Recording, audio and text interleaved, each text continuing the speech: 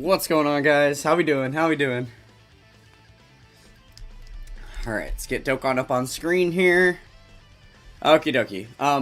So, Dokkan Day starts in 10 minutes.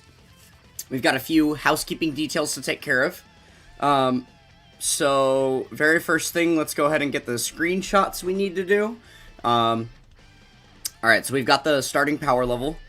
That is solid. We're going to go into the sub-page and look at the bonus events. So we're at just over 47,000 right now. My goal for this Dokkan Day is 1,500 runs. We have been going a little bit short of that with the past few Dokkan Days. 3 Dokkan Days ago, though, we did 1,616 runs. So I think we've got a pretty good shot at making 1,500 happen. It isn't our absolute record. I'm not really shooting for like an absolute record, but getting somewhere in that wheelhouse is going to be nice. Last Dokkan Day, we only had like 1,200 or 1,300 runs. It just felt a little bit lackluster. So 1,500 is what we're shooting for. Hopefully we can make that happen. Okay, so the other thing that I want to check out here before Dokkan Day starts is my prepped units. Let me see. I just kind of want to see how many of them that I have. So yeah, obviously all 5 of those units at the top we're going to finish. Oh, wait, shoot, I should do it like this. Okay, let's do it this way. What are my thoughts on the new Beast Gohan? I haven't really used him. I haven't even fully finished link leveling him. All I did was win Seriously Serious with this team. That's it. The Seriously Serious event you needed to beat with a Movie Heroes team, and so I did a Rainbow Movie Heroes team with Beast Gohan, and I got all of the missions completed for the core part of the event, and then like 2 of the intensifying showdown missions.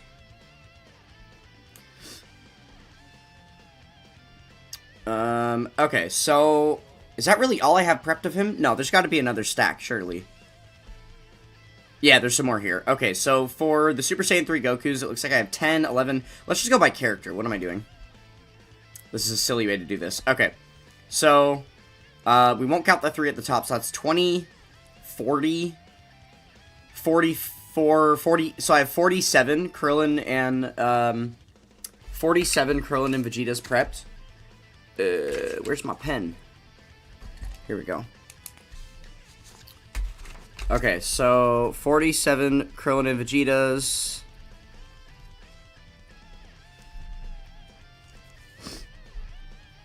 Nine minutes. Alright, we got this. Oh, 48. There's one right there. Oh, 49. There's one right here. That's a little odd, no? Okay. 49, actually. Alright. And then, okay, so we've got 20, 40, 60, minus 1, 59. Oh, plus 1, 60, again.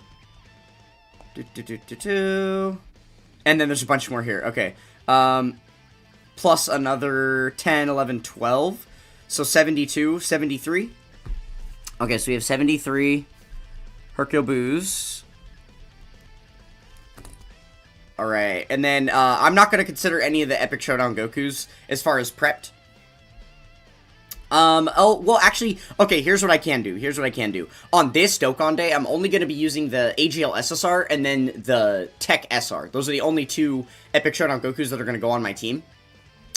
So I can just count those ones and ignore the other ones, because the numbers aren't going to change anyway, so it doesn't really matter keeping track of, like, what I have prepped over there, right?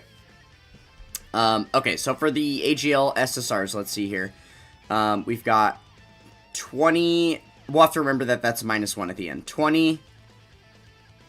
Oh, gosh. Okay, 19... Let's just count them manually, then. These are going to be a mess. 20, 21, 22, 23, 24, 25, 26, 27, 28, 29, 30, 31... Okay, is that it? 31 of him. Okay. 31 AGL SSRs. Okay. And Super Saiyan 3 Goku. We've got 10. That's 14 right there. Plus 15, 16, 17, 18, 19, 20, 25. Okay, so 25 of him prepped. Not as many, honestly. I think a lot of them been becoming 9s as I've been prepping. That's probably why. I should go level, then character, so they're in order. Oh, yeah, I see what you mean. It's not a big deal. It's whatever. It's whatever. Easy enough to count. I'm sure there would have been an easier way to do. I can also separate these out. Like, I could literally just... I mean, I guess this wouldn't put them in the correct order anyway to do this, but... are they going to be out of order at all? Oh, I guess they kind of are. Okay, let me just do that really quick then. Hold on. There. Yeah, now we should be fine. Okay. So yeah, I don't even know how many. There's going to be so many of these. Okay. 20, 40, 60. Oh, okay. I guess that's not that many. Guys, do you see how many it is? It's 60 plus how many you see on screen right here. How many is that? How many is that? Tell me, chat. How many ES Gokus do I have prepped right now? Was it on purpose? Did he do it on purpose?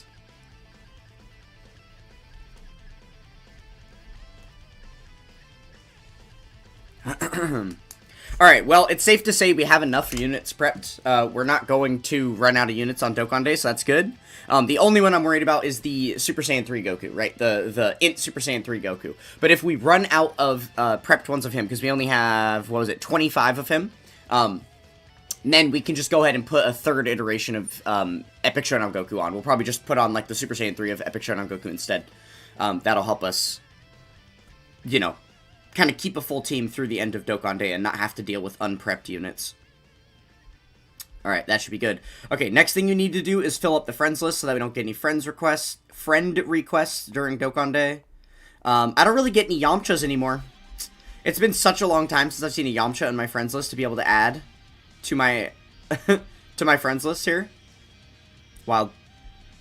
Alright, we'll just do that. We're at 100 out of 100 now. Okay, I think we're chilling. I think that's everything that we needed to do prior to the start of Dokkan Day. So we've got 4 minutes until the event goes live. Now we're just kind of chilling. Just waiting for the event to go live here. I already made sure to use my boosts before the stream started, because obviously those are going to reset as soon as the event starts. Last night, I spent my Zenny, because I was getting very, very full on Zenny, so in the middle of Dokkan Day, I probably would have maxed out.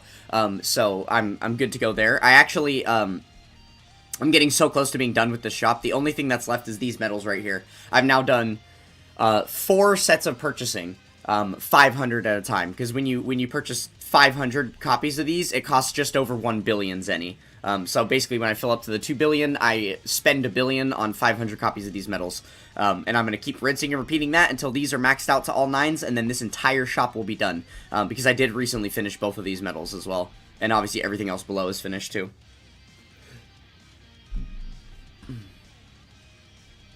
Dokkan has to increase the friends list to 1K. I mean, do they? I don't know if that would make a difference for anything for me. Like, what would you actually get out of having 1,000 friend slots that you don't get out of having 100 friend slots? I don't really see the application there. I mean, I guess it would be nice from the standpoint of you can always view for, like, event clears. You can always view your friends. Like, you can always view, like, their teams that they use to clear the stages. So if you had a larger pool of people that are on your friends list, you would just have a larger sampling or selection of teams to be able to look through and stuff if you needed, like, help with team building. But that's really the only use case I can think of. Because there's still an infinitely large guest list that even if it's not a part of your actual friends list, those accounts still exist and you still have access to their friend units and stuff, right? So, I don't know. I think there's much different things that they need to do with the friend system. I think we need to create a guild system or something. If they're going to be latching onto the friend system this hard, this late into, like, Dokkan's lifespan, then I think that they need to expand the system and make it more relevant, make it make more sense, right? As opposed to just having the application that it's always had, of being able to select a friend lead, and then earning measly friend points that give you next to nothing in-game, unless you're one of the lucky few that gets millions, and then it just loads you up with Elder Kais, and you don't need any more for the rest of the game's lifespan, right? Like, that's a poorly built system. Yeah, I think having, like, a guild system or something like that would be cool. What's up, One Shot? How we doing? How's it going, Christian Garcia? Z Gaming, you can have me on your friends list for real. Yeah, I could. I will be honest, I'm in a bit of a limbo with adding people onto my friends list, because while there are some community members who I just know to be dedicated grinders or other content creators or things like that who are on my friends list for those reasons, I have kind of limited my viewers to gaining access to my friends list through becoming a member of my YouTube. That's just like one of the tangible incentives I can think of to be able to, you know, convince people to become a member. So that is an option. If you become a member, you get on my friends list immediately. But yeah, I'm like maxed out on friends right now, but it's because I have a big wall of Yamchas from just like random Yamcha accounts. So basically, I would just delete a Yamcha to add another viewer if somebody else became a member.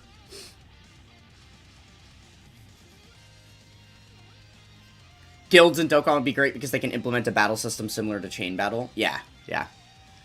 There's a lot that they could do with guilds, I think.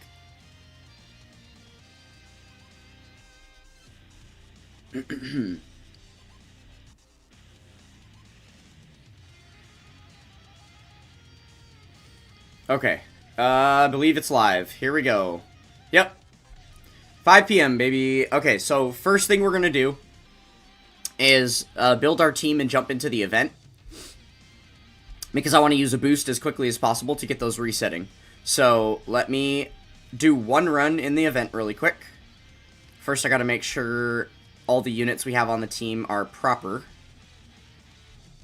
Typically speaking, they should be. Yeah, there we go. The only problem I have is this. I don't want to use him. We're gonna instead use them. And then these two are out of order for now, but we'll fix that later. I kind of like it when they go in chronological order, moving downwards, so that the Tech SR is at the very back end of the team. But we won't fuss with that right now.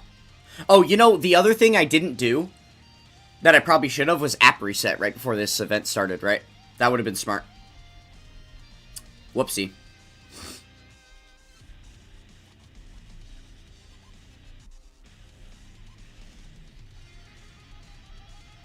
The time chamber wasn't showing up for you? Interesting. Yeah, double... wow, god damn. Double level 10 links on the very first run. I will certainly take that. Tanabata banner worth summoning... Worth summon from new players, or do I summon on free-to-play Beast? Wait for the Tanabata banner, because it's way better than the Beast Gohan banner. It's way easier to get Beast Gohan. Wait, 3,000. I got 3 links on that run? Oh my god. Holy moly. Insane. Yeah, wait for the Tanabata banner, because it's also going to have Beast Gohan. It's probably going to be like 10 or 12 featured units, but then it's also going to have their anniversary LRs returning and stuff. And the most recent superhero LR EZAs are going to be on there as well. So yeah, there's going to be a lot of good units to be able to pull, as well as the upcoming EZAs that are going live on the 23rd. Those will be available in there as well. Okay, let's do our other dailies now that we got the boosts resetting. Throw out all those real quick. By the way, if you guys are unfamiliar, this is an example of the top team you can use here. You want Golden Frieza Gogeta as your lead and friend lead, because he's on both movie heroes and movie bosses, which are both the, effect boost categories, and then also AGL Tapion is as well. And because he's a TUR, he gives a pretty fat bonus too, so this is the way to get the highest possible bonus here. Ooh, nice, I got a bonus equip today. Love to see that. I'm actually not super bummed about this event, this year. This event has actually been pretty surprising in a good way, for the equips that are dropping, so.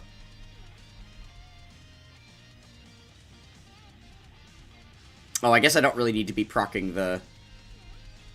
Silly me.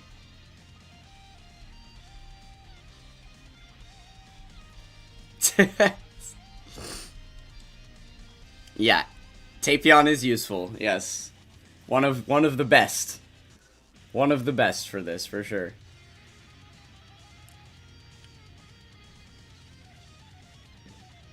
But yeah, so, yes, I'm responding to you, Coca-Cola, saying, really? I assume that really is in response to what I had just said about the Tanabata banner. Basically, yeah, the Tanabata banner, we're in the Tanabata celebration.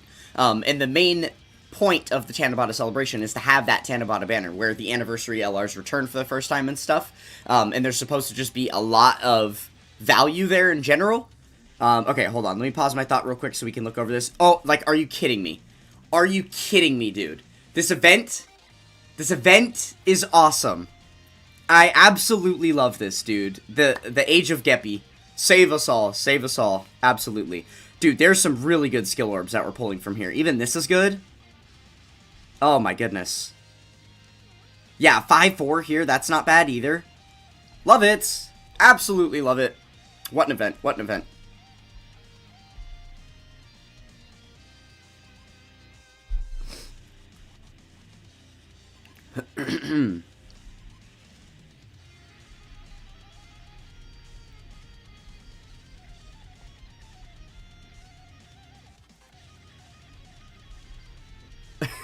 Nazi gaming with the I like potatoes. Oh.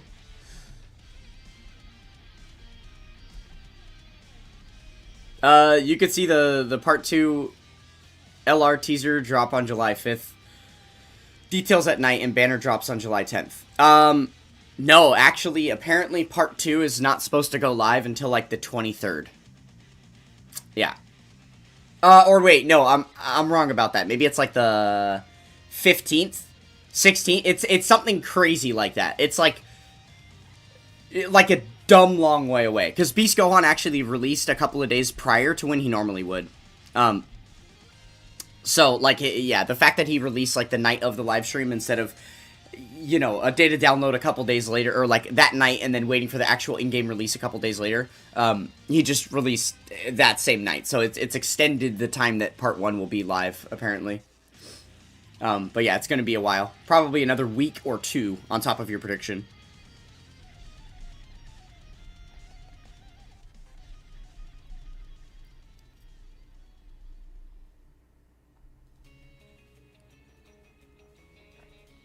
Yeah, the 5-4 dodge additional is absolutely insane, right?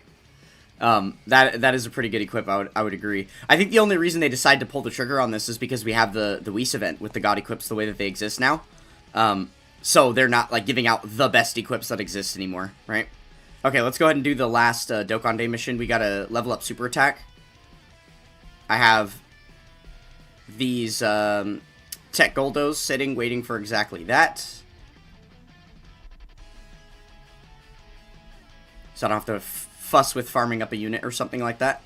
Okay, that should be all of the missions done. Dailies are good. Dokkan Day missions are done. Boom. Alright. Time chamber time, baby. Let's do it.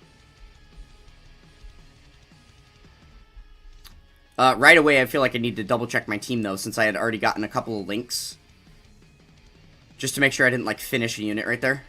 Okay. We're chilling. We're chilling. What? You're calling the Whis event a scam? Ain't no way. Ain't no way.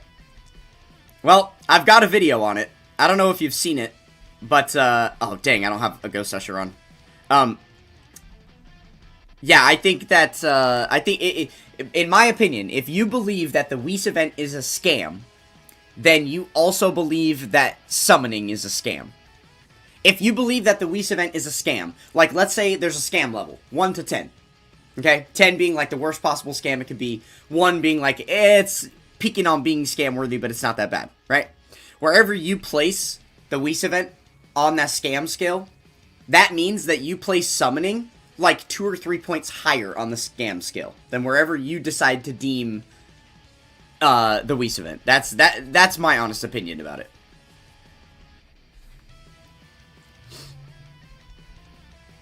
But, like, my reason for saying that is that people will shit on the Whis event and call it a scam and say it's not worth it, and then use that as fuel to ignore the system and not grind for the equips and not utilize the God equip thing amongst a lot of their powerful characters. and then simultaneously partake in the bigger scam and just blow hundreds of thousands of stones on every banner that comes out and complain that they got shafted. So I'm like, why are we boycotting one scam and then absolutely feeding into an even worse one, you know?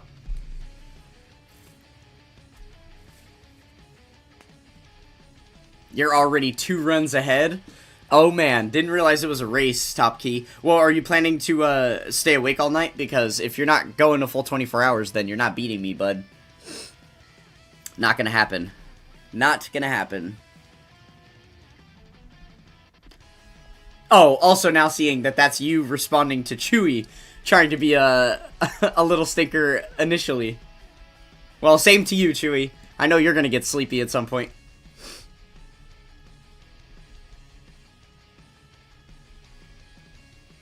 If the Weast event stayed at the reduced stamina cost, it would be the best event in history. And yes, I believe it's summoning is a scam. Yeah. I mean, the Weast event being half price was cool, but it's still worlds better than summoning is. It's not that bad. And, like, I guess my thing is that all the Weast event is discounted summons. Let me frame it this way for you. Oh, I still need to add a Ghost Usher. Damn it. So let me frame it this way for you. The Whis event has... you essentially earn the same thing from the Whis event that you earn from summoning. Because you're just getting stats for your characters. And so, like, by summoning for dupes of your characters, you're essentially just getting more stats added onto them because of the ability to unlock additional routes in the hidden potential system, invest in more nodes that increase their stats, and then also add more crit additional and dodge, right? Those are all of the exact same things that you get out of the, like, God equips, or equips in general. But yeah, like, it's literally the exact same thing. So, think about, like, I've also already proven that you do spend a lot less, stones overall to get the equips you would need to fill out on a specific character than it would take you to potentially summon for the necessary dupes for that character if they were on a banner, right? So whatever that reduction in cost is, take that reduction in cost, and then basically apply it this way. Make it so that, like, whatever units you're trying to grind equips for, let's say they're on a banner, and there's maybe a bunch of other units on a banner too, and you have the potential to pull dupes. This banner is built around only giving you characters that you already have. So there's no new units on it. And if there's a unit you don't have, it's not on the banner as well. The only thing that's on there is units you already own. So you can only pull dupes. But there's an extremely reduced rate. Let's say it's like 30 stones per multi or something like that, as opposed to the typical 50. And then, you know, maybe even like an increased feature rate, like what they do for, like, the Heroes banners back in the day. And then you summon on that. Like, tell me right now if that's something you would do. For, like, a brand new, like 2026 unit that you pulled a few months ago and you got one copy of it. And then now this banner releases where you can do discounted summons for that unit and a bunch of other ones along the way too. Like a bunch of meta-relevant units that you'd like to use. And you could potentially earn duplicates of them at a reduced rate. Wouldn't you immediately jump at the chance to do that? As opposed to spending your money on some brand new character?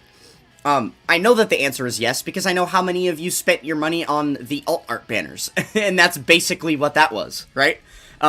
So, like, that's essentially all that the Whis event is. And, like, if a banner like that released, I don't feel like the common sentiment would be like, hey, this is a scam. Because there's not even, like, a new unit to earn there. I feel like a scam... That's my real problem with calling it a scam, is a scam implies that you're not actually getting real value out of it. That they're implying you get value, and there is no value there. Or I guess the way that the community is kind of calling it a scam is, like, the relative value, right? So, like, what you have to invest versus what you get back, and if the investment is overbearing and not worth what you get back, then ultimately it's a scam that whoever incentivized you to go for that investment, right? They scammed you. But I don't think that that's true at all with the Whis event. I think it makes sense. I think it's justified. I think you genuinely earn what you should by playing the event for what it costs. I don't know. I think it's already one of the best deals in the game. 40 stamina for the potential to get what you can get from it. If they were to change it to 20, I would just call it the most broken thing possible that could exist in Dokkan Battle today. Like, I don't know. Yeah, I know. Alt art talk. How'd you guys get me talking about alt arts again? This is crazy. Yeah, Top Key. I'm going to be live for a while. Probably another, like, 8-hour live stream. Something like that.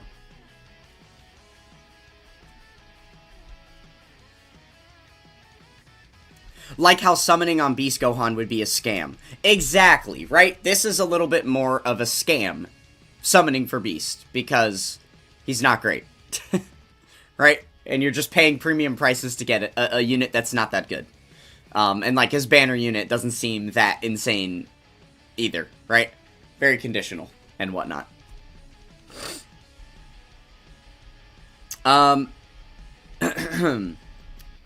So, on another note, as far as the stream itinerary, I have a couple of things that I know I want to do for sure today. We'll do the next reaction video for the history of Dokkan at some point. We'll watch the 2018 history of Dokkan for the 4th year of the game's lifespan. And there is also another video that I watched the other night that we absolutely have to watch together. Oh my god. It was the most rage-inducing pile of garbage that I have ever seen on YouTube. And that's all I'm going to say about it for now. I was so pissed. As an extension of something that I have previously been irked by on this channel. And so yeah, I'm going to take that opportunity to highlight this for you guys. It was like a video that was over an hour long. And we're going to watch the entire thing together and just rage together while the whole thing happens. But we'll do that a little later, once I get tired of talking so much.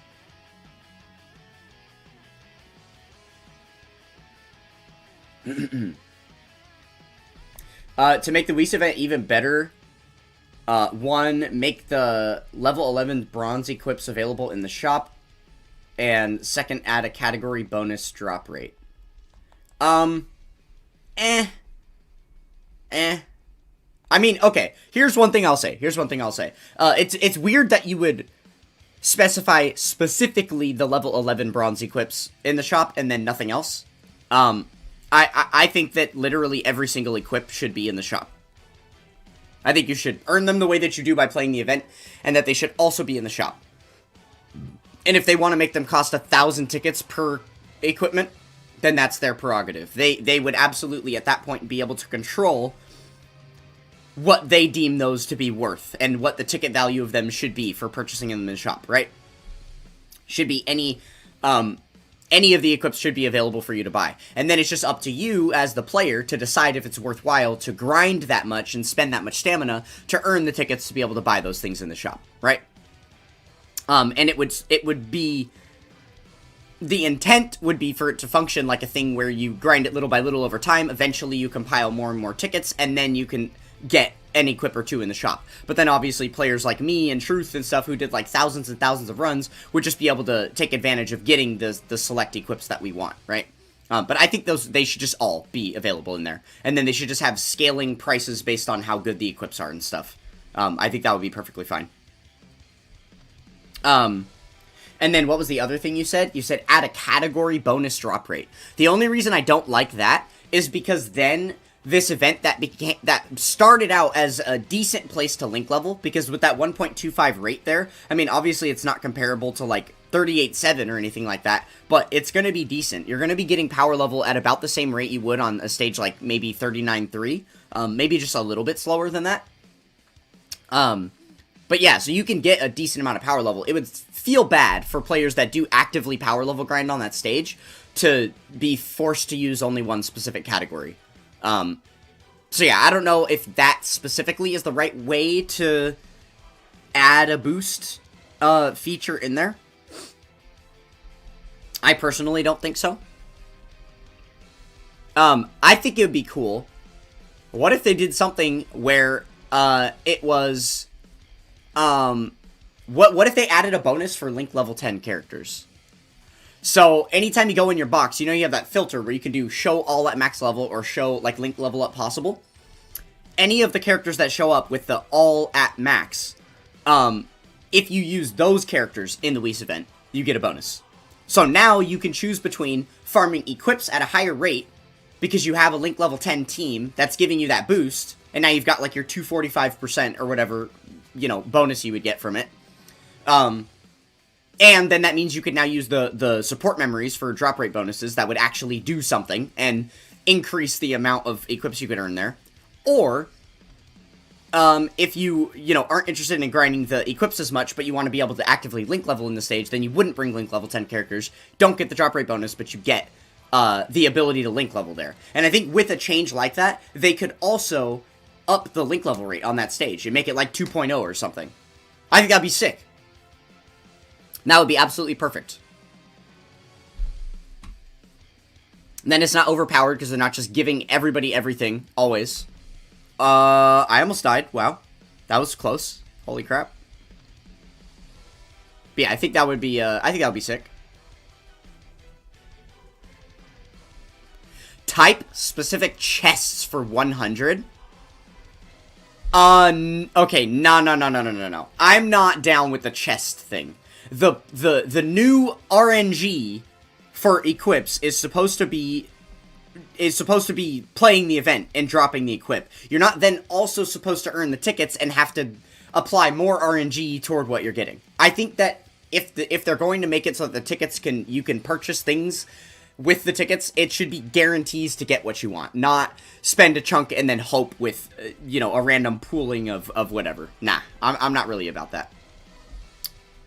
I mean, maybe if they made it a little better to where it's like, okay, type-specific chests, right? So this is the AGL chest. You have one of each of the 5 types. I would honestly like it if they split it even further and did 10 types so that you have super and extreme separate from each other.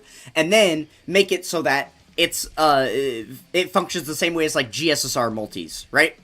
Where you do a multi on the chest. In order to open the chest at all, it's 100 tickets. And then when you do the 100 tickets, it gives you 10 equips. And there's specific rarities for each slot of the equips, including like a guaranteed god equip in the multi or something like that, right? I think that could be kind of cool, but it would have to be something like that. If it was just a random, how it used to be, where you can get whatever, and some of the equips, the best ones in there, are just super rare and you're never going to get them, nah. I don't think I would like that. I think I would rather have to save up 1,000 tickets to just guaranteed buy the equip I want in the shop than do that.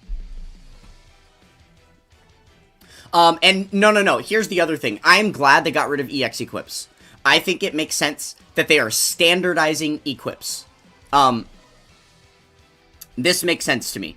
I've made a video about this too. An equipment crafting system. I think it makes perfect sense that they took away the EX part of it, because that will make an equipment crafting system more valuable in the future. If they have been releasing unlimited farming EX equips, can you imagine how broken that would be? I proved that it only takes 25,000 runs to get one copy of every single equip in the game, which, by happenstance, because of how long it takes you to chase those last couple few, you do have 10 plus of a lot of different equips, and easily like 5 plus of most of the god equips, right? So essentially with what I did with my 25,000 runs is, if those were all EX equips, I would never need an equip again. Because whatever event I'm running, I could just make sure they have the god equips on them, and then when I'm done with the event, I could just take them off of them and put them on my next team, right? Because I would literally just always have enough for every single unit in the game. That's why they can't do that, right? It would essentially make the system moot, because it's something you can infinitely grind for. So the only types of equips they can ever make EX are ones that you can't infinitely grind for. Otherwise, that's, like, problematic, right? And then the other thing is, with not adding the EX equip thing, it makes them harder to come by and stuff, which means if they do introduce an equipment crafting system in the future, then it's going to be a little bit more, like, possible, I guess. not only will there be more incentive for players to want to earn more equips because of not having access to EXs that they can just share between units, also, having standardized the equips with the not having the EX tag on them I think it would make sense when they add an equipment crafting system at some point. Only the equips that drop from the newest version of the Whis event would be applicable to that system, so that they don't have to try to account for all of the old levels and types of equips that used to exist in the old system. Those would all just be like not a part of the system, just like a legacy equipment item that's stuck how it is, right? I think that would make a lot of sense.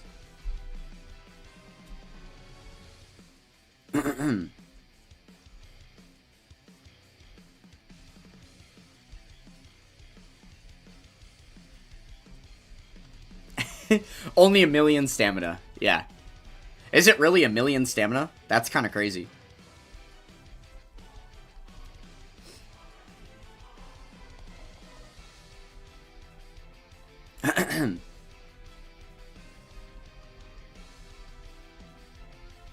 But the thing is, once you spend that 1 million stamina, then you would just never have to... Like, I still think...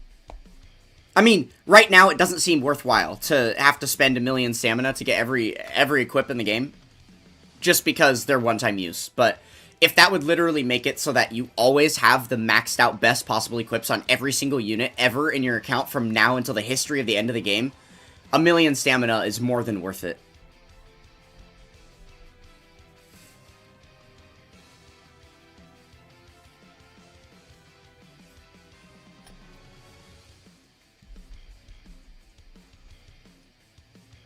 How many stamina bars is that? Well, here's the other thing you guys have to consider, is that I was ranking up while I was doing that. So I got a lot of free stamina bars just from the rank ups.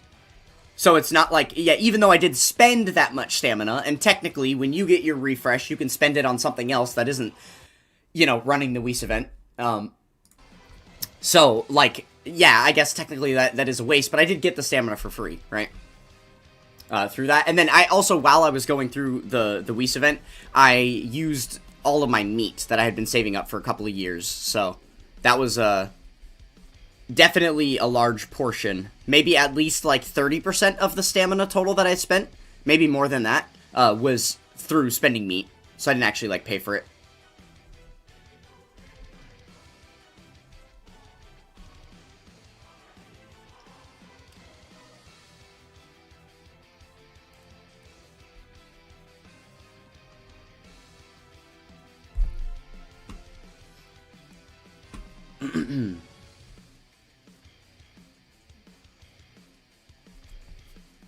Yeah, the experience rate's not great on the Whis event. It's not great. But it's pretty quick to clear, so.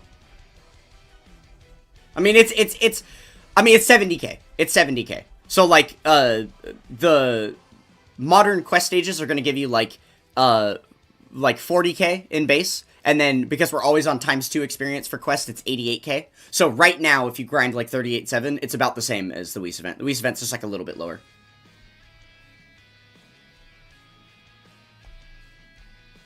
Which, I guess actually, aside from quest stages, it's like the next best place in the game to level up. As far as like events that are always available. So yeah, it's actually pretty good experience-wise. That was the AGL Golden Frieza intro. It was. No longer, though.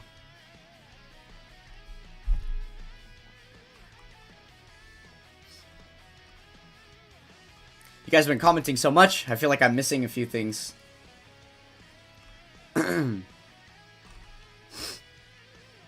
Oh. Yeah, Cozy said, Portugal, Sui! I'm wearing a Ronaldo jersey right now. Shout out Ronaldo. Let's go World Cup 26. Don't know if I'm actually rooting for Portugal. I would say I'm evenly split between 3 teams. I'm kind of basic in that way, but I would say, you know, team number 1, USA, because obviously got to represent home and everything. And then my other 2 teams would be Portugal and Argentina. If either one of those 3 teams ends up doing well or winning, then I'm happy.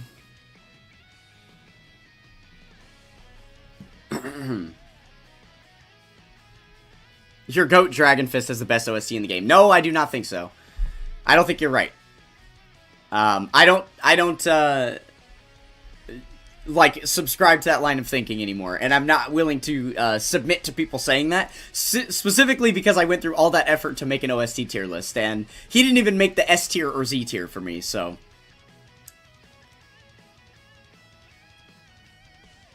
You didn't take me as a football fan? Yeah, like I said, kind of a fake fan, I'm not out here, like, with a fantasy league, like, tuning into the live games, like, checking stats online, like, all this stuff, like, I don't really know much about it at all, either. I just kind of, like, during the World Cup, I tune in to, like, I'll watch, like, highlights of the games and stuff on YouTube, just so I can know what happened, and, like, who's doing well, who's been eliminated and stuff, and I don't even track it super closely. Like I said, I just pay attention to the couple of teams that I care about, or if I hear murmurs through the grapevine that, like, something crazy happened from some game, then I'll go and, like, take a look and see what was up. But, yeah, I do have, like, 15 years of soccer under my belt. I used to play a lot, so it's just something that calls to me from my childhood and stuff. Not SCR Dragon Fist top 40 for real? Yeah, I think you're wrong about that. I don't even think he's top 50.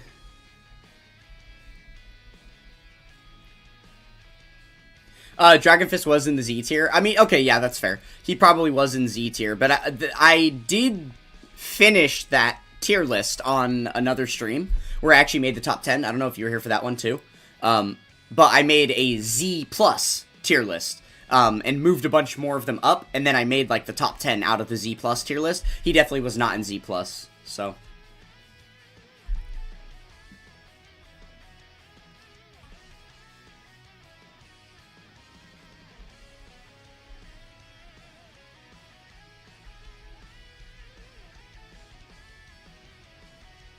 Yes, it's in LRTN.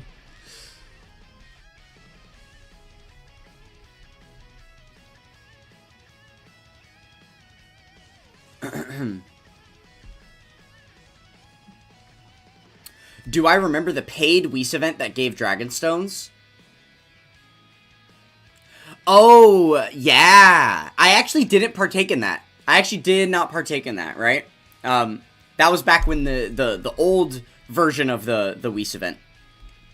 Yeah, there was like a special key that you had to purchase packs for in order to get the keys, and then you could spend the keys on the Whis event. And wasn't it like it was live for like 20 days in a row, and you had to do it every day with the keys to get all of the stuff from it?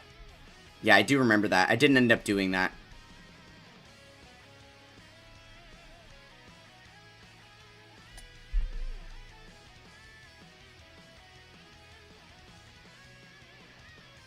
Why are we coping so hard for Super Saiyan 3 Goku? Oh my goodness. Absolutely insane.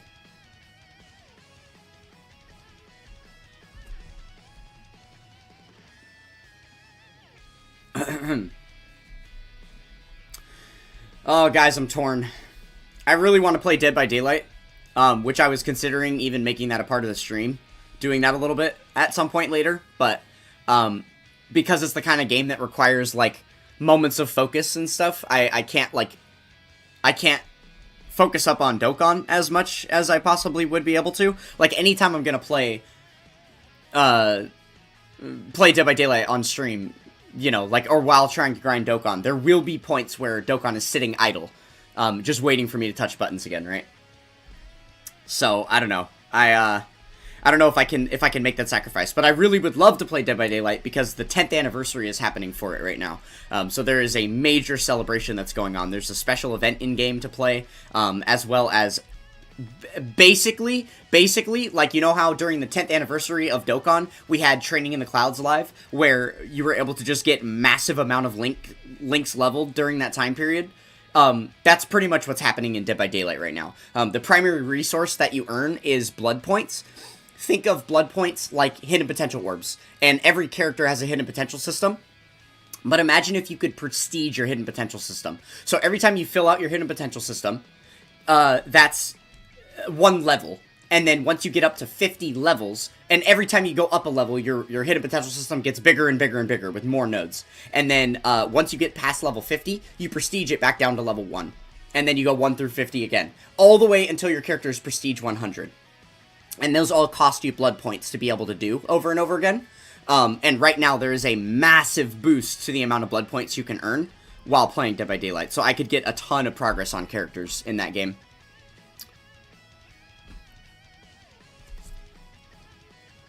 I could auto Dokkan. Yeah, but that's what I'm saying, is that, like, autoing the time chamber takes, like, 30 seconds.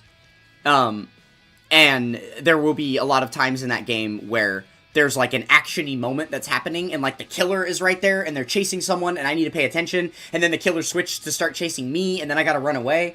That whole interaction is gonna take a lot more than 30 seconds, and Dokkan will just be sitting there waiting for me, because I'm, like, locked into Dead by Daylight, right?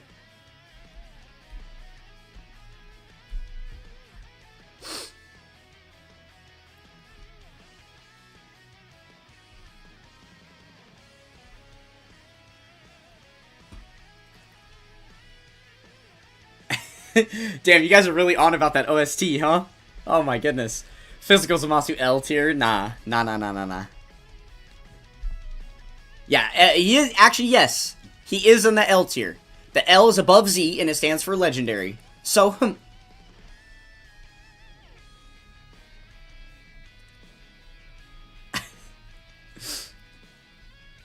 what's my opinion on free-to-play Beast? My opinion is that people should stop calling him free-to-play. The worst unit in the history of 2026 Dokkan.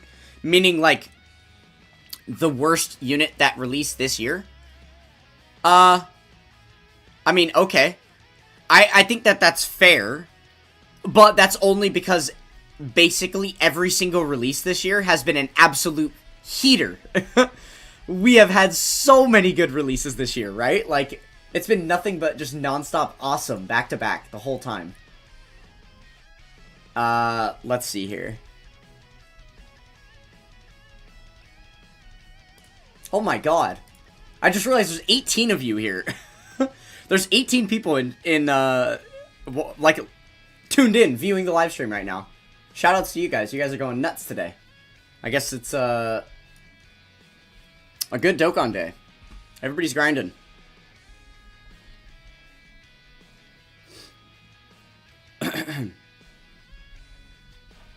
Alright. Yeah, Beast Gohan is definitely the, Beast Gohan is definitely, like, the worst premium unit, I would think. I'm trying to do a cool thing and utilize this feature on this website that I just discovered.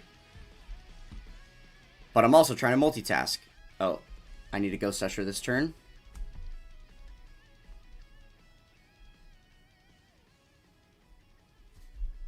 There we go. Of course he had enough ki to super. Wow. Alright.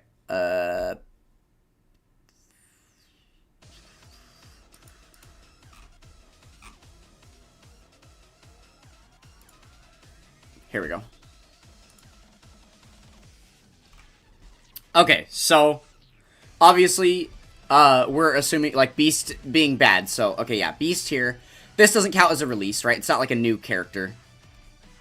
Again, these are Easy A's. I don't know if I really want to include Easy A's as the same caliber of just, like, fresh releases. Let's just look at straight-up fresh releases.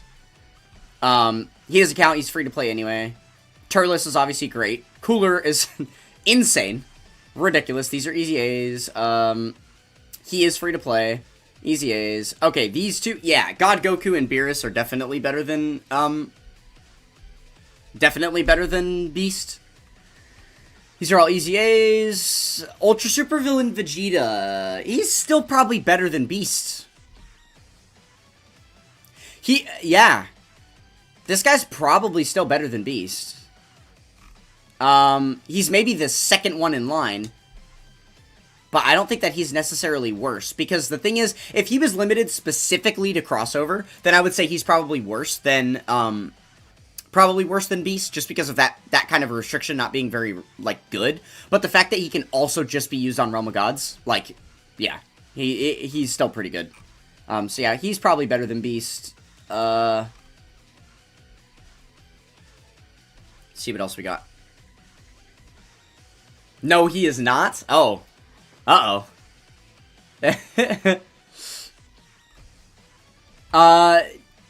What about this Piccolo? Is he good? Is he, like, insane?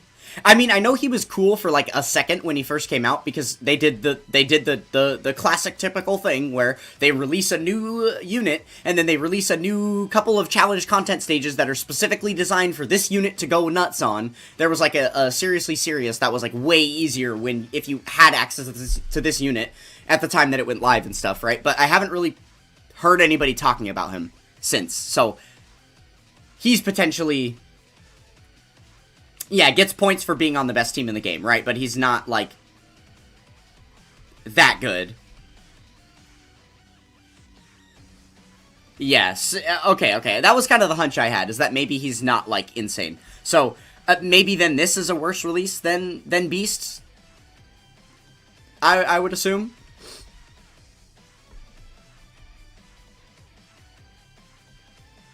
Yeah, the funny part to you is that STR Beast won't save this one because they share the same name, and taunting takes away his counters. I did think about that, so I used the Beast Gohan team for the new Seriously Serious fight, and I did a Rainbow Movie Heroes team, which meant that the STR unit I brought was STR Beast Gohan, and I purposely did not use his taunt mechanic because I wanted the counters. I thought about that specifically. The other thing that it fucks up, not only is his counters, but it also messes up his active skill turn. Because on Beast Gohan's active skill turn, every single unit on the rotation gets to survive a KO attack once. But if you also use the taunt mechanic from STR Beast, now only one unit gets access to that survive KO because only one unit's getting hit by attacks.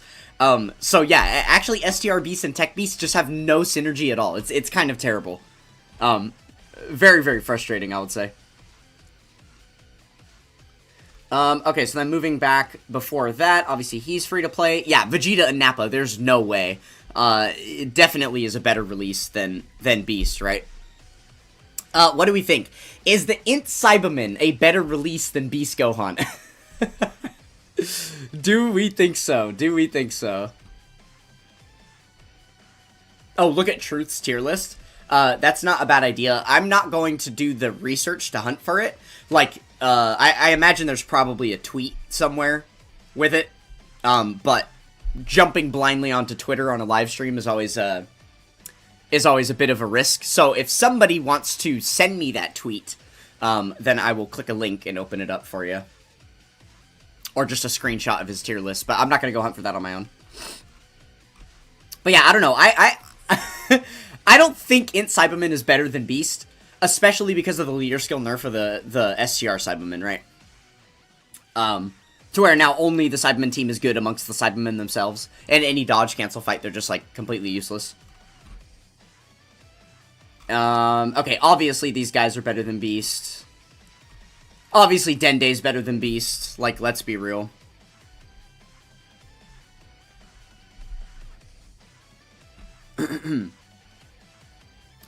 It's one of his latest videos. I'm not gonna... Oh, I mean, I guess. I could just open the video, go to the end or something. Again, send me the link. Send me a link to a tweet, send me a link to a YouTube video, and I'll open it up. But I'm not gonna hunt for it on my own. If you care that bad, you'll send it to me. Okay, yeah, and then there's no question. Dabura is obviously better, right? And then, okay, what about the Anniversary LRs, though?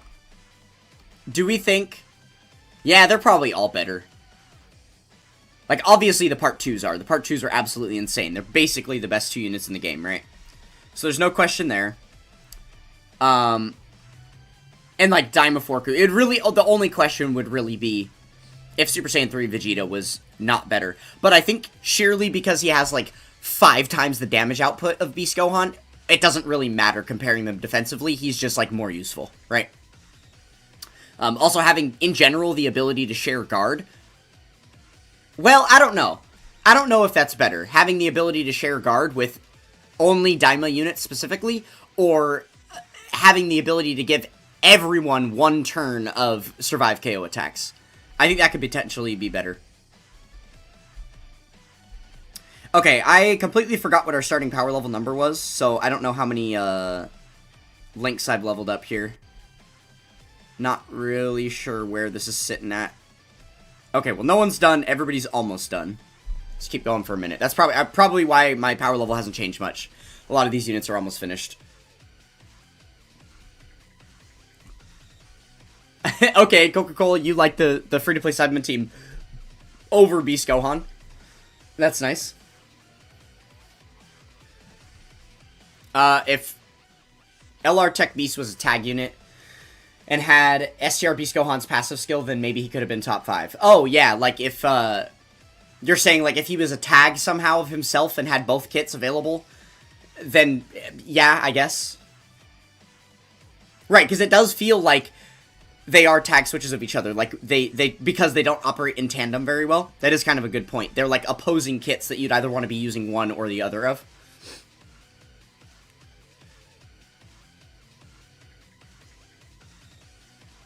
I know it's not that hard to find it, it's just not what I'm trying to spend my time doing while I'm on live stream. That's all.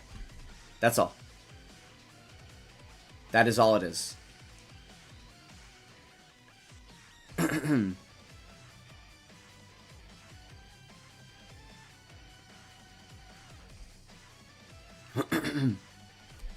But yeah, Truth's tier list is probably not going to be something that I agree with outright anyway, because he values units based around their ability to complete, like, the hardest 0.1% of content in the game.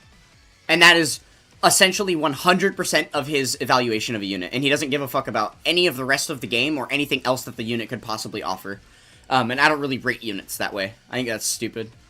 Especially because 99% of the units in the game are not necessary to be able to complete most of the challenge content.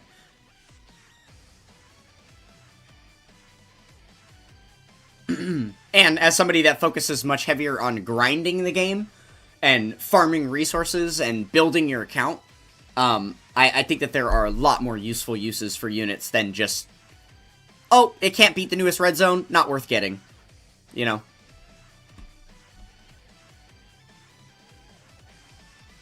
STR Beast Gohan can tank a 24 million super with his full passive. Yeah, yeah, he's not terrible. I mean, I know he's still kind of usable. The only real threat for STR Beast, even to this point, has ever been once his entrance animation rolls off and he loses that 40% DR. Then he's scary, right? So you can really only utilize him in short form content. That's kind of the problem that's always been with STR Beast.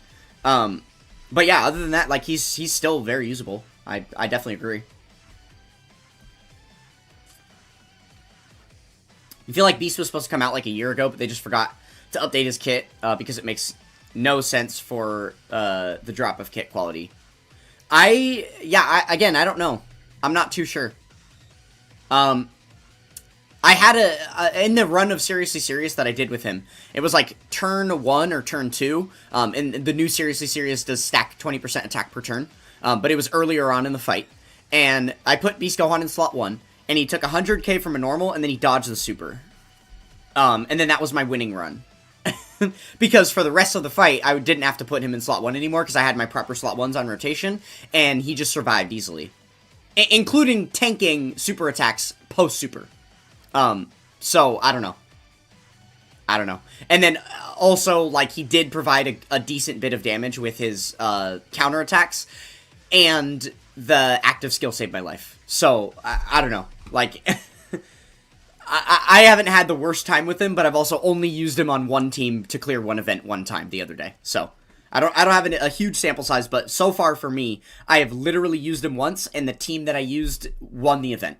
And he was not, like, a problem. I could have seen, like I mentioned, I almost died right away. If I didn't luckily dodge a super with him, I would have been toast, right?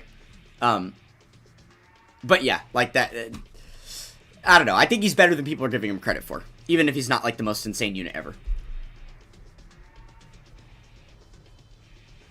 You think that Golden Frieza Gogeta is better than Beast. That's fair. That's fair.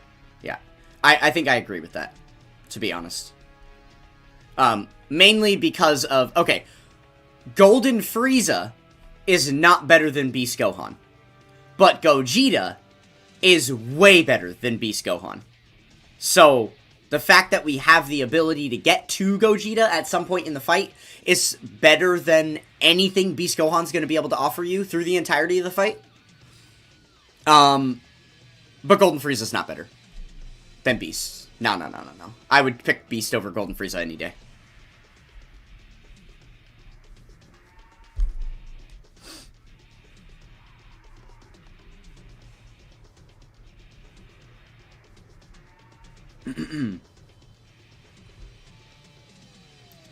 Wait, but do you know how he took damage on the first hit? Beast Gohan should really get defense on receiving a hit and not an attack. No. No. That is false. That is a lie. That is wrong. That is a horrible thing to say. You should absolutely never, ever want a unit to gain their defense by receiving attacks. That is the worst possible mechanic you can put on a card. Because unless you take them into an event that, you know, like, ramps up so heavily that it's just weak at the start, then you're probably going to suffer with that unit, and they're just not going to be usable because they'll die at the beginning of every fight. So that is certainly not the right answer, I would say. Certainly not the right answer. It's definitely better to get stats for performing attacks than it is to get them from receiving attacks.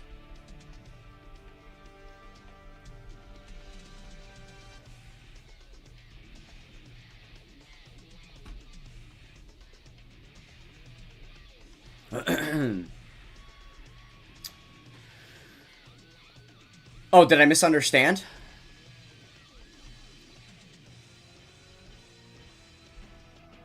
Not building up defense like Orange Piccolo? What? Get defense on receiving a hit. As opposed to getting defense on attack. Oh, you meant when...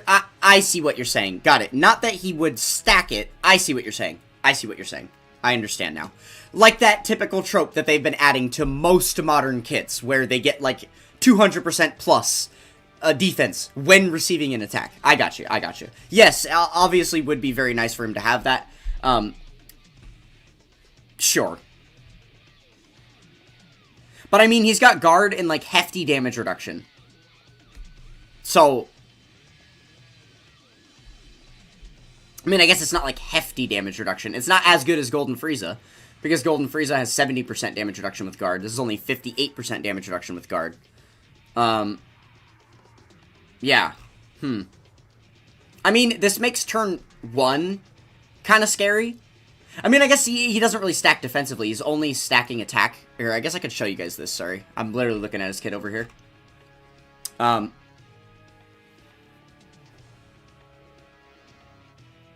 Yeah, 58% DR. I mean, as long as it's enough to tank normals, I think that that's, like, the point of this guy. It really is just, like, super attacks are the scary thing for him, right?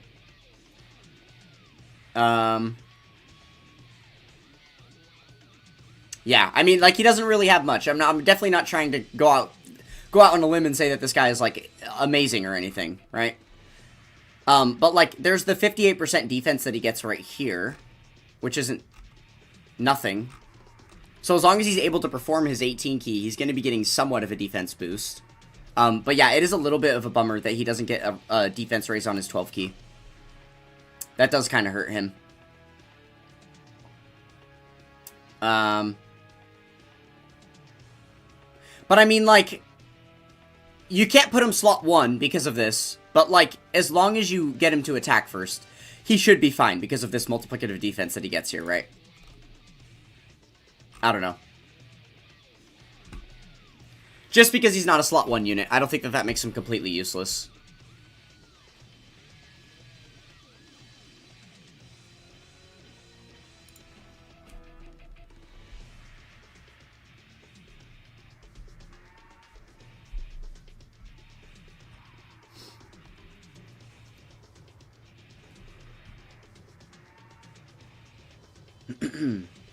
You think free-to-play LR quest mode beasts could be top 10 if they release a broken orange Piccolo?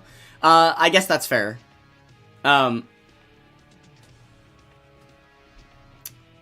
Yeah, I could see that, because, like, he does have that 10% damage reduction support for Piccolo units, right? So, that would be incentive to utilize, like, a new Piccolo, and potentially, what this guy's really missing is the slot 1 unit that goes in front of him to protect him. So, if they made a really, really strong slot 1 orange Piccolo that was meant to tank in slot 1 because he's got tons of damage reduction, and then this unit gives him 10% more damage reduction, and now you're looking at a Piccolo that's got like 90% damage reduction with a bunch of defense and guard and all this stuff in slot 1, who also gives an attack bonus to all allies on his super attack effect. Now Beast is gonna look amazing, right? So yeah, definitely, that's all we really need. If something like that were to happen, we would be in business for sure.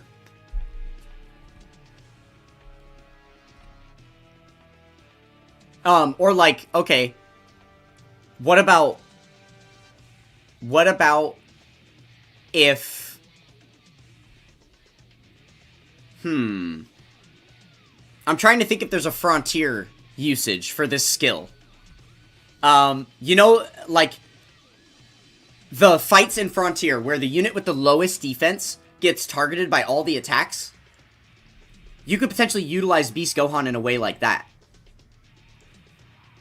Where, when he's on the team, he's probably going to have the lowest defense, or you just force that to happen, so that he gets all the attacks and then he does all the counters for a lot of damage on a phase like that. I could see that being an interesting mechanic. Like, that's my thing, is I'm not really focused on him as, like, a heavy damage dealer or a major tank. He's just a utility unit. And he has, in my opinion, just enough utility to be able to, like, sneak onto the team in certain cases, right? It's similar to, like, Kai Goku, right? Kai Goku is not, like, an amazing, like, busted unit that's going to be putting out these incredible attack stats and just tanking out the ass. He's got utility in his kit, and if you utilize that utility properly, he can survive and he can be a useful asset to the team. If you get unlucky, he might have a bad run, right? So I kind of see him in, like, the Kai Goku realm of things.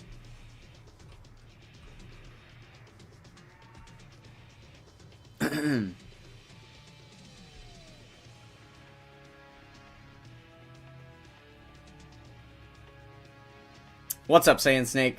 Oh, what's up, Danshin? I didn't even see you pop in. You just get here?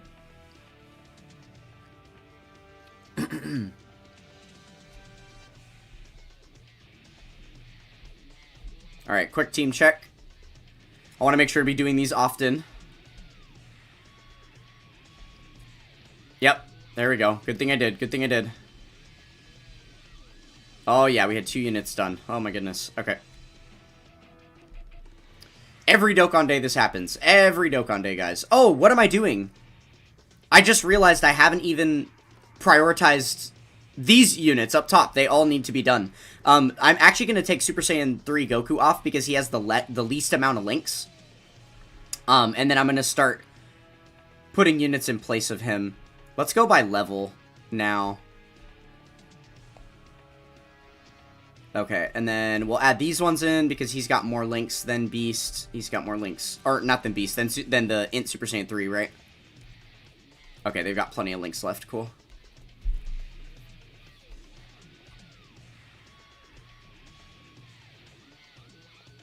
Kaiku is a goat. Don't ever compare him to Beast Fraudhan. He definitely has more utility in his kit than Beast, for sure. There's more there, but, like, I find myself thinking about him in the team building sector in a similar fashion. Of, like, do I need the effects that he has to offer for this battle? Are those going to coincide with this battle? If not, he's probably not the best option for it, because he's not a stat monster on his own, right? That's just kind of what I mean by that. Not that I think that they're the same level of power. Kaiku is probably better, yeah. Kind of sucks that the anniversary units are not in this time slot anymore. Why? Why does that matter? Just because you have to wait a little bit longer for them to come back now? Because, they are in this time slot. They're literally going to be on the Tanabata banner in a second here, so. Hold your horses and they'll be right back.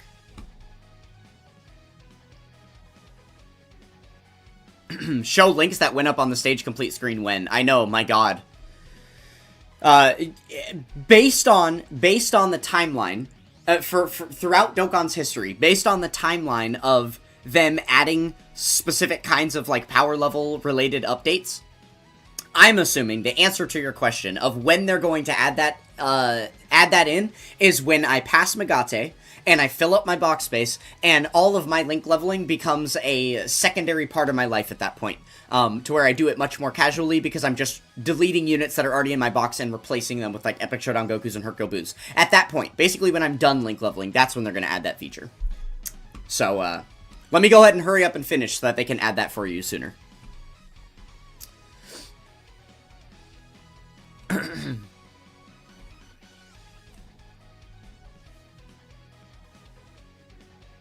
Kai Goku has a pure 220% lead and can survive KO.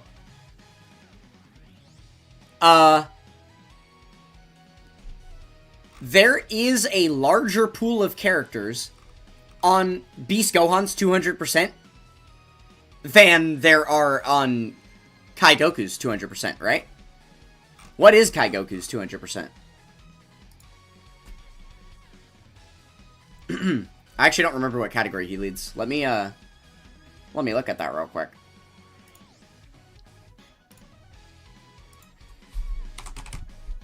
Goku 7.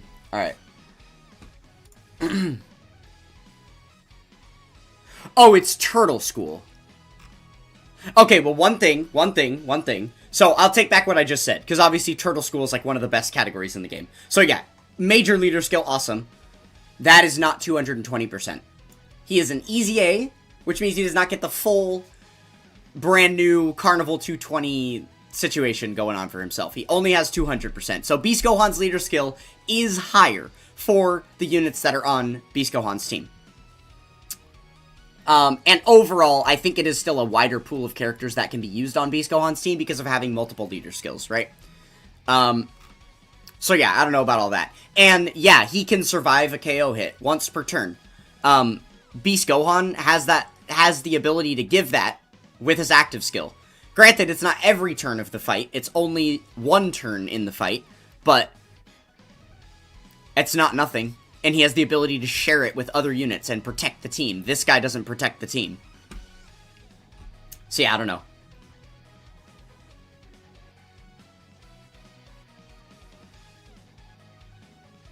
He meant he has a pure 220, not he gives a pure 220. Oh, meaning, like, there's a pure 220 that he can be used on? Well, that's a stupid comment, because Beast Gohan is a 220 leader, so he has one too. What? If that's what... I'm gonna assume that's not what he meant, and that he was just mistaken that he thought this was 220. Either way. Not a huge deal. Not a huge deal. Kaiku is a tier above him, healing... and can be slot 1 most of the time, and KO guard him for every turn. Not one turn, okay, it's like Beast lacks stats and hiding for 350%. Hiding 350% from 18 key is bad. No, it's not. No, it's not. That's not bad. All that it means is you can't put him slot 1. But if you're not getting an 18 key with your LR, then you have problems with your team building and stuff. Especially with something like superheroes. It's not like he doesn't have any key links. Yeah, I don't think it's that bad. I think it's fine. I think it's just he's definitively not a slot 1 unit, which people are only bent about because of the fact that he has the ability to counter normal attacks, and so it makes it feel like you want to put him in slot 1. In the history of Dokkan, have not commonly put counter units in slot 1, because their counters don't do as much before they attack anyway, because remember how Beast Gohan, why? Oh, because Goku. Okay. Remember how Beast Gohan raises his attack on Super Attack? Remember how he raises his attack on 18 key? Remember how he gets 350% attack after he launches his attack? His counters were never going to do shit in slot 1 anyway. Even if they gave him 100% damage reduction in slot 1, you're still not doing any damage with those counters there until after he super attacks. So you might as well have him in slot 2. Because the only reason that you want him in slot 1 is for the extra attacks, because you have slot 0 and slot 1. But you can ignore those slot 0 attacks because you were never going to get any attack power out of those anyway. So essentially, slot 1, slot 2, and slot 3 are tied for having equal amount of super attacks. It doesn't, or equal amount of attacks in general across the game. It doesn't matter what slot you put him in. Like, I think people are a little bit delusional about that part of it.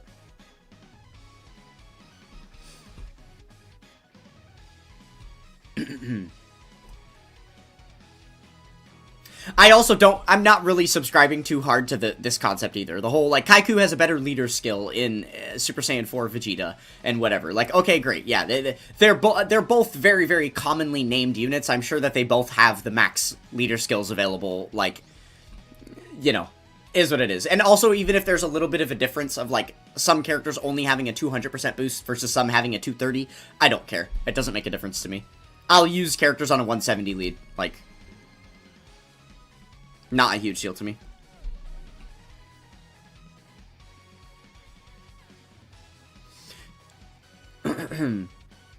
Yeah, you don't want the counter unit to be in slot 1 when most attacks are in slot 1. Again, the only reason most attacks are there is because of slot 0 and slot 1. But slot 0 is irrelevant to counter units because they do not counter with any real effective damage until after they have super attacked. So the attacks in slot 0 are not something you should be factoring in with the amount of attacks that a counter unit can take. Effectively meaning that slot 1, 2, and 3 have the same amount of attacks on average. It does not matter what slot you put them in. If it were a thing of there being something in here for attacks received, building up something in his kit, then yes, you would absolutely want him in slot 1, because right now the only point to having this unit is in slot 1, theoretically, is so that you can do more damage with his counterattacks, right? But I already debunked how that's not going to be a thing, right? But if there was something else in his kit saying, like, oh, he gets, like, 10% chance to crit per attack received, or something like that, then, yeah, okay, then now you can justify putting him in slot 1, because there's an additional purpose to him receiving those attacks, other than just dealing the counterattack, right? But because that's the only thing that you gain from him receiving those attacks, and he's not going to do any damage from that anyway, why consider it? You're just hurting yourself by convincing yourself he needs to be a slot 1 unit.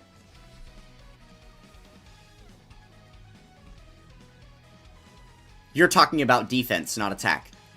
Okay. He's not a slot 1 unit. If you're considering his defense, it is easy to get him to 18 key, where he will then get a massive defense buff, as well as the additional defense buff here from doing the 18 key itself, and he will be able to tank. After, like, as long as he's not in slot 1. He can't tank when there's an AoE boss. Okay. Yeah. That, so? Slot 0 AoE for the boss and he is dead. So is, like, 99% of the game. that doesn't make him seem, like, worse to me, you know? Like, if you were trying to tell me that someone had a weak Dokkan account, but then you're like, yeah, like, they're not even top 10 power levels. They don't even have every single title in the game. How pathetic is that? They haven't even logged in for 4,000 days. You're not really saying much to me, because all of those things would be, like, extremely impressive god-tier abilities that you can't expect a unit to have. Being able to handle a slot 0 AoE is not, like, common. It's not, like, easy and free. Like, yeah, it'd be nice if he had that ability, but I'm not, like, discounting this unit and saying he sucks because he doesn't have that. Because there's countless other units that suffer from that problem. So, I don't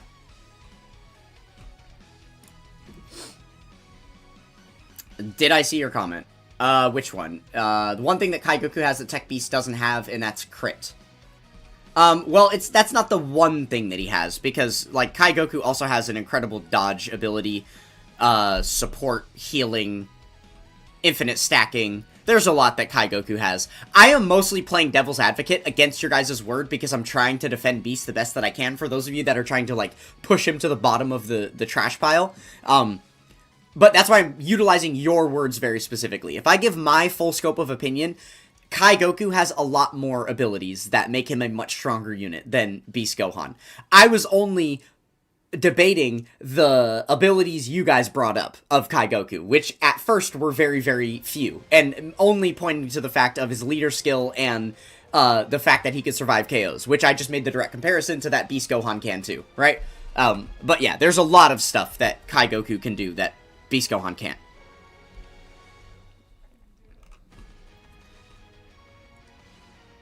How many bosses have AoE supers that happen in slot 0 or slot 1? Exactly, that's the other thing too, right? While that's a really, like, unexpected mechanic to be able to counter with a character, no pun intended, it's also a very unlikely situation to encounter, based on how many bosses in the game have that ability, right? So, yeah.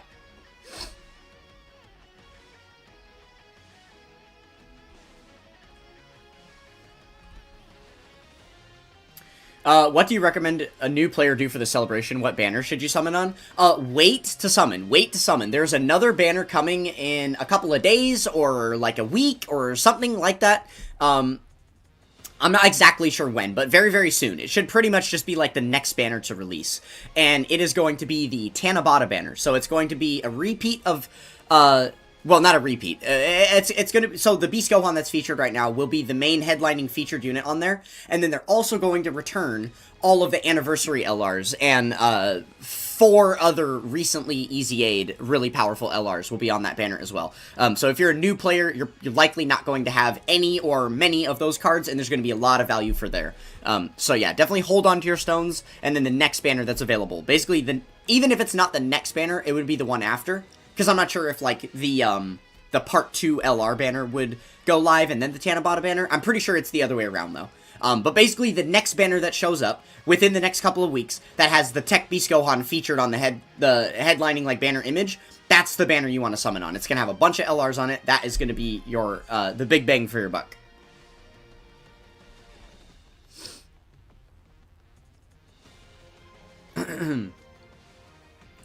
You're excited for the 2029 Tech Beast Gohan EZA, but right now he feels like a 2025 unit. Yeah, no. I agree he feels like a 2025 unit. If we look at all that, you know, that list we just scrolled through of all the 2026 stuff, it definitely feels like he is a little lackluster as far as the, you know, like the level of releases we've been getting. But there's also countless units from 2025 that I still use and that I still think are good and that are perfectly fine. And that's not really the sentiment I'm getting from Beast Gohan. People are talking about Beast Gohan like he's a 2024 unit. And I think that that's a little bit of a stretch. I think that's a little unfair.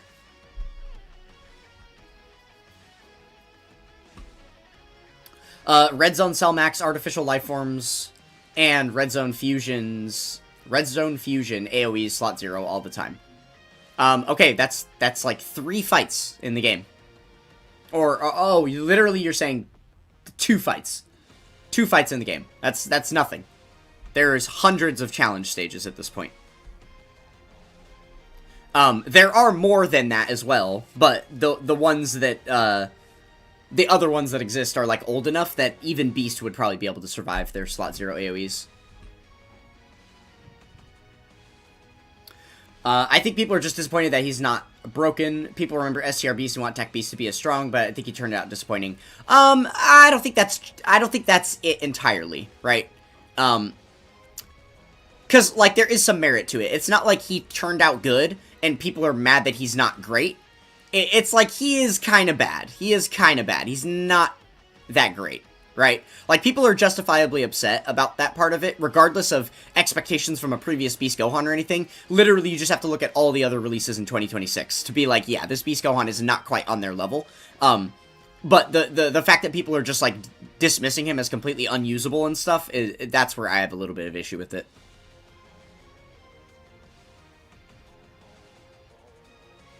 The fact that we are talking about who is better, an EZA from 6 months ago or a new TDC LR, it's bad.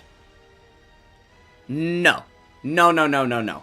Because we're talking about an anniversary Carnival LR that Easy Aid during the anniversary celebration only 6 months ago. And we're comparing a unit to that. That is the cream of the crop, top tier of unit that exists in the game. He's Dokkan Fest LR level. Like, you're dismissing that like it's just some random poo-poo, like, sub-EZA TUR unit. Like, if we were comparing him to STR, GT Super Saiyan 3 Golden Great Ape Goku.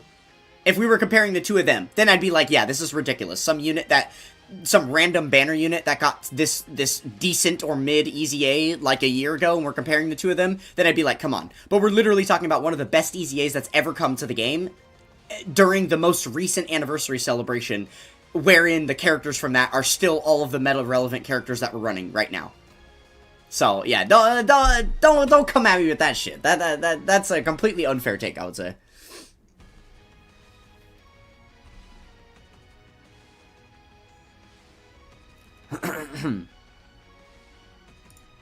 Yeah, didn't want him to be top 1, but I don't think he's top 15. Yeah, sure. I guess I'm just not one of those people that only runs the top 15 units in the game, you know? As long as it's top 50, I feel like it's justifiable enough. In my opinion. In my opinion.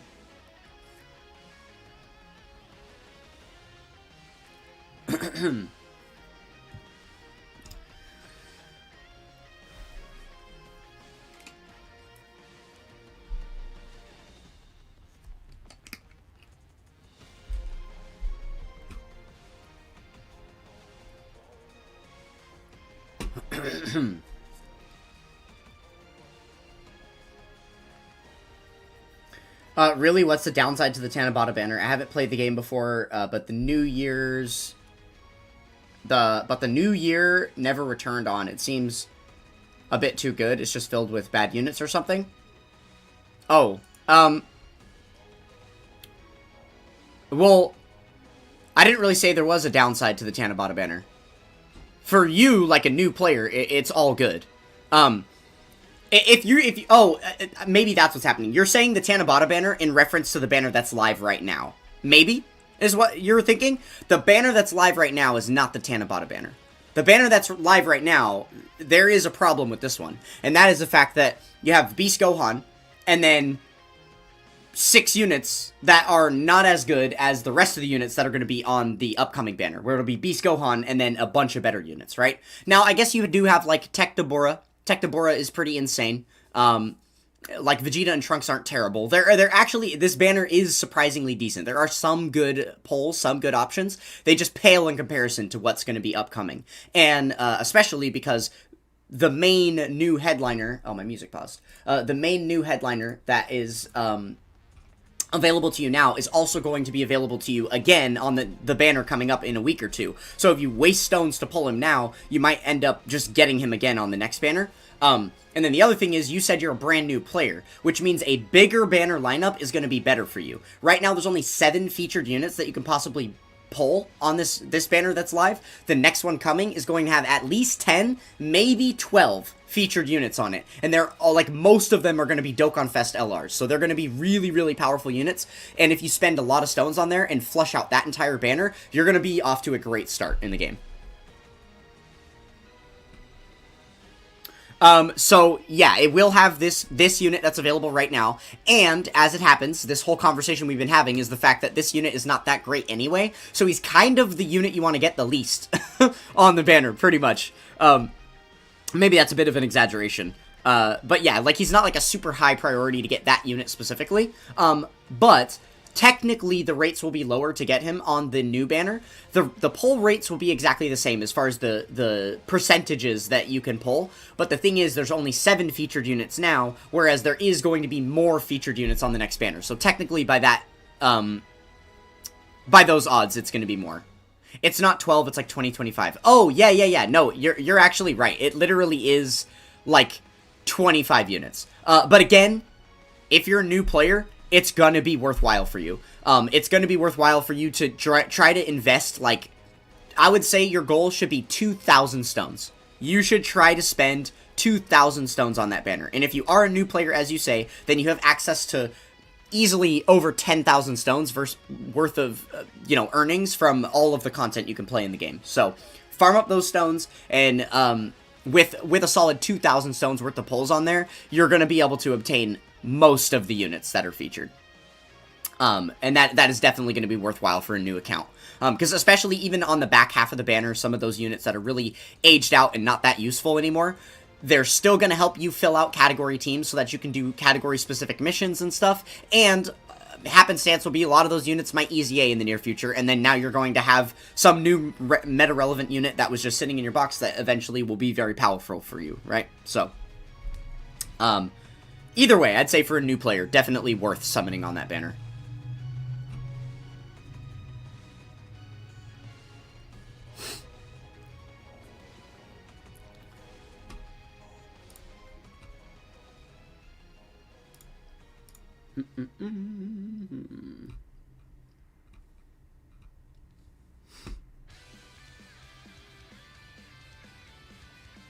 Oh, I'm so silly. I actually forgot to do one more thing. I forgot about a screenshot I was going to take. Let me... how many units have we finished? We've only finished 2 units so far, right? Because we took those 2 units off the team. And then we put them back on. We didn't finish that Super Saiyan 3 Goku. Okay. So then that means the workshop had 750 units in it at the start of Dokkan Day. I'm going to write that down too, so I know how many we finished by the end.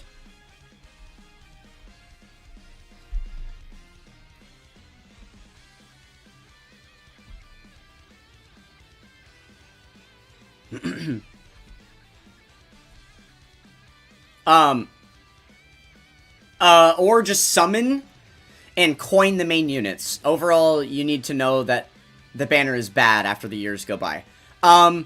Okay. No. I'm gonna say that's bad advice. One, a brand new player isn't gonna have an excess of coins, and they would probably have to summon a lot on this banner alone to be able to get enough coins to be able to summon for, like, a singular unit, at that point. So I don't know that that's, like, super great advice for someone that just started playing the game. But also, I like, even if you do have some, because you maybe have been playing for, like, a little under a year, and, like, you've got some coins saved up, and then you do another 1,000 stones on there, and now you have well over enough to, like, buy an LR, don't do it. Don't do that. Unless it's, like, one of the anniversary LRs, like, physical, SSBE, and UI, or, like, Daima Forku. If it's not one of those 2 units, absolutely you should not be using red coins to get that unit. You should just let them pass you by, and then save up your coins for when you can get units of that caliber with your coins, at some point in the future, right? As a new player who's access to all those free-to-play stones, I would say, instead of caving to the point where you're like, oh, I'm not going to pull the units, and I should just go coin them. No. Keep playing the game. Go grind more content, go get more stones, and keep summoning to get them.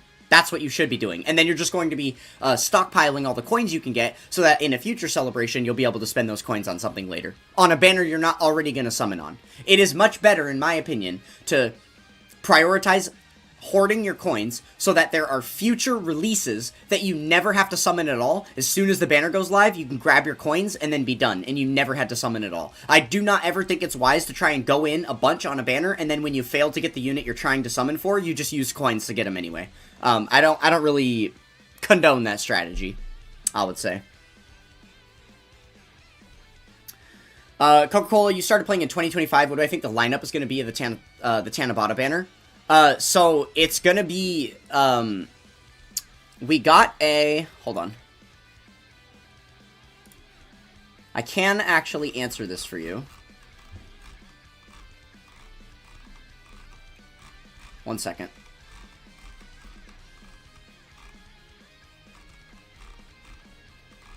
Where did I see that?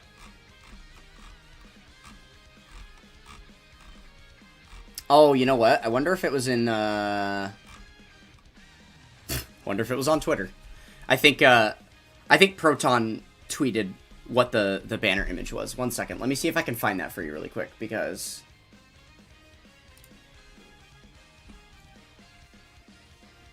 maybe I'm just tweaking, and it was only like this banner, the one that's live now, but I'm pretty sure that's not what it was.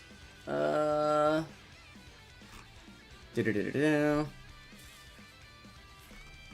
I don't actually know.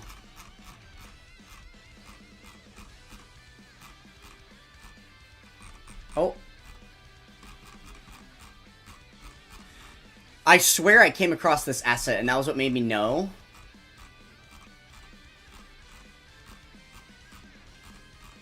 But yeah, I'm not... Oh, here we go. Here we go. It was from the live stream. That's what it was.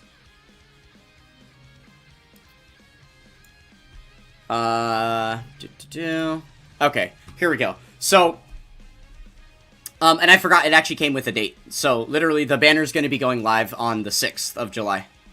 That is when we can expect it. Okay, so... yeah, thank you, TJ. They showed it in the producer letter video. Managed to get there eventually on my own. Okay, yeah, so this banner will be going live. It's gonna have Beast Gohan again. As you can see, we have 2 of the anniversary headliners. We have, the Int 4s, and then we have, STR Daima 4Ku. We're going to have also the other 2, anniversary headliners. So physical, UI and SSBE, and then, you know, Tech Super Saiyan 3 Daima Adult Vegeta. We have the 2 superhero LRs that got their EZAs, Beastless Gohan and, Orangeless Piccolo. And then they did announce here at the bottom of the little banner image, there's 9 characters of the featured lineup that are going to be Dokkan Awakened into LRs. So we've already accounted for 7, because it's the 5 you see right here, plus the other 2 anniversary LRs. And the other 2 units that are going to be there are going to be the units that are EZAing during this, celebration.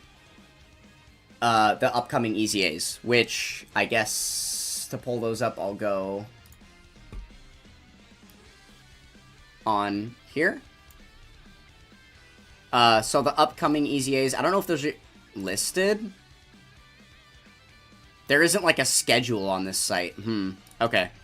But if you're unaware, the 2 units that are getting their EZAs are gonna be... Oh, gosh. Hello? Hello?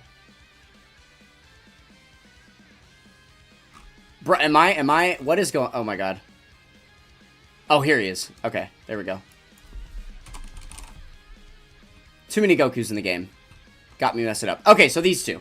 So this guy, the 2022 Worldwide Download Celebration units are also going to be getting EZAs. They've been announced for this celebration. So I'm assuming that the other 2 LRs that are not depicted already are going to be these 2 LRs here. That should be on that lineup. So those 9 we know for 100% sure. I don't actually know any of the other ones. Up to like the other 15 or whatever units that are going to be on the banner. I have no idea. But those 9 LRs are pretty much locked and loaded. So you can expect those ones.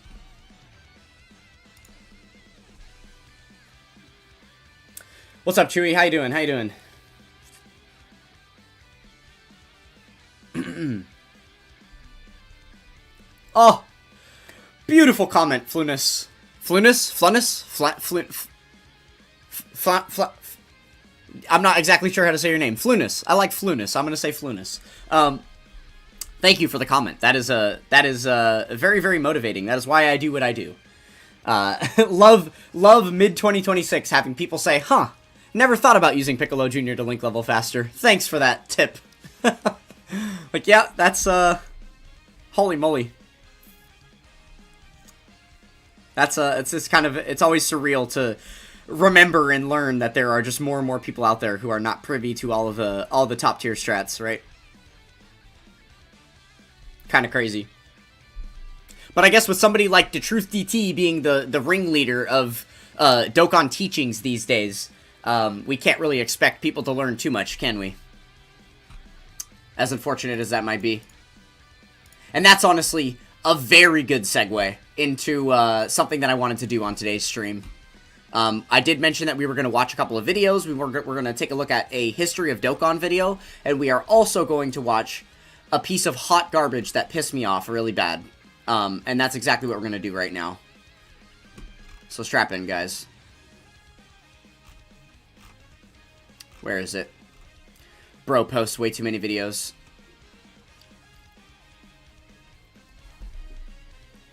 Will you be able to clear some of the harder content with that banner? Yes. Yes. Yes. It's going to have, like, 4 of the top 10 units in the game on that banner. Maybe more, more than 4 of the top 10. There is absolutely going to be, like, huge opportunity for you to... If you pull every single unit on the Tanabata banner upcoming this year, if you pull every single one of those units, likely you'll be able to beat any event in the game. Except maybe, like, Festival. Maybe. No, because you're going to get the Int 4s. Yeah. No, literally, you should be able to beat basically any event in the game.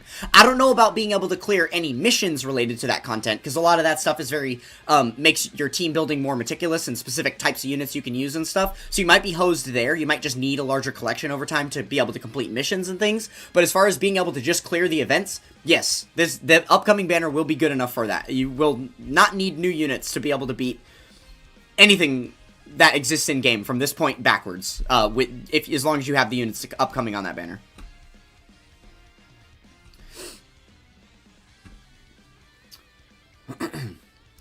Alright, perfect. There's that. Alright, there's that. Pause the background music. We can get this video going. Alright. Oh, remember the banner gives pity coins for the new Gohan. Interesting. So, like, the upcoming Tanabata banner gives pity coins for the new Beast Gohan. That'd be interesting. But I feel like... I mean, I guess... I was gonna say, I feel like you'd probably just pull him before you need to coin him anyway, but that's probably not true, because a lot of people have to go to pity on normal banners, and this one's gonna have way more featured units, right? So, I guess that's a fair take. But, here's what else I will say. Not worth pitying. He's not good enough. You should absolutely let your green pity coins for Beast Gohan stay in the shop, even if you have enough to buy the pity copy and you didn't get Beast Gohan. I would say skip him, don't get him, and then let those turn into red coins that you can use to buy a better unit in the future. I wouldn't bother using his coins on himself. Definitely not. And especially if you already pulled a copy of him, there's no way you should go for a dupe of Beast Gohan over getting your first copy of a much better unit, right? No way, no way. Who is my least favorite Dokkan YouTuber? Who is my least favorite Dokkan YouTuber? Yours is Everyday Sama. I'm not really familiar with Everyday Sama, I would say. My least favorite Dokkan YouTuber. That's crazy. I could just throw out specifically, like, a basic list of, like, the ones that I'm kind of, that are on my radar. Oh, in fact, we could do this. We could do this. Hold on. A little bit of a spoiler for you guys about what we're about to watch. Let's go to my subscriptions. Oh, I meant this. So we can see here. Oh, I literally said I wasn't familiar with Everyday Sama, but I'm actually subscribed to him. This is obviously just this is not my personal YouTube. This is my Dokkan YouTube that I post content from. And on this YouTube channel, I have made it a point to just follow a bunch of, like, Dokkan content creators and stuff. So this is kind of this is the list of every Dokkan content creator that I've ever heard of. Or Dokkan adjacent, if there's anyone. Like, kind of adjacent. Oh, okay. I think I know who it is. Some of these people, like, don't even post anymore. Would have been very small accounts from back in the day that just kind of don't really exist anymore. I think for me, it's probably this. It's probably this account right here. Probably this account. For the only reason, okay, the first thing I'll say is I don't really hate any Dokkan content creators. I think everybody has something positive to provide. The only thing that I hate about the existence of this account, this BH Devon guy, is that he doesn't really cover anything meta-relevant. Like, okay, my channel isn't focused on meta-relevant stuff. Okay, if I'm gonna keep ranting here, we might as well put the background music back on. So like, my channel doesn't follow all of, like, the linear updates of Dokkan Battle, right? I don't follow all of the, like, release schedule and talk about the new celebrations and the new units often. I'm much more focused on my own path with, like, Dokkan grinding and account completion and things like that, right? That's more my niche at this point. So I understand why my like, the level of interaction on my channel is different to someone that's just constantly posting the news updates for the game and posting, you know, videos of them clearing the brand new content. This is an example of somebody who doesn't follow the normal structure of, like, new releases and anything. He just picks, like, random units in the game and sees if they're like still good at this point, checking in with like old units. There's just like a lot of random stuff on this channel. But he does get a lot more like engagement and interaction consistently over the years as I have. Like, look at the views on these videos. Look, I mean, his sub count is like 8K. So he's not like that massive or anything. I've posted 1,000 videos myself. He's at 1.3K, so we're not that different in that realm. Obviously he does have like a decent chunk more subscribers, but then if you compare that to the views he gets on these videos, like 44K, 30K, 26K, just for these random things. I don't know. And then for me, like, I don't think that the sound quality in his videos is as good as mine. I don't think that his diction or his ability to, like, public speak and present on camera is as good as mine. I don't think that the takes he has about units, about anything in the game are as good as mine, I guess. I don't even think, like, his thumbnail art is as good as mine.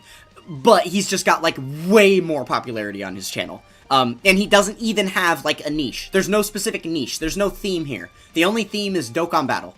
And it's just a Dokkan Battle blender that has nothing to do with, like, relevant or current content, has nothing relevant to do, like, nothing specific to do with, like, one area or aspect of the game. It's just kind of random stuff.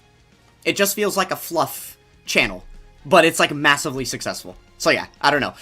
The hate comes from the level of confusion that I have. I don't understand why it's as successful as it is. But I have nothing against this BH Devon guy. It's just the reality that I'm looking at here in comparison to my own reality gives me disdain for the situation. But it has nothing to do with BH Devon. If anything, I applaud him for having found success the way that he has, because I'm, if anything, just jealous, right? But yeah. So there's that question answered in way too thorough of detail. Oh my goodness. Alright, well, back to that video that we were about to watch.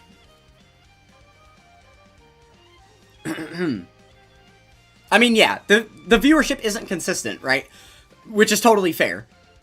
But my most viewed video doesn't even have 10K views. Right? Just saying. Yeah, someone clip it and send it to BH Devon out of context. Do it! I don't care. Do it. That's right. I got toxic in the name for a reason. I'm not afraid to be on anybody's bad side.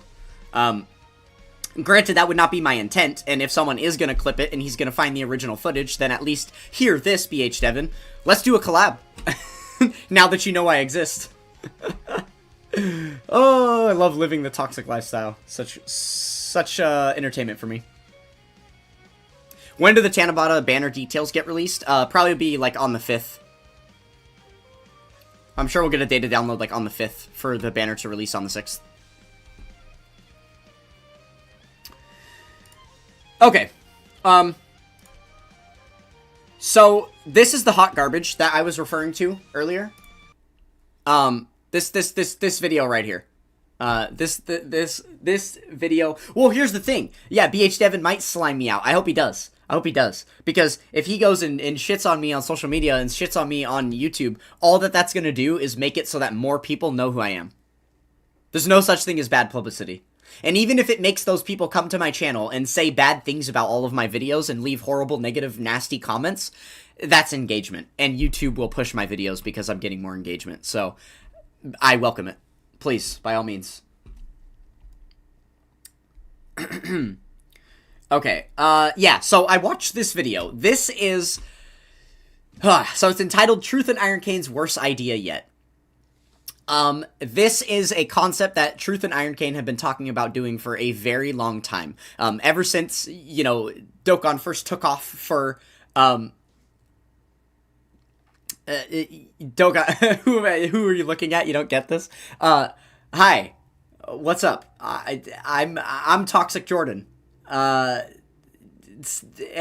Iron Cane. We're just about to review a video posted by Truth, where we see the depiction of Iron Kane's face cam and his box, because basically what this video is about to do is it is about to be box maintenance for Iron Kane. This is something that has needed to be done for a very long time. If you can maybe see here, I'll full screen it for you. Iron Kane has 39, pause. Iron Kane has 3,900 box space total. 3,800 of it is full. Bro's been playing this game for 1 year.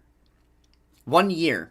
And his box space is full because he does not do box maintenance. He has hundreds and hundreds and hundreds of duplicate copies of like random banner units that he has like owns, and the top copy is still never worked on or anything like that. And so basically this is Truth giving him the expertise, going through this process together, teaching Iron Kane how to efficiently go through his box, and more importantly in this situation is pointing out what specific units need to be saved or tossed in what specific ways, right? Because Iron Kane isn't really familiar with which units he earned from World Tournament, or which ones are just summonable SRs, or, you know, which ones are exclusive, like, login bonus type cards, or what usable units have, like, SSR copies that are actually usable that you might want to consider using, like Tech Khalifa or something like that, right? So they went over this together just for Truth to be able to give him a lot of that information. But what irks me about it is the fact that I still stand by Truth DT is the worst teacher on the fucking planet. Dude does not know how to show people how to do things because he does not know how to figure out how to do something the best way that it can be done. Period, end of discussion. That's just how it is. Truth has never figured out how to play Dokkan efficiently, so he just has absolutely no business teaching someone how to play Dokkan, because he's breeding this player that can't play the game efficiently at fucking all. And there's about 75 different rage-inducing moments that happen throughout this video that just irked me so bad I needed to show you guys how horrible Truth DT is at instructing people and at teaching people this goddamn game. Here we go. Hey guys, what's up? We're not doing any beginner guide stuff here, but we're doing a little house cleaning or housekeeping, and box time. We're doing some box stuff. We've been talking about this for a while, and here we are. I'm excited to clean out. Yeah, this ain't gonna be very fun. Yeah, that's for sure. Have you used the update where you could sell all SRs and stuff since they put it in? Oh, TJ, you've here, I'll just keep this playing. Enough, I don't think I've you need to do so much box maintenance. Yeah, I feel like a lot of people do. A lot of people are really behind on this type of thing. And that's another point. The fact that this is such a common thing. The average Dokkaner's box looks like Iron Kane's, where it's just tons of units that are not worked on, tons of stuff that needs to be progressed, because it just takes hours and hours to do all of that, right? So, like, it's understandable that a lot of players who aren't, like, super dedicated to the game haven't taken care of this stuff, because it is a very tedious process. So I get that. And that's why a video like this would pop off in such a major way, because it's something that players can commonly, like, it's relatable, right? But then if players are going to take the advice that Truth is giving here, you're not going to get anywhere with this. I have a guide on my channel, in my Dokkan Battle Guides playlist, that is entitled How to Clean and Organize Your Box. Go watch that. It's 1,000 times better than this. In fact, tune out of the stream so you don't even witness this garbage. Go watch that video for an hour instead. Oh, yeah, okay, so you haven't... Okay, I guess... Yeah, I mean, I guess you are a Kobo player, so... Like, clearing your box out isn't really as big of a deal for you. Funny? Do I have a timestamp? Oh, no, we're watching the full thing. Strap in. We're watching the full video. I don't have access to it, so. Okay. I kind of just, like, really wish, like, the sync was treated fairly, and, like, both versions got it, you know, but... It's kind of like I wish, like, both versions got, like, updates at the same time. Like, nah. Like, Jordan DJ, yeah. Guy, you know? Hell yeah. Okay. That's where I'm at. There are worse names to be All called. Right, so, whew. Alright, why don't we sort by Dragon Ball Saga at the start? Huh? Going to the very start, man. Huh? Yeah, and typically I like to then... So let's just go by typings. So we'll really... So, like, maybe we start with AGL. Okay. And let's take a look here. Okay.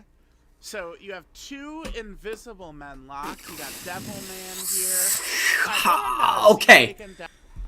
Okay. What?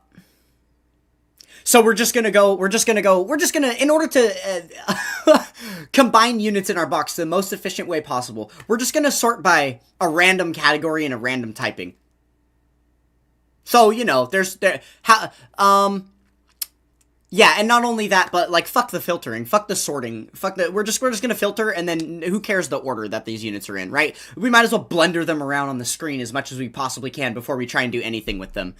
There is currently a Goku youth in position 2, position 5, position 7, position 9, that would be 19. There is literally what are we doing? What are we doing? Just organize it by character so that all the characters that have the same name are next to each other. Fuck the category. Fuck the typing. It would be so much easier to finish the entire box if you just had it organized by character from top to bottom. Like, what are we doing? By the way, this does not change. You're about to see this go down for an hour. Devilman in the top right. Okay. Wait, no, he is. He is, actually. Okay, perfect. Now, I'm going to assume you probably don't care about having... Click it, the growth again. You probably don't care about having both of those, right? There's, like, it's... All that does is, like, I guess, like, waste box. Like, there's not really much of a point to that. Yeah. Like you see what I'm saying? Like, so, like, this is a SR character, and you have the SSR version, and then you have an SR version. Yeah. Do you, like, I guess I'll ask you this. Can you still get Devilman or no? Not Truth saying that Iron shouldn't be doing one in every slot for his characters, especially for an exclusive character that he can't get anymore, which he does address that, but still, I think that's really funny that he's like, why do you have an SSR copy and an SR copy? Because he's following in your footsteps, you fucking dote. What? If that's the case, then I guess I would like to keep both versions. Okay. Okay. Why is there a TUR level 1 Kid Goku? Because during the New Year's, step-ups, you could summon for characters that are already awakened. So that's what happened. He's already got the top copy rainbowed, but then he has another TUR that he pulled after in the TUR state. Okay, well in that case, all right, let's back up. They do address that. They do address that. Why don't you level up that Devilman? So you decide you are going to keep like that? Yeah. Okay. So let's just level this guy up. Because then that way, like, as you level the stuff down there up, like, I don't know how you have your box sorted, but it should push them up a little bit. So what's going to happen is then all of the kind of riffraff is just going to be at the bottom, right? So you want to leave them as SR. Yep, perfect. All right, so now... Okay. So you got those two... Devilmans. Wait, scroll down, by the way, that was a good little tidbit, that sentence that Truth just said. This just shows, like, if I ever needed someone to get up on a stage and filibuster and show me that they don't know shit about Dokkan Battle, this is the sentence that would come out of their mouth. Yep, perfect. Alright, so now... Okay. So you got those two Devilmans. Wait, scroll down. Did you have another Devilman down there? The third one in the bottom left, you could just feed him in. As an SA level. Hold on. At the bottom left. Maybe it went back too far? That's top right. Bottom left. Yeah. And unlock him and just feed him into either of the other two. I see, yeah. I had to unlock him first. Dang, I guess I went back way too far. Sorry. What am I... Alright. Bro, this... What's up? Yeah, I'm just laughing because, like, the amount of time... This is like a series in itself. Maybe I didn't go back far enough? This is like a... Whatever, bro. You know We got a what long way to go. I'm gonna complain about plenty. It's like, I think I know... I don't want to say better, but I think I know what I'm doing. You gotta show you my box filtering at some point. Or right. 99% of the time. Yeah, I don't want to see it. I'm sure it's bad. Thought process first, and it's typically not right. Okay, wait, but what are you referring to with that? Like, just like with that, I thought I could just go to this guy and just like add him in, but I forgot how to lock him. Yeah, the lock-in shit is a little weird. All right, I will say the locking got worse with the most recent update. Okay, you have when they added the Frontier stickers, so now there's the upper left corner has the little symbol for like the special effects on a card. So they moved the lock symbol down to the bottom left next to the, you know, like the level stat or whatever. I feel like it's harder to notice what characters are locked and not, because now the lock doesn't stick out off the card, making a new shape that you can visualize. It's inside the square of the card, and you have to see the actual symbol on it. So I feel like it's a little easier to miss the lock symbol now. EGL Dokkan Fest Kid Goku in the top left, he's rainbowed, right? Yes. Then you got your second copy awakened up there, so you must have pulled him from like a New Year's ban or something like that, where he starts out Dokkan Awakened. Yeah. I guess what we could do. You the filter by one in the cost top and left, activation. You can Ugh. feed into So horrible. the one right below Android 8. See him? That's his. I love going by character. I love going by character. Hachan. Because it It's keeps like- everything like in the top- same order. Like, one spot to the left of Devilman. It doesn't matter when new units release, This guy? everything will always be in the same order. So this is the okay. SSR. Except for, like, if a So, like, new lock named in. character releases, then it'll be very close to And the then hit top. well, yeah, no, go back to that. And hit the growth thing at the top. Okay, yeah, so perfect. So this guy, let's awaken this guy. And once we awaken him, I mean, like, just to a UR level, right? That'll give us access to his potential system, and then you can feed in that extra Goku. You're about to run out of the stream location, by the way. You do cost Yeah, wait, activation yeah, you do acquired? want Oh my god. This is just gonna take him to a That doesn't UR, make yep. sense either. What is this cost activation? Why are Yeah, this is gonna take, yeah, why are we not sorting units by hours, cost? weeks. Why are we acknowledging team cost in 2026? What is happening? That's crazy to me. Yeah, so you want to keep them right here, right?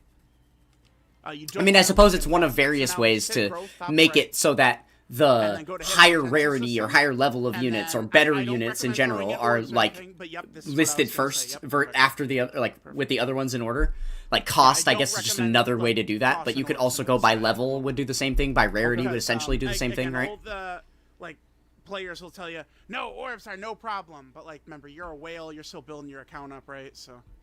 Yeah, because you've been doing Okay, it for so this 10 is years. good. Yeah. So now, So now you've got, like, if you go back just to character list. Yeah, some people So now some we people got have this, we've right? got his TUR and his SSR. The thing that is crazy to me is that some people have been playing for 10 years, and they open their box, and it looks like this. No tags, and then just a wall of fucking AGL units. And you're like, okay.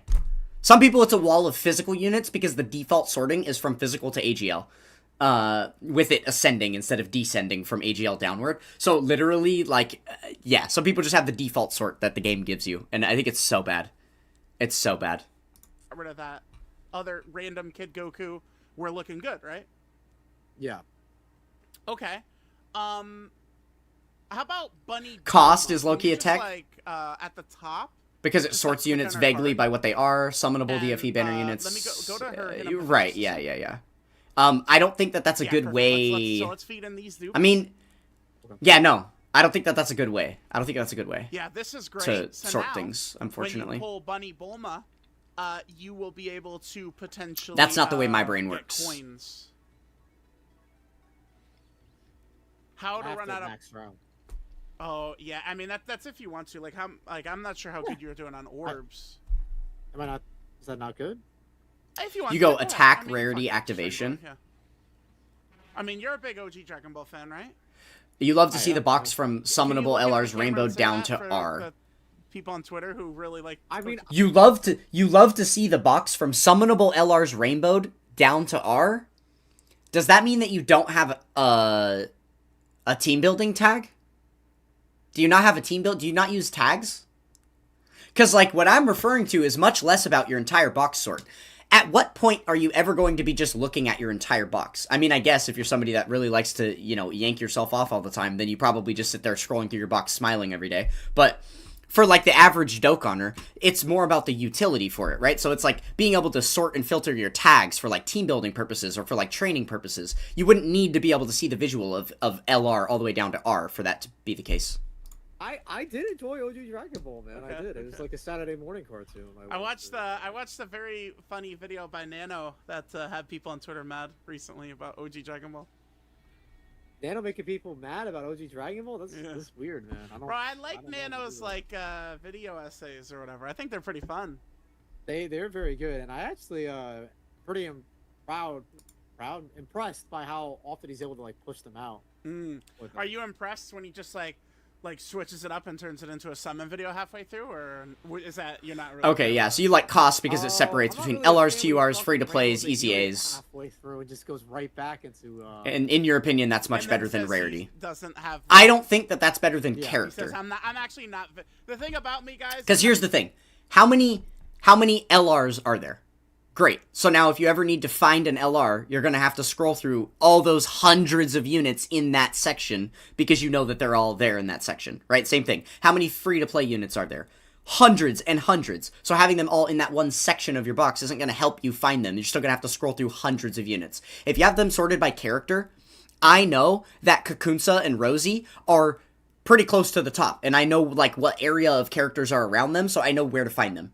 I know that Vegeta and Goku and Super Saiyan Vegeta and Super Saiyan Goku are the last 4 characters at the bottom of the box. And then before them comes, like, Piccolo and a lot of the Z Fighters and, like, Tien and Chaozu and Krillin and Yamcha are all going to be in there, right? Like, I just have it memorized in my head, like, where a lot of those units are. Like, UI Goku is, like, a third of the way down when I scroll in my box and stuff. So it's like, if I'm looking for units like that, if I have my entire box to go through, I usually know generally where to go to be able to find the name of a character, because they're based on the codes of the cards. So then a new UI Goku releases, it's going to be right next to the other ones with the same, like, character name, right? And then if I have a category filter on, but I'm sorted by character, I know that they're still percentage-wise about that far down.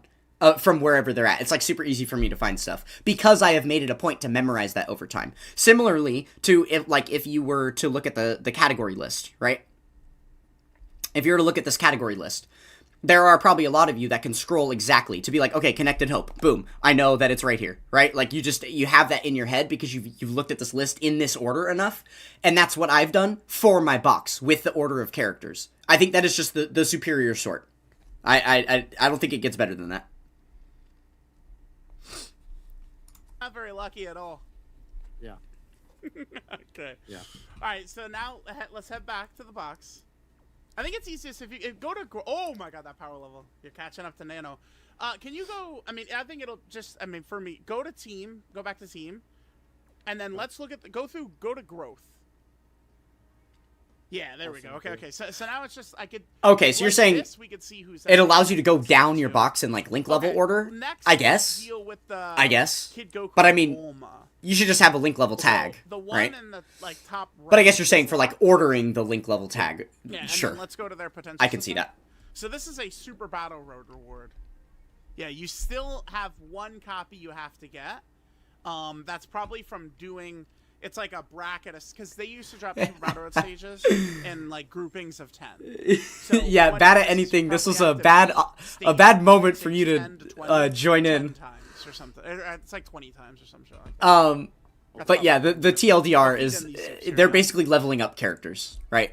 Because Yeah, okay. you have This is probably just gonna honestly become like a series. you have Like, to I don't know. Do we maybe want to do all of this like, manually in Dokkan. So every copy of characters that you're going to get, you can feed in 4 additional copies. Sorry, it's so hard for me to talk over them. Truth is such a yapper. He's, like, the only person that's a bigger yapper than me. But yeah, so, like, you have to feed in up to 4 additional copies of cards in their hidden potential system. So that's basically what Iron Kane is doing. He's been playing the game for over a year. He was taught how to play this game by DeTruth, is the other voice you hear in this video here. And Iron Kane just hasn't done a lot of this box maintenance. So he's been summoning and summoning and summoning, like a content creator would, thousands of stones on every banner, and acquiring all these characters, and now his box is just full of all of the stuff that needs to be worked on. So that's what they're working on. And I am just shitting on the fact that they're not doing it properly, right?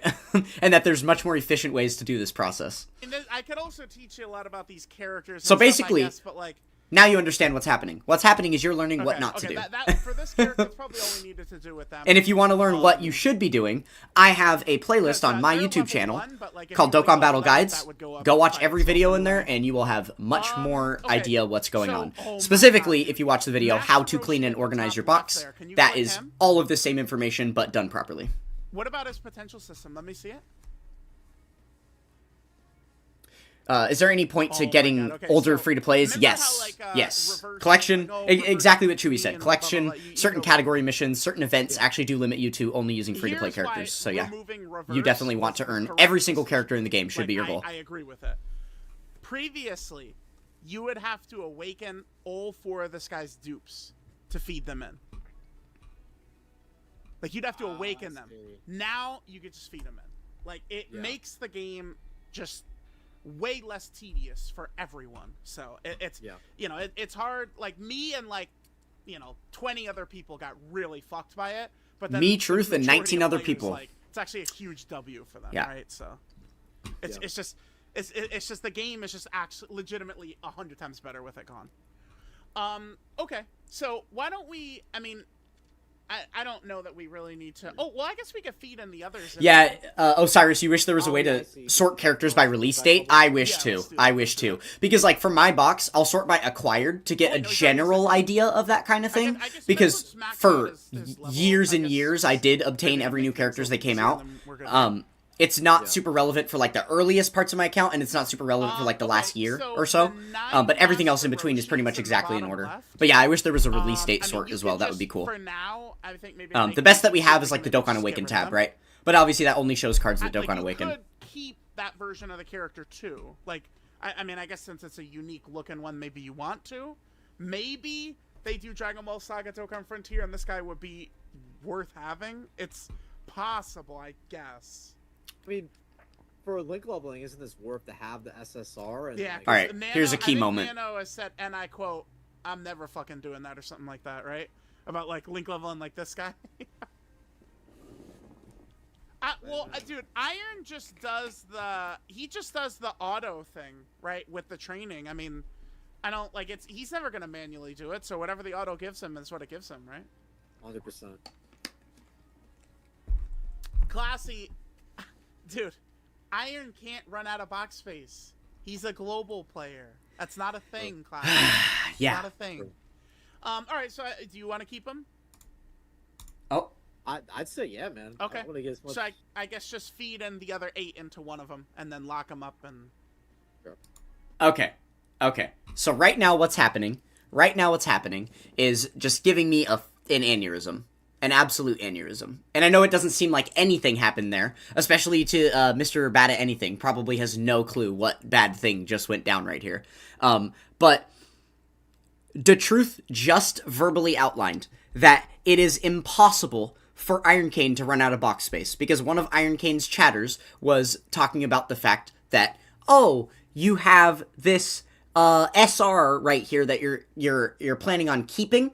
This is an SSR that awakens into a UR with a new artwork. So what Truth's point primarily was, like 2 minutes ago, was that maybe he shouldn't focus on keeping this SR copy right now. Keep the top copy of the UR, but go ahead and get rid of this lower SR copy, because you're gonna run out of box space if you are trying to hang on to, like, every single one of these cards. Like, this is just a random summonable SR you can get again at any time. There's no point in rushing to collect it or something like that, right? So he shouldn't bother keeping this. And then he immediately turns around to say, no, you stupid chatter, it's impossible for Iron Cane to run out of box space because he's on global. So, okay, Truth, if it's impossible for Iron Cane to run out of box space, why shouldn't he keep this card? Why are we then framing it from the standpoint of, okay, Iron, are you sure? You want to keep it? Okay, yeah, I guess go ahead and keep it so you can compete with, in Nanogenics' power level. You should have been instructing him to keep it. We saw at the beginning of the video he had 3,800 out of 3,900 characters in his box. That means he has plenty of box space, because he's got hundreds and thousands of units that need to be fed into each other. That is going to make his total box space available way bigger. So the fact that he's feeding a bunch of copies of this Roshi into itself makes sense that he should keep both the top copy and the lower copy to be able to link level later to pass up Nanogenics and power level. Like, I don't know why he's not immediately instructing him that way, and that he's been, like, trying to downplay the idea of these SRs. So the only reason he had him keep Devilman is because it's an exclusive unit he can't get anymore. And he was honestly originally not even suggesting that he keeps the SR copy of this guy, which is just, like, ludicrous coming from someone like Truth. Makes no sense. Makes no sense. So... Yeah, just and then like lock. Can that I and turn? then I can turn just the him video up. training. Yeah, it's quiet. He's gonna be just an SSR, so he's not gonna have a potential system. So you Is just that put better? all in. It's like literally all the way up now. I guess this is Yep, a you quiet do an video. Awaken Why is it so SSR. quiet? Perfect. What the There we hell? go. All right, so it'll take us a little bit, but it's well. Remember, you want to feed in the guys too. Oh, yeah, I see what you're saying. I can Okay, see it all. okay, hold on. Yeah, we got a second inning stretch here. Second inning stretch. This comment is important for me to address. So TJ says, I believe that you answered wrong when asked who your least favorite Dokkan tuber. It's definitely the truth. No, it's not, okay? The truth is the biggest clown in the Dokkan community by far. He is absolutely a clown. Okay? No doubt about that. Bro's got a big red nose. You squeeze that thing, it's honking. But he's not my least favorite. He is integral to the success of Dokkan Battle on YouTube.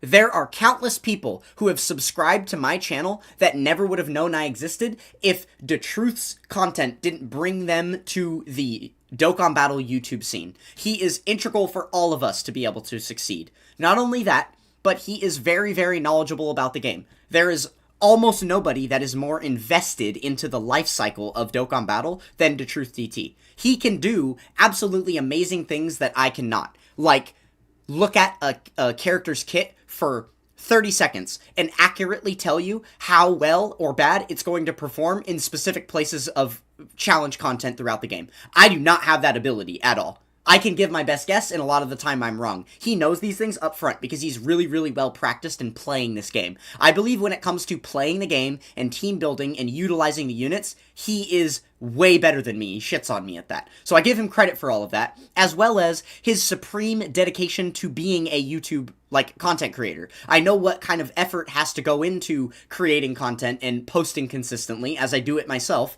and keeping up with being able to post, as many videos as he does per day for as many days back to back without missing a singular day in doing so is impressive and inspirational, and just incredible. So by no means is the Truth my least favorite, and I wouldn't even say he is one that I dislike. I just think he has no business teaching a beginner how to play Dokkan Battle because he's out of touch. That's it. The Truth is just out of touch. He is that rich guy that doesn't know. It's like someone that makes $1 billion who hasn't been inside a normal person grocery store in 10 years, but they're trying to teach someone how to shop on a budget. The two just don't coincide. Jeff Bezos doesn't know how to shop at Winco, right? It's not gonna happen. So that's all that's happening here. His Truth is just acting out of the scope of where he should be acting. I don't think that he has the teaching skills necessary to be able to teach Iron. That's all it is. But I don't hate him.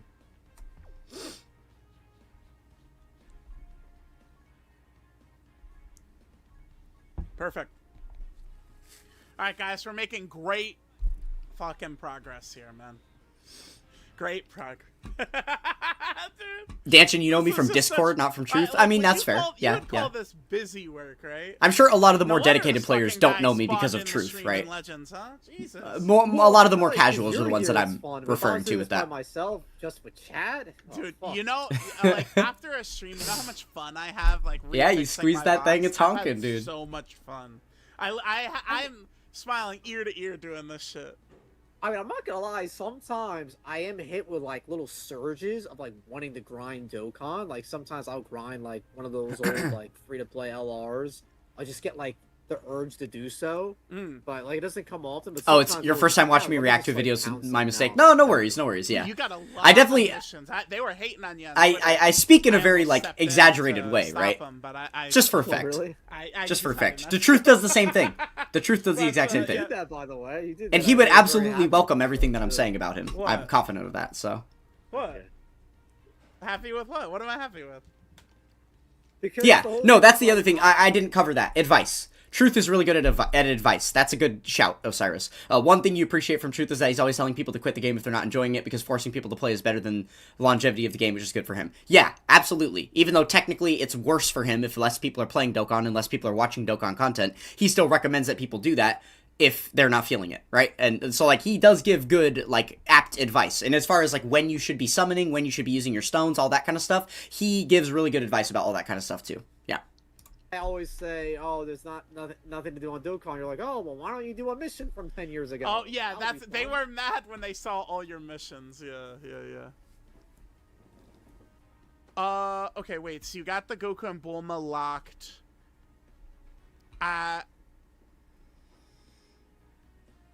Okay, go to Android 8, Hachan at the top right. I love that they're just talking about SR Roshi out of 3,800 to go. Yeah, exactly, And exactly, what's his right? potential system looking like?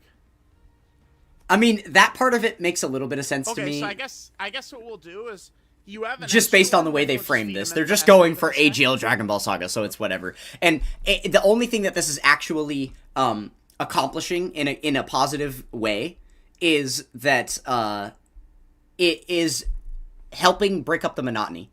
It is helping make it feel like a smaller task. Now, Truth already outlined that multiple times. He's been chuckling that he's like, oh man, we are in for it. This is going to be a crazy series. This is basically going to be content that lasts us forever because you're never going to finish this shit. Because he understands how slow that this process is going here and how much more is left. But basically filtering out most of the box and only looking at a little subset of characters here is helping it not feel so crazy to have to get through all of this, because it is something that's going to take a lot of hours to get done, right? In the future, like once you have this one done, maybe in the future you could worry about like keeping the SSR for that. Yeah, I guess I just don't want to waste Kai's on some of these. Yes. Yeah. Yeah. All right. So then, just yep, perfect. Okay. So okay, see, we have the Bunny Bulma SSR. I guess might as well keep her. Fuck it. Yeah. So I guess just like lock her and just kind of like awaken her up to a UR.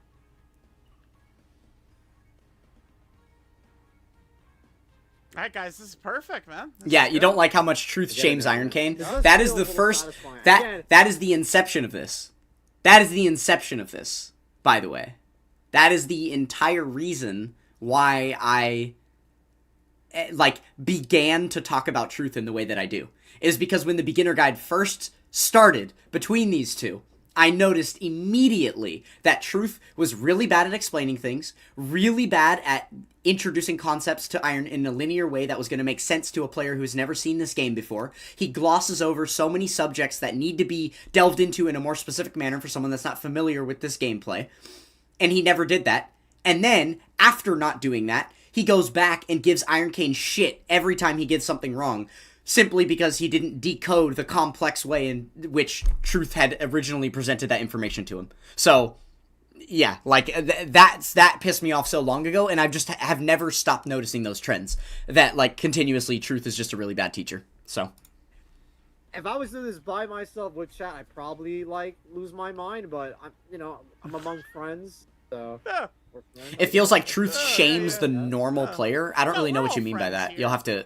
I don't want to assume what you mean, Especially so you'll like have that to Zero guy. I love him. elaborate if you want me to Like respond to that Dark Aura, comment. Dark Aura, I love him too. Yeah. At Now, least on they're camera, all Truth friends, seems like a pretty all bad of you. friend. Well, there's one thing he has said about that, and that is that Oh, he you know hams what I up was the stuff gonna he says and do, does for the too, camera because he likes to do it for I content. was maybe He gonna has show said you that the before. thing I do with my box. So, Yeah. okay, so this might be. Let me just tell me what you think of this. So just go back to team quickly, like, and then just go to like character list. Sorry. Okay. Oh yeah. So you don't even have the thing on. Okay. Okay.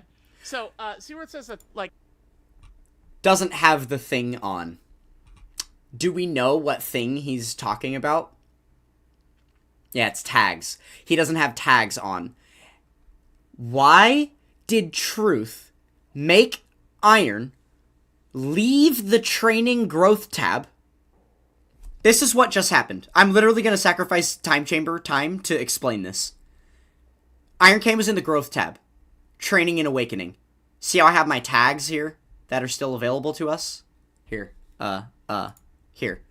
I still have my tags here that are available to us. He literally said, go back out, go to the character list, and he was like, huh, you don't have your tags on. Bro, does Truth not know that tags are also available to you in the growth tab right where they were? What? I don't get it. I don't get it. Attack the filter thing. Click that. Scroll all the way to the bottom. And then hit tag on. Hit OK. Okay. So, if you let's just click Kid Goku. Does it rhyme This with is bag? because you love tags. Like that's Legends terminology. It's your fave. So, you did teach me about this. I was using it, but I got lazy. I did eventually stop using. Oh, you just kind of like had like some. Wait, so let me go through. Let's see what you have here. I'll have to. Well, no, you just just scroll through. Right? Okay, so They said leveling them Iron is leads, just a dude who okay. wants to know things about Dokkan, plays with the GT bosses because he loves Niners, Baby as a okay. character, normal player. Untitled 3, cool. Yeah. Oh, 2025. Oh, Yeah. cool. Okay. So you're saying the Truth DT shames normal players because of what you've seen him interact versus Iron Kane, and you're viewing Iron Kane as a normal player. That's where the problem is. The Truth does not view Iron Kane as a normal player. The Truth views Iron Kane as a content creator. And if you want to be a normal player and a content creator, you are bound to be, ready? A failure. Unless you're BH Devin, then somehow you just get massive success out of it. But the Truth is pointing out that all of these normal player things are not healthy for growing as a content creator, and so that's why he shames Iron in those ways. I think this was supposed to be. And I think he's right to do so. I did a tier list. I recorded. I don't think I ever posted it. So You recorded it but didn't post it. I Yeah, wasn't very happy with it. That's probably not too smart. Just wasn't very happy with it. Okay. Sometimes I fail in videos hard, and I just upload it and say, "Well, I'm not checking the comments on that one." It's not real beef. I'm making jokes. They can't all It's be all winners. love. It's all love. I promise. Can't all be winners. So here's what I was gonna propose here. Is this could help you like ignore the riffraff. I don't know if you'd want to do this or not, but so think of my box, right? I now all of a sudden, because of reverse being removed, I've got like 3 rainbow versions of like every LR and shit like that. Yeah. So what I did was, and for one of these tags, I just called it box. And that's Oh my god. Okay. I'm gonna try and be a little quiet here so that you guys can really hear what they're saying here. Oh my god. There seems to be some kind of miscommunication between the two of them on what the hell is going on here. The Truth is about to start outlining that because there are all of these extra dupes of units in your box and all of these like SSRs that aren't worked on and like, you know, stacks of SRs that you're eventually going to use as super attack leveling for a different character and whatever else, that means that you have a bunch of crap in your box that gets in the way when you're team building. So what you should do is you should build a tag in your box that's only the top copy of every unit that you would actually use on a team. That way it's a lot easier to view that section of your box when you're going to actually team build and you don't have the rest of the fluff there. Because the Truth decided to explain that in worse wording than what I just gave, and he did it at the moment where Iron Kane is in the level dem links tag, Iron Kane, I think he interprets this as needing to have a tag specifically for all of the units that he is eventually going to link level, which is what this tag already is. Iron Kane just admits that it's not updated, because he did use these tags once upon a time, as he has them here, but he hasn't kept up with them. So he kind of shoos off the idea from Truth, ultimately moving on to the next subject without ever having a real idea of what Truth just fucking said. Like, watch. Characters, but not like the you know, my 3rd and 4th rainbow copies of Broly. And then that's a way, so like when you're recording a video or something like that, we would just all have them right here, right? So you'd be able to ignore all the riffraff while you're team building for some mission or something like that, right? I was thinking we could do that during this, but that's also a lot of... If you're a brand new player, then yeah, reroll. If you don't have shit in your account yet, yeah, reroll. It takes 15 minutes to complete the tutorial again, you might as well. Confusing. Which I guess, I mean, if you farmed up 1,000 stones, it's going to take a little longer to get that back. But yeah, if you're really event coming out, it would be... As a new player in this game, you, like I said, I think right now, there's about 10,000 stones available to you. If you were to go and grind the entire game without spending a single stone, by the end of it, you would probably have, like, 10,000 dragon stones, if you don't account for, like, new celebrations and stuff. If you somehow manage to freeze time and then complete the entire game right now today, you'd have, like, 10,000 stones. If you spend 1,000 of that stones and you don't get shit, that's a considerable chunk of the stones that you might ever earn on the account, right? So at least a decent chunk of what you have before you get to the point where you're caught up and you can only earn stones that they're adding as they add them, right? So yeah, 1,000 stones on a brand new account and you didn't get anything really worthwhile, you should reroll, probably. Yeah. Good to put like all my 9s in like a thing, but I could do that myself. Well, okay. Yeah. So if you go back over to the main thing, and then so go back into where you could sort stuff. Like, so, like, click the... well, yeah, friend, when re-roll and wait for the then, Tanabata banner, we've already just told hit this the player level to up wait for the possible. Tanabata banner. So the Like, that'll re-roll still would be sort it, like, for there, like, you for just kinda that go moment, through, right? like, these characters and just finish them all off. Like, he's not even going to be spending 1,000 on this banner. He's going to be spending the 1,000 on the Yeah, see, Tanabata banner. perfect. Yeah. That's great. Like, any characters that are, like, 6, 7, 8, or 9 will be perfect for the Metal Cooler event. Alright, I well, imagine these guys are all done. they're probably done by now. Yeah. Oh, no. No, they're not done. Why are they Oh, yeah, not I done, guess they Iron? wouldn't be because we have that the level up stuff on. Yeah, level up I on. guess- Yeah, and the truth didn't even realize well, that. Anyway, Cool. we'll ignore that. Let's just go back to Dragon Ball Saga AGL, and we'll just slowly work at this here. Just yeah, AGL, and then to the left again. There we go. All right. Wait. Go back in through growth. Why is he talking about the same 3-unit thing? The 3 same unit thing with Iron anyway? Well, because, like, Iron is spending money getting these characters, he might as well keep them if it's eventually something he's going to look forward to collecting, right? There's no reason to, like, tell someone to not worry about that right now. The only time I tell people not to worry about that kind of collection is if there's someone that's, like, a free-to-play player, and they're not going to have easy access to go drop 1,000 stones in the Baba shop to get all that extra box space and stuff. But, like, Iron's already done that, right? Like, money is no object for him. He should be able to just play Dokkan a bunch and, like, eventually level up his account to these great ways. Like, there's no reason not to collect these characters. He's a content creator, and, like, the whole point is for him to be as dedicated as at this game as, like, Truth is. So, he should collect those things, right? Because it's just... But yeah, like, it is still bothering me so bad that, like, throughout that entire thing, everything that they've done so far, look at the way that these characters have been filtered.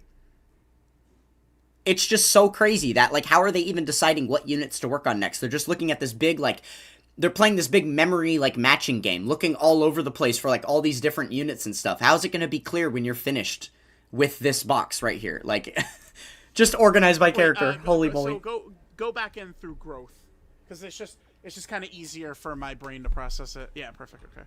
And click training, top left. Okay. So let's see, chat. Where are we working through next?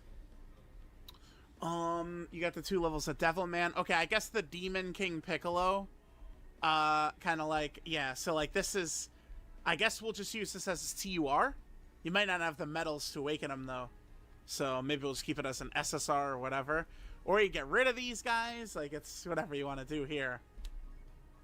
I think maybe what we could do, we could just lock him for now, feed in the other 2, and then you just got, like, his SSR. That might be a bit easier.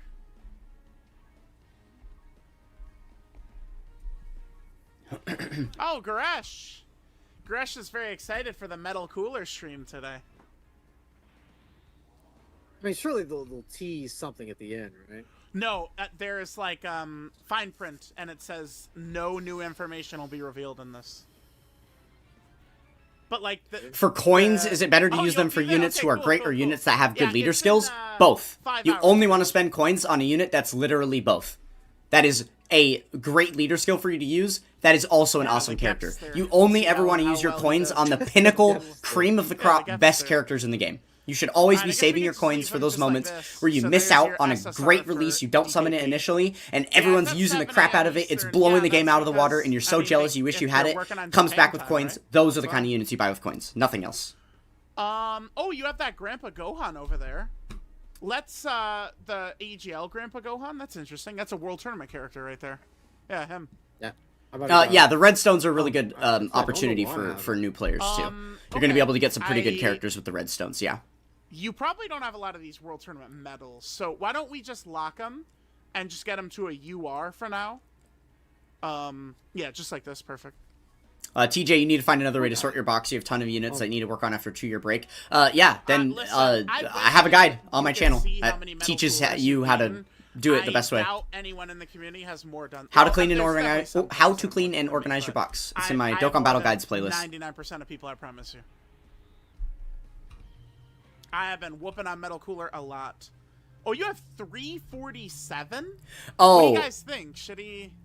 Oh, this is another thing. This is another thing we'll talk about. Okay, so he is always talking about, dude, I have 3 STR Broly's in the LR state. Like, okay, man, the update was a while ago. It's not going to affect Iron. Yeah, that's fair. Like, Iron started playing around the time that the reverse update, went live, so it, like, obviously isn't going to affect him. But I don't know, it's still worth to mention. Because even though he's failing to do so, and it doesn't seem like he is, remember that he is attempting to teach Iron Kane how to play Dokkan. So one of the things that Truth I outlined is very good at, has a lot of knowledge in, is like the history of Dokkan Battle, right? He knows like the character timeline. He knows a lot of the crazy updates that have happened over time and exactly when they've happened and stuff, and like a lot of the context around those celebrations. He's just trying to give Iron some of that context. I think that that's okay. It's also perfectly reasonable for someone whose entire livelihood in the game has been flipped on its head due to a singular update that still affects him negatively to this day. I wouldn't blame him for talking about it a bunch. I mean, I kind of did when it first happened. But yeah, these medals are hard to get. Yeah, they're not hard to get. You just have to play the World Tournament. I did not expect you to have this many. That's actually surprising. I will say that too. I did not expect Iron to have 347 of these medals sitting. That is kind of impressive. It means that he has been doing a decent bit in World Tournament, which is good. Here's the problem. They're about to awaken this guy. The Truth has no clue how many World Tournament characters Iron has. He, in fact, has to know, based on when Iron started playing the game, that even if he went as hard as humanly possible in every single World Tournament that's been available to him, it would be impossible for him to even have 10% of that collection completed. Which means that most of the LRs and most of the TURs that all need these Awakening medals, he is yet to earn. And there are a countless, like, if I'd made a full tier list of all of them, top to bottom, of which ones are good to worst, this guy is close to the bottom of the list. There is no reason that Iron should be investing any resources into leveling up this character right now, when there are a large handful of better characters that are way more usable, way more useful from World Tournament that he could still obtain. So I do not think it's worthwhile. I do not think it's a good idea that Iron wastes 7 medals to awaken this guy. Period, in general, I would never do it. There's more to this, but let's watch. I do World Tournament, man. Yeah, fuck it. Okay, awaken him. This will get you some power level. Nano just felt a shiver. Where is the Rose Clone event again? It's just story events in the story tab of the Portal of Memories. It's called the Transcendent Embodiment of Fury. And then the banner image has like 5 roses on it. I wouldn't recommend easy name for now, but just lock them and we're good. Okay, perfect. So now head back to training. Also, the LR shares his so we're name. Making great progress, dude. Look at this. Awesome. The LR share. Well, the Rose clones all have individual names. Okay, what are you talking about? Oh, you meant Grandpa Gohan. Yes, Grandpa Gohan shares his name. But that's irrelevant. You can use them on the same team. Same names are fine. All right, so that's not a considering factor for me. If I said, all right, now we're gonna focus in on Invisible Man, do you know which character? Okay, you do. That's it. I would. I guess since you're gonna keep bad at anything, I would get free to play characters before you go for Whis event. You want to try to get unique characters, and before you ever are trying to chase dupes of characters, you should be getting Whis event equips. But you should first be getting new original characters before you get Whis event equips. What is the red stuff on them? Do you know what it is? It's the blood. Yeah. I forget who it's. Oh, it's from Roshi. Oh wait, did I talk through the thing? Hold on. Okay. Did I talk through the thing? I did. I did. All right. One sec. Sorry. Nano okay. just felt a shiver. Here we go.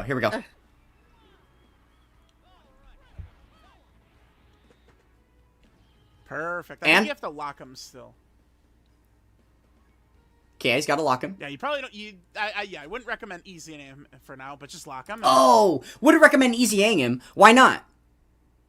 Why not? Is it because he doesn't have nearly enough of the Easy A medals to go around for all the characters that are better than this one that need to be Easy 8 still? So why the fuck did you just waste the medals awakening him? What are we doing? What? So that you can save the Easy A medals and then not even have enough of the awakening medals for the next character that needs them? Granted, I understand he had 347, he only used 7. But still, he also will mention, at a future point in this video, leveling up the LR Chi-Chi from the World Tournament, who That's a good enough card that I can justify the actual leveling from, but that's 77 more medals. He doesn't have an infinite amount of these things. Like, why did he make him waste those? Instead of outlining that this is a very, very niche, useful resource for him that he should be hoarding at all costs. That's just crazy. Because the thing he didn't realize, that Truth didn't realize he just did, is with how one-headed Iron Cane is, the next time that Iron Cane is taking it upon himself to go through and do some of this box maintenance on his own, he's going to see some random World Tournament character that has those World Tournament medals that needs to awaken, and he's going to be like, well, Truth told me to awaken them, it's fine. So he's going to awaken them and then not EZA them, and then he's going to run out of those medals, right? Trying to do this on his own, because he's following the exact footsteps of what Truth told him to do, but Truth just misled him. Holy shit. Perfect. So now I head back to training. Alright, so we're making great progress, dude. Look at this. This is awesome. You don't think Awakening medals really okay, matter? World Tournament characters are elite, and eventually he's going to get every one naturally. Maybe eventually, but it's about the process, it's about the climb. It's about the climb getting there. That's the real problem, right? Because it is possible to not have enough of those medals at any given moment. Granted, they're always available to you in the Satan Signature Shop, but that's the last thing you should ever be spending your medals on in there.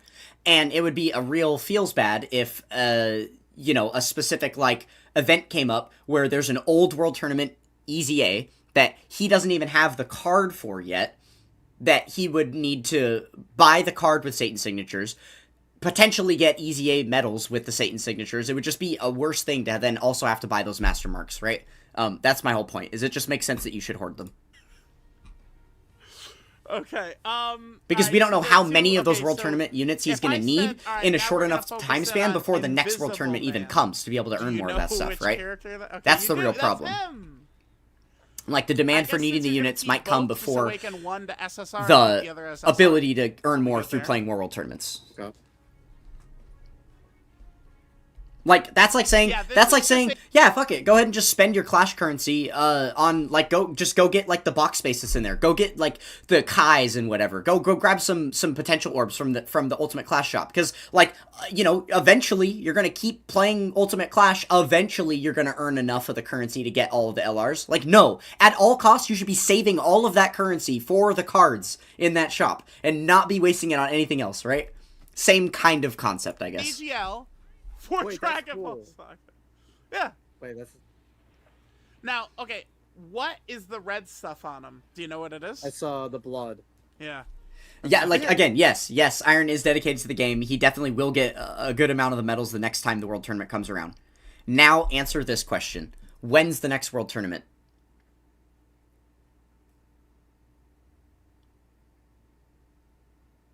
Oh, you don't know. Oh, you're not sure when it is, because they could potentially wait another 8 months to give us one if they wanted to. Right. When's the next time that a World Tournament SSR is going to be usable in content? Or, like, relevant, right? Like, what comes to mind recently is, like, some of those burst modes that have gone live, and we've had the Movie Heroes Trunks Teen that's been really usable, right? Like, when's the next time a situation like that's going to happen? And how many units are going to have applicable scenarios like that until we get the next World Tournament? You don't have an answer to any of that stuff, which means you should not be, unless you are someone who has an answer to that stuff, unless you're a game dev, you shouldn't be telling anybody to use these medals at any point. Just to level up the characters. There's no way.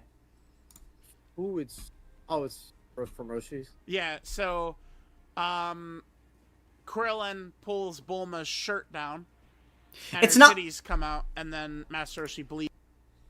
Hell yeah.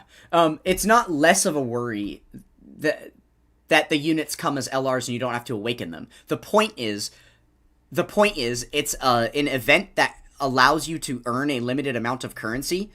Ultimate Clash being their literally finite amount of currency that you can earn, whereas World Tournament, it's limited because of the fact that the event rarely returns for you to be able to farm out those things. And then it's still technically limited because while you can farm out as many as you want for the time period, you can only do it for the 72 hours that the World Tournament's live, right? So, regardless of what you're spending the currency for, to awaken units or just to buy them in the first place or whatever, it's still a currency that is limited to earn, that you have a finite amount of that you would have to spend, that Iron Cane does not have enough of for everything. They're exactly the same. It's all over Invisible Man. A lot of nudity from Bulma in OG Dragon Ball. Oh yeah. Oh yeah. Yeah. Yep. We do be liking that though, don't we? Whoa, don't we, what are you chat? doing? Isn't that our favorite? I was just gonna level them up. Oh, okay, okay. Yeah. You don't want to... Because you always click Awaken. Like, you... It would be easier if you click Training first, but... Okay, so we got the 2 Invisible Mans done. We got the Devil Mans done. Okay, so you have that AGL Kid Goku in the middle center. This is interesting right here. I know you don't know what this is. Click it and look at the growth.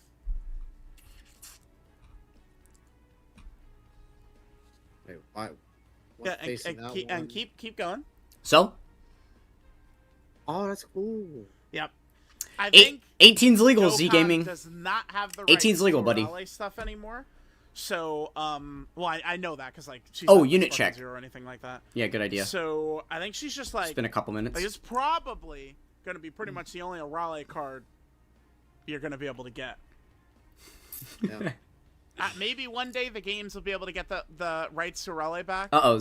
Coca-Cola's keeping records. I might be in trouble, guys. You can still get the medals and stuff for this, though, right? You can, yeah. She's not in here, I swear. It's a bit of like that's a stream for you. Like some of these free-to-play characters do take a little bit. Doctor stuff gonna be in the void forever. Oh, I mean, I guess that's true. All right. Like, Literally, they didn't have the rights for this stuff, and then it's all fun to go about the jokes and everything. Totally fine. Totally fine. I am not going to entertain this conversation in a serious way at all.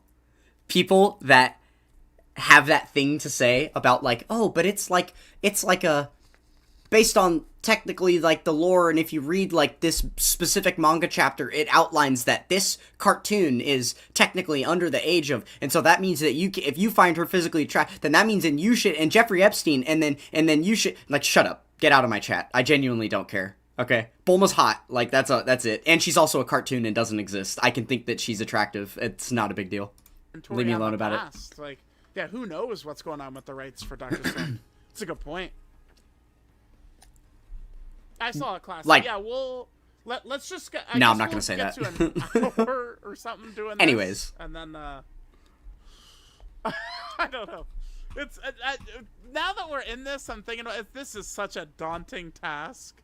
It's so. This is. Why do you think I was putting this off for so?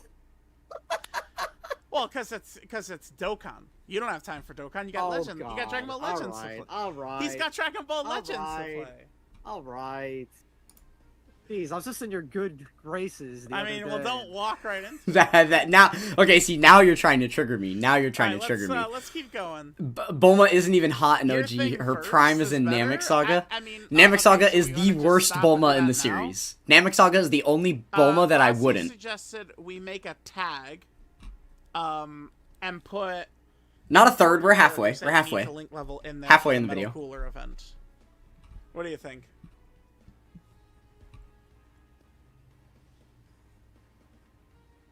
Or do we continue this? Wait, what did he say? Metal cooler. And put... I mean, okay, so we want to just stop and do that now? What did... Dokkan. You don't have time. It's all for so... Well, because it's Dokkan. You don't have time for Dokkan. You got Legend. God. You got Dragon Ball Legends to play. All right. He's got Dragon Ball Legends to play. All right. Jeez, I was just in your good graces. I mean, well, don't walk right into it, man. All right, let's keep going. Your thing first is better. I mean, okay, so we want to just stop and do that now. Oh, I guess I didn't hear what they said. His thing was. Suggested we make a tag, and put important characters that you need to link level in there for the Metal Cooler event. What do you think? Interesting.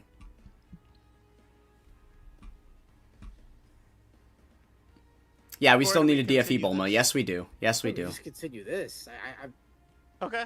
Fro Bulma top 5. That I can agree with. The Bulma that meets Vegeta in the Android Cell Saga. Yeah.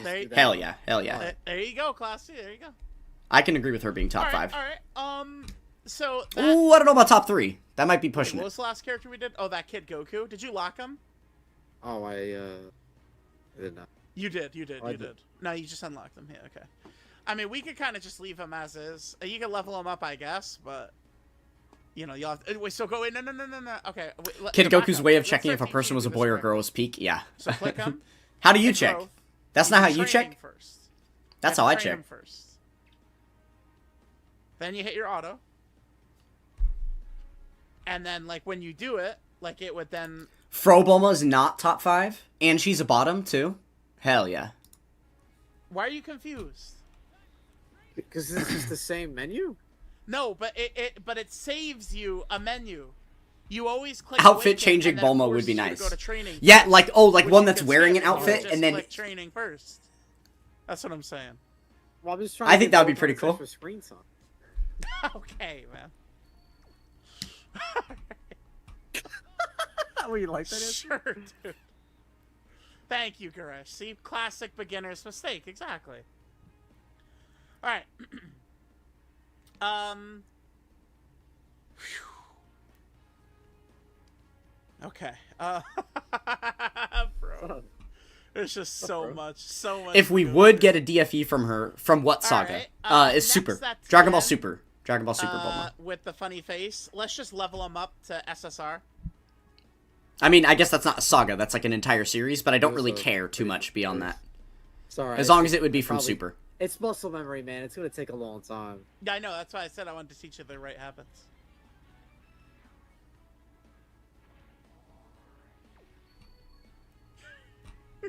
So, guys, No, not Namek. No, not You're Namek. loving this.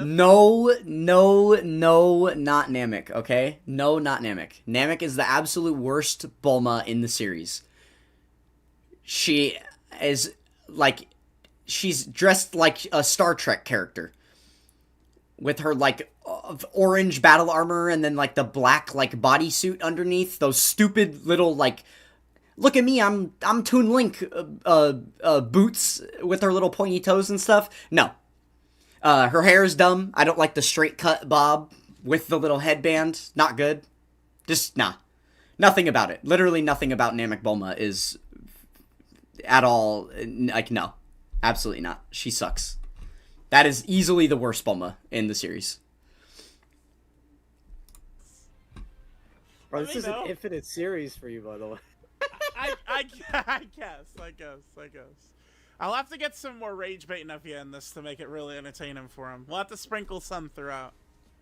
You should have saved the bits from earlier, man. For this. Yeah, I'll save my little shots at Nano. Spaceship to or, Namek? like, you know, Garesh clowning on Dokkan. Bulma on the like that. We gotta ship get is him in top at the 2.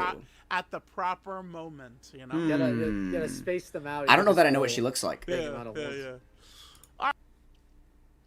Before we continue this... one second. Let me do this. Namek Bulma on spaceship.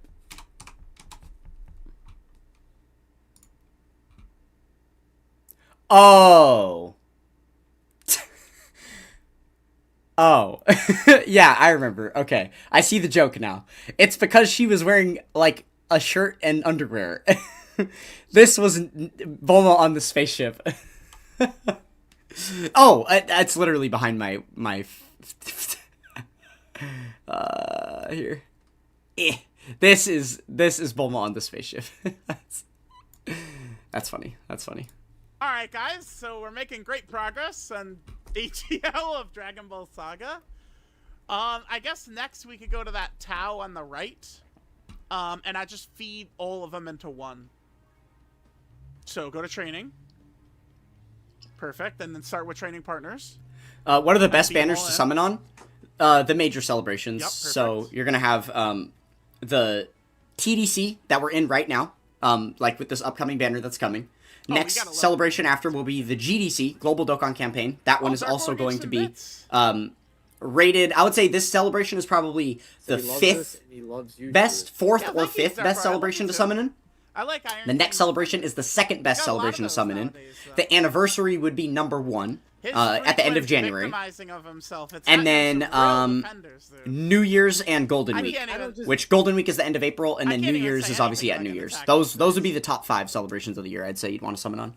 And then Why the don't you 6th just might be post out Saiyan Day, random- which is at the end of like, March, I mean, or middle of to be March. fair, last week you did post something very sweet towards me, so like if you didn't do Okay. that, I would say. Wait, typically wait, you just- wait! I posted something sweet. I gotta go delete that. What was it again? Wait, I said might you- have to. you- Yeah, what Is was? that you? Is that you've been enjoying like the way I've been operating my channel recently? Oh yeah, you're doing a good job with that. Yeah. Oh, that's Now, really sweet. I'll leave that one up. Typically, it's like trophy roasting or saying like, "Oh, he's like so silly." Trophy roasting? What do you mean? I just tell people like, "Hey guys, you know how I get down usually, right? Like, isn't that just what it is?" You know how I get down in comparison to 12-year-old Iron King. Yeah. Well, I mean, yeah, but I told you next I am at 30-year-old Iron Cane. I'm not 30 years old, man. You're basically there. I'm only 26. Yeah. You and Toon, you guys are 30 now. You and Nano are the same old as Sonic, man. That's Damn. true. That's true. That's crazy. Yeah, Tanabata banner is something new, or something happens every year. It happens every year. The only I thing will that's say- new about it oh. is that they've renamed it the Oh. Transcendent Dokkan campaign instead of the Tanabata campaign. We can't just. And that only happened last year. spend the whole And then this video year, working they on swapped the time AGL. slots for the GDC and the TDC. So it used to Okay. go GDC in July, I wanna and then see the top TDC in part, August, maybe. I and now really they're like the swapped. part where they worked on AGL Dragon Ball Soccer. I mean, maybe do we want to like after Idea we for a kinda vid, change tier those, list like, months maybe do, from like, a different Dokkan's category schedule or from past something? years. I don't really do Okay. tier list stuff too often. okay, so you I've have thought that about doing guy, something the- relating to the Dokkan schedule, though, and talking about it. Oh, It's just wait, that it's been you changing probably- so I mean, much since the sync. That I've Even I don't I- have 2 versions of that. I like my channel, the guides on my channel, to be very, like, relevant and to be, like, lasting and have longevity over time. And I feel like if I were to do something about the release schedule, it would be moot after the next year happened, because they just keep changing it, right? How? Wait a minute, is that the one we just did? Because so you see that Tao, like, that Tao is, like, right above him. Yeah. I guess you could keep both since we already did it, but... Okay. Truth just said, I guess we could keep both since you already did it. Literally still can't make up his mind about whether Iron Cane should be keeping or not keeping the lower rarities of any of these cards, which it's obvious to me. He's already got, you know, a good chunk more box space than he had with, like, the 50 copies of characters that he's fed in here, and that's only going to continue to increase. There's no reason, like, he's just going to be getting more and more box space as this process goes on. He should absolutely be keeping the characters. The other thing is that Truth just had him feed in a bunch of copies of this card to itself to be able to max out the SSR for that Mercenary Tau, and he didn't even realize that there was another Mercenary Tau that was locked because of the way that they currently have the box sorted. Even Truth can't reliably use this method properly. It's so pathetic to see. We did already do it. Like, if we do that, you will run out of box space, even on global. No, you won't. No, you Like, won't. the world... Truth, you're not a global player. You don't have any business talking about the global side of the game. You have no idea what you're talking about. Shut up and go back to your JP nonsense. Thank you. You could literally never get again, so, like, there's a reason to do that, but... Yeah. With the regular SRs, we don't want... Also, hi, there's an AGL SR Mercenary Tau that drops from the World Tournament. Did you know that? Did you know that? I don't even know if Truth knows 100% for sure that this is not that Tau. It's not that Tau, but still. Those Taus do look very similar. Like, Ninja Murasaki. I'm gonna show you. One I'm of them, literally gonna show link you. him to an SR. The other you could leave like that, because again, you can't get him anymore. See, you were worried. Look it. There's literally 2 AGL Taus. This is the one that drops normally from banners. That's the one that he was looking at now. This is the one that drops from the World Tournament. There's literally 2 of them. I'm just saying. I'm I just was gonna saying. delete these guys. Yeah, I I kept was. them. I was. I think one reason they got rid of them is because Yes, they don't it want is a World people getting Tournament card, doubled in yes. Anymore. It is. I mean, can you even cheese with him still, or no? Really? Well, they've put so many limitations on stages. Like, they started doing characters can't go into stages with Devilman. That's who they started it for. Because it's just, you hit a don't wake up. Bad at anything. It just depends. The Tanabata banner has used. Typically speaking, with major celebrations, they're going to easy A major characters. So during the Tanabata celebration, we're always going to get easy A's for major characters. Typically speaking, during a celebration that a character is going to easy A, they will be featured on a banner so that players that don't yet have them have the opportunity to get them. There might also be some older Dokkan Fest that have already easy A'd on the back end of the Tanabata banner as well. But there should be some brand new easy A's that are going to be on there as well. Yeah. All right, see you, Danshin. Have a good sleep. 1% chance and you just win. Like, he just does max damage and just kills the boss. What did last year's Tanabata banner look like? I'll pull it up. Okay, I'll show you in a minute. So now, nope, leave him. Yeah, we've already done him. Who was So now, who was the Tanabata Tanabata LR last year? Was it Golden Frieza Gogeta? Character. Or was it Wrathful Broly? I don't remember exactly. Someone tell me who Guys, exactly it what was, and then I can look category up the banner. should we go to next? Maybe Android?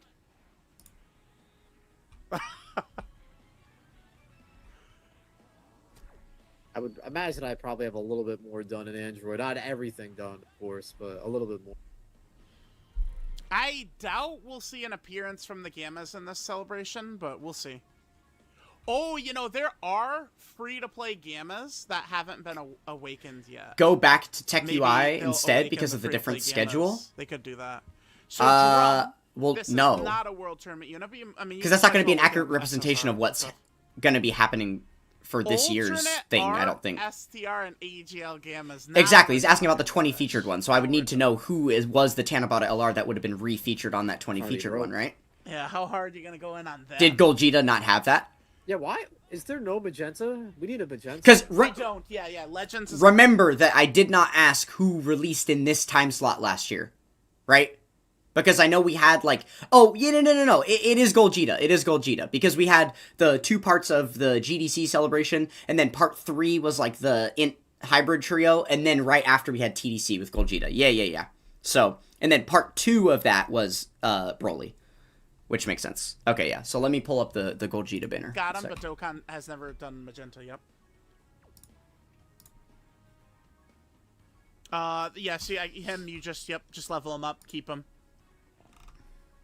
Lock him. A magenta would be fun. Yeah, legit. I was thinking maybe the banner unit with Beast could be Gotenks, like Teen Failure Fusion Gotenks. Yeah, just lock him. Perfect. Okay. Wait. Oh, are we? Yeah, I'm realizing now they didn't do this. There was no Tanabata banner last year. There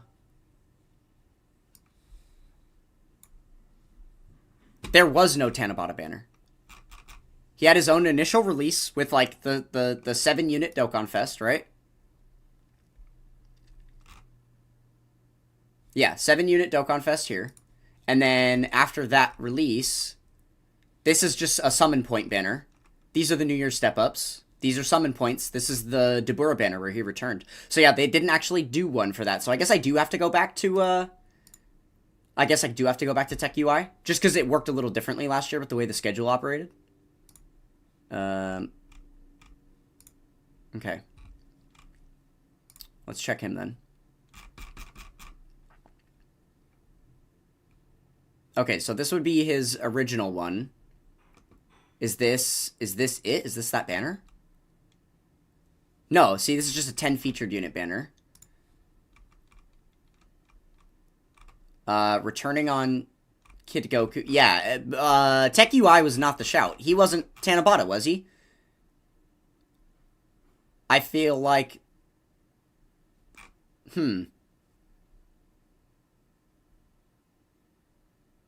But yeah, there's no... There is no Tanabata banner here, either. Because, like, the anniversary units would be here returned, but they're not. I'm confused.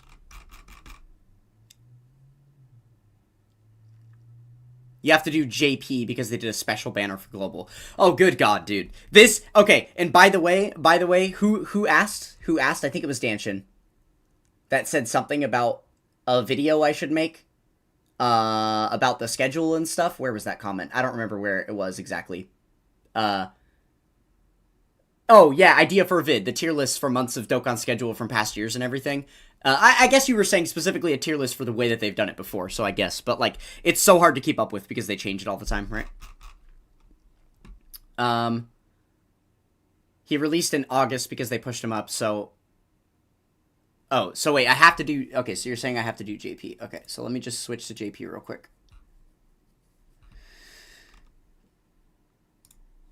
And then let's take a look. Okay, here we go. This is what we're looking for. That is the Tanabata banner. This is obviously the ticket one, but it's identical.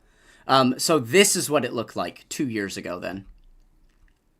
So we had the brand new LR that had just released on his own banner that came back a week later.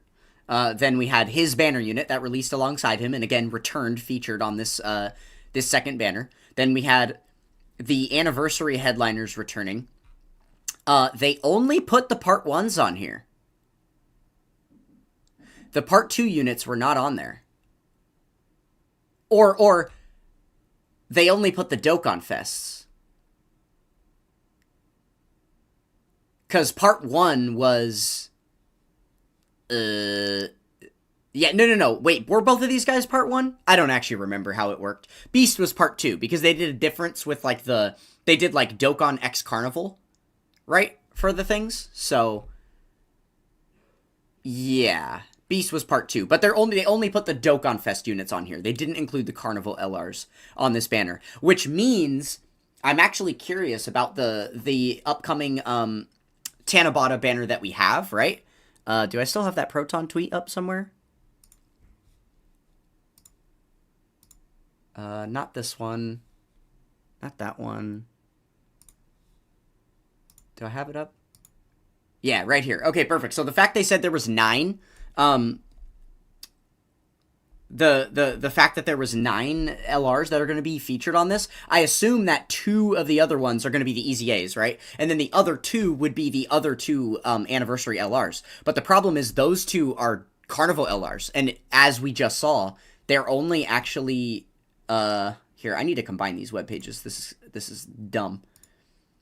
Let's just do that. There we go. So yeah, the fact that they aren't on here, it makes me wonder if they're not going to be on this one either, and then potentially what are those other 2 LRs then, right? I don't know. Could be interesting. We finished AGL, dude. AGL Dragon Ball Saga finished, guys. Hell yeah. So these are all characters. So you know what? Why don't you hit the thing where you, if you can, link level them or not? Why don't you hit that? Let's see what you've got to work on in here. Can I quit? I think I'm good off that one. I'm not sure what we're insinuating there. I was not gonna know what fucking. I think I'll refrain from searching pork in my search bar. Thank you very much. Are we getting Co Veronica after this? I mean, it's up to Iron.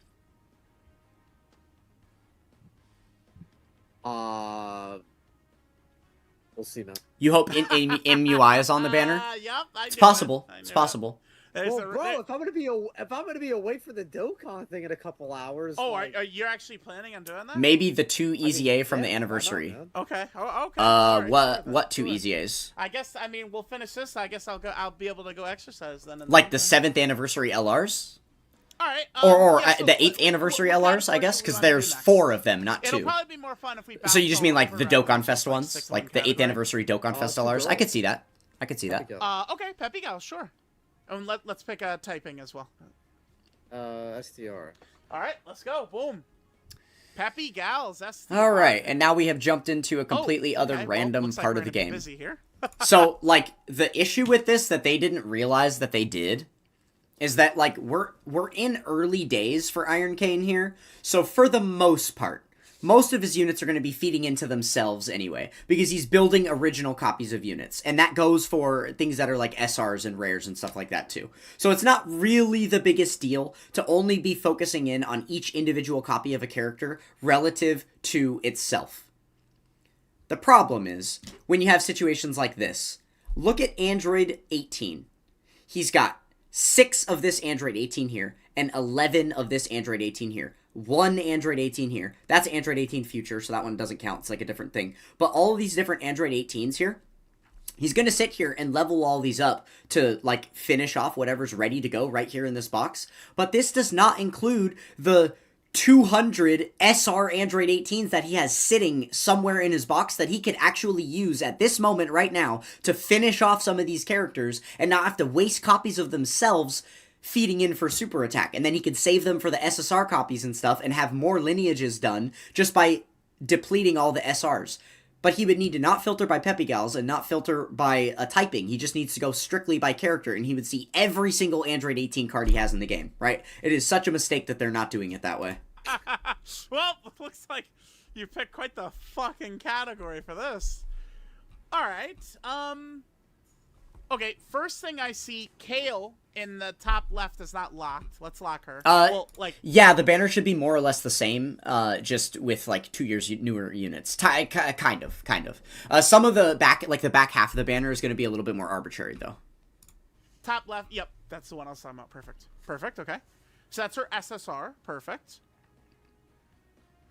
I think Iron loves women. He's a women lover. He loves, what's her name? Laufey from God of War or whatever? Yeah, I would assume that right? Daima Vegeta Really in love UI her. Evo might be in limbo till GDC. I think that makes I love sense. my girlfriend the most. Of course. Oh, look, you have 3 copies of LR Chi-Chi. I think I have... We might have the same amount of copies of her, yeah. Okay, so you have a loose Kale. Feed that into the SSR.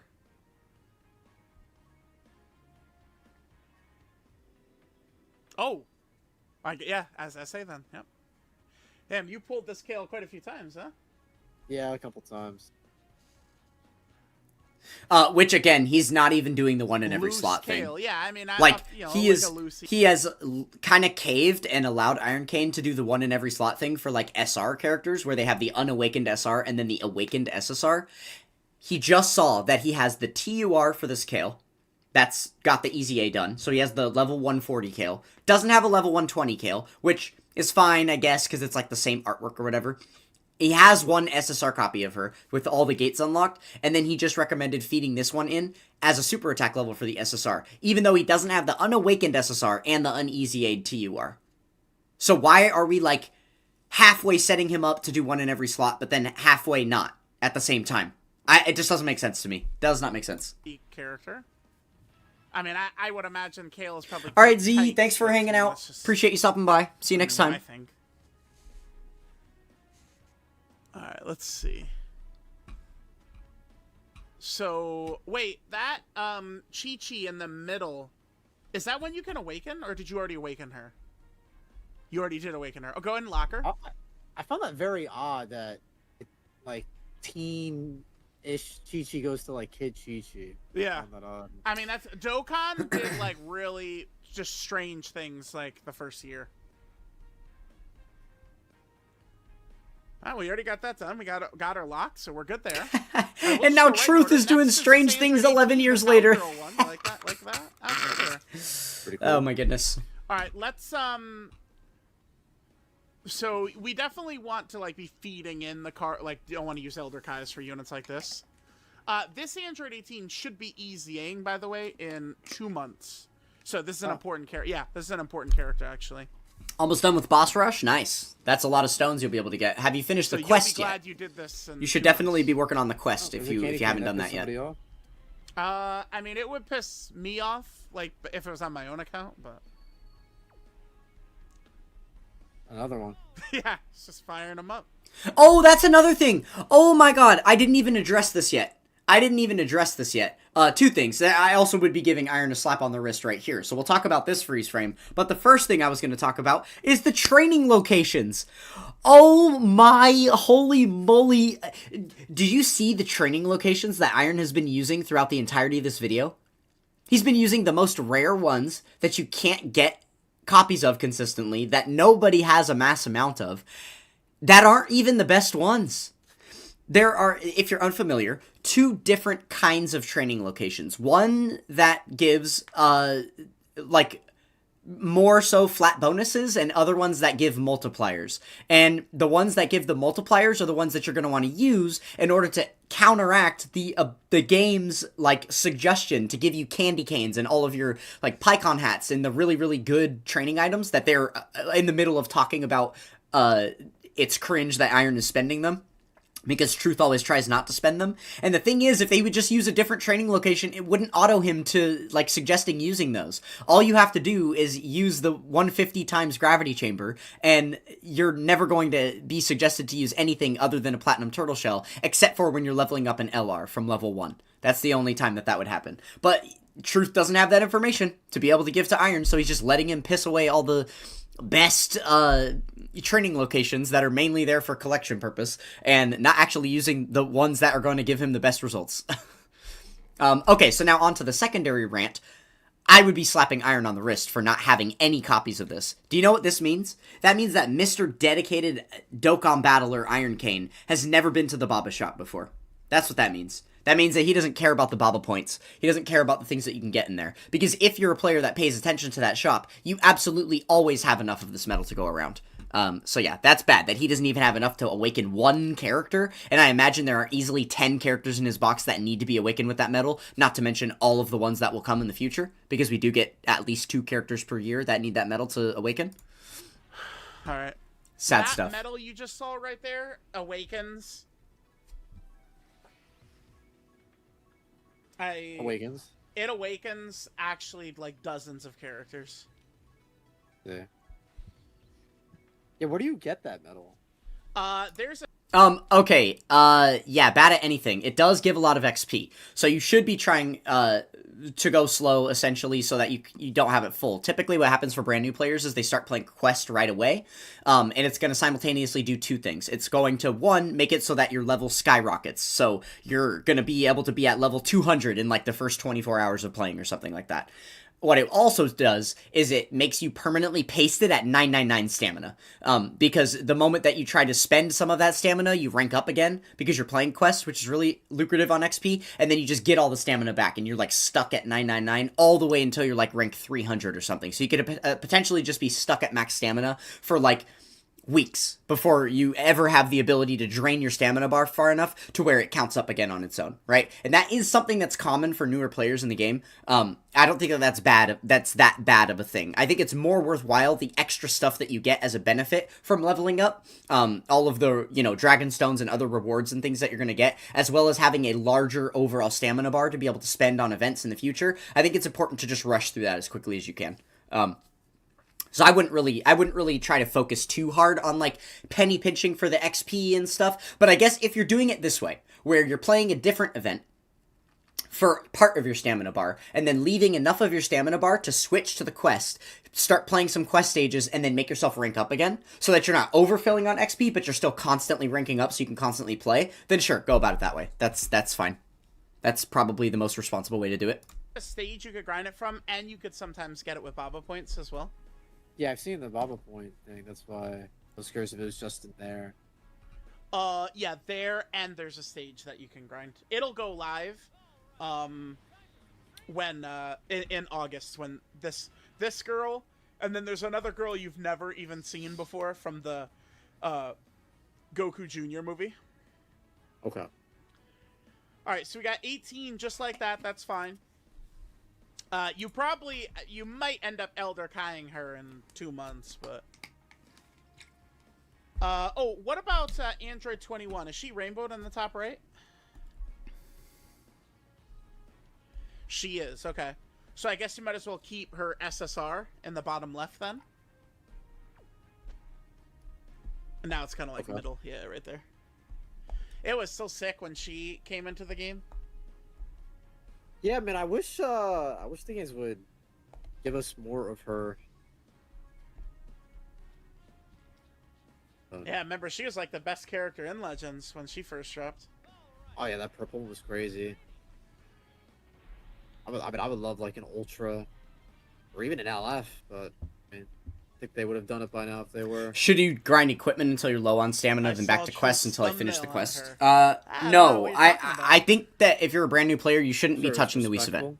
I think you have a lot more useful things okay, to be doing with your stamina appreciating a than woman is grinding respectful, equips. okay. You don't need those yet. You don't need those yet. The no real arguments truth there, man. of the matter Exactly. is We're allowed every to event- appreciate the sexiness. every event in this game can be cleared with Link level 1 characters at 55% that have no equipment.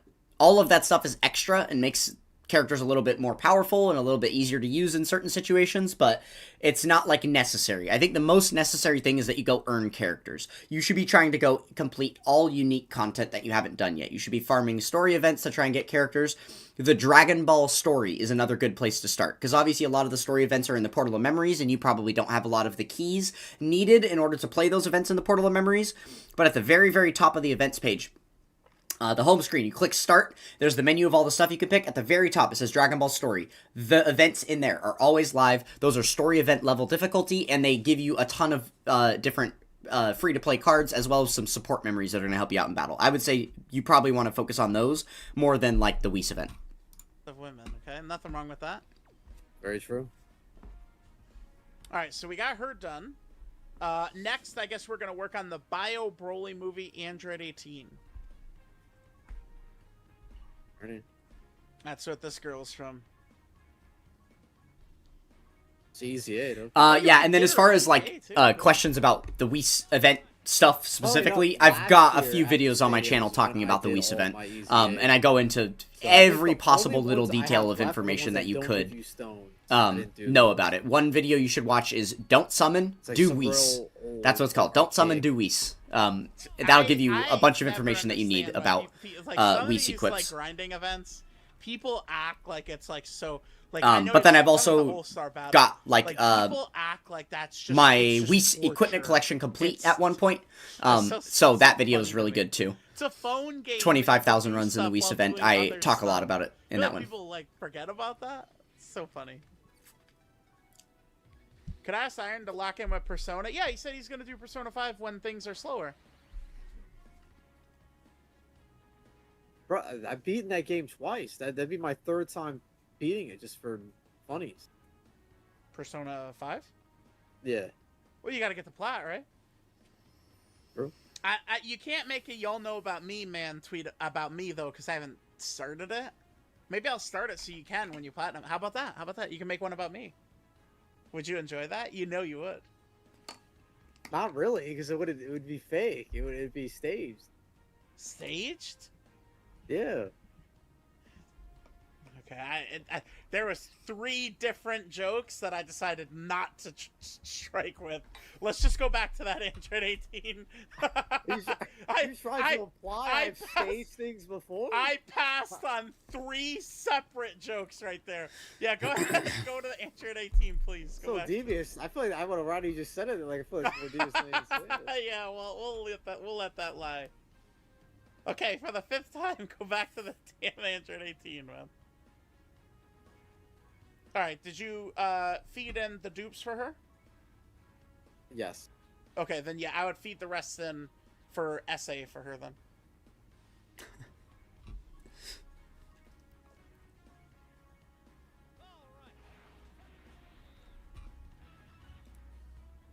Okay.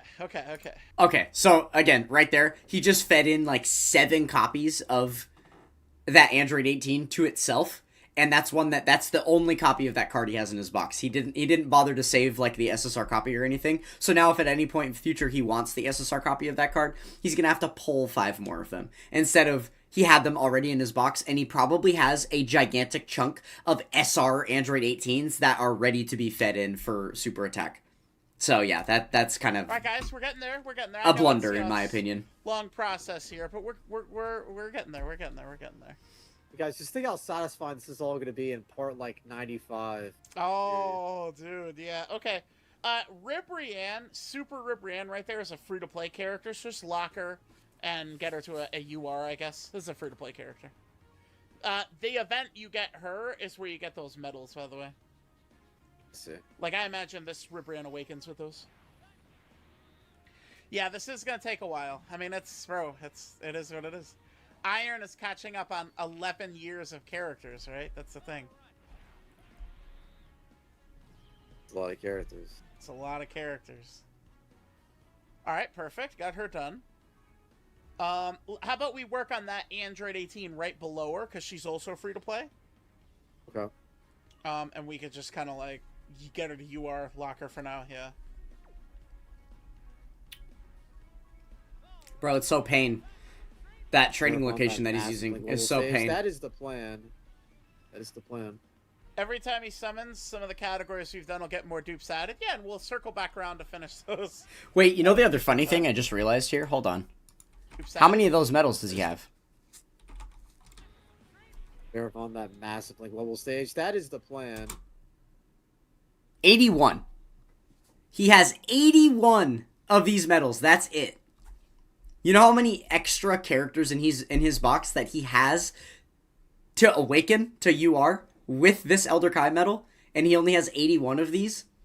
And now, I'm not going to fault Truth for this too much, because I know that at one point in an early part of the beginner guide, Truth did tell him that there's a bunch of stuff in that Zenny shop he should be buying every day. I know that there was at least some point throughout the process of the beginner guide that he told Iron Kane about the Baba shop and how good it is to be checking for those Baba points and stuff and like buying the medals that exist in there. Based on him only having 81 of those, I don't think he's been doing that.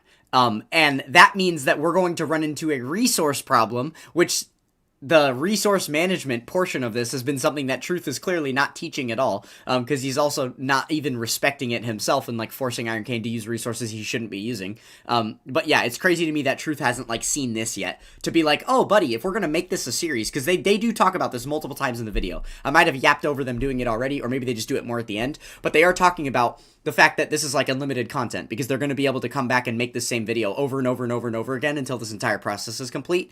Well, the problem is you're not going to be able to make a video about awakening units if you don't have medals to awaken the units. So kind of would be smart of the teacher to point that out. Summons, some of the categories we've done will get more dupes added. Yeah, and we'll circle back around to finish those at a different time. Because it's like, once we've done the baseline of stuff, though, he can... Yeah, no medals for the Peppy Gals units, exactly. We'll You missed that part, Mr. Dokkan, if you just showed up. But, yeah, we did stress about that part when it happened. Okay. If you look at the bottom right of the screen, the Android 18 on the left, so the left to the left of her, this is a free-to-play unit, so just get her to UR and lock her. It's just cool art. Yeah, again, get her to UR. Why are we awakening this character to Android UR? He does not have the medals to be doing that. He absolutely does not have the medals to be doing that. Makes sense. The other thing that really irked me, the other thing that... Right here. Okay, Jesus, Truth. The other thing that, like, kind of irked me about the way that they were doing this, and that he mentioned tags, talked about maybe they should have like a tag setup or whatever, is the fact that like even while going through each one of these units, he's not also taking the time to add it to the tags it needs to be added to, right? Like it could be so simple for them to create, and I go over all of this in my guide video about how to clean and organize your box. All of the different tags that you should have set in order for like when you first pull units. You right there on the summon screen, when you show the result of the multi-summon and you see that the new character that you got, you should add it to your tags right then and there. So you add it to the team building tag if it's a new character you didn't have that is going to be like a usable unit. You'll add it to the workshop because it's a unit that needs to be worked on, right? Then you go into your workshop, you do this stuff, you awaken it, you know, feed in the dupes, whatever. Now, let's say you don't have enough hidden potential orbs for all of your units. So even though you've worked on them, you've farmed up the medals and you've awakened them, a lot of them are sitting at 0%, even though they have like dupes fed in and stuff. So then you make a new tag that's for orbs. So that any units that are finished being farmed and worked on but just need to be invested with hidden potential orbs, you put them there. Or like maybe you just need to do the easy A still, but all the rest is done. You just put them there. So it's like an extra workshop tag that's almost finalized.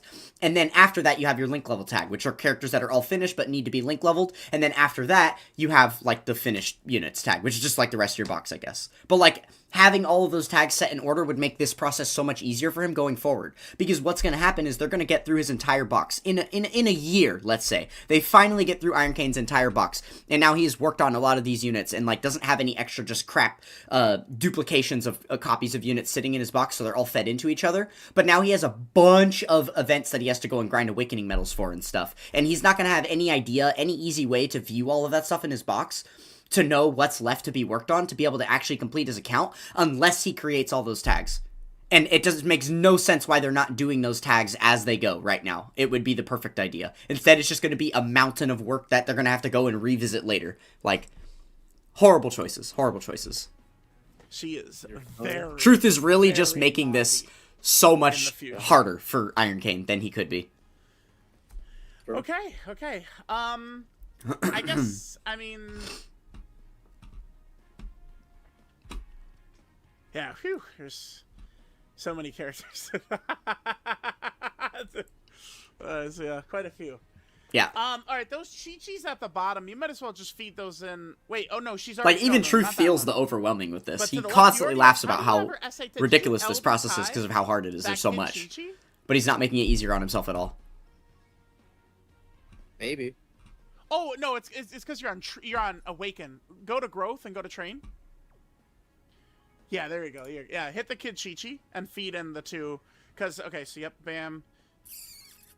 Training partners. And the teen Chi-Chi is going to pop up. The one all the way in... No, definitely not that one. Yeah, that one. Yeah, the one all the way in that left, that's the LR Chi-Chi. Oh, okay. Yeah. Any funny stories? Well, guys, we're working on STR Peppy Gals. Come on. Is this not funny? Like what? Yeah, do you want me to say Kale's tight again? Like, what? How can I entertain? Alright. She looks. She's praying. Did you pray today? My God. No, I mean, I prayed that she'd text me back. I mean, besides that, nothing. Oh, man. Yeah, that's a flavor I enjoy very much from Truth. Yeah. Definitely should have... Something I should have mentioned as far as him being, like, my least favorite I would creator. just- No way. just push her as far He's as too you out of can, pocket all the for way to that. LR. It's too out of pocket. I appreciate the out of pocketness, because I'm the same way. So, is she like an LR with Goku, or just like she's just the Bancho fan? Like, what's her LR? Yeah, it's just Chi-Chi. Oh, this will be she's, good. This will be good. You'll see it. You're doing 3 hours on and 1 hour off this Dokkan day? Why? Mm-hmm. Why not do 4 hours on and then 4 hours on and then 4 hours on that's and then cool. 4 hours on? Wait. Watch the art. Oh, dude, that's actually really. What the fuck? This is really cool.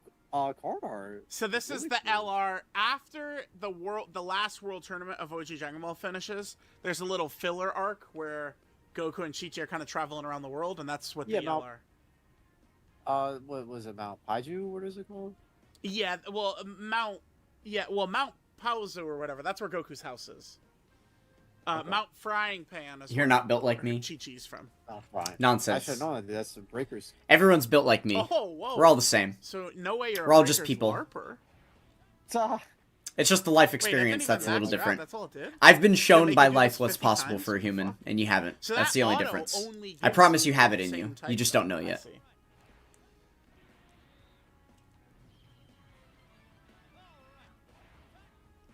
Hey, yo.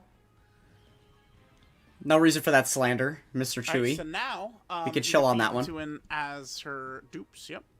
What are the best characters to get with the Dragonstone? I assume you If mean like the come Redstone. number one in local next world tournament, your LR Chi-Chi will be rainbowed. There's Oh I don't- my god, 300. any of the characters towards the bottom that have I know. the ability to super Aren't I, easy A. like, literally half of Those them are power level? you probably can't go wrong with like any of those. If you Well, like I mean, any if of those, the Thanos look of any really of not those gonna characters, they'll worry probably about be any useful of for the you. SSRs and stuff. You will Probably a catch good it. way to go. That's what I'm saying. Like, I'm not really worried. Like, I know it's gonna, like, I'm There's not a couple gonna of different rush. Like, it's costs gonna as happen. well. So, We'll pass it. Like, Damn. I'll quickly show you how you know if a character can Yeah, super easy Nano A. is like somewhere over 6 million, right? And then yeah, he's like 6.1. There's different costs in that list. So some of them only cost 1 redstone, and then there's units up at the top that cost 3 classy, redstones. I mean, come So on. the ones up at the top that No cost 3 jobs, redstones man. are much Nano newer said, units and I that are more quote, premium, so you "Iron might will be able to never- get it a lot won't more happen. benefit out of those. It'll But never- remember He that they also do said cost he you 3 exclusively, stones, so like, that's going to be link level. tough. By the way, I'm a higher Versus the ones at the very bottom that can I'm a super higher, easy A. like, rank, like, They're going to be player rank. maybe Now, equally as okay, good to some of those newer I units you think can there's get, and they two only reasons cost for 1 this. stone. Number one, Nano only recently started maining global, right? It's pretty recent. Uh, And So the way you can see if a unit super easy A's is like this. What is... Let's do this. Okay, like here. So when you click on a card, you can do this straight from the redstone shop. Click and hold on the card, and then it's going to bring up the card itself like this. You go to the growth tab, and then here on the growth tab, you'll be able to see all the awakening steps. The very last step on the far right will be entitled the Super Extreme Z Awakening. You'll see the Super Extreme Z Awakening there, and then you see like this glow around the card in the same color as the typing of the card. That's a Super Easy A. So any of the cards that have this ability on them already, all of those ones are probably going to be very good. You can't go wrong getting any of those with your redstone. number two, remember, we were locked at 999 for quite some time. So, like, you joined, like, by the time you hit 999, that wasn't the cap anymore, right? Like, that's true, right? But did the XP carry over? Only to a certain level, but yeah, I guess so. On Nano's Global, he didn't push it that hard, because I think it was like 11 something. I think 1126 or something like that. So yeah, if you're telling me that you're above Nano, and Nano didn't even hit that cap. Wow, this is crazy. The day when Iron pulls up with a higher power level than Nano will be nuts, dude. We'll all be there, man. Alright, well, I guess we go work on Mai in the bottom left. You could lock her and then feed in her 4 dupes. That's perfect for her. All right. More pain with the training locations. Insane. And yeah, I didn't even notice the pain with the awakening medals until this watch through. Only when I'm watching you or Toon. Are we the only 2 people that have it in dub? No, Ashish, Sony, what's up? How we doing? Okay. What power level is Nano at nowadays? I think they said it a few minutes ago in the video. I think he's like 6 million, something like that. I know me and Goresh we're sub warriors. Fair. He did get a pretty big setback with his power level because of switching to the global version. Like, I think his global power level isn't as high as he got his JP power level 2. She could easy before he swapped to global main. Anytime. Yeah. But yeah, I think around 6 mil. All right, so we got her done. We could do, I guess, let's do the Videl all the way at the bottom left. So nice, you can finally link level your metal cooler team. I assume you mean because it's Dokkan Day. Excellent. No, good that you're getting the grinding in. You should be. Since you already did that, we'll do her. Since you already like locked one. This is a free-to-play unit. Okay. I'm a performative. No, dub hate is cringe. I don't do that. Sorry. Sorry, I don't participate in that nonsense. Your power level isn't much because your casual both. nowadays started like Like 2 years better, ago, like better. 1.8 million. Yeah, perfect. Nice. Yeah, that's not bad. That's not bad at all. Like, once you're past like One Piece 1.5 also mil, doing the dub, you get most of the power level AOT bonuses that you need from having power level. was So it's really not doing going the dub, to swapped over the it's sub. not going to mess up your My hero, I really your like. game too much to be a low power level, I would say. As long as you've got about a million, 1.5, then you're doing functionally that's fine. A dub thing, right? Anything beyond that's just cosmetic, okay, really. So yeah, you just feed in the 2 dupes and we'll.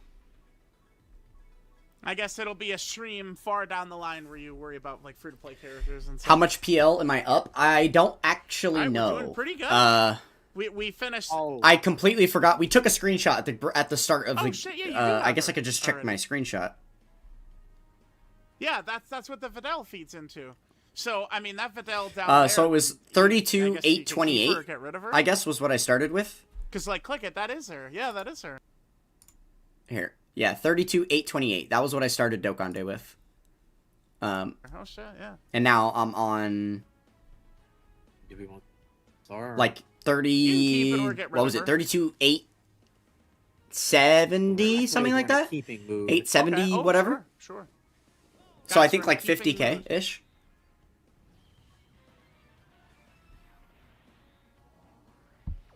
Pretty girls usually have big foreheads, so it's just like a Yes, common Goku thing. just Nothing lived wrong on with triple that. digits. Holy jump scare. Nothing wrong with a big forehead at all.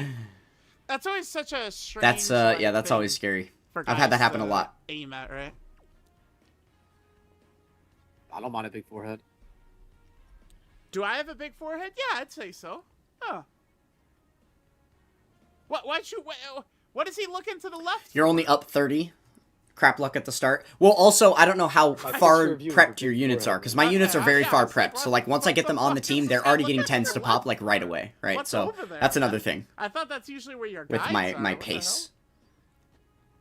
You're my guide, man. In this case. hell? Investing in the Metal Cooler team and LR Turles team is worth it. Yeah, definitely. It wasn't, like, apparent at the time, but now looking back on it, absolutely. Like, that So Metal we're Cooler is doing, insane, right? Chi-Chi. Definitely wouldn't be a mistake to have gotten those units. Yeah, the one with 9 of those. Yeah, the Oof. series. Yeah, the series will be forever. This is the Ashish, infinite I know you money might be boy. new around here, but we don't really mess with the whole auto clicker business, buddy. Sure. We respect the What do you? we respect the salt of She the went into grind. those medals as well. Auto clickers are not welcome where I come from.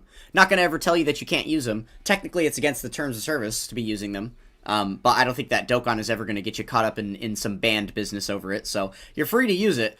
Just know that I specifically, and probably most other dedicated grinders, will never give you any props or clout for your accomplishments if you used an auto clicker to get them. Just so you know.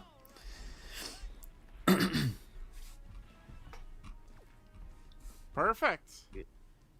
All right, now Great Ape Fasha. Yeah, one of your yes, favorite Coca-Cola, a characters? new Or you account know has what like it is? 20 or 10k Dragon Stones. I think it's closer to 10k, somewhere around there. Bardock's proof. The I never saw it. Never saw it. Damn, you didn't see that one either? Okay. 7s plus, mostly 8 plus, Chewy. Yeah, okay, so mine are definitely higher than yours, is what I'm saying. Mine are absolutely mean, higher. It wasn't. When I was looking at my anime filler list, they considered it filler. I didn't watch it. They consider that filler? That shit was wrong, whatever told you that. What the hell? You have I 2 mean, there multis is to get the some free multi on different Beast. stuff in there, but I No, you wouldn't shouldn't really be consider summoning that on the filler. current banner that's live. The current banner that's live is pretty not great. I would say you want to, if you're going to summon during this celebration, you're going to want to wait until July 6th when the Tanabata banner releases, and then Beast Gohan will still be available on that banner, and there's going to be a much larger roster of characters available, but much better units available on that banner as well. So that filler list you were looking at was full of shit. Yeah, I'm not sure what website it was. One that like I used for like pretty much. Yeah, everything. link leveling to make your Would team have, like, stronger is what you should be link leveling for. Manga filler, I'm out here like, leveling manga for no original, reason, Anime original. right? You should be leveling Filler. only to focus on A- making your a unit lot stronger. of You it shouldn't was really care about the anime power original, level, so that's good. sure. It's a good mentality to have. And I would just feed the last one in, yeah. Alright guys, well, I guess, so we finished AGL Dragon Ball Saga and STR Peppy Gals.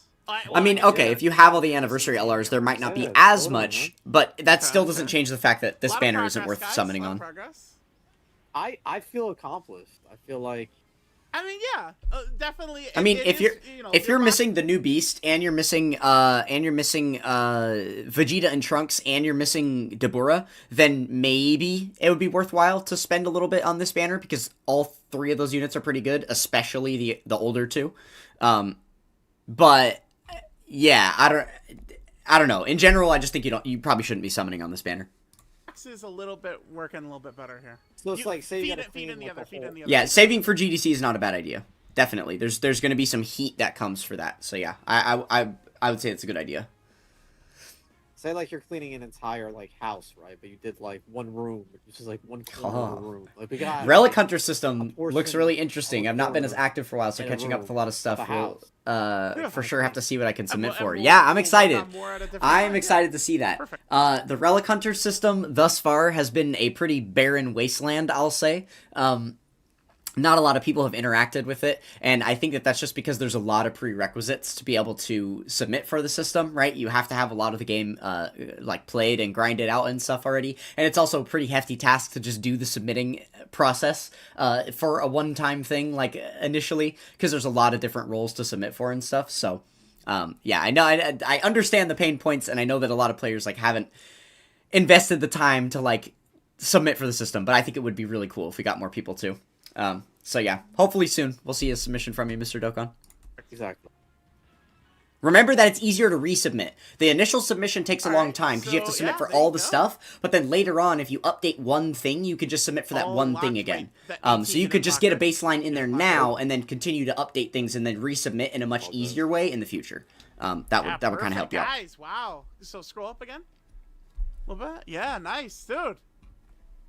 W progress. Oh, and for those of you that have no idea what I'm talking about right now, in my Discord server, link in description, I created an entire Dokkan Battle progression system that operates outside of Dokkan Battle, and you're rewarded by gaining roles that you can level up in my Discord server. So if you're interested in being a part of that, go join my Discord server and become a Relic Hunter today. W progress. All right. Well, I mean, you got a couple more characters to work with for Metal Cooler, I guess.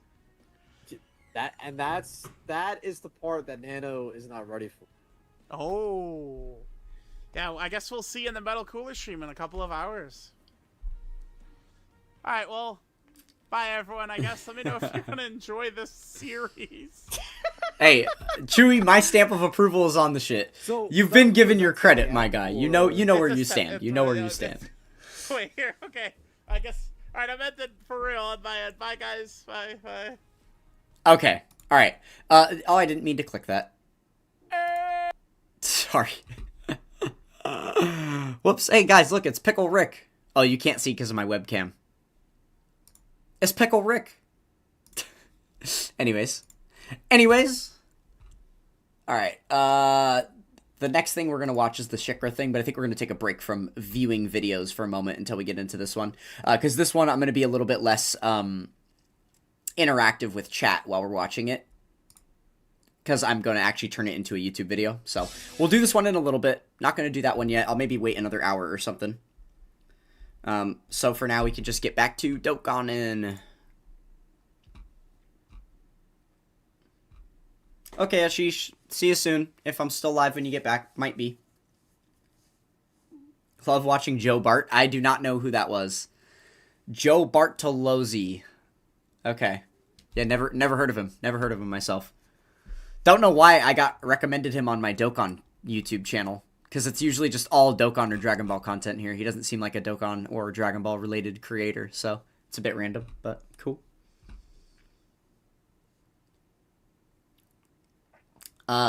Is the Blue Boys becoming one of the best characters of all time? It's been like a year since his release and he's still in the top 1 discussions. I don't think he's top 1 anymore. There's no way that the STR Blue Boys are better than like SSBE UI.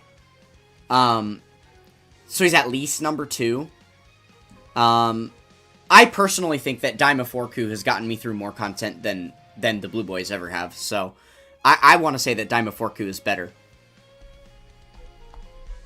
But yeah, I could see that one being a hot take to some people.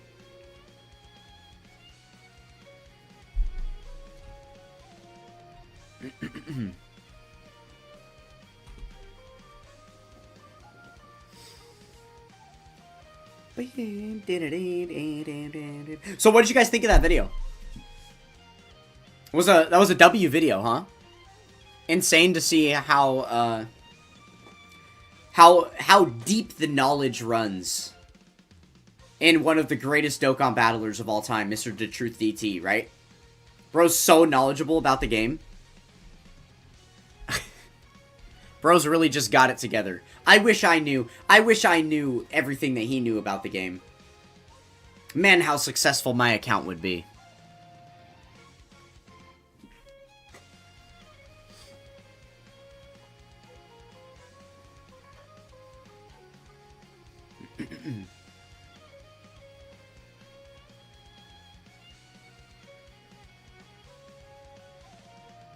Iron needs to be stopped with the training locations.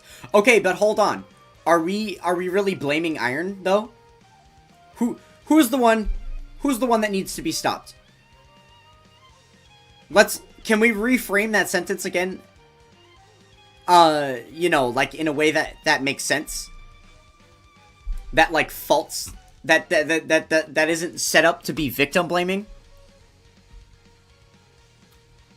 Going off the onus that Dragon Ball fans don't read. So we know that Iron Cane is never going to read what these training locations do. To know. How's he supposed to know? He's depending on the guy that's teaching him. But the guy that's teaching him isn't teaching him. If our students are failing, is it because the students are bad, or is it because we have bad teachers?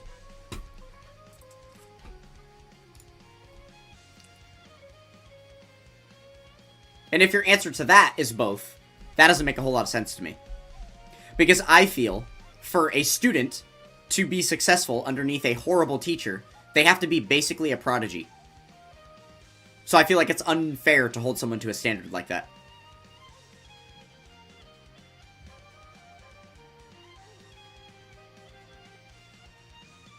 Bad student and teacher. I mean, I think that Iron has looked like a bad student because the truth has set it up to look that way. That's my genuine opinion. I'm not even saying that Iron Cane is like, oh, he's actually like a really smart guy and stuff. Like, I don't know, he's just an average dude. But I don't think he's quite as dumb as truth makes him look. On a lot of occasions. I think Iron Cane would be a lot more knowledgeable about Dokkan Battle if I was the one that went through the whole beginner guide series with him and not Truth. I think that Iron Cane would be much more capable of playing this game on his own, and his account would be much more progressed and off to a better start if I were the one who had done the beginner guide series with him and not Truth.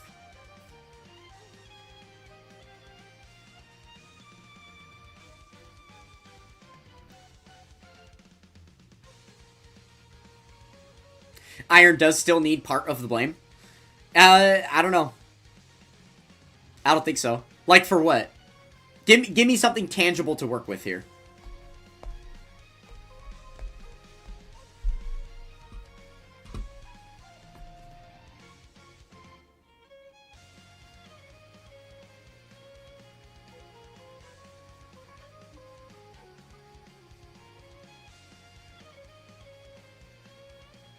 I mean, the only thing, like, even remotely related to that realm of things, of, like, putting the blame on Iron Cane, putting the onus on him, I would say is where Truth has given him shit for not just playing Dokkan Battle at his other job.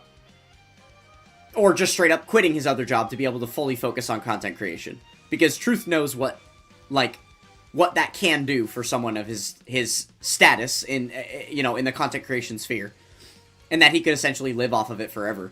And because of the, like, you know, success on a platter that was given to Iron Cane by being put on by Truth, as far as, like, Dokkan content creation goes, then, like, yeah, it would make the most sense for Iron to just quit his other job and fully focus on Dokkan content creation and link level all day, every day, and whatever, right? So the fact that Iron has chosen not to do that and lives his life a different way and chooses to still uphold the values of his other job and career and, like, continues to nurture that, and in turn that means that he is sacrificing a lot of grind time per day that he isn't doing in Dokkan Battle because he's not convinced he could do it at the same time as doing the other job. That's the only part that I put on Iron Cane.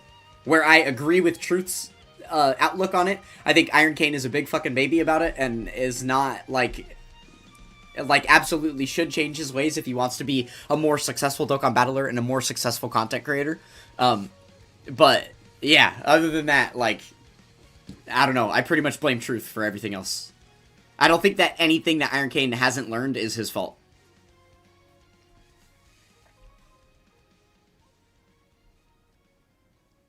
Yeah, I mean, it's your account. Like, just burning the additive training location over multiplicative means he just didn't read. Well, not entirely. Because he was never given the information that there's a real tangible difference with these training locations, and that it will affect the training items that are pulled. Like, understanding that system of there being a different amount of experience that each training item gives in a flat bonus type of way, and the fact that the training locations can give bonuses based on not the individual number of training items you have, but the number of training item types that you have, and the training partners that you have and stuff. Like, all of those different intricacies, if none of that's ever explained to you, you're not ever going to have a full grasp on it, even if you fully, like, read what they are. What you're going to see is what Iron Cane has seen, where it appears that the effects get better and better and better as you go up. So I'm going to pick the ones at the very top, because those will be the strongest ones. That's what the game tells you, based on what you're reading. There's more information to know there. And Truth hasn't given him that information, so I don't fault Iron Cane. Even if he read the game, he would literally pick those same training locations because they look like they're the strongest.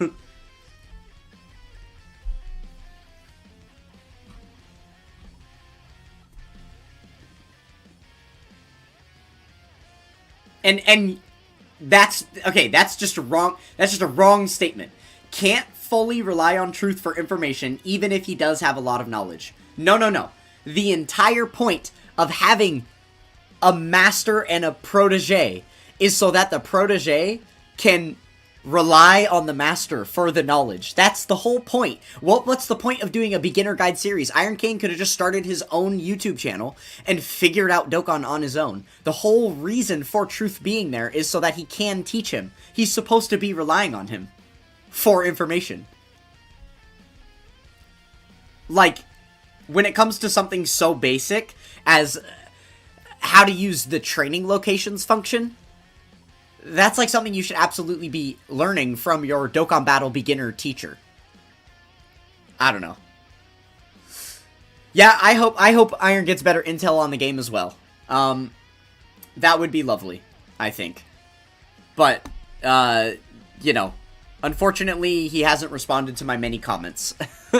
I frequently comment on Truth and Iron Cane collaborated content, and let them know how much of a clown I think Truth is, and how much more Iron Cane has to learn, and how many of my guides he should go and watch.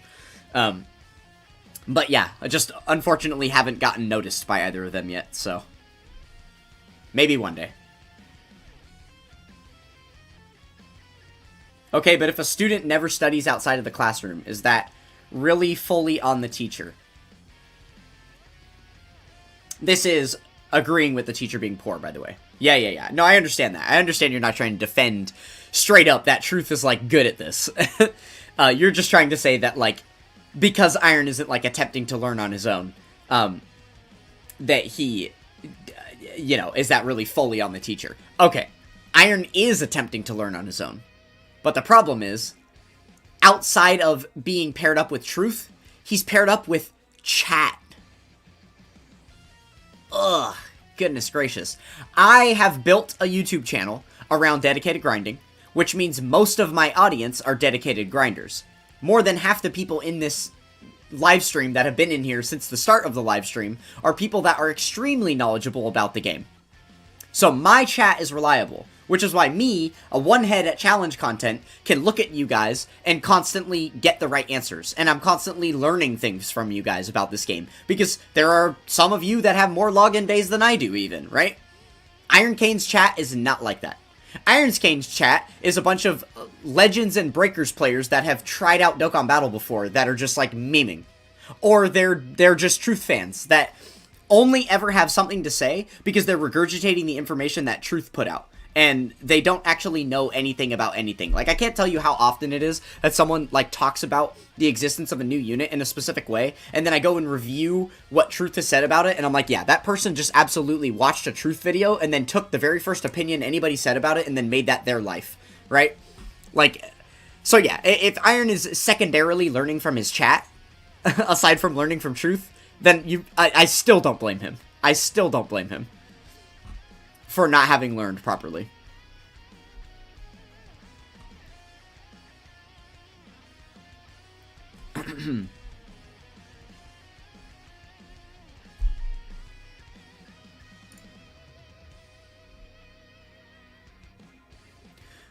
Daima Vegeta or the new Beast Gohan, who's better? I will say that's a little tough for me to say. One, because I've used Beast once, ever. And two, because I don't have Daima Vegeta. So I've used him very, very few times ever. I don't think I've used him a single time since the 11th anniversary ended. So yeah, I don't really have enough experience with either of those units to determine. I would like to assume. I mean, I know for a fact that Super Saiyan 3 Vegeta has a way higher attack output per turn.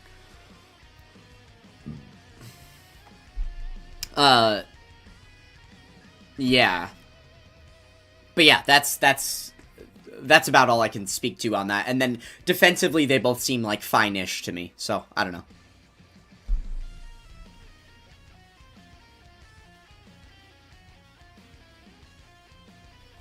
Yeah, no, I didn't get Daima Vegeta. I did not get all of the anniversary units. During part 1 of the anniversary, I was really low on funds, and then Nightman bought me the web store box space packs for Daima Forku. We did not get the ones for Super Saiyan 3 Vegeta, so I straight up fully skipped his banner. But then I managed to pull Daima Forku with those tickets, and then I did the same thing with the tickets for part 2 that I had purchased for myself, and I managed to get the Int 4s with them, and then I went in like over 1,000 stones to get UI and SSBE. But I never got Vegeta.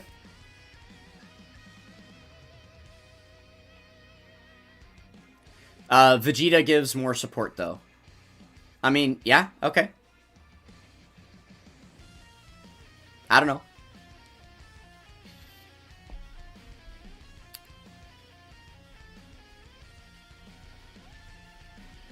Need to get me a Dokkan Sugar Mama, yeah. Yeah. It's a nice thing to be able to take advantage of here and there. Don't get me wrong, it's not like Nightman is loaded or anything. He's just a good friend. He's just willing to sacrifice. I think the only reason that he really did that for me is because he saw how stressed out I was about the box space situation. Stressed out about the ability to become #1 in power level. And with, you know, limitedly available box space that's going away at certain points, like, he wanted to make sure that I'd be able to get as much of that as possible. Because obviously falling behind it has permanent effects, right? So yeah. Favorite category at the moment? Realm of Gods. I love Realm of Gods. Love me some dodge units, and it's never been more fun to be able to just go in with all of these dodge-heavy crazy boys. So yeah, Realm of Gods. Realm of Gods, absolutely my favorite category to use at the moment.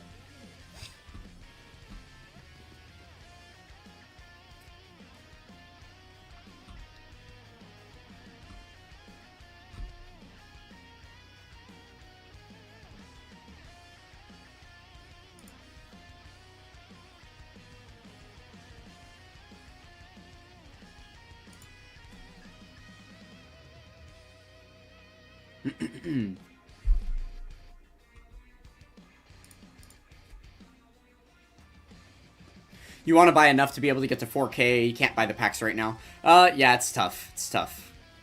You'll get there eventually. It'll happen.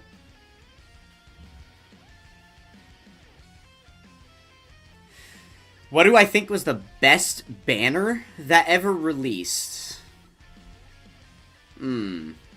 Best banner. That's... I mean, the 10th anniversary banners, right? Probably the 10th Annie banners. One of those would have been the best. There was just way too much value. In the brand new headliners, plus the 7th anniversary LRs, easy A-ing and everything. Yeah, there was way too much hype around that time. It was definitely one of the 10th anniversary banners. I don't know what specifically, but had to be one of the 10th Annies.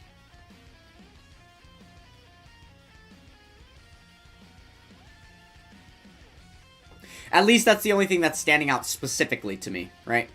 There could have been some random filler Dokkan Fest celebration at some point in the past that had something crazy happen. Like, I know at one point it was pretty good, when, right before the sync, when there was, like, they were trying to catch up global with all the releases that they were behind on, and we just got, like, a bunch of stuff back to back. One of the last things that happened was, for the Rising Dragon Carnival that year, we got both Super Saiyan 3 Gotenks and LR Jiren, which on JP those had been separate banners, but they were literally featured on the exact same banner on Global. So there have been little things like that have happened over time too that have created some pretty good, like, lucrative summoning opportunities. But I don't know if I would call that one specifically, like, the best that's ever existed, right? Yeah, GDC last year was pretty good too. Yeah. I don't know that it was better than the anniversary though. Well, I mean, I guess GDC did technically return the anniversary units, so maybe GDC would have been even better than the anniversary. Potentially? I guess that's a good shout, yeah.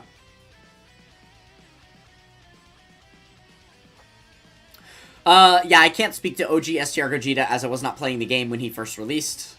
I also don't think that... Didn't they lower the rates for his banner? They literally lowered the rates. Or no, Shikra actually debunked that there was like a rate lowering that happened around that time that was actually fixed by the time that banner became live or whatever. But still, like, no way that a banner from back then where, like, it wasn't like you were gonna get him because the banner was live, right? Like, now that's pretty common. You can assume that, like, 70% of the, like, active communicating player base is gonna pull a unit on any given banner. Back then, it was probably more like 5 or 10%, right? So, I wouldn't say any banners from back then are the best that have ever existed. No way. Couldn't be. You're almost done maxing out the first 4 rows of training items. Nice, nice. I saw you do a screenshot showing that off a few weeks ago.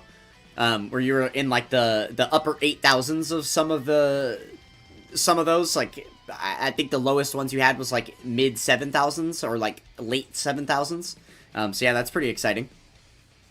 Couldn't be me, though. Couldn't be me. I will never subscribe to the manual training route. If manually training your characters was faster than auto-training your characters, I would manually do it. But the fact that it's slower, can't be bothered.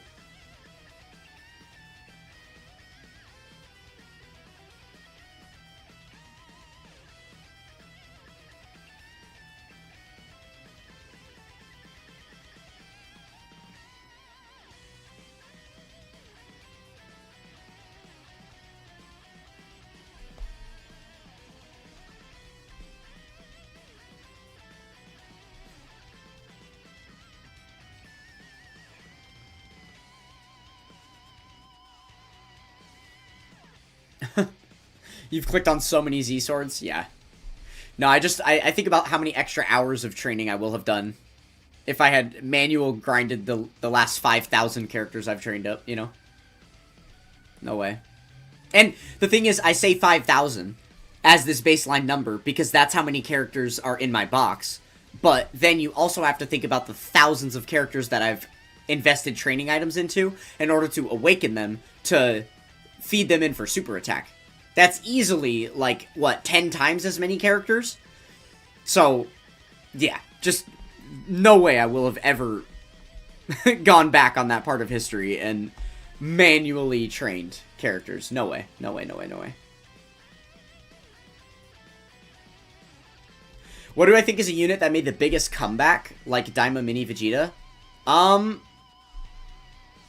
Biggest comeback. So, like, there would have to be something that gives them some kind of a resurgence in the game? I don't know. Oh, you know what I'm going to say to this? I'm going to say Tech Caulifla.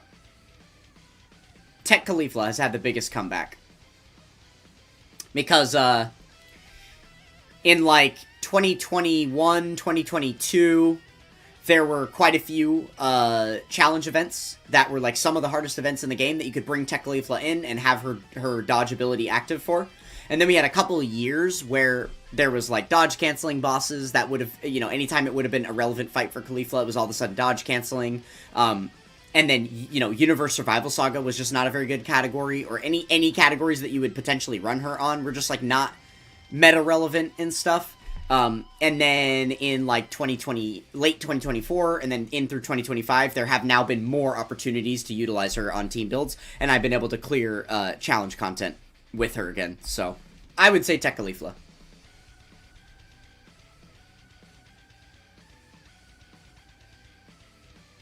Oh, well, I'm saying that it's a comeback because she was good, and then she became completely irrelevant because there was nothing challenging in game that she could contribute toward helping with. And then that changed and she got a resurgence. So, I guess a comeback and a resurgence are different things in our eyes.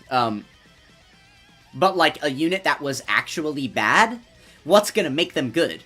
Because you made the example of Daima Mini Vegeta, but he only, I guess, he got his, like, comeback because of the new Daima Vegeta that potentially makes him better? So you're just saying, like, a unit that all of a sudden easy A's, or a new unit comes out that buffs them and then they're better or something? Is that, like, what you're asking? I'm not really sure. If we're talking about, like, if then a unit easy A'ing counts, then I would say Tekpan.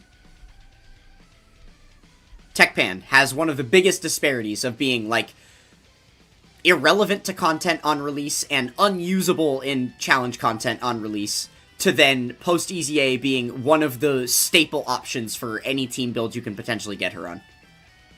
Yeah. Tekpan, that's my answer.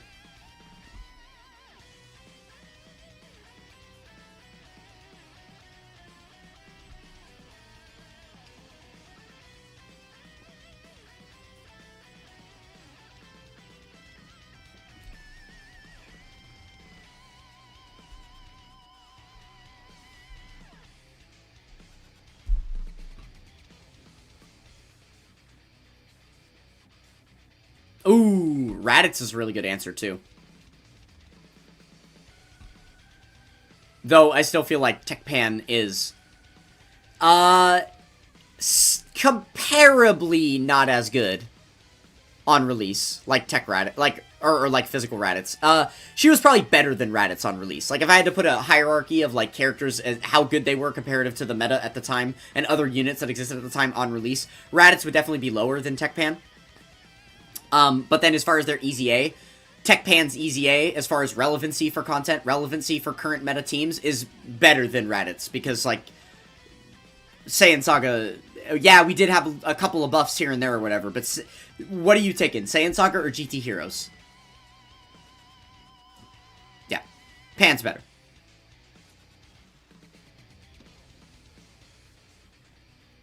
Int Goku Black easy A for real. Okay, no. I mean, no. Because he was mid-ish, more usable than people would ever give him credit for on release.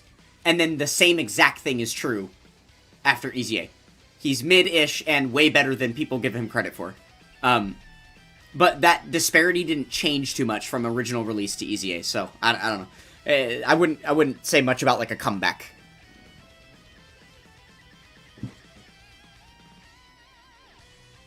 You liked him in the Legendary Goku event back in the day, yeah.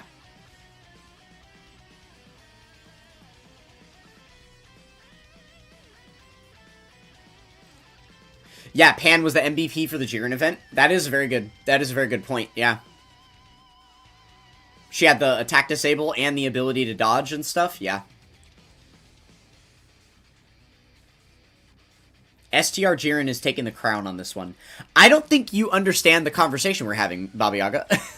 Because the two units that you have named, I would deem literally on the opposite end of this list. We're trying to talk about units that have the greatest possible comeback. Meaning, if we're comparing initial release to Easy A, they had a terrible initial release, and they sucked, and then their Easy A made them incredibly good, right?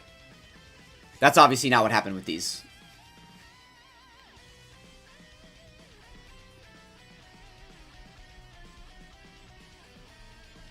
Oh. Well, the funny thing about text on a screen is that there's no emotion, so I can't tell whether you're joking or not. Unless you go, LOL.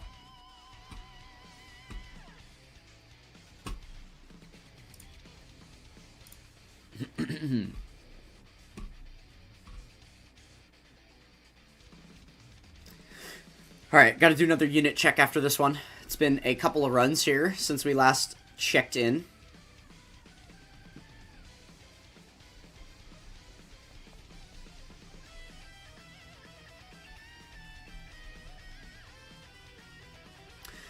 We're gonna switch gears in a second here, too. I'm gonna, we're gonna play a game.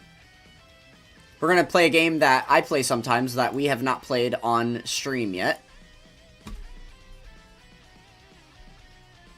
Quick little thing, it'll take 5 minutes.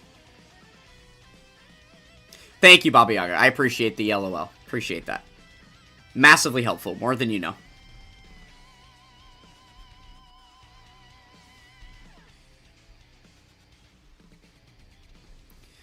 That was Krill Veg. Alright. Krill Veg. Let's get another one on there. Beerm.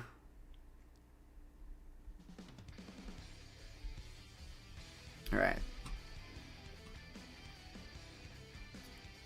What's my least favorite event ever? Probably festival for you. That's a good question. Least favorite event. Wait.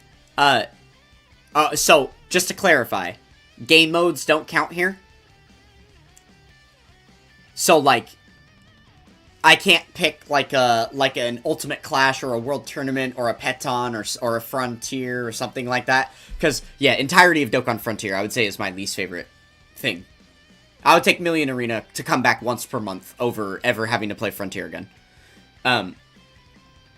But, like, if I just had to pick event from, like, normal game mode, normal event stuff that you play, that's tough. What's, like, really unfun? I don't know, just, like,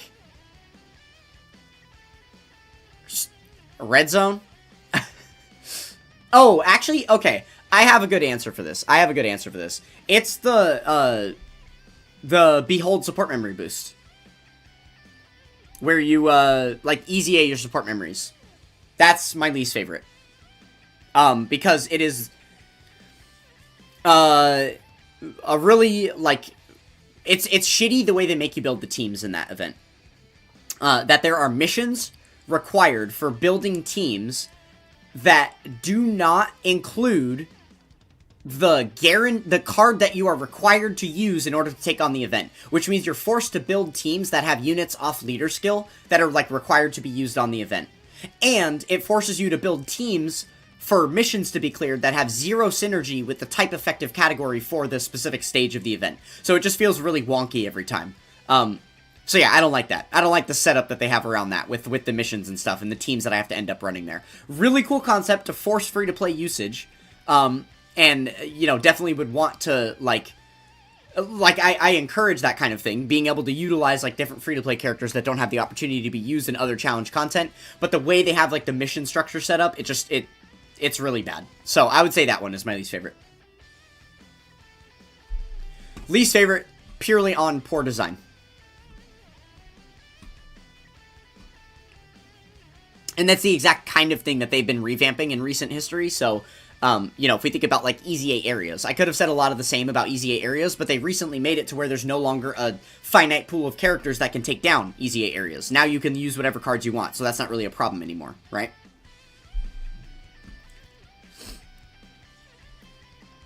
Alright. Well, we are going to play this little game right here. Who's familiar? So we're on GeoGuessr over here. This GeoGuessr is actually not free. There is, like, free, copies of this game that exist. Like, OpenGuessr is one that you can use if you want to just, like, infinitely explore. But you do actually have to actually subscribe for, I guess, as low as $3.99 a month. But if you're gonna do that, you might as well become a member of my YouTube first, because it's $1 cheaper. How about that? But yeah, you can still do the daily challenge on here for free. So we're going to do the daily challenge really quick. There'll be basically 5 locations that we have to guess. And then we'll get a score out of 25,000 based on that. Usually I shoot for just getting, like, 10,000 is the score that I hope for, because I'm not, like, very good at this, but I've learned a little bit in my short time paying attention to this game.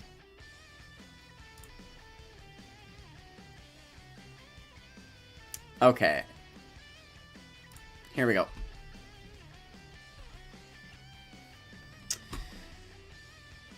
Okay.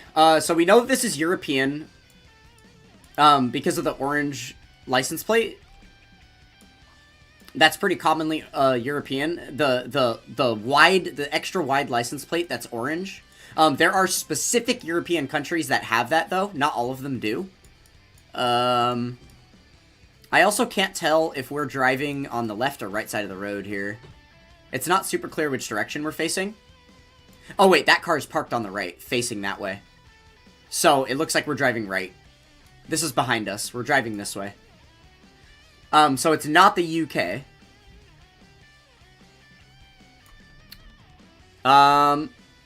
France, you say? I don't know what France's telephone poles look like. I've never actually seen this telephone pole before. Or, like, this light pole. So I'm not too sure what to make of that. What the? Is that supposed to be, like, a different language? Because all of a sudden, that's throwing more Middle Eastern vibes. Wait, is that a tuk-tuk? Oh. This might be Middle Eastern. There's also palm trees. Now I'm thinking we're, like, in Jordan. Or something like that. How much time do I have? 1:30? Okay. Also, this game mode does allow you to travel on the road. I don't like to play with the traveling. I like to stay right where I'm at. Because it's too easy to like, drive down the road and find a country flag. Or something that shows what city they're in or something. It makes it too easy. So I like to stay right in this spot. Just so you know, that's why I'm not moving. I'll just pan and zoom around, but I won't actually move down the street. Okay, so I want to guess Jordan. Because of the palm trees. The palm trees are what's throwing me. The fact that those are tropical, I feel like that wouldn't be just planted in the middle of France or something, right? Let's do that. I'm gonna guess Jordan. Not a conceded choice, I promise. Where is Jordan at? Oh, right here. Okay, we want to guess... Let's do something... do we look like we're near, like, a capital city type of thing, maybe? Let's just guess here. In Amman, Jordan. Wait. It was pretty close, guys. It was pretty close. Holy... nah. No way we got 67 miles. And it was because of the yellow license plates. That was the giveaway. That was how I was supposed to get that. Dude, no way that happened. No way. Technically, it was in Israel, right? It wasn't actually in Jordan. It was in Israel. But, like, come on. What a guess. We started out thinking Europe, and then we ended up 67 miles away from where it actually was. I'm pretty happy with that one. Well, it looks like we're easily going to get the 10,000 points. This is probably going to be my record. Alright, let's go to the next one.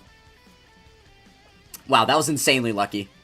That was really, really lucky. Okay, I'm supposed to be able to know some information based on the road signs that are here. Okay, we're driving right. We're driving right. I've never seen this crosswalk before. That looks weird to me. But, like, these signs... let's see. Do we have the front of signs? That one's different because it's, like, a parking sign. I'm looking for, like, a street like that. Man, I'm not getting too much information from that. What about the telephone poles? Oh, okay, we have holy poles. Holy poles. Okay, so this is gonna be in, this region of Europe. Like, Southeast Europe, or maybe, like, South Central Europe. It's going to be, like, Hungary, Romania, Slovenia, Austria, something like that. One of these countries will have these holy poles here. Let's see, 2 minutes left, 2 minutes left. Okay. I'm trying to rack my brain. So, it's a holy pole that goes all the way to the ground. There's no white spray paint on the bottom of the holy pole. It doesn't split into an A-frame pole. So it's probably Romania.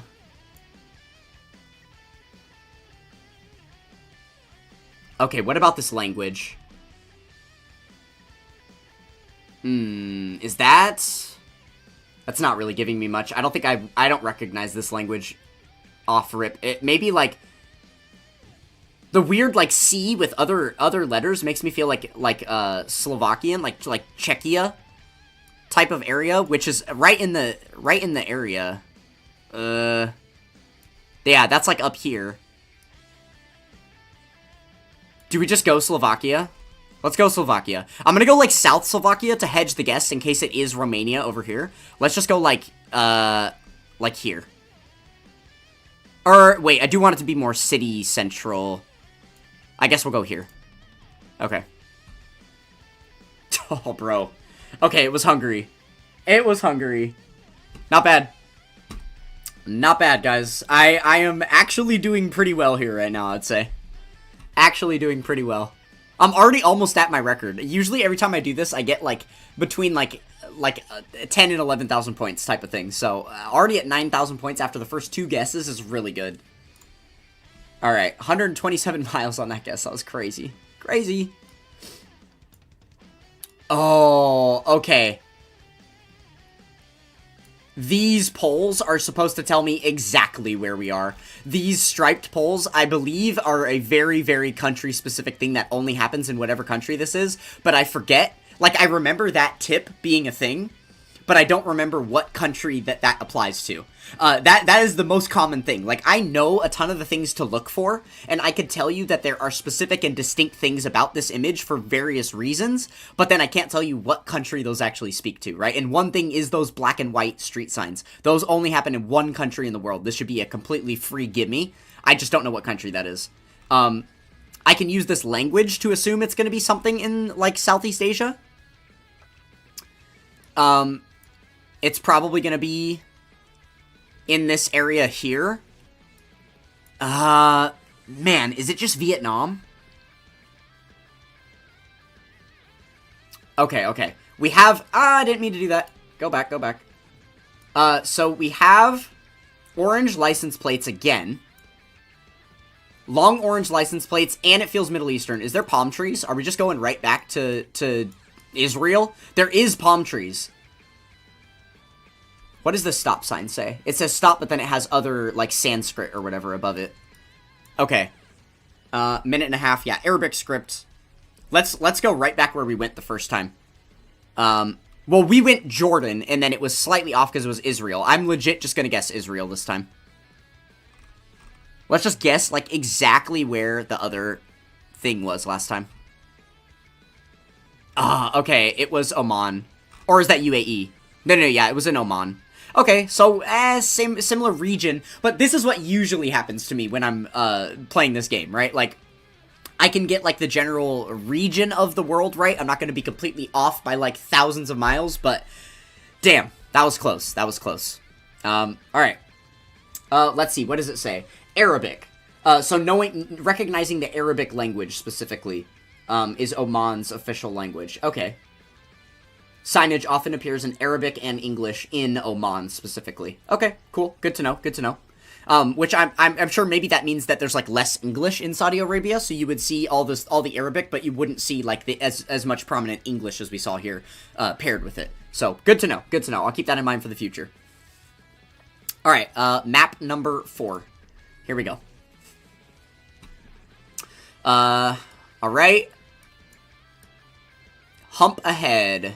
We've got English wording on the road, or on the, on the road signs, on the street. Let's see. Regular looking license plates. That one's not even blurred out, because it, I guess their AI didn't notice that one was, like, an actual license plate. Okay, vibe-wise, I'm not feeling very United States, but... Oh, no, okay, is this just the UK? We're driving left. I did just notice that now, that we're driving left.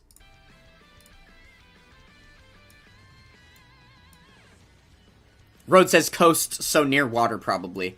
Yeah, that's a fair assumption. Oh, where's the sun? The sun is... in the north, but it's, like, kind of the northeast, so you can't really trust it. If the sun was in the north, we'd know we were in the southern hemisphere, and if it was in the south, we'd know we were in the northern hemisphere, but it's kind of in the east, so we can't really discern based on that. These really slanted, angled roofs make it feel very European, rather than American, but that's also not super consistent. This foliage looks American to me. I don't know, I think this is one that I might end up getting really wrong. These little, blind people detectors, I know that this is something that's common in the States. I don't know if this is something that they do other places, where there's the little ridges on the edges of sidewalks for blind people to know that they're at the edge. They do look a little different where I'm from, though. They're not, like, multiple patches like that. It's like a bigger track of the whole thing. This is pretty tough, guys. This is the hardest one yet, I think. The copyright on this image is 2025, so we know that Google Maps has updated this in 2025, which means it's a more common tourist spot, or a more heavily populated place, or a more developed country. So, like, Middle East is, like, 100% out, which it already was, but, you know, it is. This is supposed to be giving me something, too. This feels very European. I'm going to say not America, and we're going to go with European. Oh, well, we knew we were driving left. I think I'm going to guess the UK, because of this, like, striped sidewalk thing. I feel like I've seen this, where it looks like a F1 racetrack, but just on the normal roads. I feel like I've seen that in the UK. So, I'm going to guess UK. That's going to be my final guess, because I don't think I have anything else to give me a more solid indicator anywhere else. Let's just go right in Birmingham.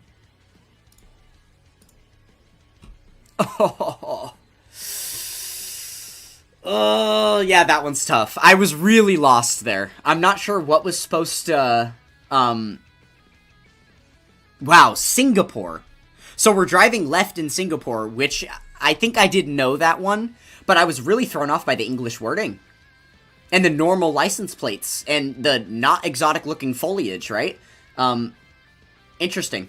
Okay, so hump ahead are painted directly on Singapore roads, which, what threw me off is literally in my hometown, they look exactly like this. If there's a speed bump coming up, it says hump ahead on the ground in the white paint, and then you drive up to it, right? And in English and everything. So it's the exact same thing in California in the United States. So, but yeah, I think another indicator that I just didn't pick up on because I'm not, like, privy enough to this stuff yet is the fact that there's that solid white line in the middle of the road. That should have been another indicator of, like, region of the world or something that probably isn't prominent in the UK, but I'm not actually sure.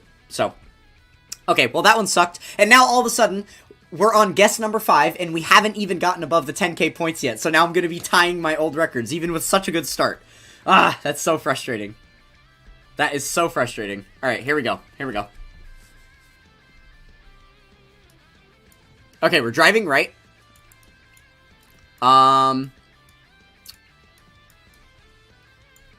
This looks American. These poles look American to me. I guess they could also be European poles. They could. There's not like a whole lot of street signs. These little triangular street signs aren't really common in the States. That's more of a European thing you see commonly, but there are signs that exist, especially because I can only see the back side of them. There are signs that exist in the States like that. Oh, here we go. Duh. Okay, it's Asian. It's Asian. Okay, yeah, we have a lot of... This is Chinese. This looks like kanji. Right here. What does that say? Something factory building. Is this just China? The crazy thing, too, is not every country in the world is on Google Maps, and only the countries that have pictures on Google Maps are the ones that will be represented in GeoGuessr. So, knowing which countries aren't on there is important. China's privacy laws do not allow them to be on Google Maps, but I have gotten a China result before on GeoGuessr. It was just, like, super coastal China. It was, like, down, like, all the way down here or something. Or maybe it was actually in Hong Kong. I think I straight up want to throw Hong Kong out as a guess. We've got the tall high-rise buildings. So it's going to be big city like that. You can kind of even see the smog in the air. Where's the sun? The sun's in the south, so we're in the northern hemisphere. Which Hong Kong is the northern hemi by a good bit, yeah. I kind of like Hong Kong for a guess here. Taiwan is your guess? Okay. Hong Kong probably won't be too far off, because Taiwan is... Yeah, like right there. So, alright. Not bad. Wait, where did it go? Where'd it go? Hong Kong! Oh, shit. I lost it. I had it and I lost it. There it is. There it is. Okay. Right here. I want to go to, like, a really populated kind of... It's got to be metropolitan with the big city and stuff. So where all these big giant, like... Maybe like here? This feels like a cultural area. Maybe like here. I kind of like this. Sure. Let's try that.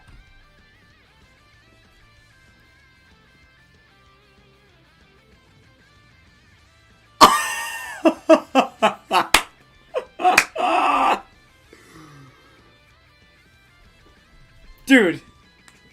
What the fuck?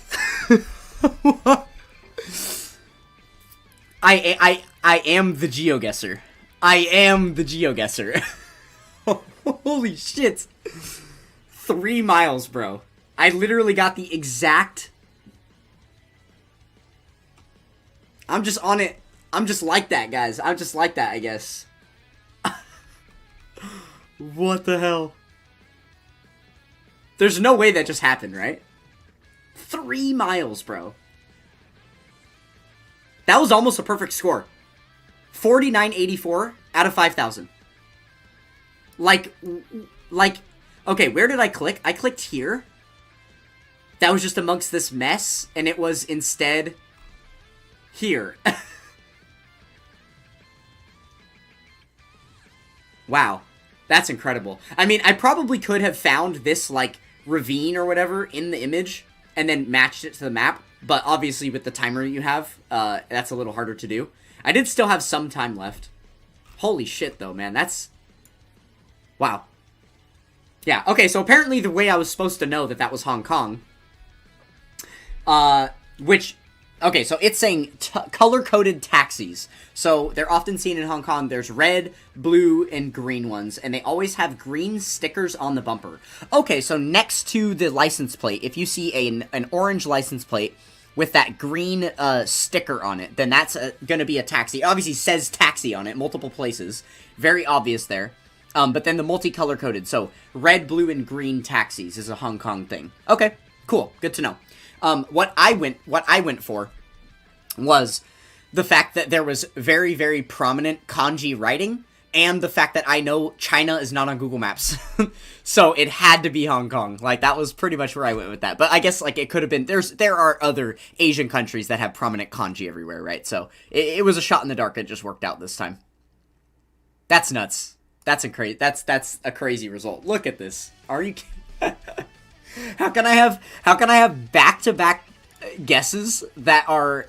Oh, wait, hold on.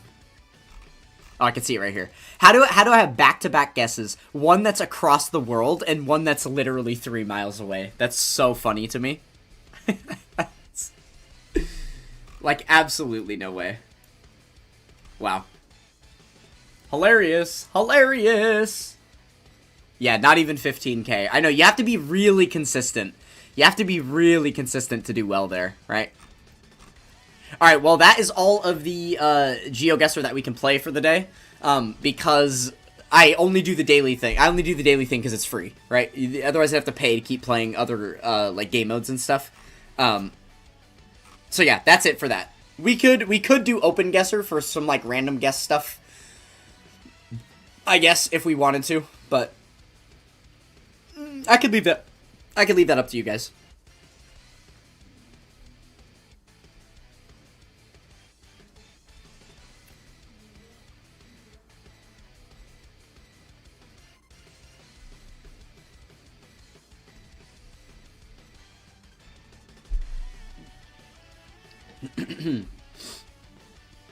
Oh, hi, Turles Link. What are you talking about? What you talking about? Alright, I think I'm gonna make the executive decision for us to do some Open Guesser. I think I'm okay with that.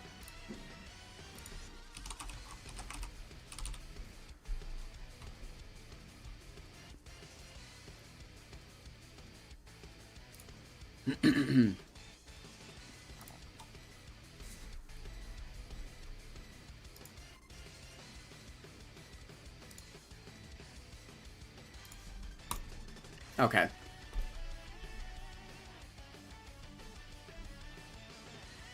OST dole in an hour? Why in an hour? Why in an hour specifically? As opposed to just asking for it right now. I'm actually curious. In an hour is interesting. Tell us my most embarrassing story? I don't know that I really have too many embarrassing stories. Oh, okay, here's one. I've got one. I don't know if this is, like, literally most ever, right? Because just, like, many things have happened in my life. But I will say I don't embarrass very easily. I don't really have a lot of shame, so. Oh, you need to do something. Okay, I'll wait an hour for you. I'll wait an hour. We'll do some OST duel at like 10:30. Sure. So, my most embarrassing story. I have, a fun little tale. Back when I was in middle school, which I guess for people who are not American, for me that's like 7th grade, 8th grade, time frame. I was, big into skateboarding at the time. So I skateboarded with, some friends, and we were skateboarding through this neighborhood. We decided to play this game, this fun little prank that you can do, where you stand on either side of a road. I'll be standing on the right side of a road. Oh, funny that there's a road depicted right here. So I'm on this side of the road, right? And my friend is on that side of the road. And we're pretending as though we're holding out a, like a rope across the street. We're pretending like we're pulling a rope really tight across the street so that cars that are coming by get scared and they have to like slow down because they think that we're like holding out something in front of their car in the middle of the road that's gonna like cause a problem with them. Yeah, the invisible rope prank. Everybody knows this, right? So it was working very well on people because we did it near a stop sign. So it was near a point in the road where like people were already going to have to be paying attention to what was coming up in their near surroundings, and then they noticed us on the side of the roads doing the thing. So people would like slow down, and then they'd like rev their engine super hard to like go through it, thinking they were going to like pull the rope out of our hands, and we'd like play along. You know, like sitting there holding it tight, and then the car would rev through where we were, and we'd be like, oh, and like fall over, like they had ripped the rope from us. Yeah, so it was working very well. It was a really fun time. Until this ricer comes down the road, this, you know, little race car full of like high schoolers at the time. And they fall for the trick. They slow down to a full stop. One of them is, like, rolls down the window and is, like, yelling something at us as they literally gas it and take off so hard with, like, I'm talking, like, the backfires coming out of the exhaust, like, the pop, pop, pop, and then they, like, take off. And so we did the same prank to them where we, like, fell over and pretended, like, the rope, whatever. But then they went around the block. And when they came back around, one of the members of the vehicle was standing with the upper half of his body outside the sunroof of the vehicle. So he was, like, the gunner on top of the tank type of thing. He was equipped with water bottles, like, single-use plastic water bottles. They were full of water, and as they sped down the street, they were chucking them at us. I literally, like, ducked, and a bottle exploded against the fence right behind me. It literally would have, like, given me a concussion. It's like them going at like 60 miles an hour and then a water bottle being hucked at you as you're standing stationary on the sidewalk. So they went around like twice in a row to do that. When we noticed them coming back, we dipped because we were like, oh shit, they're gonna like attack us, right? So we dipped into this neighborhood nearby. And I was with it was three people, me and two friends that were doing this, right? So the two friends, The two friends run to the nearest house, and they run up onto the porch of the house. The porch of the house is shaped like a long entry corridor that's just like, you know, a parallel corridor, and then it has a big giant sphere at the end, and then the door is here. So basically all that happens with this circular area at the front is that they have a little bit of an opening around their front porch, which means there's some space that you can kind of tuck behind the left and the right to not be seen directly on. So if you're looking down the corridor that goes to the front door, you wouldn't see the people hiding behind the corners there. The problem is, it's not very much space, so there's only enough room for one person on either side. You can see where this is going. My two friends arrive at those posts first. I arrive after, and unfortunately there isn't enough room for me to tuck in there to where the car driving by wouldn't see me. So I am forced to continue on my way to find a better hiding spot. So the next house over did not have a porch that had any kind of hiding from visibility at all.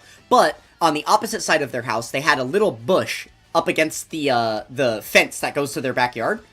So what I did was I just squatted behind that bush, because I could hear the car coming right around the corner, and there was no room for me to hide anywhere else. Unfortunately, it was a tiny bush, and they saw me. So now I'm cornered with a fence at my back, nowhere to go, and a guy who has just gotten out of the car running up to me, and mind you, he's just bigger than me. I'm scared at this point. I don't know what's going on. I'm just clutching my skateboard for dear life, holding it out in front of me as a means of protecting myself in case something comes flying at me, or a fist or whatever. I don't know. That guy stands in front of me, just, like, yelling at me for a second, just obviously trying to, like, keep me scared or whatever. Then somebody else comes out of the car to join him, runs up to me, takes a bottle, like the water bottles they had before, sprays it all over me, like completely drenching me from head to toe. And then they get in their car and they drive off, and it isn't until they drive off that I realize he had just dumped a bottle of piss on me. I smelled like piss. There was piss all over me. They had peed in a water bottle and then poured the piss bottle all over me. And then I rejoined with my other friends after they take off in the car, and they're, like, laughing at me that I had gotten piss thrown all over me, and I was the only one who had the, like, anything bad happen to them from that situation and scenario. So, I, immediately went home after that. As it happens, my extended family was visiting, so there was, like, 8 people in my home, and I walk in the front door drenched, and had to be like, yeah, sorry, gotta go change, I'm covered in piss, because someone doused me with a bottle of piss. So that was pretty embarrassing, I would say. Anyways, what country is this? What are we thinking, guys? How about Eswatini? Do we think this is Eswatini?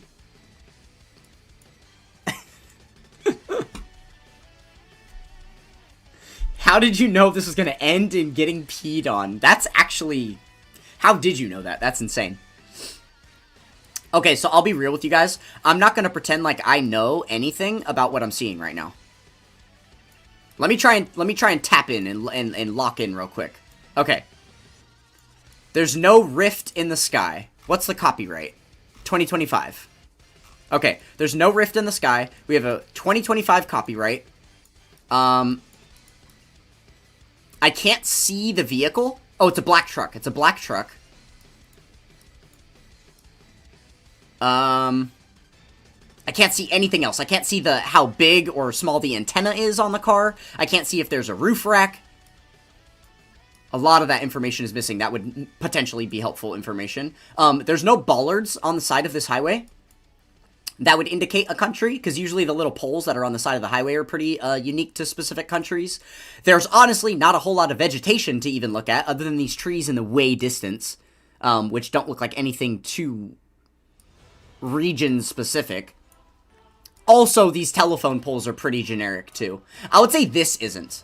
This, to a GeoGuessr Pro, they probably saw this right here, and then were able to make their guess about what country it is. Let's see. Texas is crazy. Texas? Do they have shit like this in Texas? Is this America? What? Oh, okay, hold on. The ground is completely messed up. This is, like, really, really poorly paved. It might be Texas. Texas has horrible roads like this. This grass, I threw out I said Eswatini. I was kind of joking, because Eswatini, the way you know it's Eswatini is because there's this long, luscious, like, tan grass. This stuff is too green to be Eswatini grass, but it would look exactly like this, but it would be all, like, this color, like this gray over here, or this tan. So it's not Eswatini, but, yeah, I guess maybe Texas. I don't know. I'm not super familiar, but I will say that these power lines look familiar-ish to, like, something I might have seen in the States. I am gonna let you have your way on that one. Let's guess Texas and see how right or wrong we are. It's gonna be hilly, but not mountainous. So probably, like, on the edge here, maybe San Angelo, something like that. It's obviously, like, way out in the boonies, right? Let's guess there. And it was Turkey, yeah. Yeah, I know, and the reason why I let you throw that dart is because I had no idea either. Turkey is actually one of the hardest countries for me to guess. I have gotten this country wrong on guesses more times than any other country. I just haven't learned, like, the defining features to know when it's like, oh, it's Turkey. And I feel like memorizing the way that those telephone wires looked might have helped. And I'll have to keep that in mind for the future. But yeah, that's one thing I hate about OpenGuessr, is it doesn't give you the clues, the indicators that GeoGuessr does about, like, this is why you should have known it was this country, right? Because now I don't feel like I learned anything. We just kind of guessed wrong and we're moving on, right? as opposed to it telling me what I should specifically have been paying attention to in that photo, right?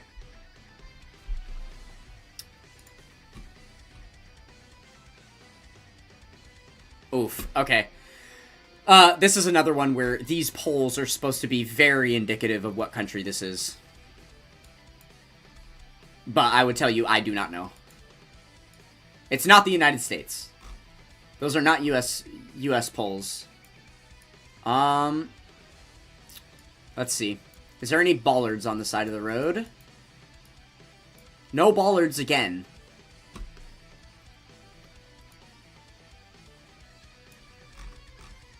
Can't tell too much by this architecture. This stuff does look a bit American to me, especially like all these telephone wires. But you see how all these telephone wires, you might not be able to see it on screen. There's like this white paint at the bottom of them. There's like a paint or something going on at the bottom of them. I don't think that's American. And then you can see like these. Yeah, like they have this like this little orange like pasted like poster thing on them. That is definitely indicative of something outside the US, but I don't know what, I don't know where. Oh. That is an orange and blue like front of a car. That is another thing that's supposed to be indicative for me, but I don't know what country that comes from. This is a country that has a really unique car, though. Was it just Australia that had that? Nah, this isn't Australia. I mean, it is flat, as far as you can see in any direction. There's no mountain ranges. Yeah, that's just like a city in the distance. That's cloud coverage. That's not mountains. I don't know. I'm very lost on this one, I will say.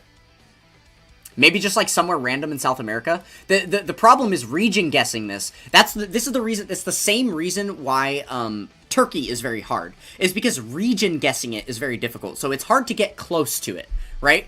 There's nothing indicative that's giving me like clues to a specific part of the world. That's the tough thing.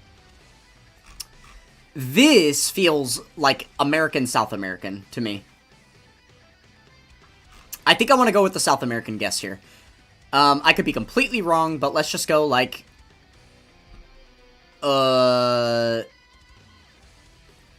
maybe Chile? I just had no idea. And it was right next to Turkey again. It was Romania, apparently. Okay, so I guess those power poles were Romanian power poles, and I would have needed to know that, right? Yeah, Chile has mountains, and there would have been water in the distance. That was probably a horrible guess. Honestly, had I thought about that a second, the fact that there was like no water in sight anywhere around there probably would have hinted more Europe than South America, but is what it is. Because I knew that wasn't Brazil. There's a couple of things about like the road lines on Brazil and the street signs and stuff. I was pretty confident it wasn't Brazil, and that's where you'd want to guess if you were going to region guess somewhere that can't see water, right? You'd have to go like this area of Brazil for South America. So yeah, that was kind of a poor guess, all things considered.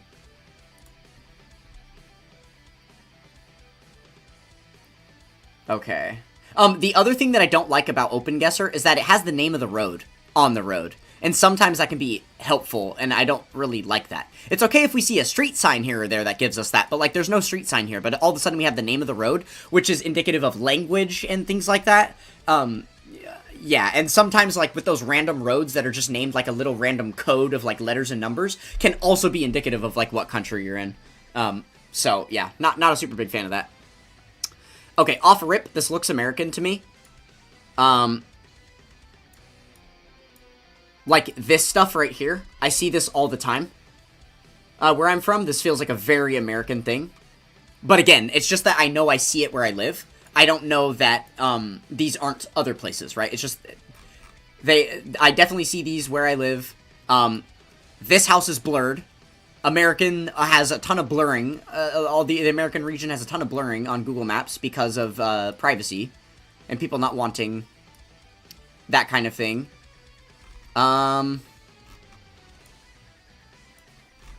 Let's see. Yeah, like this is pretty American too, having these like your mailbox out front of your house. These trash cans look American. Cars driving right and has an American looking license plate.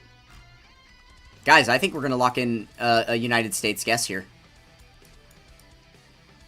I think so. I think so. Oh, that's another thing that sucks about Open Guesser. There's no compass. There's no compass. I don't know which... I don't know whether the sun is in the north or the south or anything like that because I don't have a compass. So that's dumb.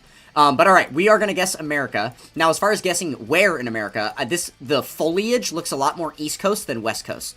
So, I am going to go the East Coast of the United States. We're just going to guess, like, here. Boom, baby! Oh, there we go. We got it. I guess Vermont, it was New Hampshire. That was a pretty good guess. Considering it was my home country, I guess I'm glad I didn't screw that one up horribly.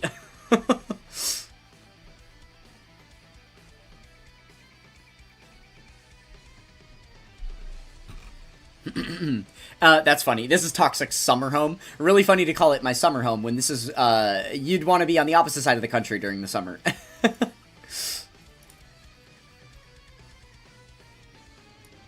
Okay, so this is American again. We're back in America, no? Like, are you kidding me? There's a trailer park. This is the most American shit ever. Oh, and look, the exact same electrical box we just saw in the last thing, right here. I'm pretty sure we have another American guess. I can't say I know enough about the state-specific license plates to have the blur of the license plate help me here. It kind of just looks like a white license plate, I'm not sure. Real estate sign. Yeah, we got more of like the little mailboxes out front. This is a residential area, as well as also being super spaced out. So yes, Tornado Alley. There you go. That is a huge. This is probably like Midwest, right? If it is the United States, which I'm pretty sure it is. This is probably just Midwest. Yeah, those poles are American. The cylindrical, like, tree trunk poles. The yellow dotted line in the middle. Alright, I'm willing to guess it. I don't know if there's going to be any indicator that's going to give me anything further about the state that they're in. Maybe just, like, Oklahoma-ish area, you know? Somewhere in here. But there's really no... I don't know, just... Wichita County is kind of populated. Maybe it's not there, because we're, like, kind of... way out in the middle of nowhere. Let's just go Dodge City, Kansas. Sure. Oh, wow, it was actually Pacific Northwest. It was in Washington, outside Seattle. Ocean Park, Washington. Wow, and so close to water, too. I wouldn't have expected that. It really didn't look like it was close to water, but I guess there was a lot of really green stuff there, whereas in Tornado Valley, it'd be a lot more tan. So, yeah, maybe that was where I messed up. I should have known that it was too lush to exist there. But still got the country right, which is nice. It's always a feels bad when it is America, but you don't guess America, right? Okay, so perfect thing right here. Double yellow line in the center, solid white line on the right and left. This is 100% an American highway. And here is the example of where I was saying US 74. This spoiled the fact that it's a United States highway. I knew that already based on the road lines and this guardrail on the side. I'm 100% confident that this is an American highway.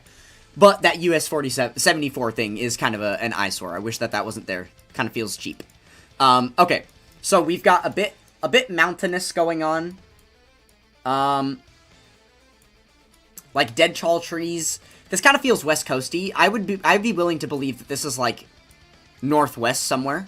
Same region we were just in, like Oregon. Something like that.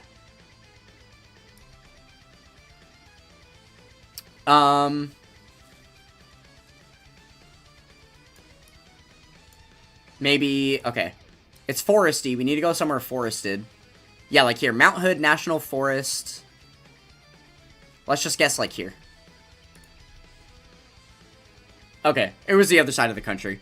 Couldn't have known for sure. Fun fact, I haven't even actually been. 74 even means east to west road. That I know too, because it's an even numbered highway, so it goes left to right instead of going top to bottom. Like the odd numbered ones do.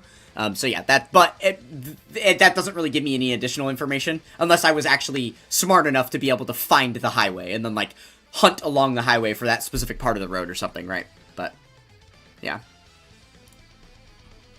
All right, but again, another correct American guess, which is nice. Okay, finally we are out of America. We've got people on motorcycles, we've got tuk-tuks, we've got palm trees. Okay, so this could be like Bangladesh, India, Sri Lanka. I kind of like Sri Lanka mostly. There's a lot of English here, and I'm not really... I mean, it's kind of hard to see, but I don't really see many other language. I feel like if we were in India or Bangladesh, or like Jordan or Israel again, we would see much more of their, like, the foreign language writing. But everything appears to be English. That's not English, but, like, that is... Maybe we're in Sri Lanka? That's tough to tell. What about street poles? Is there any street poles? Those don't really help me too much. Other than, I know we're not in Bangladesh. I know we're not in Bangladesh because none of these... Oh, wait, are those posters? Hold on. Is that a poster right there? In Bangladesh, they like to put posters all over their poles.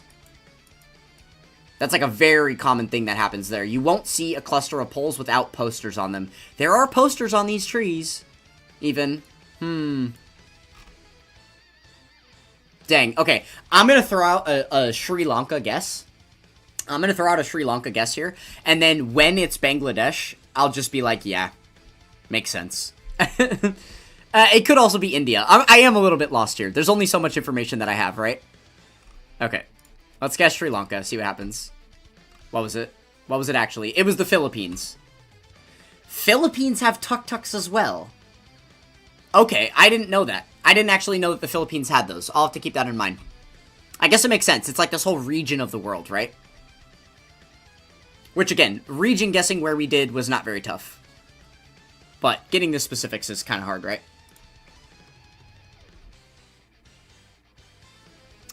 Yes, I am in California. If that's what you're asking. Okay. Is there a police car following me? No.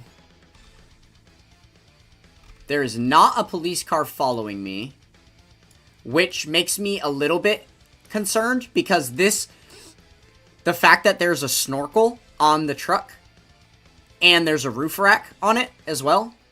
Dang it. Oh my gosh, stop. Okay, so the fact that there's a roof rack on this truck and there's a snorkel on it, if there was a police car following us, we would 100% be in Nigeria. But the police car not being there means we are now 100% not in Nigeria. And there's not a whole lot else to go on. This is, I mean, is this just Australia? It's so barren. All the road lines are white. I don't have a ton to go on as far as, like... I mean, we're driving right. I'm just gonna guess Australia. I really don't have much else to go on. Let's just go, like, Perth. It was Mongolia. Yeah, like, I just never would have got there. I know nothing about Mongolia as far as, GeoGuessr is concerned.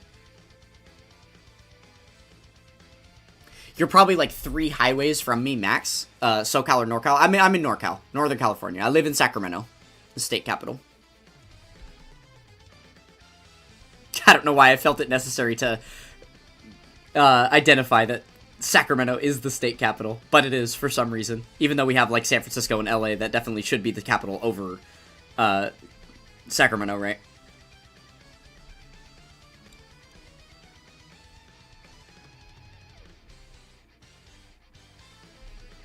Alright, just rebuilding my team real quick. Hold on. So I gotta get rid of Krill Veg.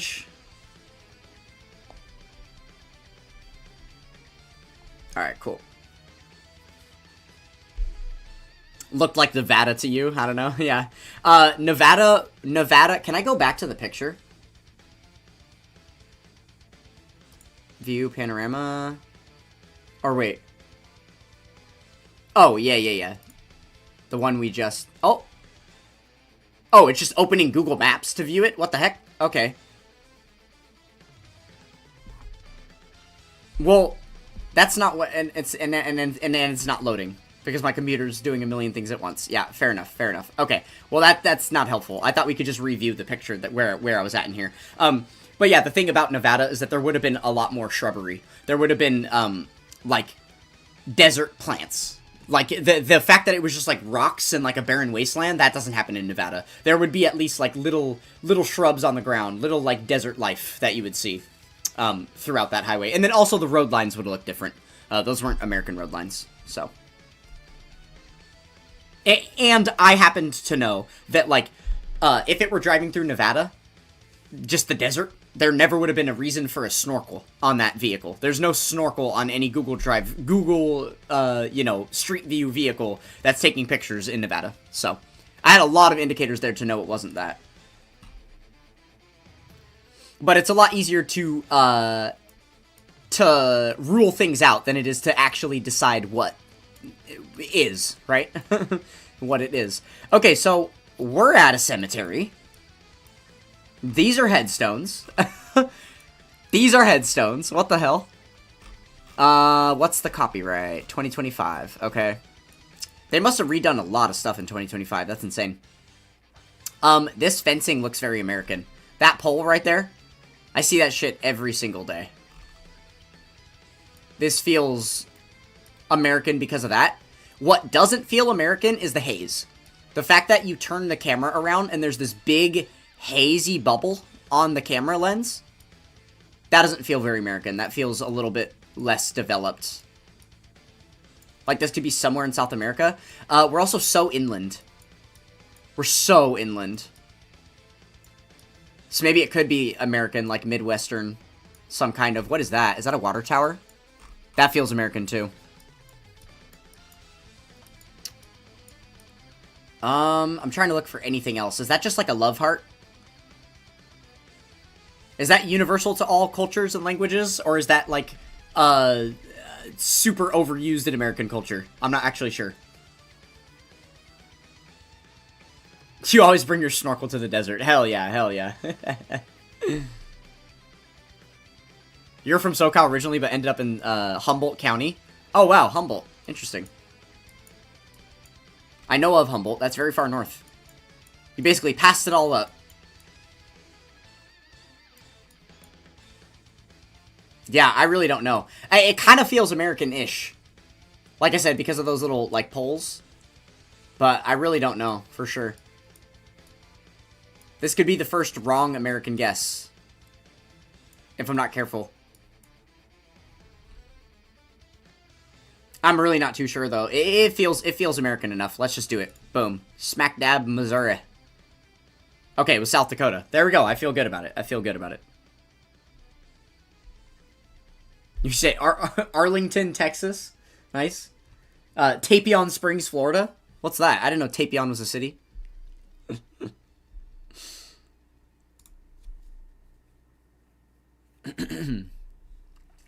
Guys, the GeoGuessr has been going pretty good today, I would say. This is, I've been on point with my guesses more than I haven't been on point with my guesses. Okay. So, first thing to look at here, we've got motorcycles, we've got the little tricycles. We're driving left. Wait. Can't really trust the bikes. I mean, these are motorbikes driving left. Yeah, and the cars are parked driving left. Yeah, so we're driving left in whatever country this is. Okay. And then there was also this sign with all this writing on it. Is that Bengali? I think... Oh, I'm trying to remember. I'm pretty sure this little triangle that we see here, written over and over, that little triangle text that keeps coming off the bottom of this line is Bengali. So I'm pretty sure we're in Bangladesh. There's also posters on this pole right here. Repetitively over the years, more and more posters have been put on there. That's a huge Bangladeshi thing. Yep, posters here.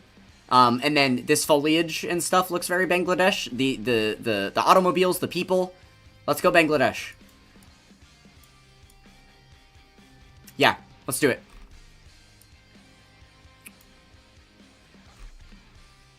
Okay, where though, right? Ugh. No idea. This would be a complete shot in the dark. I don't even know what the popular areas are. This looks less like a big city, so probably gonna avoid this area here. Maybe somewhere outside. Like this. Sylhet. It was Bangladesh. I guess it was more central Bangladesh, but I got the country right. It was Sakipur. Sakipur. Okay. Neat. Nice, nice.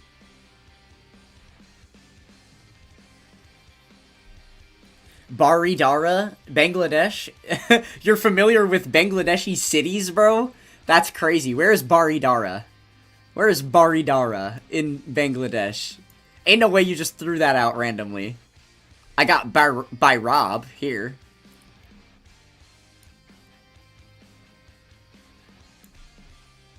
You stayed for 4 years? Oh, like you used to live there? It's in Dhaka? In Dhaka somewhere. Let's see. Bari. I don't see it unless it's like, oh, Baradi? No, Baridara. I don't see it. It might just be small enough that it hasn't appeared here with how far I've zoomed in. I'm not sure. I'm not sure. But somewhere in this region. That's kind of cool. I didn't know you lived there. Nice. But I guess I was right about that Bengali language. I've finally learned what that looks like, so that's good. Leveling up my my GeoGuessr game.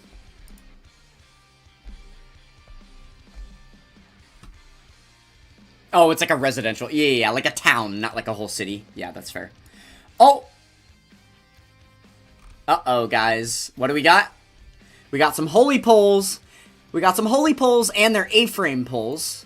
So that means that it's gonna be... Because they're A-frame poles, I think that means that they're Romanian? Hungarian? This is Hungary or Romania?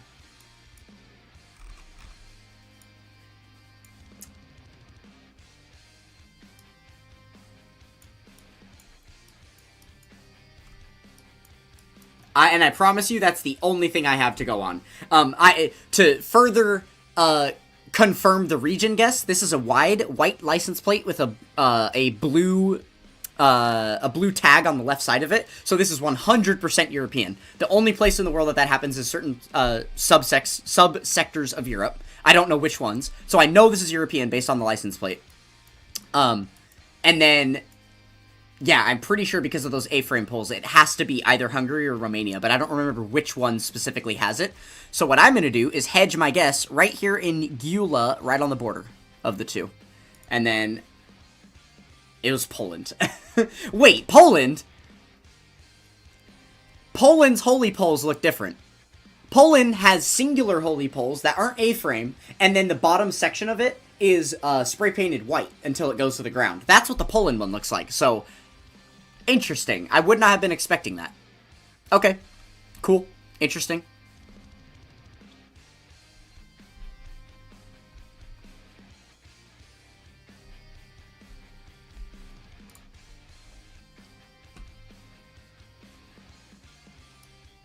Do we have more Bengali? See, that's not Bengali. That is not Bengali. That might be... well, it's something else. It's something else. But that is not Bengali. Okay, so we can effectively say we're not in Bangladesh here.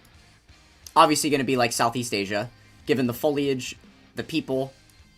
Oh, these people are light. Okay. Why is there so much blurring going on here? What the hell? I think it's supposed to be blurring their faces, but why did it indicate there's faces all over here? Are these dead people? Ooh. Scary. Okay, we're driving left. We have American-looking road lines-ish. Did not mean to do that. I'll go back. Okay. Okay, so we still have all of the, like, we have palm trees. These are, like, a different-looking palm tree, though. Yeah, that's a little odd. I feel like this type of palm tree should be indicating something for me. Not something that I know specifically, though. This could be the Philippines again. I feel like this looks pretty similar to, like, when we guessed when we got the Philippines wrong earlier. The one thing that would, I think, help indicate is the road lines. I just don't know what the road lines are supposed to look like in the Philippines versus wherever we are now. I'm gonna guess it, though.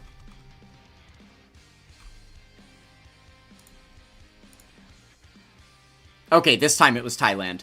It's... Oh, wow. Oh, okay, I was actually gonna give you props for saying it was Thailand, and then I realized you called out Malaysia and Vietnam first, so you're just actually being racist. Okay. But again, another thing where, like, really, really easy to region guess that part of the world because of all of that stuff, but very, very hard to pinpoint the differences between those actual places within that region, right? So, makes sense I got the region right. But yes, I have watched a lot of Rainbolt tips and tricks. That's how I know a lot of the stuff that I know. Like, you'll get better at GeoGuessr so much quicker by not even bothering playing it, but just by watching professionals play it, right?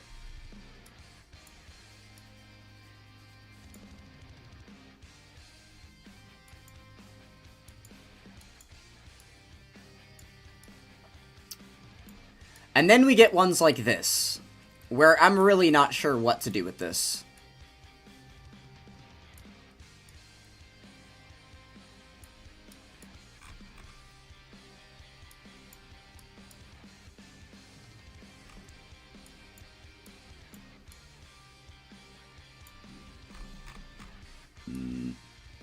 Okay, so there's a big power line thing here.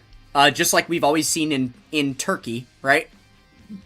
We have not guessed Turkey twice today when it was Turkey. And in both of those photos, they had these. The big giant power lines. So, given the fact that I have no indicators about where the hell in the world this is, and it looks kind of South American, kind of American, and kind of European, I'm gonna guess Turkey. And I have no idea where in Turkey, so I'm literally just gonna pop a point right there and guess it. And it was just Switzerland. Yeah, I literally don't know what I was supposed to get from that. Again, this is why I hate this game mode, this game versus actual GeoGuessr, is that it doesn't give me anything to learn off of, to know what I should have been looking at in that photo that made it a Switzerland guess, right? Yeah, that's just a tough one. Oh my god. Yeah, speaking of tough ones.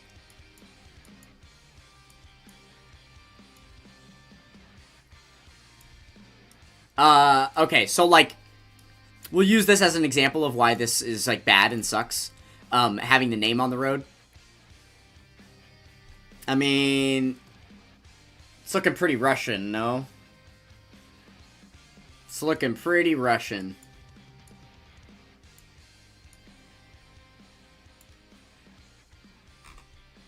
Most of Russia's coverage is in this area, right here. There's not a whole lot of coverage in, like, these regions of Russia. There's quite a bit over here, too. Oh, you can't even see my cursor. Like, over here in Russia, there's a lot of coverage from Google Maps. Because remember, Google Maps is only ever going to cover where, like, roads are. So if there's not a lot of civilization and not a lot of roads, then there's not going to be a lot of Google coverage in that area. And that's the tough thing about region guessing Russia, is you're either all the way on the east side or you're all the way on the west side. And if you get it wrong, you're off by thousands of miles, right? So I'm just gonna guess, like, here. Assuming it is even Russia. There we go.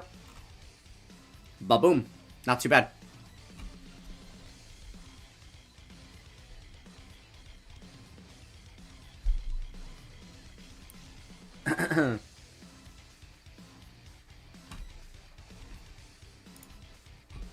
All right. I'm absolutely loving the audience participation, by the way. Thank you, Cozy, for giving it your best. Okay, and right as I said it, that Google Maps only covers places where cars go. That is, unfortunately, over the past couple of years, not true anymore. Something that Google Maps actually does is they have trekkers, is what they call them. And it's a person wearing a backpack that has a camera inside of it, and then this big pole that sticks up off the top of them with the 360 camera above their head. Which means now Google Maps can access many more areas that cars couldn't go before, so you end up getting pictures like this on Google Maps. How the hell am I supposed to guess this? All the typical meta stuff that you use for GeoGuessr is based on the roadways, based on the cars, the direction you're driving, the road signs, the landmarks around the road. This is just in the wilderness. Like, all you can go off of is the mountain range, the direction of the sun, and the foliage. And on this open guesser that we're playing, I don't even have a compass, so I can't depend on the direction of the sun. Literally just guessing based on foliage. Where in the world this is. I have no clue. Like, what? They also did a really good job blurring out this gentleman or lady that is holding this camera, so I can't see, like, the top of his head to see what kind of hair he has, to know what kind of region of the world he might be from. You know what I mean? Like, there's literally nothing I can guess. Stones look very flat. It's France. Okay, so, like, these mountains with very flat stones, not a ton of foliage on them and stuff, you're thinking those are French hills? I don't have that information. That's just not something I've learned. I guess I can trust you on it. I literally don't even have a clue for remotely a guess of anywhere. Let's just go for, like, a very mountainous region, I guess, in France. I do not even know. There's got to be water with the mountains, too. Let's just go, like... I mean, Geneva's technically in... what is that, Switzerland? But we'll guess, like, right here. It was Chile. Like, yeah, I just, that's the hardest kind of thing to guess. There's literally just no way to know. Literally just no way to know. That's tough. Okay, so... I mean, South America. It's kind of been given to me with Rivera here. Oh.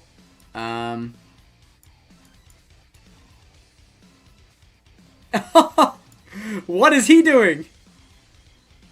What is this guy doing? I guess he was passing, maybe. He's just, like, just now passing on the left and going, like, way faster than the Google car.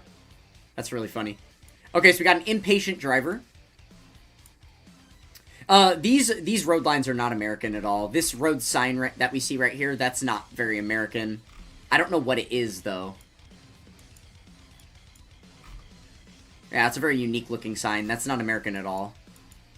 And I knew based off the road lines as well that this isn't American.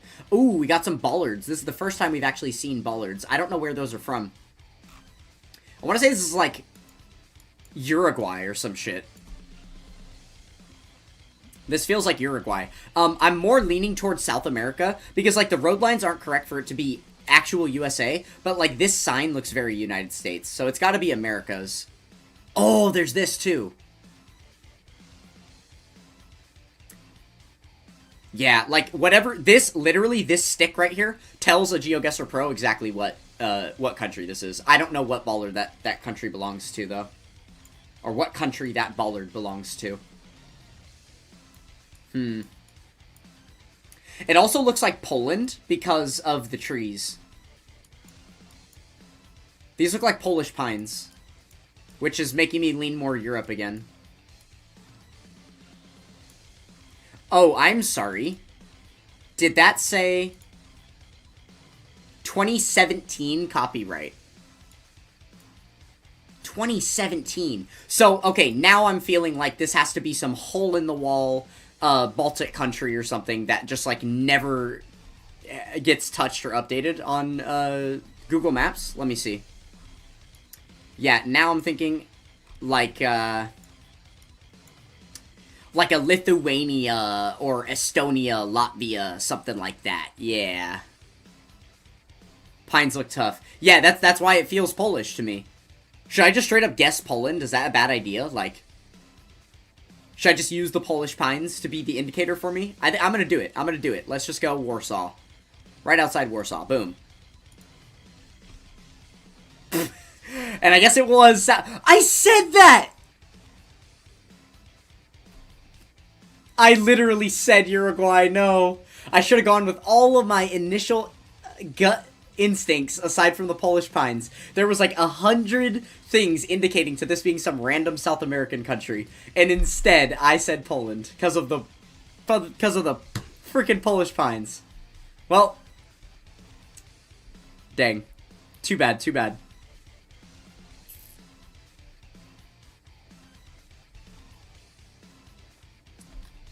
How many 8s did he have left? One. Oh, only 2. Okay, he's done. He's done.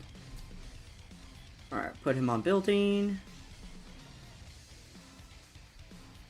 Here we go. Okay. Alright. You're done. I'm finishing a lot of Krillin Vegetas, I feel like. More so than the other units. It's a little weird. Oh, this one's done too. That one only had 2 links that weren't at 9. Okay, there we go. Gotta get all 3 of his done.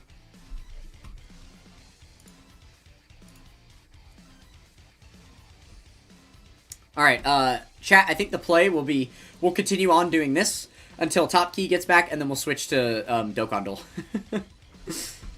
We'll switch it up for a little bit. And then we'll, after Dokkan, we do that for a little while. I'll most likely get into the reaction video for the 2018 year of Dokkan Battle, that the next video in line in the Shikra series that we've been reacting to, and then I'll probably be ending stream shortly after that. So we've only got a couple hours left.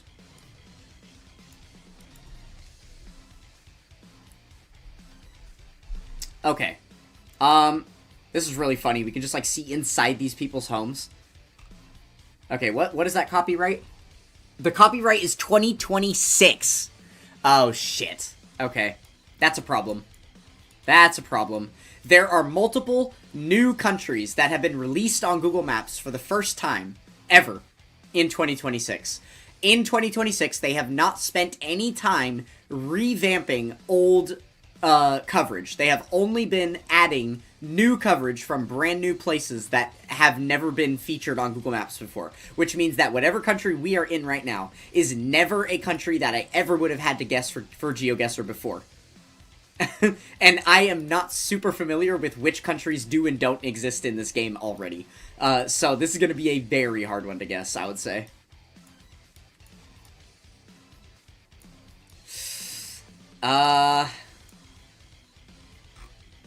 Yeah, I don't even know.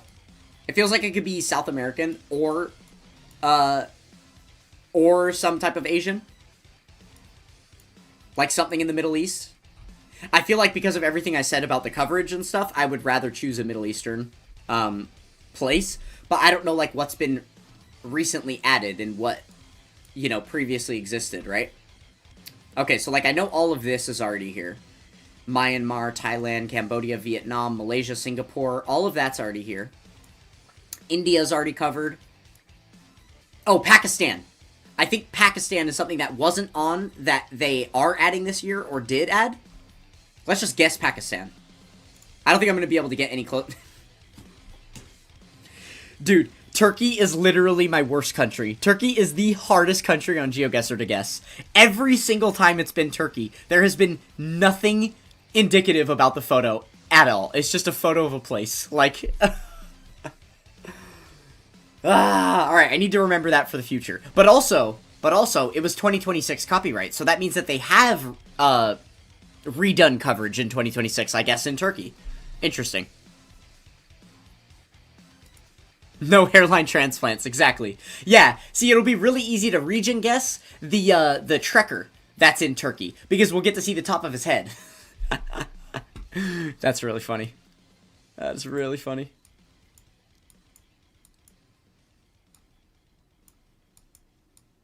Alright, what do we got here? That is not an American person. Yeah, the dirt bike out front, the dark-looking individual. Not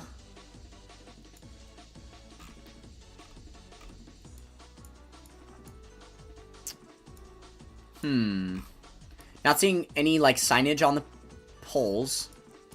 This is probably supposed to be indicative of some type of country that does this specifically. These little stickers on their poles, but I don't know. I don't have the information. So, like, American-ish seeming cars. Which also happens in, like, Israel and stuff. And we do have the palm tree right here. Are we maybe going for another... I think we've already nailed down the region, right? Oh, look at this. The little moats. The moats on the side of the roads. I didn't even notice that. So we've got to be somewhat close to a large body of water for that to be a thing. Unless this is just, like, that's their sewage system. That runs through the side of the street like that. I know some third world countries have that kind of a thing. We got laundry hanging out back. This is definitely a less developed country. I'm willing to go back to, like, this section of Southeast Asia. It's just, again, gonna be another, like, shot in the dark of which of these Southeast Asian countries it is. It's somewhere in here. Somewhere in here.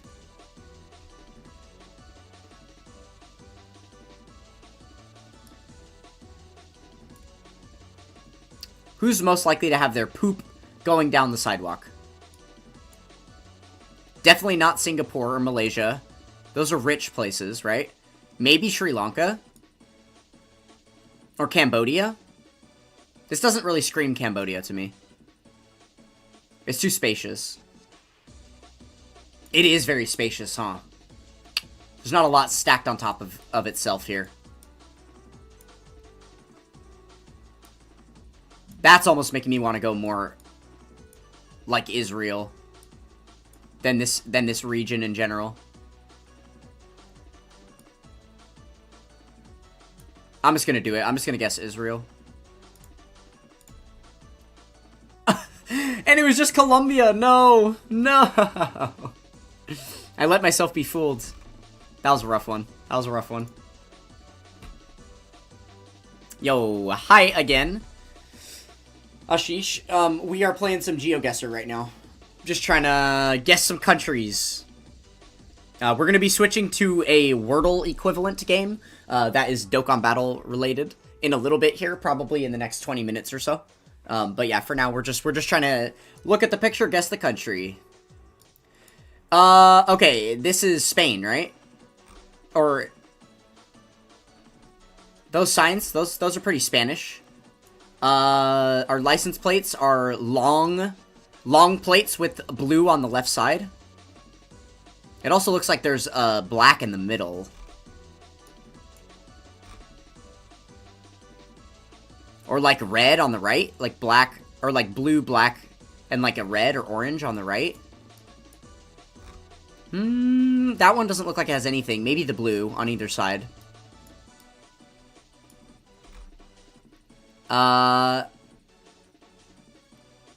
Okay. I mean, it does say stop on the stop sign and not pare. I don't know if it says pare in Spain.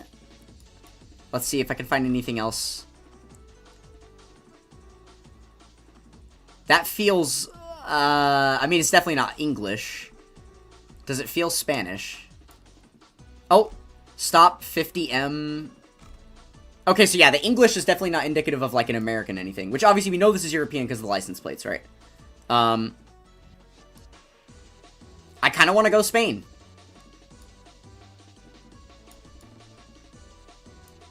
These signs right here are 100% the answer. And I think it's Spain. I think it's Spain.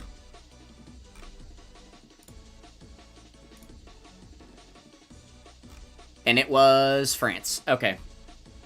Cool. France, French-speaking countries. How did you know? Did you see that language and you knew it was French because you're a cheater that actually speaks more than one language?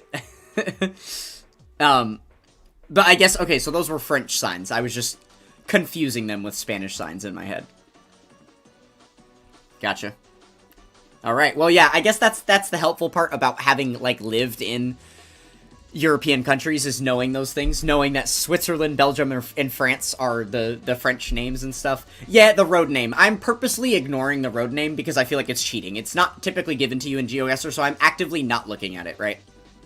Unless the road name immediately has punctuation on it that gives me an indicator that it's like, okay, well, that's German, because there's 2 dots over that U, so it has to be German. There's no other language that does that, right? Unless I get some free clue like that, then I don't usually use those road signs as like an indicator for language.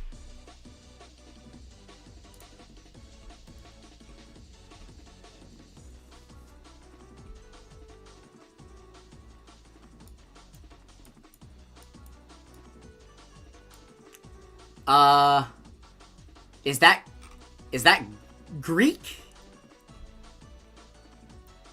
Grunwaldzka. It feels, when you say it, it feels, Russian. But the problem is that these are not Russian characters. So I'm pretty sure that's Greek. There also isn't Greek characters in it. Oh!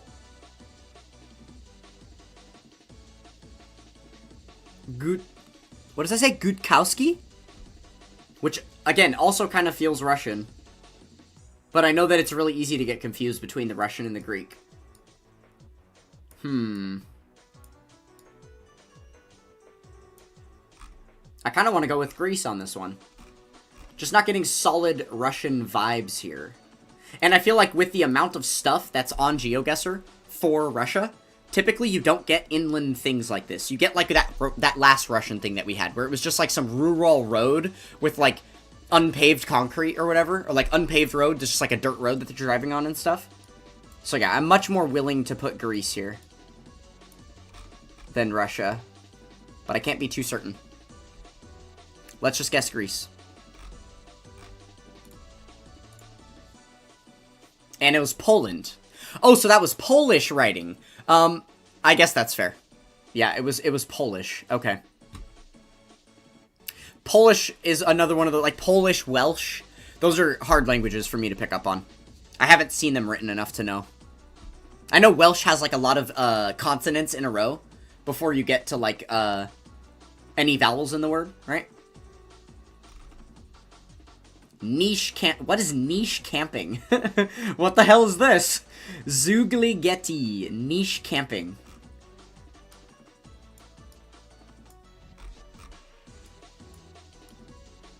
Interesting. Okay, so we're also same region of the world. We've got those same license plates going on. With the blue on the left.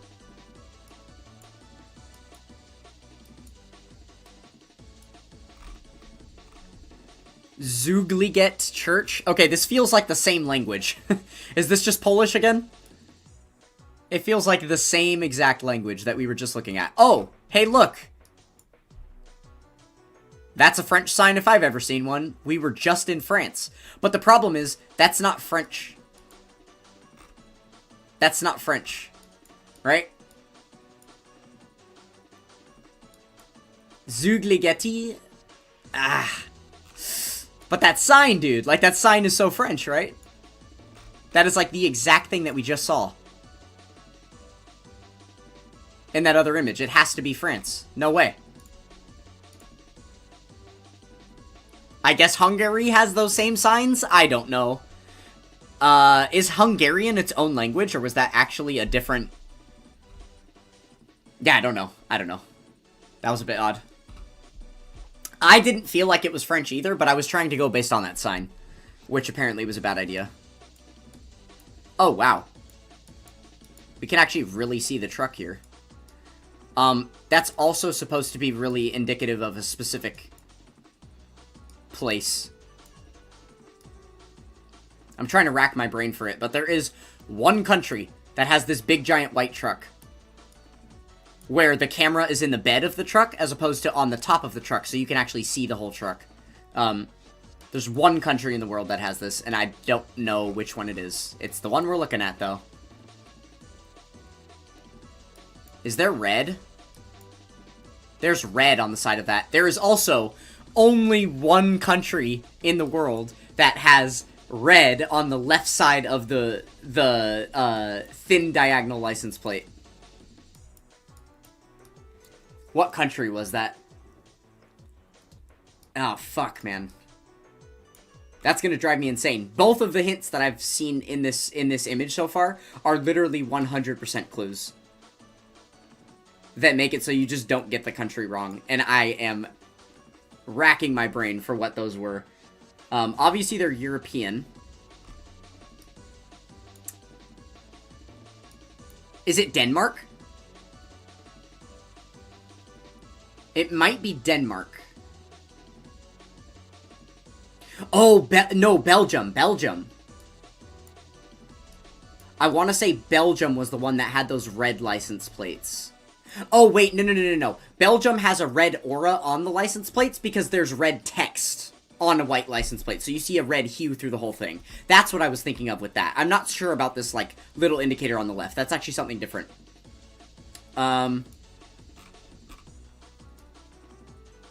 Yeah, which this doesn't look super European anyway, other than, like, these lines on the side. Oh, what country was it last time we had those black and white lines on the side with the palm trees? We had the black and white lines on the side of the road, and I said, oh, this is probably, the UK, and then it, like, absolutely wasn't, and it shot us somewhere. Oh, wasn't it Oman? Was it Oman that ended up being that one? I don't actually remember. Little red on the left is Japan? Oh, wait, hold on. Are we in Japan? I don't think Japan has this truck, though. The cars don't really look Japanese. Nah, the cars aren't Japanese. These cars are too European. Because Japan doesn't have, like, so many of these regular types of vehicles that you see mass-produced in other parts of the world. They have a lot of Japanese vehicles that are just, like, really, really small constructions of trucks and stuff. In a major area like this where you have a bunch of cars, most of them would look really foreign to you. They wouldn't look like cars you typically see drive in your sector of the world. So, I don't think this is Japan. I don't think this is Japan. Albania, too. That feels like a more worthwhile guess. I'm gonna guess Albania, so we can get on to the next. If I can get my bearings here for a moment. Holy shit. Albania is very north, right? Where is Albania? I thought that was, like, very north up here, like Poland, Belarus. But I'm not actually seeing it. Oh, it's here, it's here. It was actually in the south. Okay, let's guess there. What was it?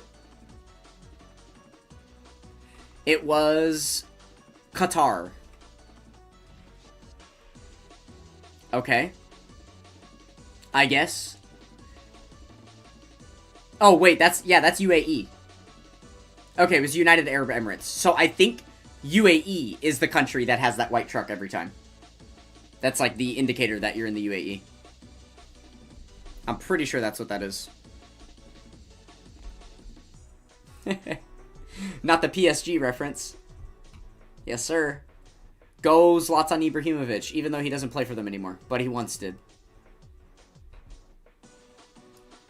Okay, America. Double yellow in the middle, white line on the side. We gotta be in North America, most likely. Yeah? Maybe not. No, what's up? Okay. The copyright... Oh, the copyright is 2026. Now I really don't think this is America. I mean, yeah, it's not American, right? These poles are not American. This is also very not American foliage. It's like a square cement pole. It has divots, but no holes. Ooh, I'm bad at these ones. The poles that have divots, but don't actually fully indent. Really, really bad at guessing those ones. I don't remember which countries have that kind of a thing. So this one's probably going to be a shot in the dark for me. I'm thrown off by the 2026 copyright thing. I'm also thrown off by the road lines looking very American, but I know it's not America. I know it can't be America because of these poles. It might be South America, which is why the road lines would extend looking the same way that they do. But then we'd get a little bit more tropical. If this was like Costa Rica or something, it would make sense we get the little more tropical foliage, but still have the American-looking road lines. But typically, these type of cement poles are more of a European thing. So, I don't really know where that lands us. I'm not too sure. We can't see the car at all.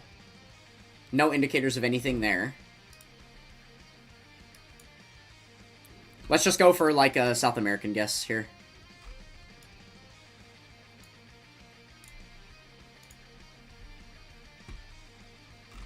Alright, and it was. It was, very South Brazil. Cool.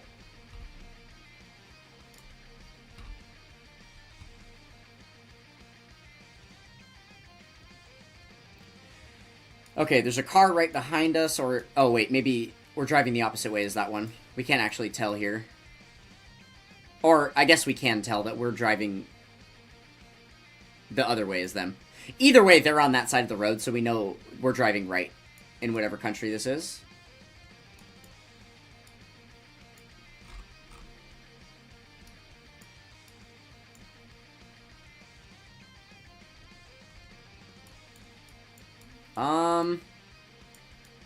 Damn. This is like another hard one, right? We don't have a ton to go off of on the license plate. You can't really see much there. The car is completely blocked again. What's even the copyright on the photo? I don't even see a copyright on this photo. Which probably means it's really old coverage, but... Oh, we can kind of see the car now, because I moved a little bit. Oh, no. That's just this car broken in the shot. That's not our car. Literally no clue. I couldn't be more lost on this one, I will say. I have actually zero idea.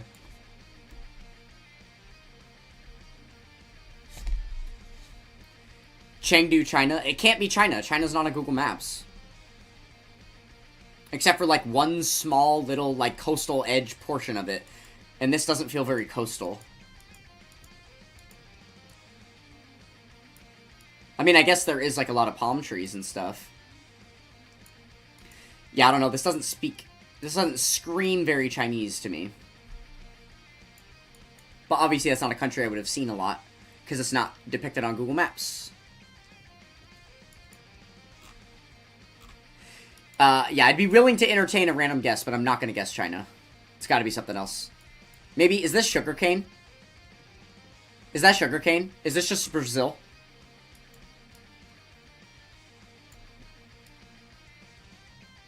I'm just going to guess Brazil.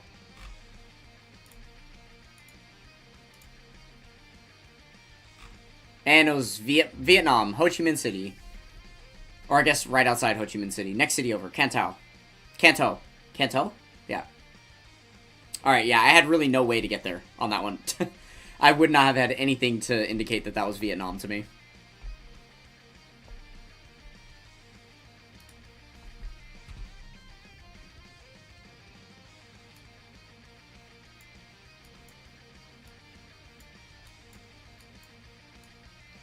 Okay, shitty undeveloped roads, semi-lush, semi-not lush weeds on the side of the road, not too much in the way of full-blown foliage or fully grown, you know, natural structures of any kind.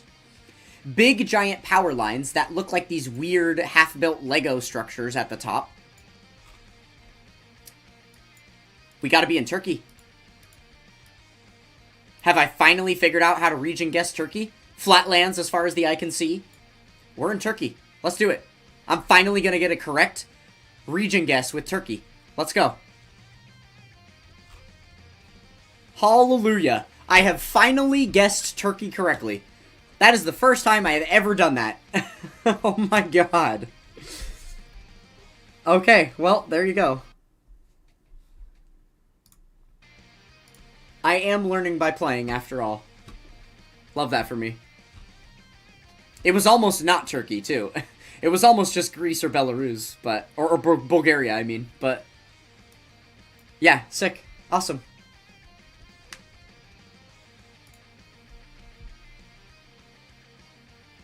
Okay, America.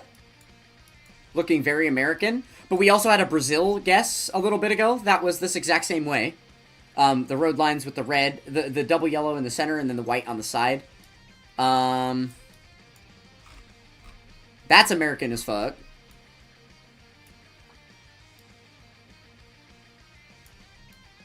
That's... Okay, okay. We're in America. We are absolutely in America. That pylon is 100% an American cone. I drive past 400 of those on the freeway every time I'm on it. Yeah, this is 100% American. Okay, so are we in the Pacific Northwest, or is this more northeastern? We gotta be in the more northern because of the tall foliage, the very lush area. I feel like the south of America isn't as much that way. I guess unless you get to, like, Virginia and stuff, right? So it's either going to be, like, somewhere up here in this area.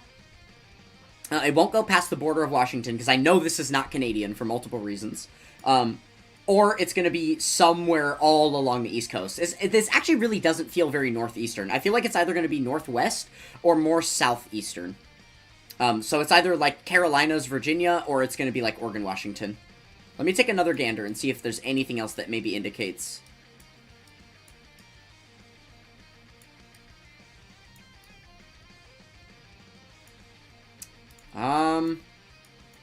Damn, it's really hard to know. I would say, like, the trees don't look super familiar to me, and I'm from the West Coast, so it feels more East Coast because of that.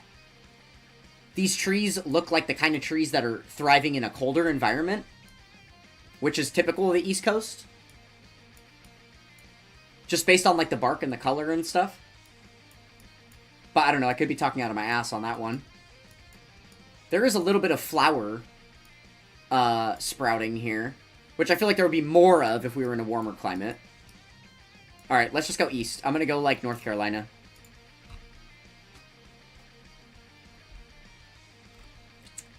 It's pretty close. It was West Virginia. Alright, I was very on point with that one.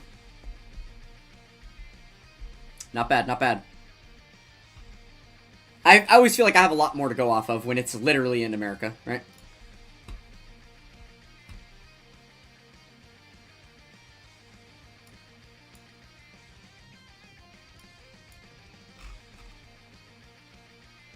Okay, the Coast Guards. We have some signage that says, the Coast Guards.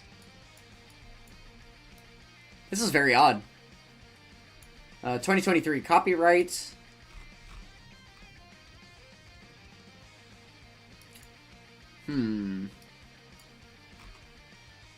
We have the blue mark on the left again, so it's European.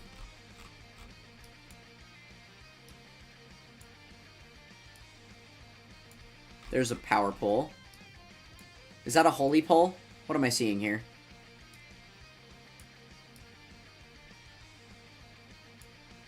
I can't tell if that's a holy pole or not.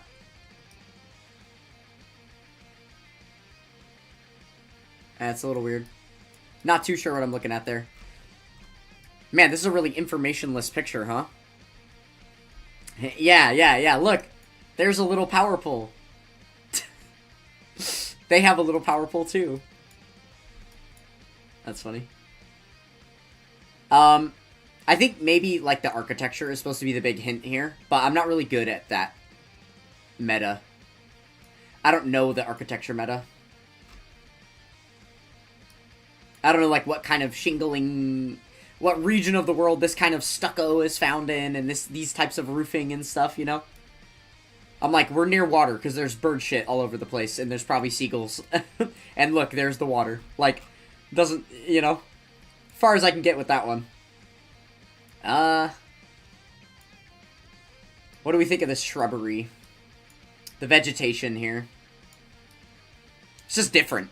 I feel like this is just a European part of the world that I'm not familiar with. Can't really see much but the front bumper on the Google car.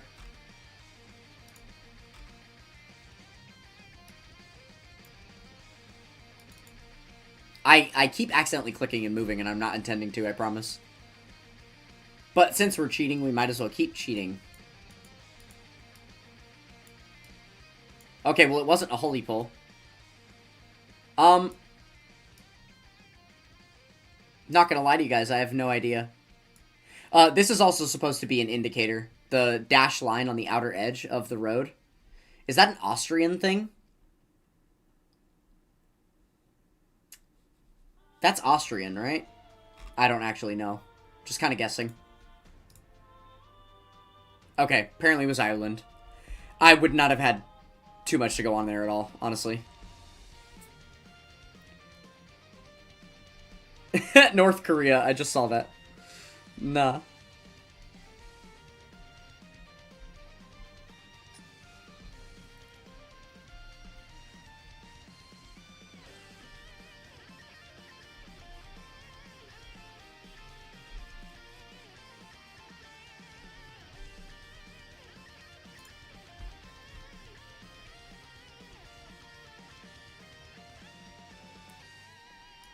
Okay. What do we got here? What do we got here? This is another weird one. Are we in a car? Are we driving right here? Or is this a trekker cam? Like, is this a driving road? I guess there's a car there. Probably not the information I should even be focusing on. Sorry. Just random. Feels weird. Okay, flagpole. No flag on it. That's, not quite helpful.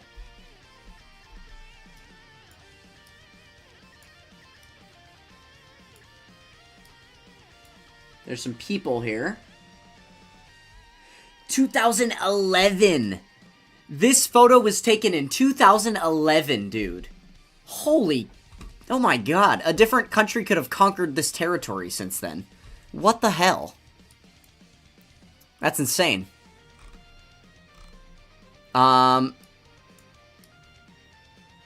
Okay. We've got tall buildings, but not really tall buildings. That is a castle. That's probably, that's very European.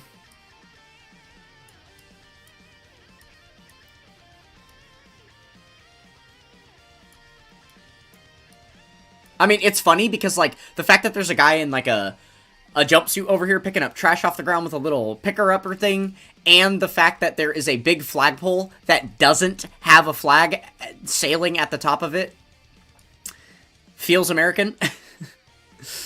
But I also don't know if other countries partake in the process of, like, taking down their flags and putting them back up, right? There's also a bunch of white people right here, which could be American. This could be, like... This could be, like, an Asian-American lady, and then just, like, some white kid named Dylan that's, like, Saw Dude, you know? But these could also all be, like, the same type of... They could all be German or something. This is a really, really tough guess. I feel like even if you were to give this to a GeoGuessr Pro, they might not just, like, get it right immediately. Unless there's something ridiculous here that I just don't know, you know? Like, whatever, these random train cars sitting on the harbor entrance and whatever. Having, like, these mid-city ravines in between, like, the city land and whatever other city land, like, that's probably indicative of stuff. Like, I actually know that they do that in Spain, specifically. In Spain, they have, like, big rivers that go through the middle of their cities and stuff. That's the only thing I could potentially even use to remotely make a guess here. But yeah, I have genuinely no idea. Oh! There's whole lots of graffiti on it, but I don't think that that means anything specifically.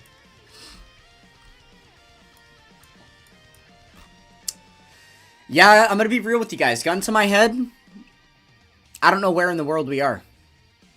I got no idea. I'm gonna guess Spain.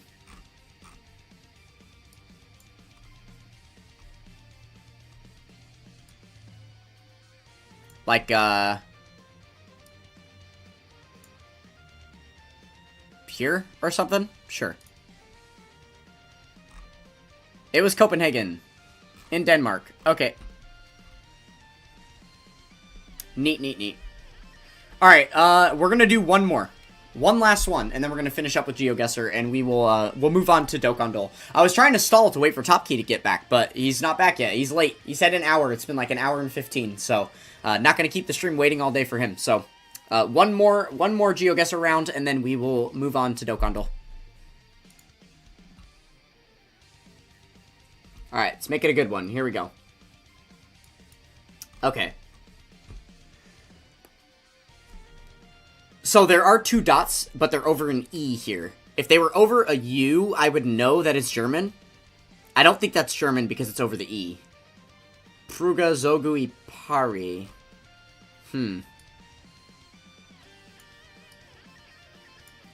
Okay, we've got generic polls in this place. Those ones aren't going to be too helpful. Oh, that's a flag. Wow.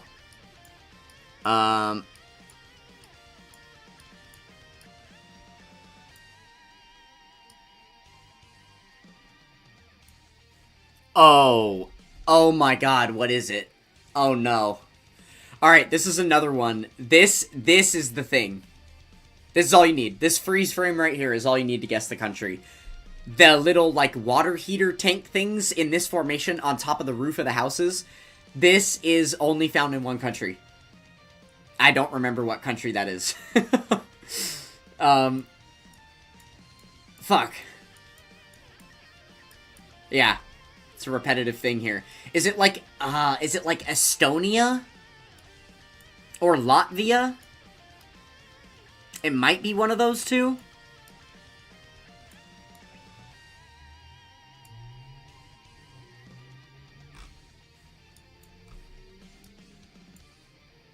Yeah, for some reason I'm called to this part of the world. Oh, look! Look, look! Does this count as cheating? Parnu. Parnu. It has 2 dots over the A. I feel like language-wise, we're kind of spitting game here, right? Let's just guess in Latvia, then, I guess. Okay, wasn't even close. It was Albania. Shucks. Okay, well, now I know. I could say confidently, because I literally watched a video, Rainbow Tricks and Tips video, and one of the tips was seeing those little tanks on the roof, and it was supposed to be indicative of a specific country. So now I'll remember that's Albania. Anytime we see those, we know we're in Albania, for sure. Cool. Alright, well, that is going to be it for GeoGuessr for the day. So let's move on to some Dokkan Dole. How about it? How about it? How about it?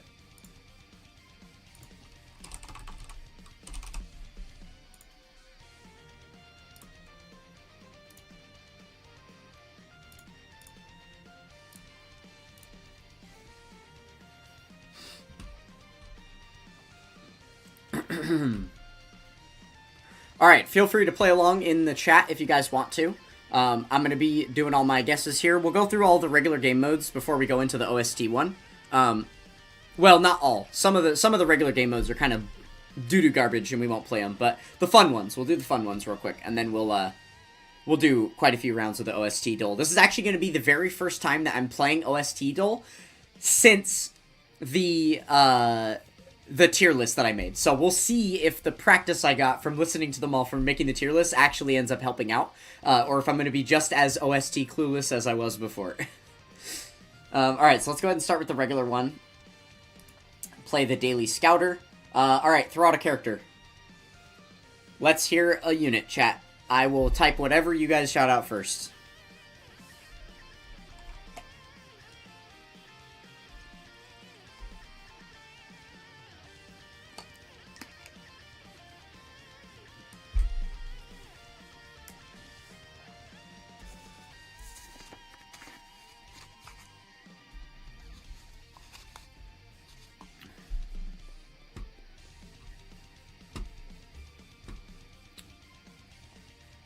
Oh my god.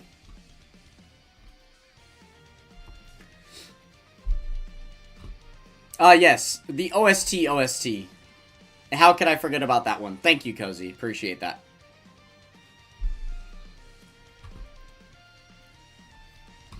Oh, I get what you're saying. You're saying there's an OST playing currently. Pick that character.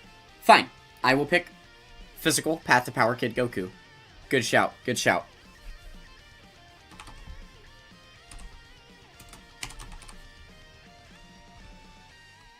Oh, I'm silly. It's not even going to be Kid. It's going to be youth. Okay. Alright, so it looks like it's a superclass character that is a UR. So it's not Goma. You're already incorrect on that one. It's a character that is on Movie Heroes and Earthbred Fighters. Not Extreme Z Awakened. It's not physical type. It's older than 2023, and it has a lower leader skill than 170%.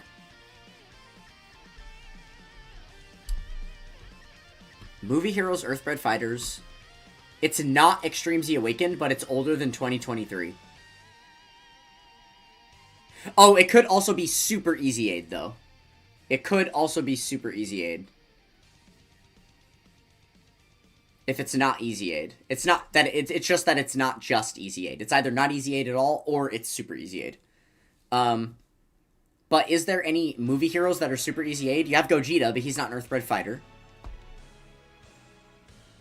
Yeah, I don't think there's any other movie heroes Super Easy A's.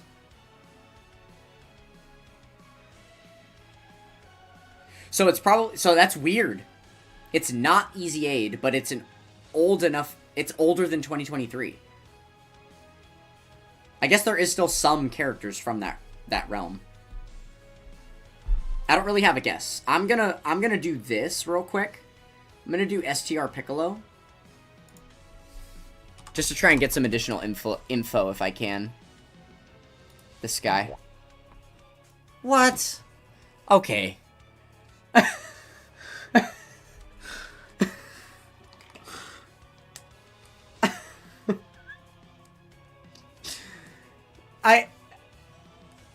I guess, alright, sure, yeah. What were the chances of that, dude? Like, that was just supposed to be a narrowing down guess. Goodness gracious, that's insane.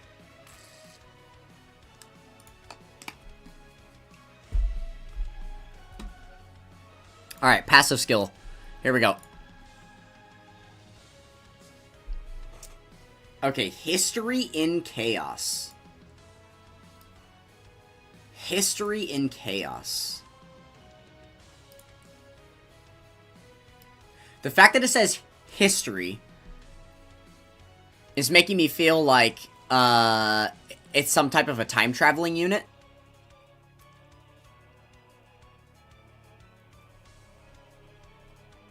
History in Chaos. That's really interesting. Or could potentially be like a villain that was once sealed away that isn't anymore. What, Xeno Trunks? Or do you just know something that I don't? Okay. High chance of stunning the attacked enemy.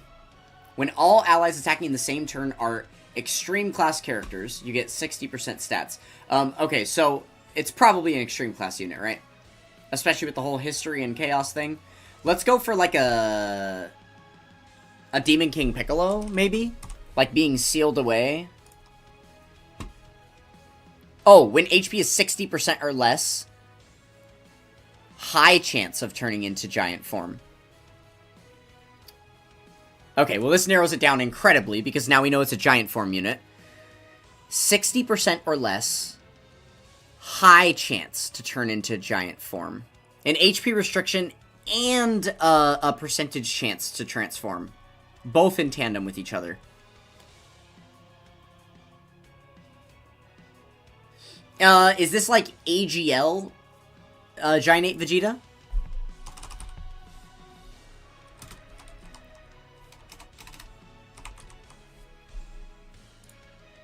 No.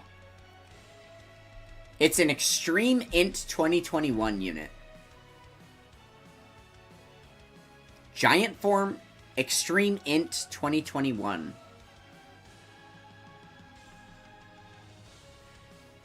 I mean, it's not Piccolo Jr., is it? Demigra?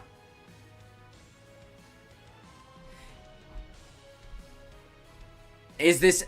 Oh, is this Demigra's... Well, no. 2021. 2021. Demigra did not come out in 2021. Demigra came out in like 2018 or 2017, something like that, right? 2021 is way too late for Demigra.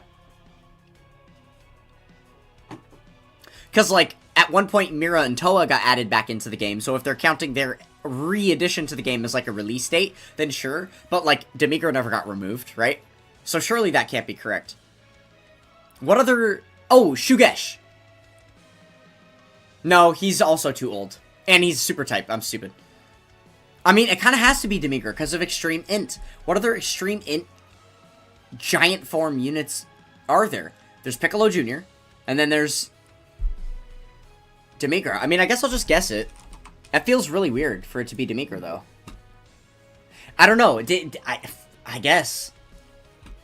Yeah, Baby could have been another guess. But again, 2021's not correct for him. I don't feel like he came out in 2021. Or are they just saying he got a Dokkan Awakening in 2021? And that's what they're basing it on? I don't know. I don't know. That's a bit odd. Okay, Grid sucks. Full Power sucks. Connections is fun. Let's see this one.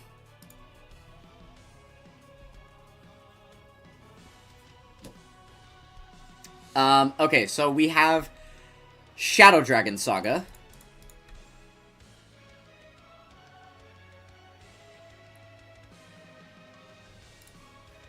One away. Fuck. Oh, it's him. Because he leads it. He doesn't lead Shadow Dragon Saga. The other ones lead it. That's why. Yeah. Okay. Yeah, characters named Super Saiyan Gotenks. There you go. That's an easy one. Wow, this was an easy connections, huh? And then what do we have? Just like... He's got a transformation. He's got a transformation. He counters. He counters. He counters. Is there another counter unit here?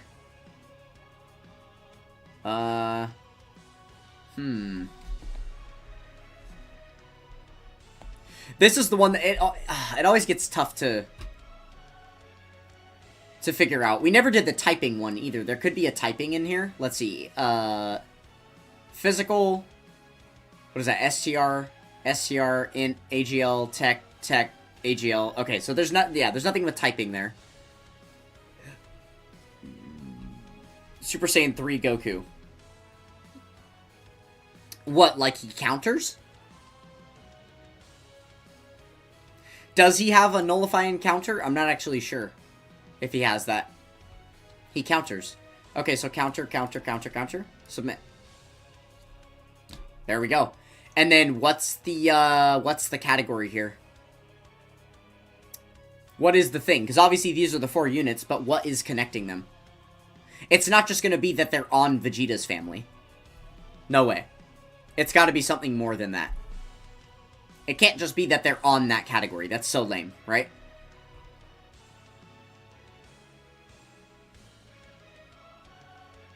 Maybe it's that they support Vegeta's family? Do all of these characters have Vegeta family support? It's got to be something other than just that the fact that they're on the Vegeta's family category. Surely. Okay. Yeah, that was the stupidest connections that we've played yet. Sometimes those are fun. That was really bad this time. That was really bad. Alright, Zoom card. We'll try this one out too. This is another game that is a huge hit or miss. Okay, I see First Form Frieza. In fact, I'm going to shake that up and go Chilled. Doesn't that look exactly like Chilled? You know what I mean? That's literally all the exact same color schemes as Chilled. Which probably just means that this purple is the background and whatever this is like one little small part of a character. Mecha Frieza, maybe? Oh, it's Super Saiyan 3 Vegeta. Oh.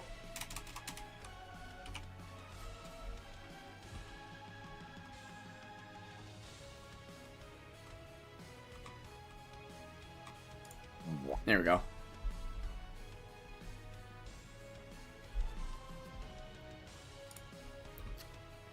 Yeah, that game is interesting because it's like you have no fucking clue what's going on until it's just immediately obvious exactly what unit it is, right? So that one's a little tough. It's basically just fishing for that random time where you'll catch a vibe and be like, oh, I got the unit, like on the first guess or something, you know? Alright, bingo sucks, pyramid sucks. Alright, time for OST Dole. You guys ready? Time for OST Dole, baby.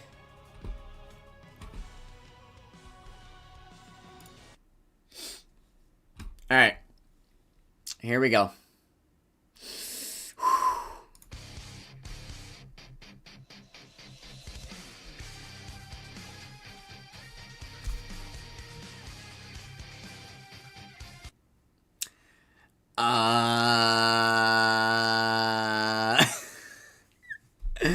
I have no clue.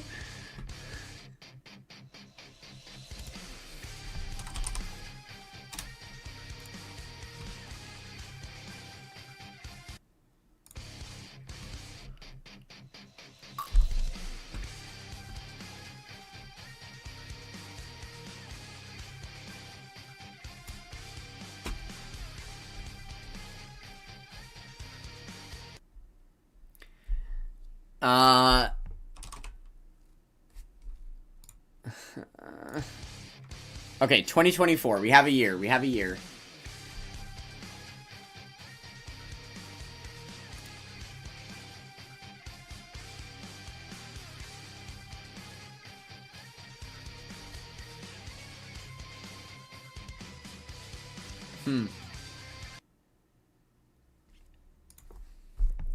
I really don't know. I don't even think that's the right year.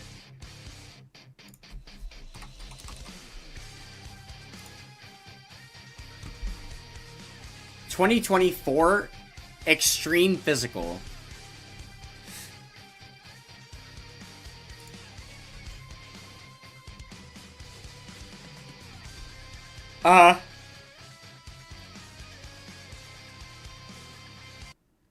Extreme Physical.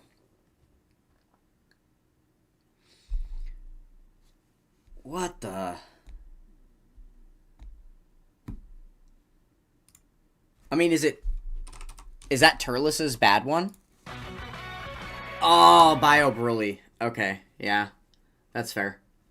Probably would have taken me a long time to get there.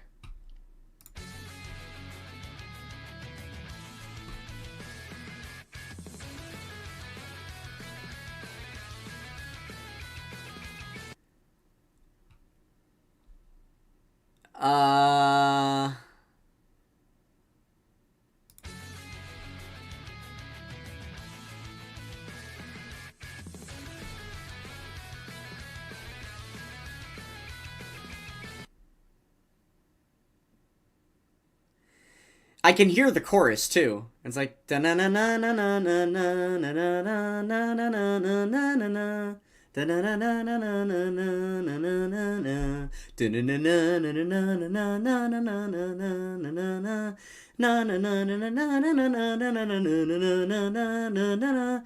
like I can hear the whole song, but who is that?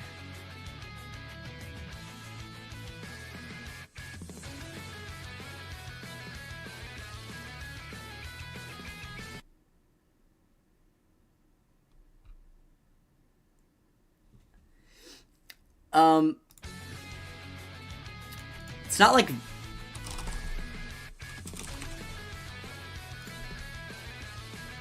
Okay, it's not Vegeta Trunks.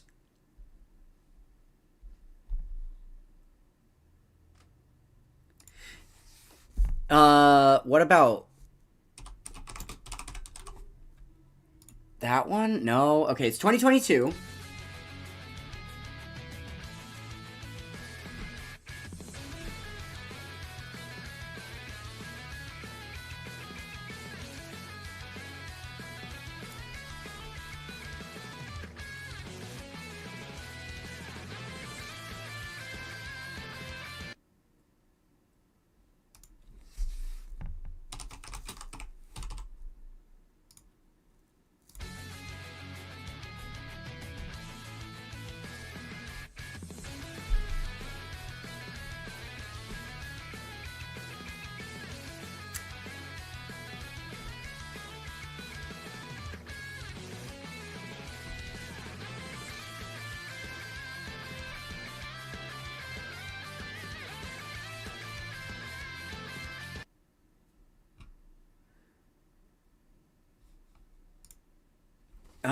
Okay. Wow, dude, this is so tough. Okay, 2022 super physical. So is that like Super Saiyan 3 Goku?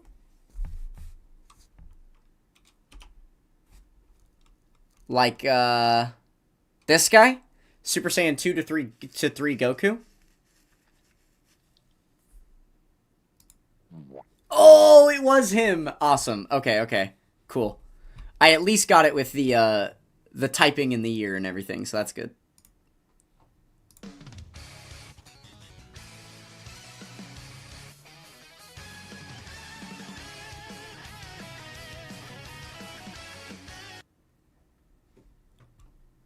Oh.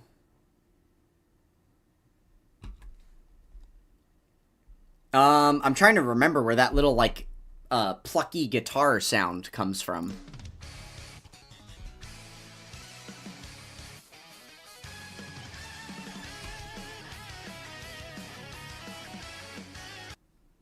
Yeah, that's really tough. I don't know.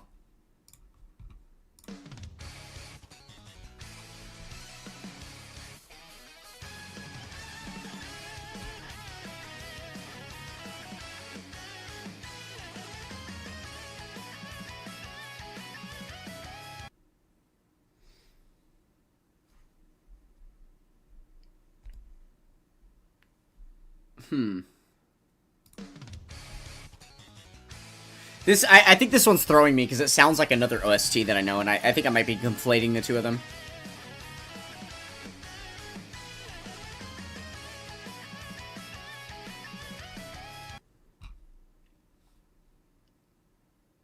Yeah, I have no clue. Okay, it's 2023.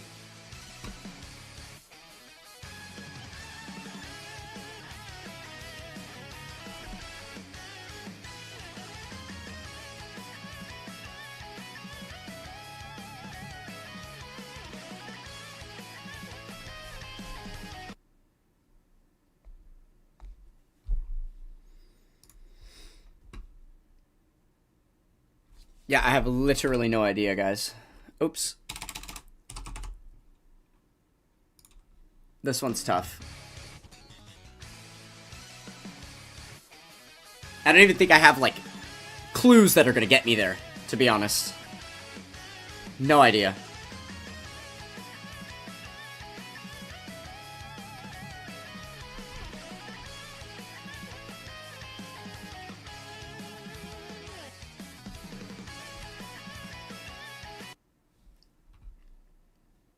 A heroes unit? If it was going to be a heroes unit from 2023, that would be Universe Tree Goku. It is not. It's an AGL unit.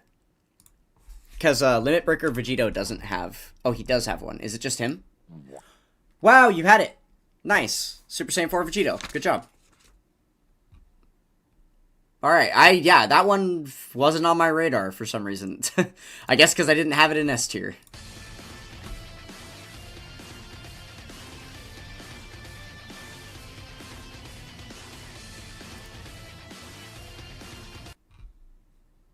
Okay.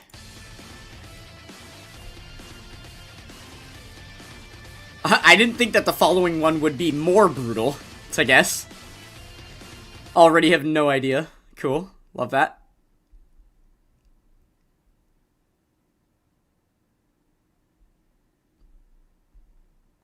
Yeah, I guess that's true. It did take you a while to find it within your brain.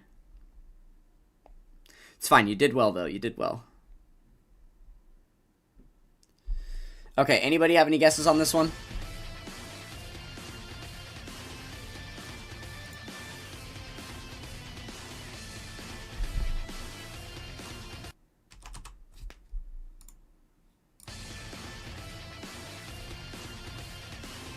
Never heard this song in my entire life. You know the funny thing? I feel like I can say the same thing.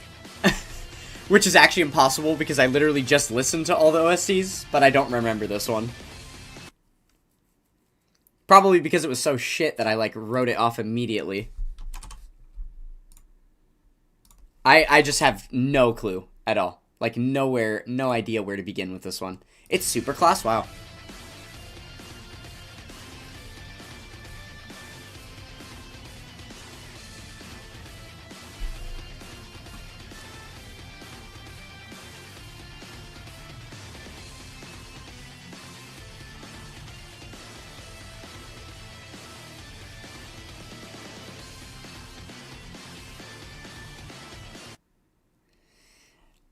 I do not know, guys. I do not know. 2023 is, that's what, after 7th anniversary? Somebody that released after 7th anniversary? A super class unit.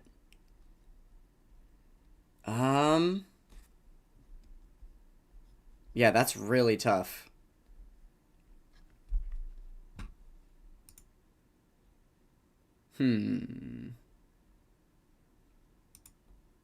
I don't know, guys. I don't know. I don't have any guesses.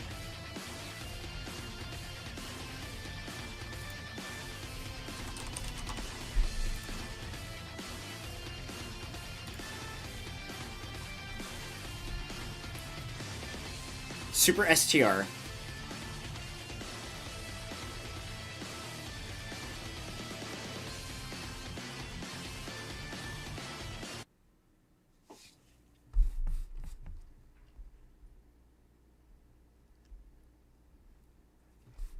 Like, it's not... Yeah, STRUI doesn't have a... He also came out earlier than 2023. I was trying to think of, like, random LRs it could be. It's probably just a Dokkan Fest. But, like, what Super STR? There's, like, Videl. She's 2021. Dragon Fist Goku, who we know it's not because his OST is apparently insane. Should I just piss you guys off by doing that? Super Saiyan 3 Goku. Okay, it was Future Gohan. Gotcha. Yeah, I don't think I would have ever got there. That's crazy. Surely his OST is in, like, the shit tier on my tier list, because, wow. What a bad OST. Alright, let's try again.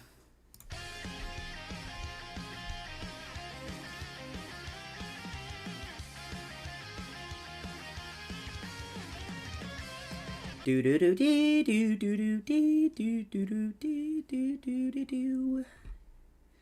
Okay, this is one I should know for sure.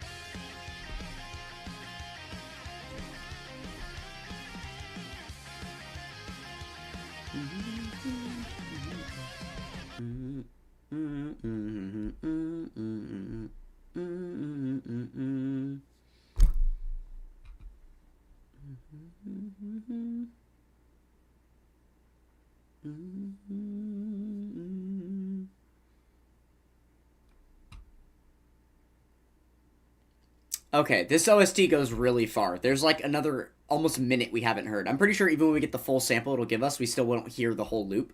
This one's pretty long. As I'm like singing it in my head, there's a lot to it.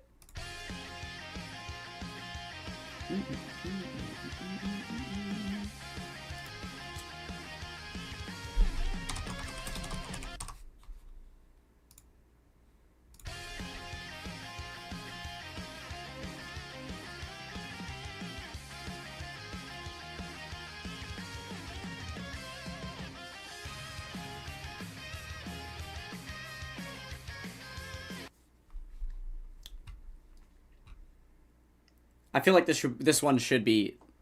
Wait, is this Dragon Fist? Because the thing is, he has 2 OSTs, right? I think. I'm pretty sure he has, like, a mid one, and then the one that everyone thinks is really good. This isn't the good one. Definitely not.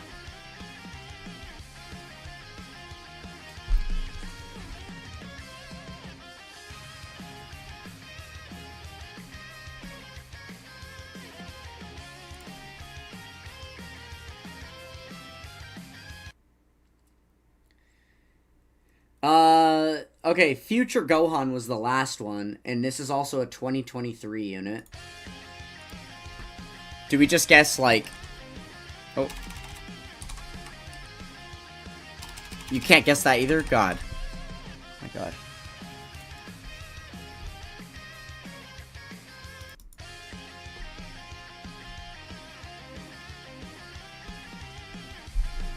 Kai Goku. And it's Kai Goku. Excellent.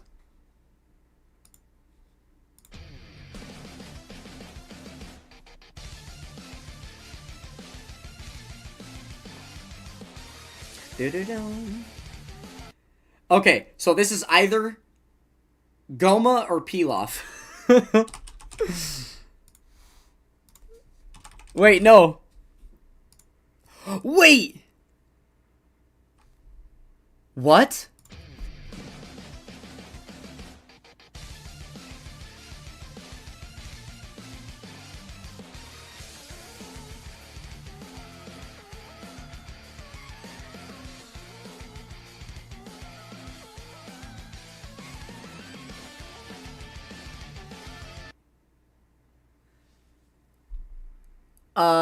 Physical LR metal cooler?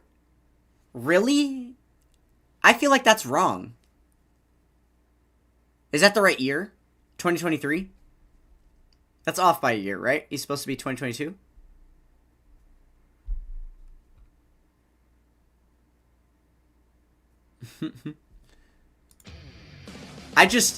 Wow.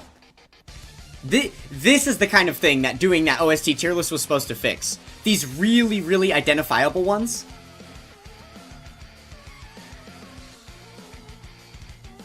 Like, that, I mean, is that like Garlic Jr.? No?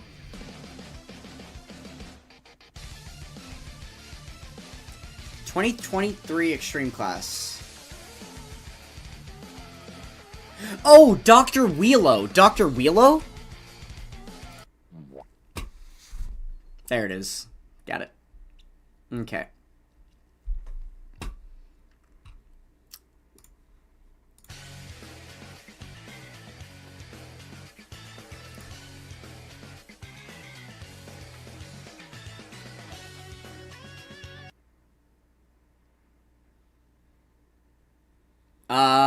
That felt like some type of a standby OST or something.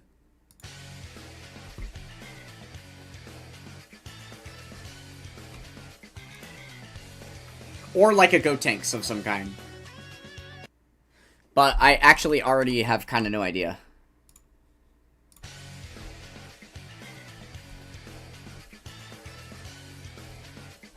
Jackie Chun?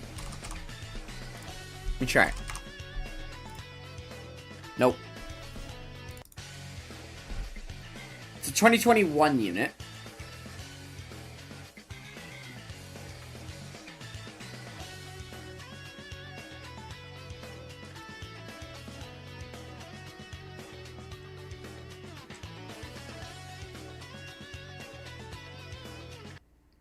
Isn't this an OG DB character? Well, it's not really OG. I mean, it's 2021, so if you consider that OG, then yeah.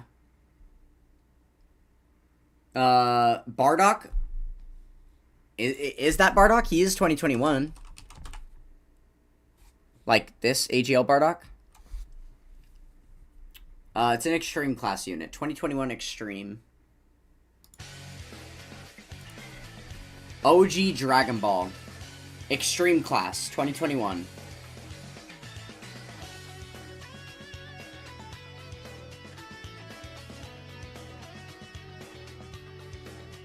It feels like a Gohan. It feels like some kind of Gohan. Oh wait, it's Extreme.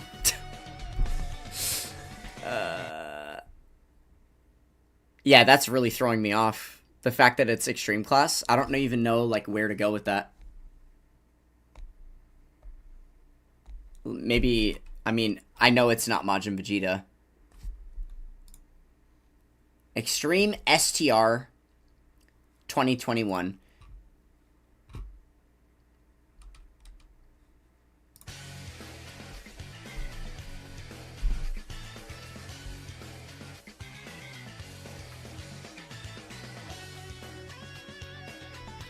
What about, like, Transforming Super Buu?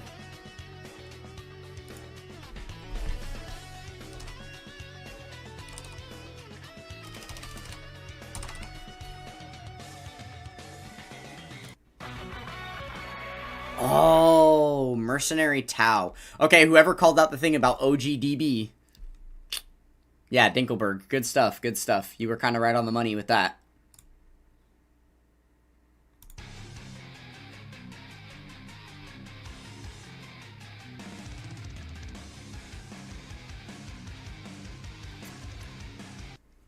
Alright, can we skip this one? One's in chat if we can skip this one, because I have no fucking clue. I don't feel like sitting here for 10 more minutes trying to agonize over... I know I'm never going to get a clue on this one. I just don't know it. All good? All good to skip and move on to the next? 0. 0. Okay, new rule. If you don't say 1 in chat so that we can move on, and you instead say a different number, indicating that you want to stay here, you're also required to follow up with a guess. So let's hear it, Chewy. Since you want to stay here so badly on whatever OST this is.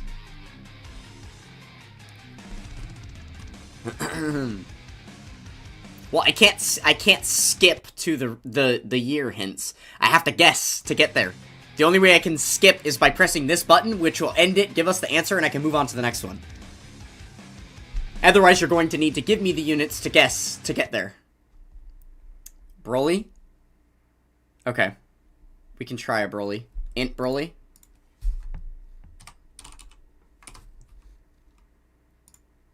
In case you meant the TUR, I'll guess that one too. Okay, it's a 2025 character.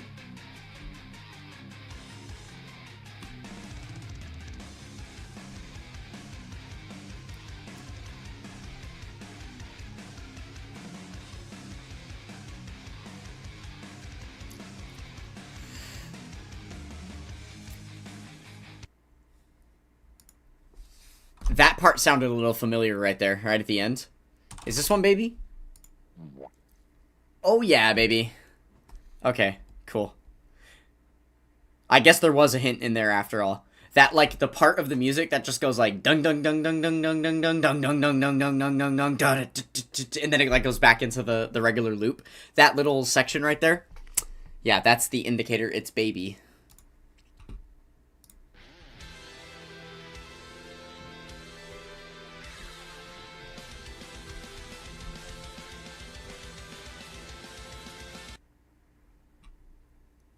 Okay, we're gonna need more out of this one. This is another one of those really iconic ones that I feel like some people probably know it just based on that sound.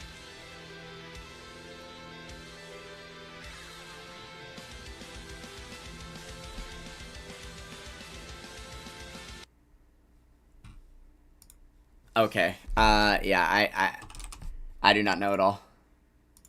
For the moment.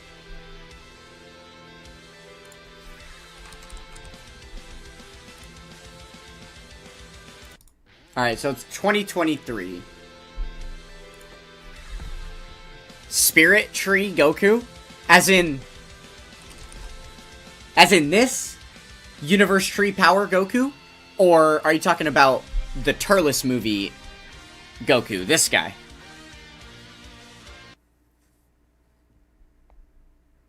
Which one are you, referencing? I don't actually know.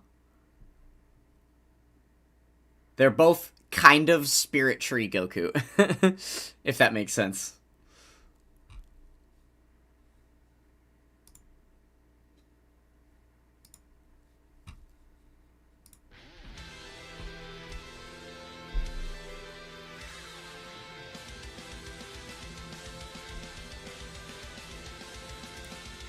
The Heroes Goku is your guess. Okay. Well, that's not right.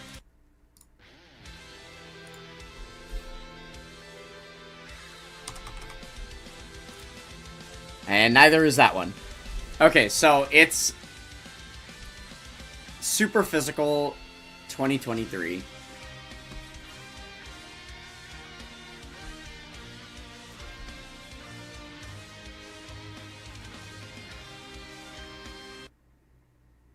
'23 is 8th anniversary? 7th? Or... Bro, this math is always so hard for me to do. 2026 was the 11th anniversary, 2025 was the 10th anniversary, 2024 was the 9th anniversary, 2023 was the 8th anniversary. Okay, so this is post 8th Annie. Is it Sword of Hope? I never remember what that one sounds like. I don't know. Let's just guess Sword of Hope. Oh, it was Sword of Hope Trunks. Okay, cool. Well, we're cooking now. We're on a streak. We're on a streak of 2.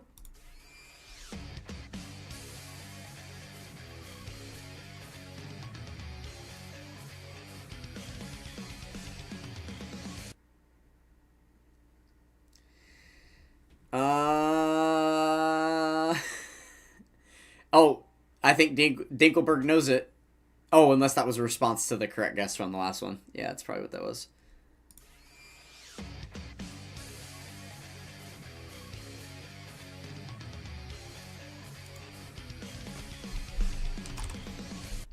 I have such a hard time thinking of different extreme class units.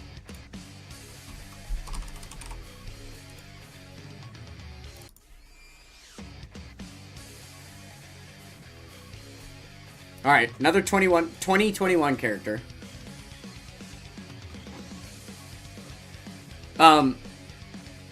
Cell. I don't know what cell this could be. Like AGL transforming cell. This is 100% not Cell Max. It's 100% not STR Perfect Form Cell. This is 100% not Int Perfect Cell. So the only cell it could be is this one, if it's any of them, and it's not that one.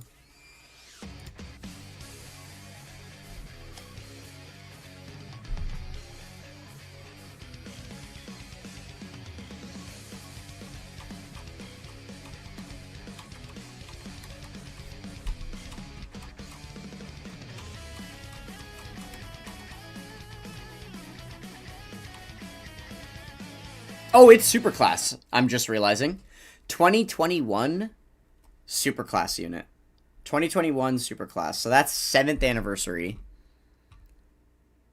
Or wait, 2023 was 8th anniversary. So this is post 6th anniversary. Superclass.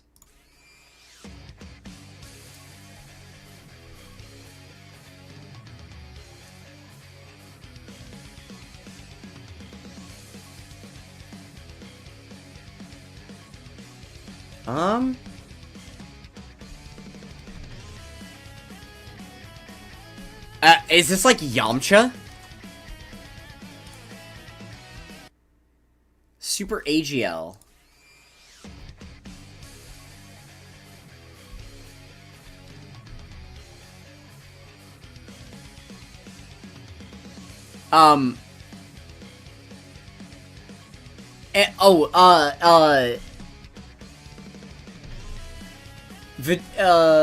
Blue Vegeta, right?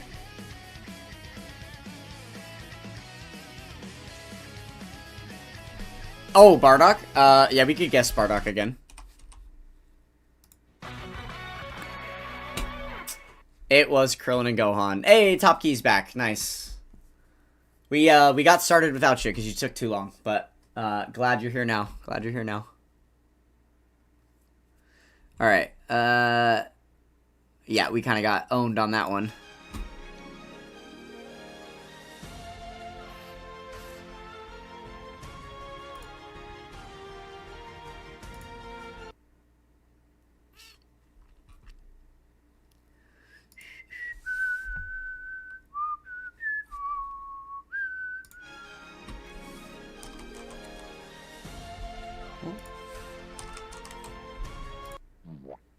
All right.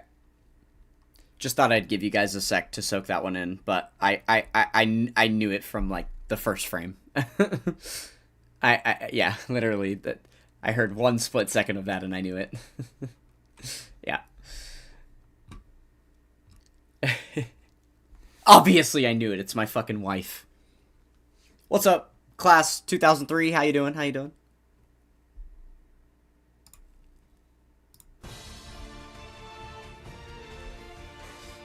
Oh, shit.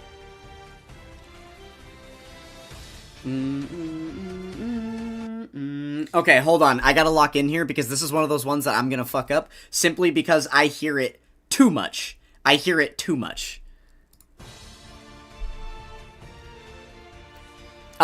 So superhero.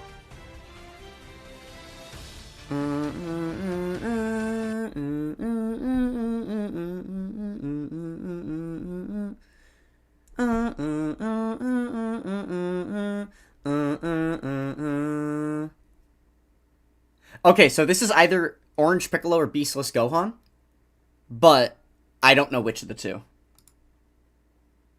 This is Beastless Gohan intro. Because Orange Piccolo has the... Yeah. Okay. I think I'm right about this. And I'm wrong about this. Fuck. Okay, hold on.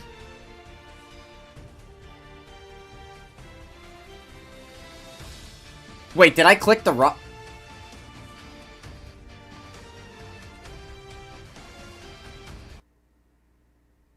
Yeah, it's funny that you guys put the quote hints in there, because they are very troll of you to do. I'm never, ever going to get even 1% closer to a guess based on you giving me the tagline of what the super attack says. I promise you that. I promise you that. The intro, bro, the intro. What do you mean? That what? What? There's not different... Look. Ultimate Gohan. You have the AGL one, you have the AGL one. These are two separate units. The AGL tag switch, and then the AGL solo standalone Ultimate Gohan. Then you have the physical Ultimate Gohan, and then you have a Buu unit. If you want to pick this unit, you just pick the thing. There's no, like... I can't specify between the intro or the active. He's just here or he's not. So I guessed him already. Yeah, I don't know. Is it not Orange Piccolo? Was I just incorrect in that it actually is just Orange Piccolo's, Oh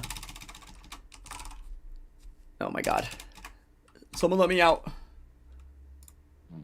Oh, okay. Well, I guess I immediately started overthinking that one too much. So yeah, I guess the song that I was singing was Orange Piccolo's Active. Oh, that's what you were saying, the intro, because you meant Orange Piccolo's intro, but I was singing his Active. I see. Okay, well, I was still right there on the money. I'm giving myself credit for that one. And the funny thing is, the only reason why I associate that OST to that celebration is because we had the original summoning animations, and they had that OST with it. I'm pretty sure.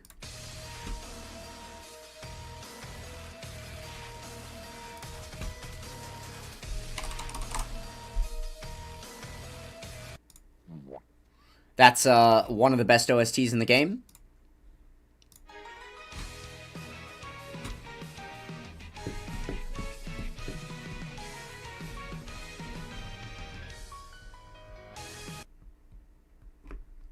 Mid? Okay, you can leave. You can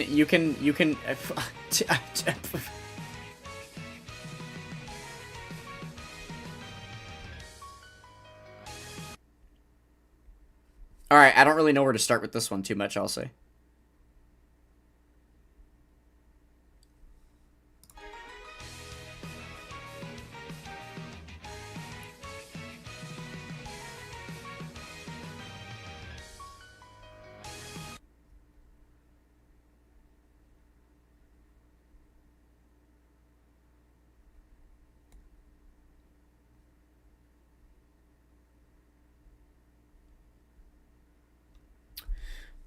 Take this. Have a taste of Super Vegeta's Big Bang Attack. I'm gonna go ahead and guess Super Vegeta with a hint like that. I don't know.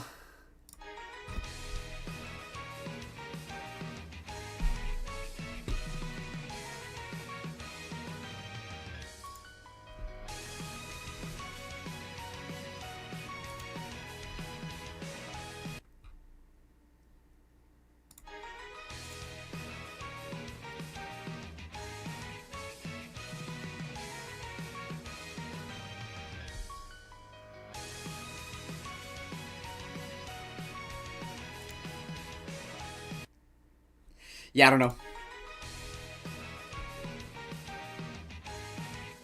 This is gonna be tricky for me because it is a Super Vegeta.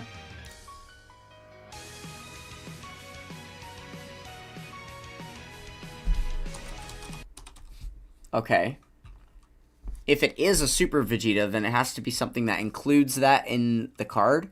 Or at least in the, like... It's probably a thing where Super Vegeta is not a part of the card, but then he... Oh. This one goes Super Saiyan 2, but it's not Super Vegeta.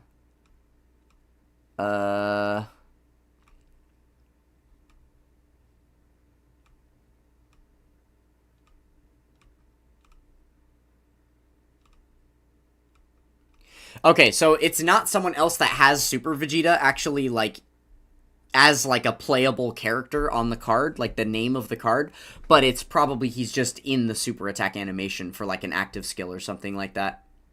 Oh! This one.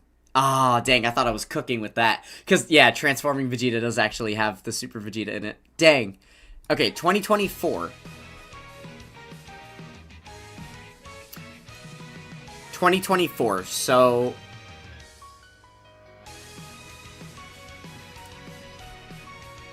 Is it...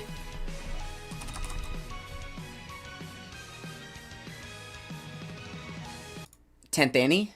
Vegeta? No.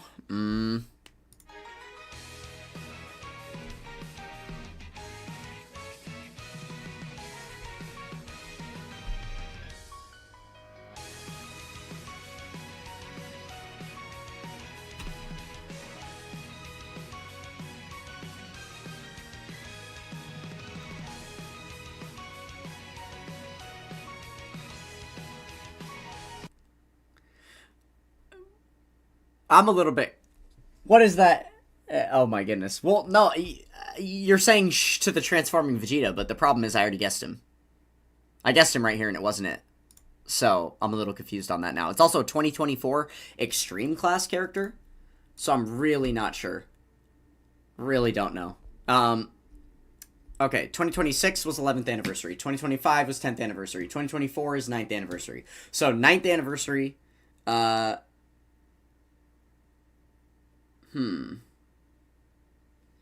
Extreme Class?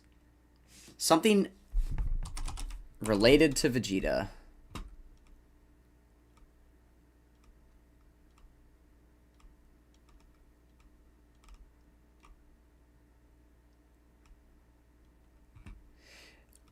Bro, I'm gonna be so real with you. I have no clue. I have absolutely no clue.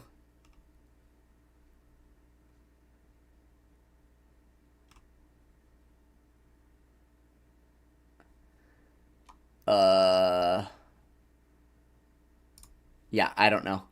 Okay, Extreme Tech. Wrong Transforming Vegeta. Oh, because it's the Saiyan Day one? It's just the base form Vegeta? This guy? Oh, okay. I never would have gotten there. Never would have gotten there in a million years.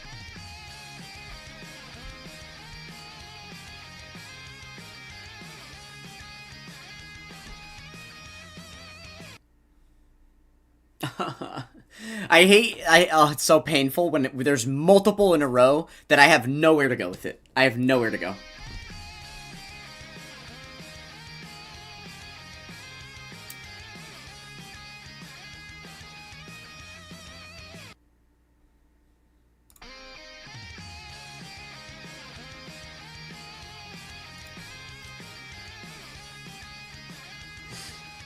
Dinkelberg? Dinkelberg. Let's have a conversation real quick, alright? Let's have a conversation real quick. Dinkelberg. Is that your final answer? This is the final time tonight that you get to guess University Goku. Are you gonna lock that in right now? Are you locking in University Goku as the final time that you can guess that unit? Is this the one or not? You gotta be that sure.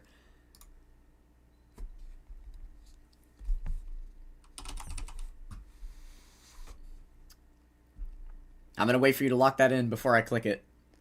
You're confident. Okay. Alright. Alright, and you got it. And you got it. Not bad, not bad.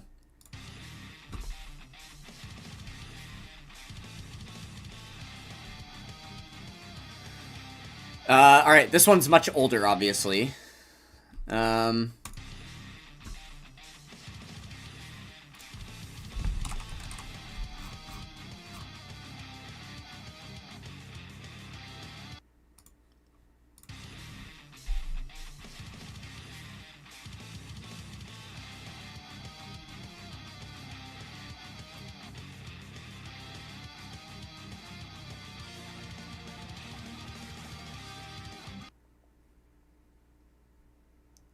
Physical OG Frieza.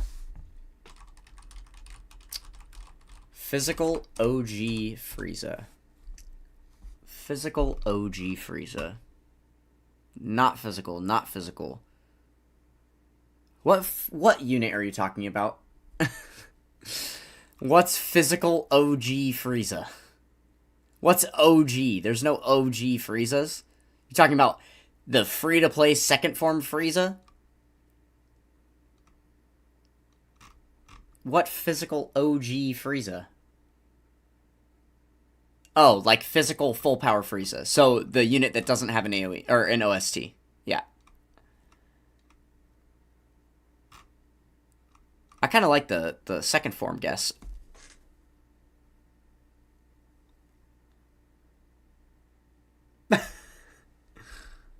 Okay. That's funny. We'll call that a collaborative effort, Topkey. How about that? Nah. That's insane.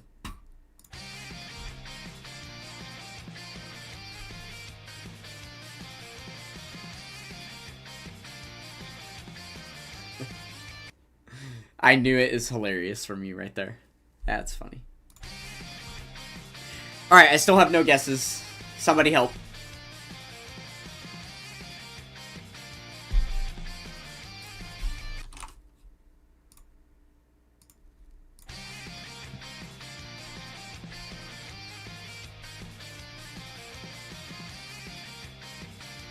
What? Okay, now you're just memeing. Tree Goku again? What? So he's got, like, intro active, is the thing?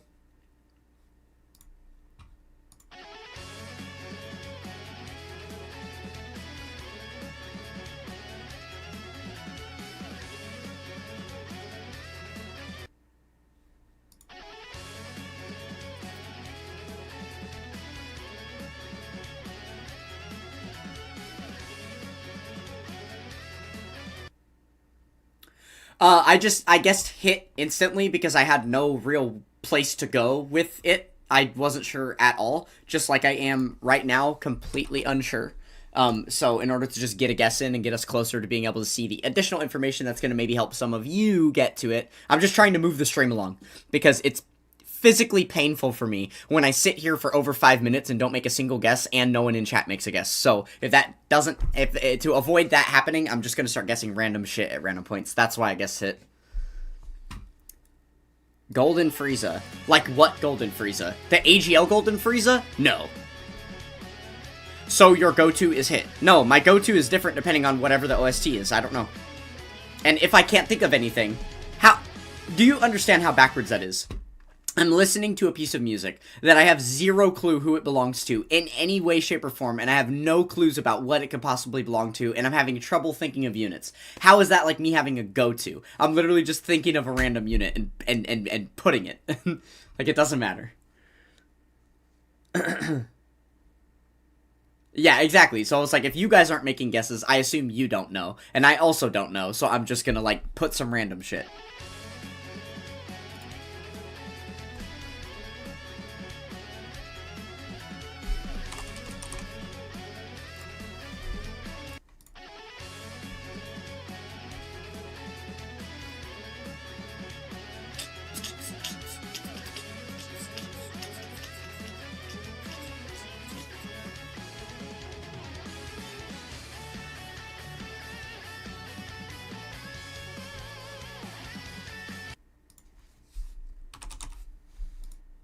It is not Kale.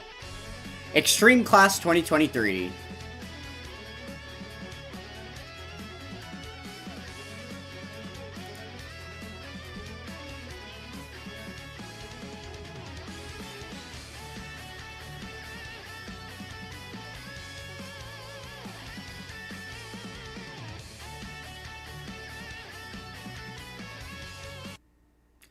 2023 was post 8th anniversary. I'm still lost here on what this unit could be.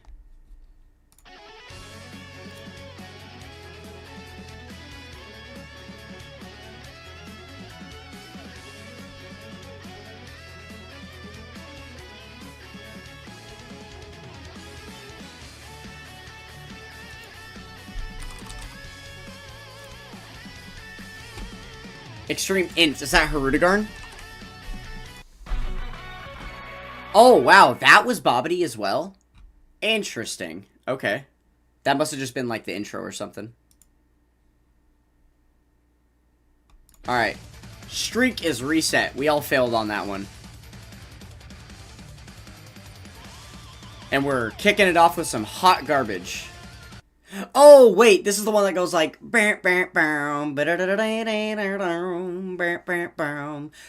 Fuck, who does that belong to?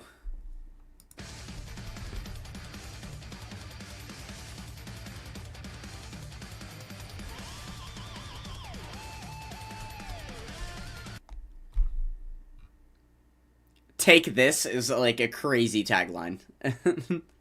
How about you take this, Topkey? How about you take this? Oh, right. Yes. No, you're right. Yes, that is Super Saiyan 3 Daima Vegeta. That is Super Saiyan 3 Daima Vegeta. Yeah. I tried to remember committing that one to memory. That whole yeah, that riff, I tried to like lock that in my brain that was him. It sounded perfect once you said it. Okay, so it's just 21, right?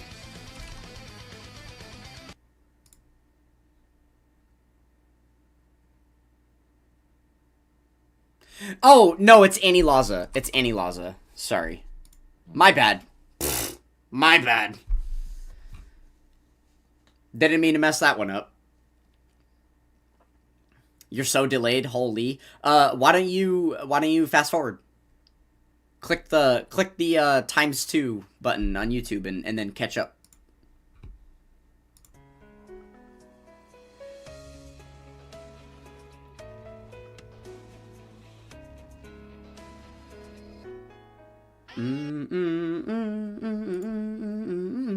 This is the 8th anniversary GT Duo. Nope. And we go through this every single time. This is one of the most common OSTs that we get. This is one of the most common OSTs that we get on this while we're playing this game. And I always guess this shit. Because there's so many OSTs that sound the same that turn into something else. This could either be Bird Coup or it could be Tech Bardock. Or it could have been them, but it's not them. Tech Bardock. Okay, yeah, Tech Bardock. Alright. There's just those few. They sound so similar, and I always get them confused. Okay. Tech Bardock. I got it, guys. Don't worry about it. I got it. I got it. I got it. I got it. I got it. I got it. Give me a sec. I got it. I got it. I got it. I got that one. I got that one. There's enough people who have tried to shout in my face that OST is amazing that I had to remember who it came from. He also has a really, really interesting synth style. That, like, guitar-y, that synthy guitar that it has, the corrosion on the sound effect is so specific, you can just, like, immediately tell it's this OST. The only other OST that has guitar that sounds like that is the, STR LR Kaioken Goku OST. Both of his OSTs have a similar sounding guitar, but obviously the riffs in his are, like, way different, so, yeah.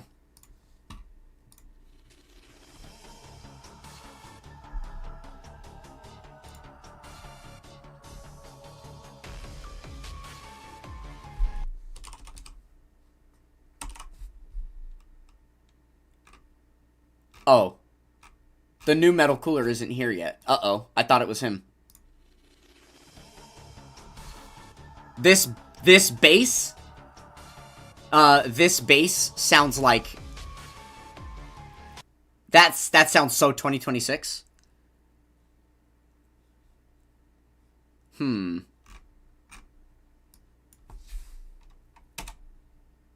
Possessed Boys. Okay, okay. I don't hate that as a guess. Now I hate it as a guess. You guys suck.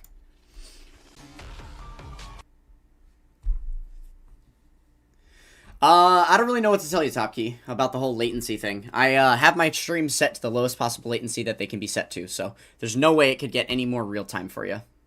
I've done what I can, I promise. Alright, this really does feel like a really recent OST, like 2025, 2026. It is 2026. There we go. Okay. So who came out? I don't think that this is an Anniversary OST. Who was directly after Anniversary? Since I have the memory of a squirrel. Who was even released this year? We've got Turles, we've got Dabura, we've got Majin Vegeta and Super Saiyan 3 Goku. Is it just Dabura? I don't like remember what these OSTs sound like, really. Alright, obviously we knew it was Extreme Class.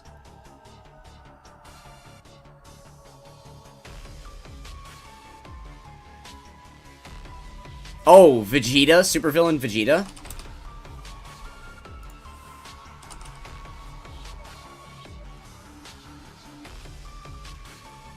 He doesn't have OSTs, apparently.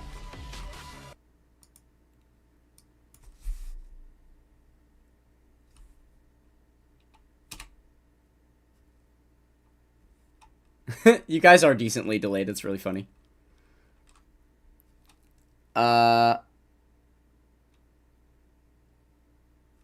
Is the new Turles on here? He's not. Who else came out? Who else came out?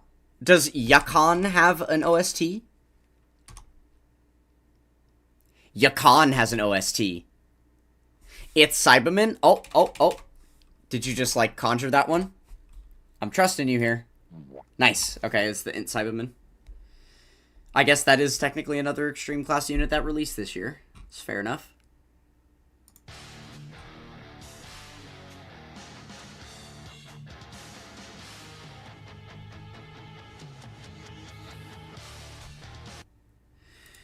That feels like a giant form. That feels like a giant form. It's not Tech Grade 8 Vegeta. It's not this one, but it feels like a giant form of some kind.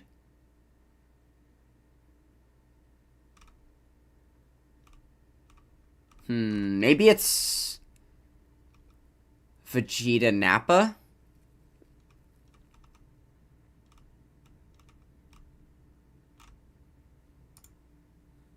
Oh.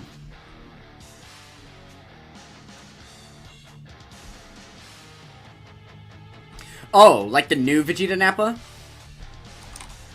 I was thinking the old one. Yeah, no. 2017. Okay, yeah. That tracks. That tracks. This is... Yeah.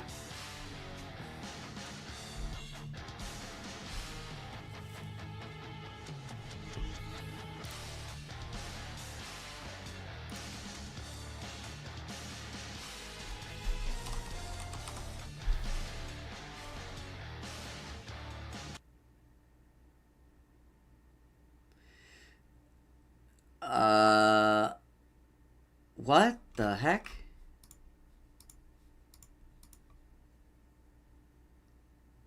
Omega. It's from 2017. Is Omega actually that old? I guess he is, huh? Like, physical Omega? Old Goku Black or Rose, maybe? Oh, you're saying STR Omega, even.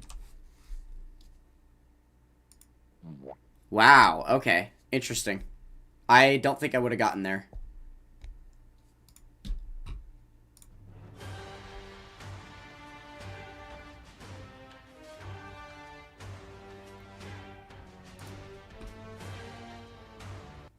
Feels ominous like a Zamasu. Also feels superhero-y, like a Gamma's.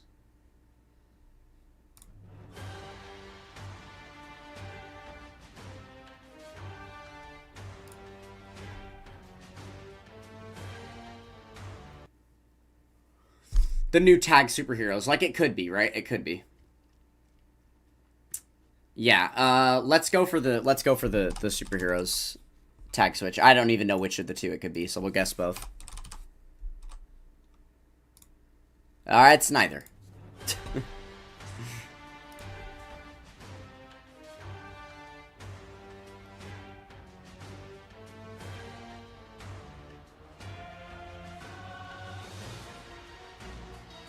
Oh! Oh! Okay. This is one of those Call of Duty menu music OSTs that we were talking about during the tier list. Who had those? I know that Tech Super Saiyan 2 Gohan from the BoJack movie, that LR, he has a Call of Duty menu music OST, but he's also not 2024, so this can't be him.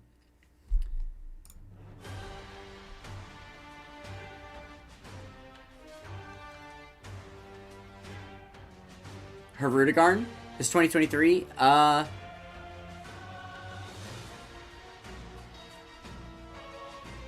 Topo?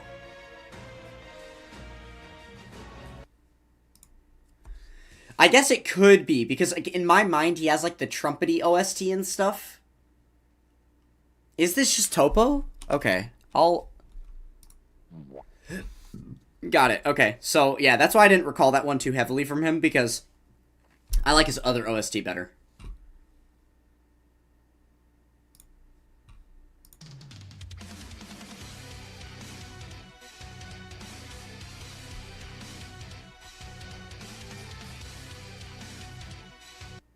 Alright, no clue.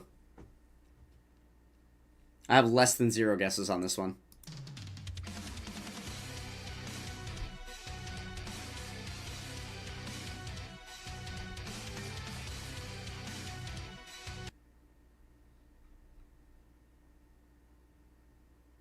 Is this Dabura? I don't know. I feel like we guess him a lot. It'll be him one of these days, but not today.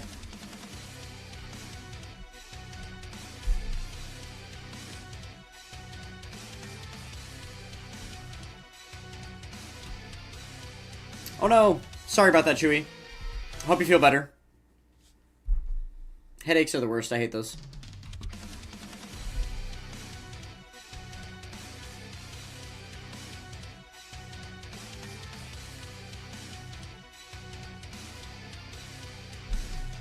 Slug? Oh, wait, that I feel like that gave away so much at the end there.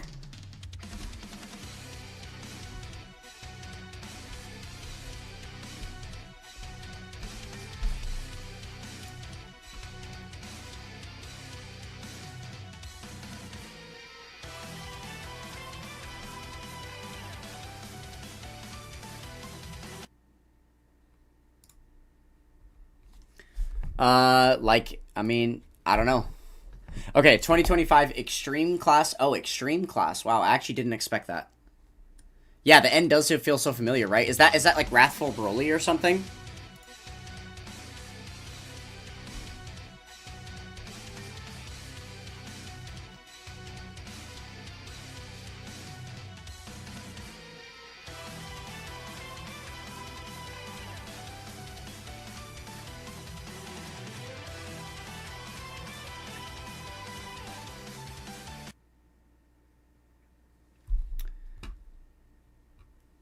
It might be Wrathful Broly.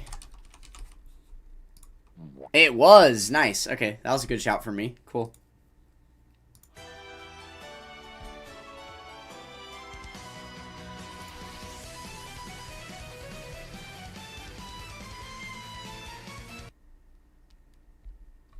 Gee, I wonder.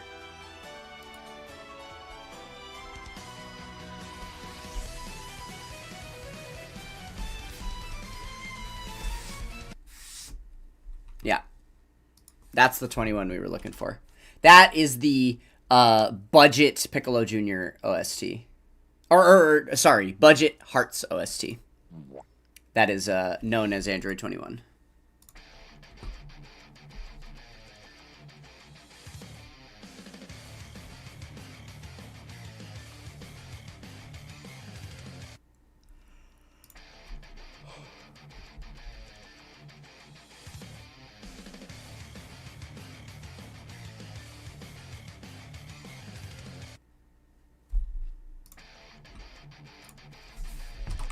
I have no guesses.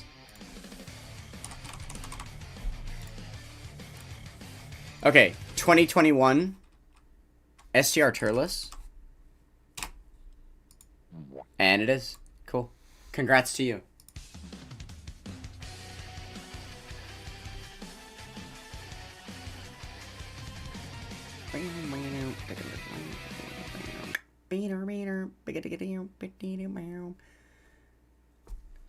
Huh. That's another familiar sounding one, but I'm not too sure.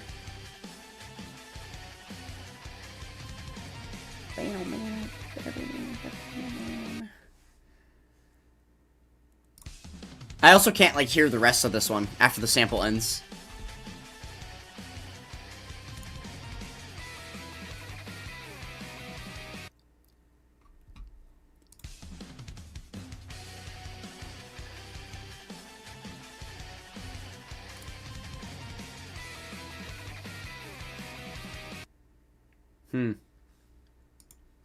Kid Gohan? Oh, the 8th Annie LR. Okay.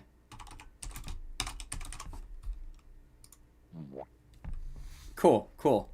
I feel like we've come across that one too many times for me to not be recognizing it. I need to remember that this guy has like one of those chicken dance kind of sounding OSTs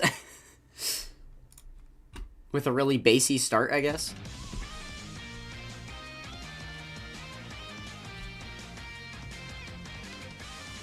Is that some Videl shit? Like, what is this?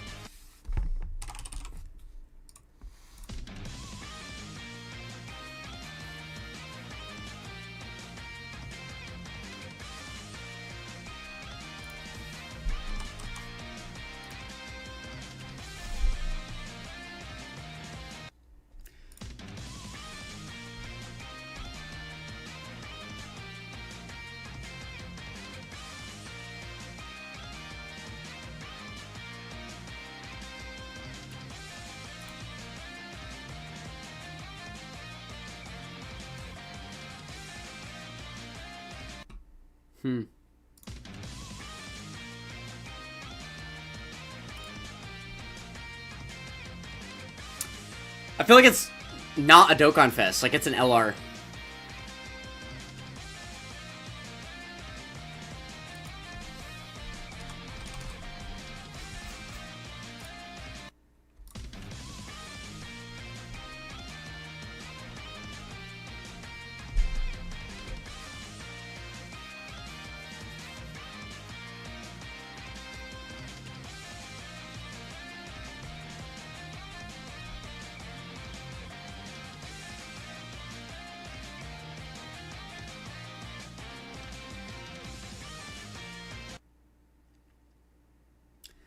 Alright, well, Super Class 2021 Dokkan Fest release then. I don't know.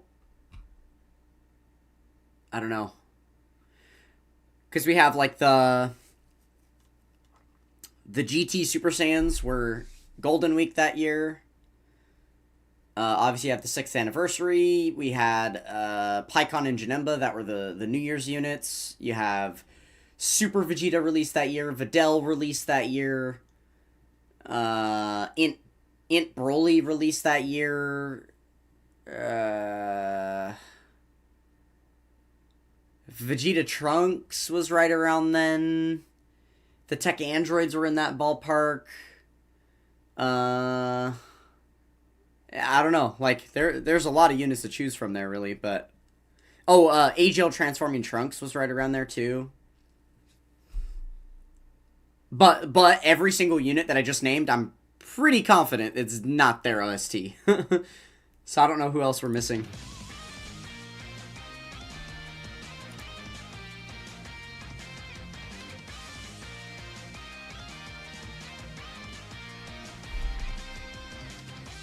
A free-to-play unit? Like... okay, could this be Master Roshi's OST from the 6th anniversary? Master Roshi would be an example of a free-to-play unit that would have an OST, potentially. Let's check, does he even? Yeah. I'll just guess it to get the typing. Okay, so Super Tech 2021. Now that's tough. I didn't even say a tech unit, did I? I didn't even list a tech unit in all the units that I just went through.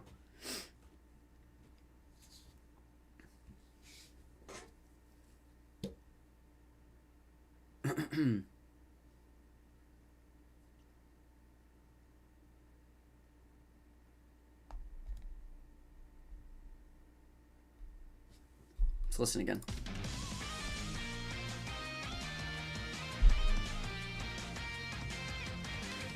Failure Go Tanks can't come from 2021. There's no way.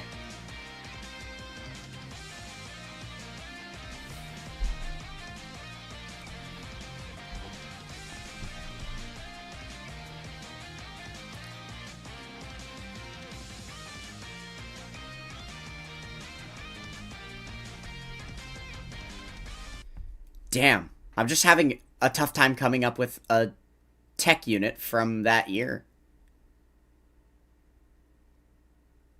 That's so crazy. Bardock. Wow, that's insane. Okay, yeah, I have no idea. I'm just gonna straight, like, give up. Because I don't know. I really don't have any guesses here. We've gotten all the hints, we have the full scope of the song, and no one has any clue, so I'm just gonna give up.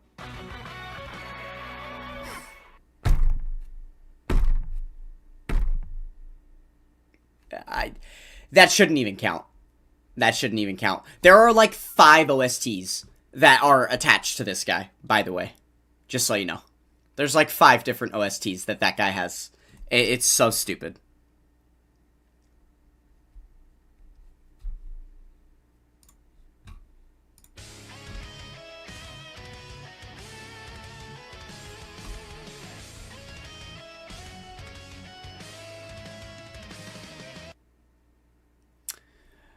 Alright, I'm at a loss again.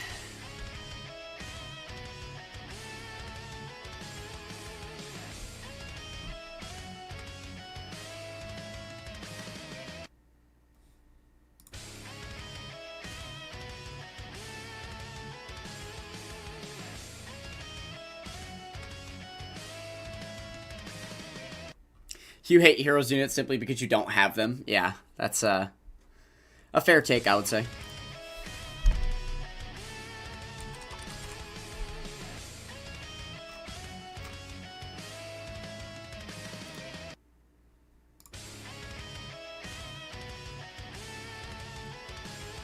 You know who this is, but you're gonna let me guess.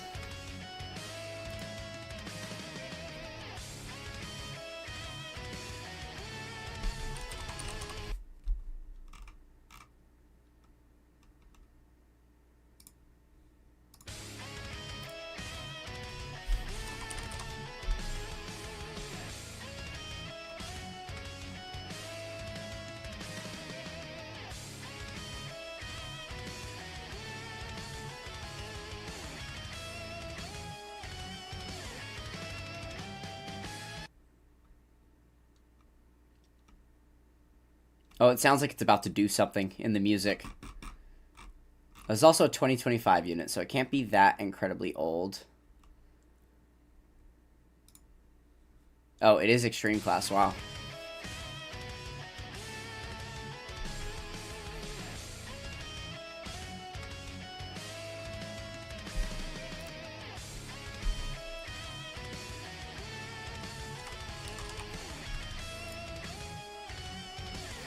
Okay, Extreme AGL 2025. Is it...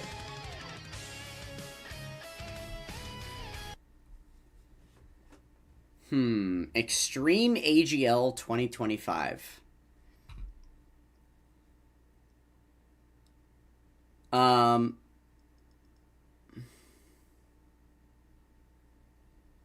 Extreme AGL 2025. So the headliners were both Superclass in the anniversary, and then the 4 Carnival units. It was Super Saiyan 3 Goku, Super Saiyan 2 Gohan, Golden Frieza Gogeta, and SSBE Vegeta. So no Extreme AGL there. Yeah, and like I already thought of Goma, but this is not Goma, right? Goma has two OSTs that are both like basically top 10 in the game. This OST is not nearly good enough to be Goma, so it's definitely not Goma. Extreme AGL. Extreme AGL. It's very early 2025, meaning like post anniversary. Oh, unless it's before the anniversary. Somehow. Oh, wait, is this just Demon? Is this DKP? It's just DKP, isn't it? I always forget about this guy whenever an OST is playing. Yeah. Yeah. That makes sense.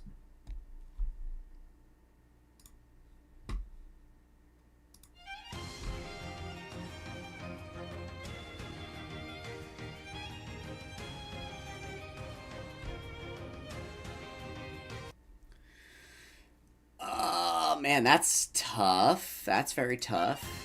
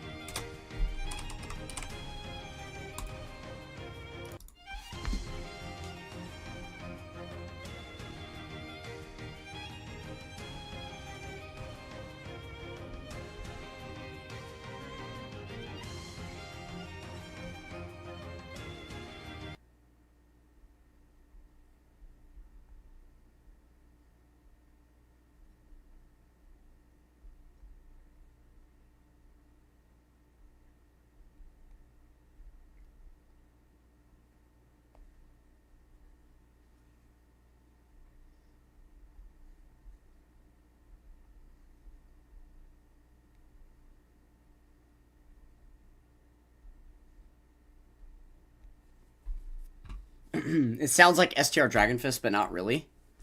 So what you're saying is guess STR Dragonfist? Okay.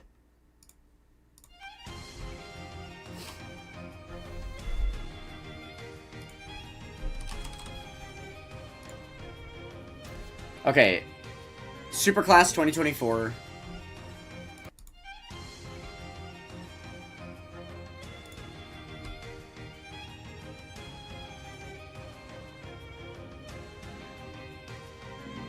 Is it the other Super Saiyan 3 Goku, like the AGL one?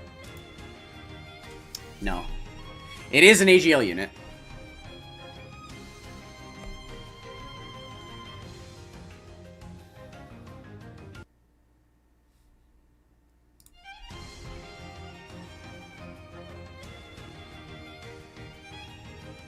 %, DR. Jiren? Are you talking about Jiren?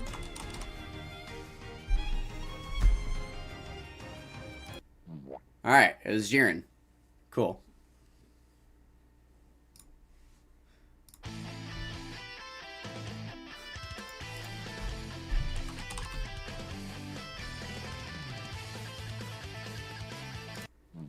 Alright, that one's pretty easy to know. For some reason, just there's such a distinct sound about that one. This one and the Bojack OST, they both sound very similar.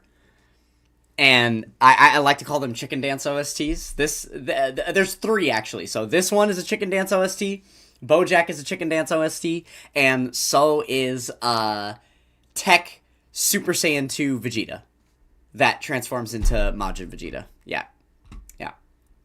The Truth's #1 OST. Yeah, he says that Bojack is his #1, but then you remember how I very easily and quickly guessed the AGL Super Saiyan Vegeta and Goku from the Cooler movie, their OST, because he also says that that one is his #1. To be fair, the intro was the one playing there, and it's, I believe, the active skill that he likes of that one, but yeah, still.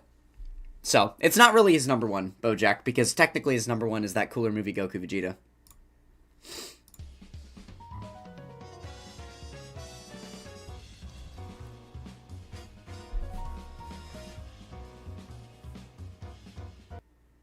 You meant Int Goku and Piccolo OST? That's his #1? Oh, yeah, definitely not. No, the other two that he's mentioned he's definitely said that they're his favorite over that one. Okay. It's actually driving me insane that I can't place this one, because I feel like I should be able to. It's a very unexpected unit for this one. Oh, 16. Yeah. It's like on that Topo level, but not Topos. Yeah. He's another one of those jazzy OST guys. 16. Yeah, Jazz Cafe. Exactly. We got another see you in the comments. If you know, you know. Shout out number 7.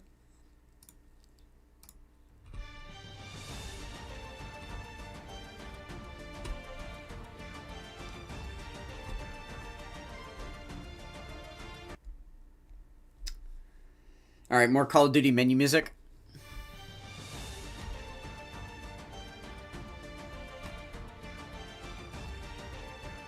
I don't actually recognize this one, like at all. I'm gonna be real with you.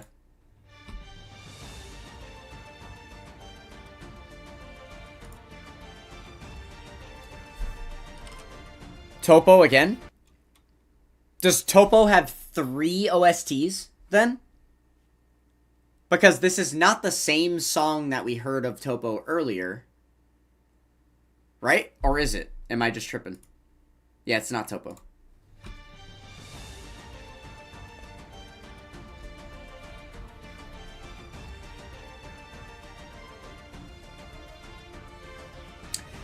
You saw my vid with like 32 million power level. Actually insane. I'm about to hit 33 million. I'm at 32,900,000 now. So, gonna hit 33 million before this Dokkan day is over, in fact. But yeah, thanks for the props. It's been a lot of years of dedicated grinding, I will say.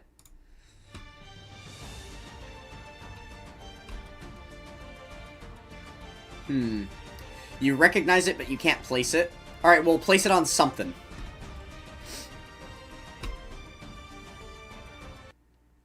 Give me a general ballpark of where you're thinking so that my brain can start rolling based off your guess. You know what I mean? Throw something out there.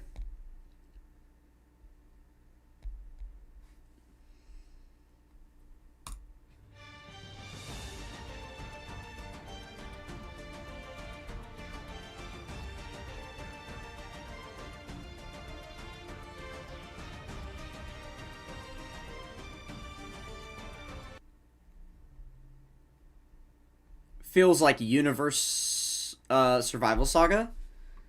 Sounds like Android Saga. Okay.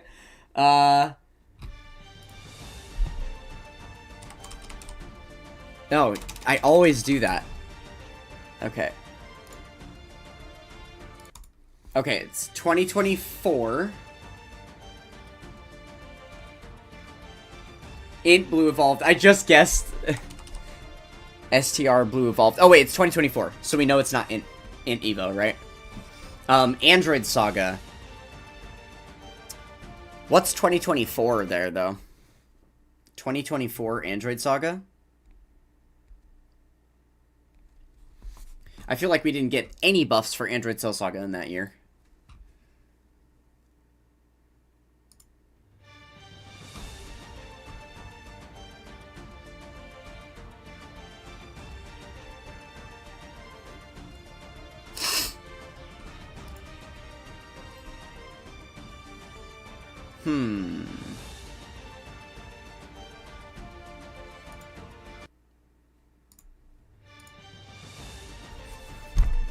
Are we dealing with Sword of Hope again?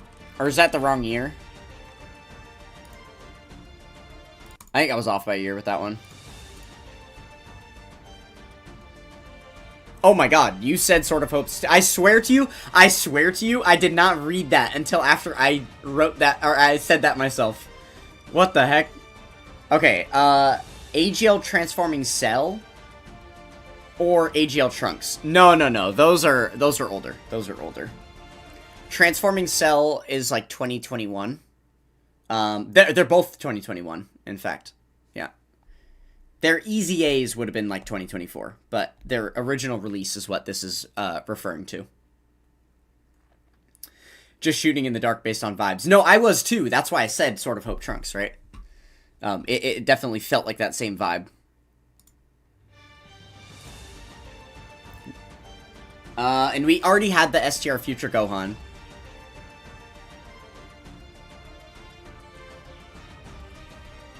What Trunks? Like Tech Trunks? Like, Super Trunks? Okay, it's an AGL unit. 2024 AGL. Oh, that Trunks. The AGL Trunks banner unit? I didn't realize that banner unit had an OST.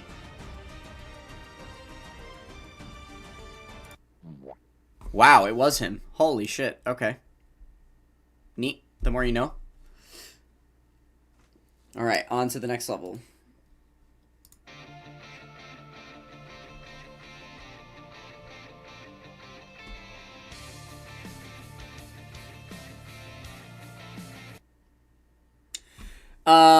That's a standby, right?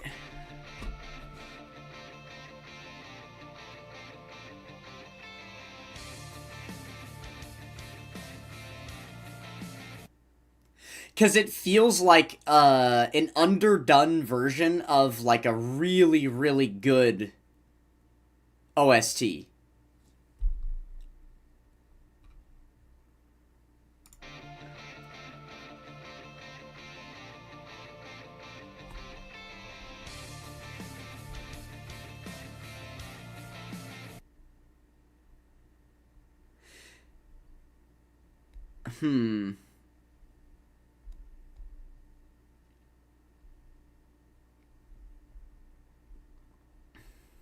Yeah, that's a tricky one for sure.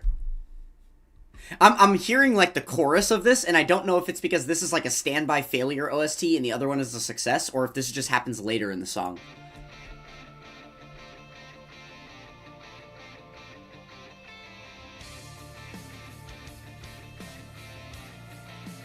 Yeah, so, okay, I'm definitely onto something here. So the successful one is, like... like,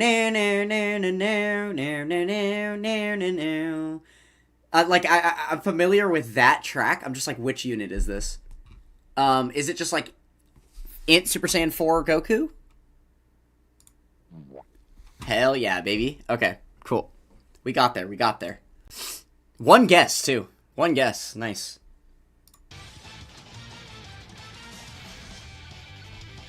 Okay, this is ancient. This is ancient. Yeah, that's 2017 right there.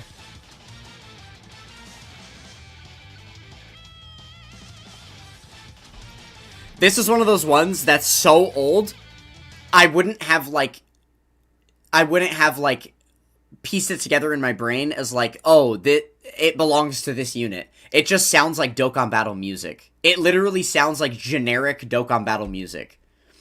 Because, again, like you're saying, this is quest mode. Yeah, they do use this OST as a backing track for a lot of the basic game mode stuff from, like, way back in the day. But the problem is, every OST on this game belongs to a unit specifically. So there's a specific unit we have to guess that this is linked to. Which would have to be an extremely ancient unit, right? Int Gogeta STR Janemba? Oh, God. Okay. STR Gogeta. No. Oh, you said Int Gogeta. STR Janemba. Dang it. Int Gogeta. Okay, you're wrong twice. Oh my goodness. This is not Fizz VB, because Physical VB and AGL Rose have a top-tier OST. I don't remember exactly what it sounds like off the top of my head, but I know it sounds amazing, and it's not this garbage.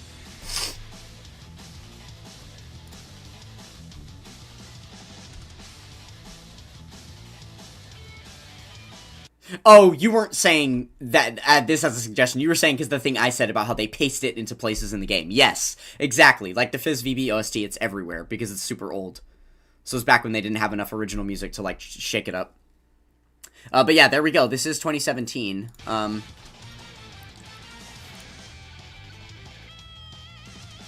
Like, I just don't even know who has an OST from back then. Physical Super Saiyan 3 Gotenks. Or one of the Boo cards. I don't even think that Physical Super Saiyan 3 Gotenks has an OST. Most of the 120 leads don't. Yeah, there is no OST for Physical Super Saiyan 3 Gotenks, so. There also isn't one for Tech Super Saiyan 3 Gotenks, like the ancient one, right? There is for the LR, but obviously this wouldn't be him. So, Boo. Let's see what our Boo options are. Again, nothing old enough. There's not a singular Boo here that's from 2017. None of these cards are 2017. That really is the hardest part, right? Is just like finding a unit that exists from 2017 that even has an OST. Because so many of them didn't, right?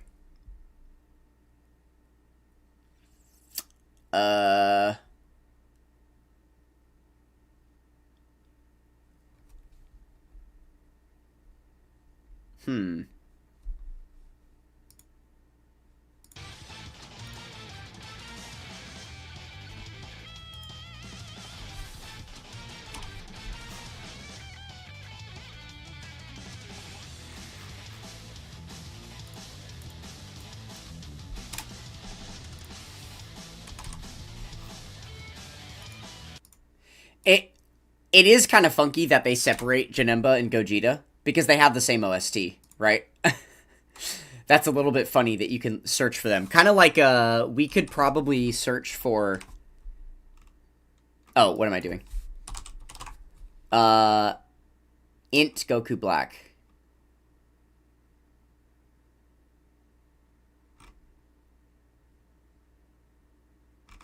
That's AGL, that's STR. Int Goku Black's not on here. But STR Jiren should be on here.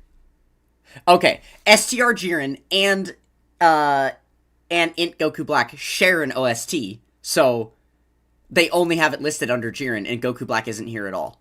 So then why? Because Gogeta and Janemba, I'm not sure if both pairings between like the first anniversary headliners and the 120 leads, if they both pair with OSTs, but the thing is both Gogetas are in here and both Janembas are listed as well. But I know for a fact that at least two of them have the same OST, so it's a little bit inconsistent that they do that. Huh. Weird. Oh yeah, I wasn't even saying Jiren as a guest here. I was just trying to get to the bottom of the way they have this website coded. Hey, happy Dokkan Day to you, Zakaten. Nice of you to join us. I'm doing well. Honestly, getting a little bit of fatigue going right now. Partly because I haven't eaten anything yet today. So, Tech Super Saiyan 4 Goku. Okay, also not a 2017 unit, I don't think, but we'll just guess it. If he has an OST for us to guess. Which he does not. Yeah. Would have given you that one, but he doesn't even have an OST, so. Or at least not one listed in this game. Because remember, he actually has two OSTs. He should have one that's like a story OST and then something more legitimate. I don't understand why he wouldn't be listed on here.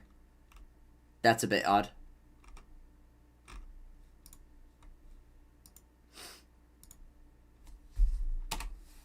Physical Goku Black.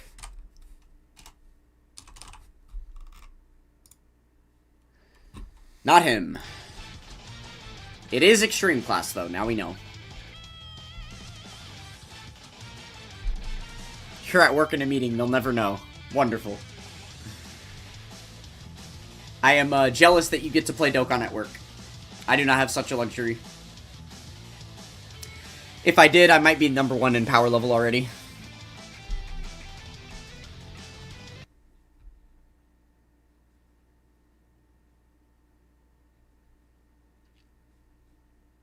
Yeah, guys, I'm like shit out of guesses. I just have no clue. Yeah, who came out in 2017 again? Exactly. Like, I do not know, bro. I do not know.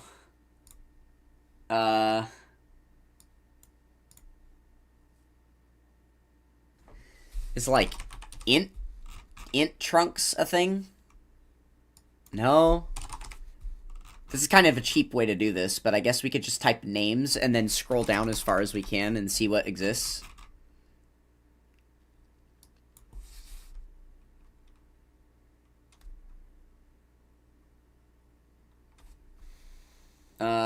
Fizz Omega or Super Saiyan 4 Gogeta? Like... Oh, Tech Super Saiyan 4 Gogeta?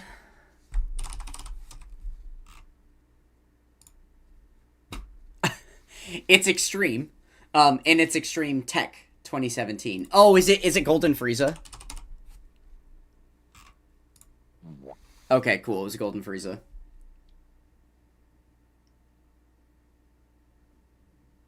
Dinkelberg, tell him Fizz Omega to take over. I already saw your Fizz Omega message. You're good, you're good.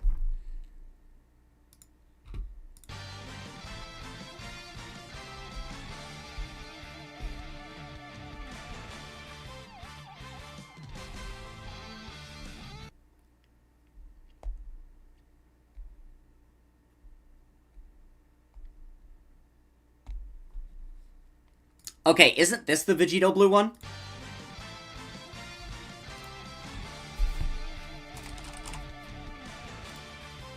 It's not.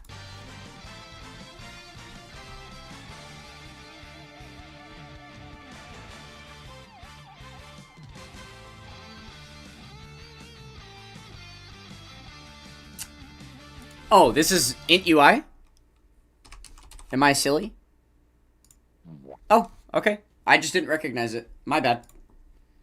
Shame on me for that one.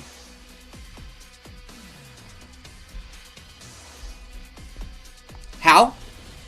How? How did I not... literally how? Here's how. It's a shitty OST. That's how. It's not a good song. It's not good music. I don't like it. That's why I didn't recognize it. Because it's garbage. How about that?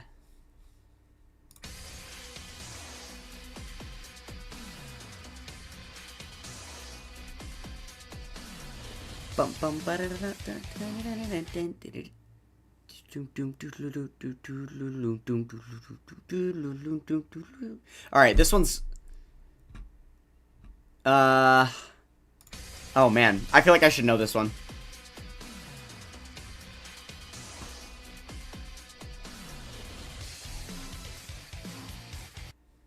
Uh-oh. Oh shit.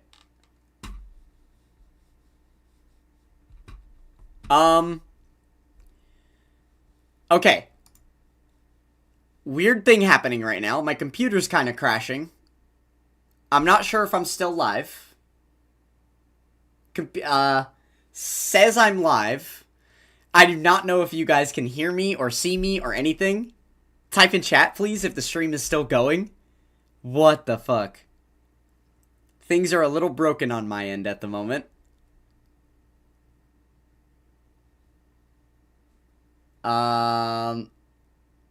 Uh-oh. I'm live still. Okay, good, good, good. You can still see me. Oh, there we go, there we go, there we go. Okay, I just got mouse control back. My cursor was frozen. Everything was, like, frozen.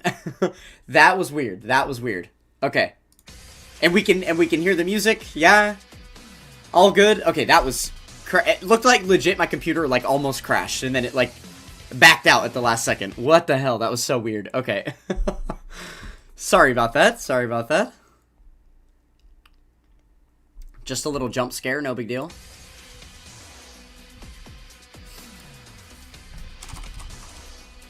Alright.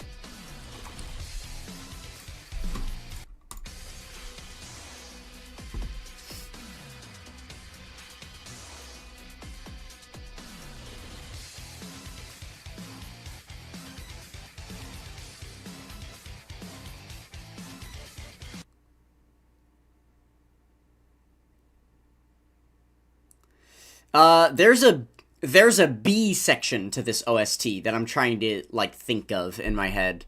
That's gonna make it easier to guess, I think.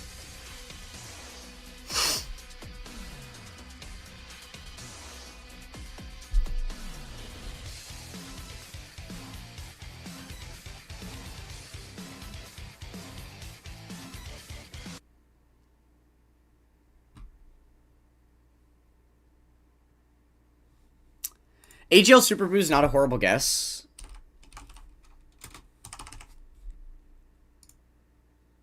But it is the wrong guess.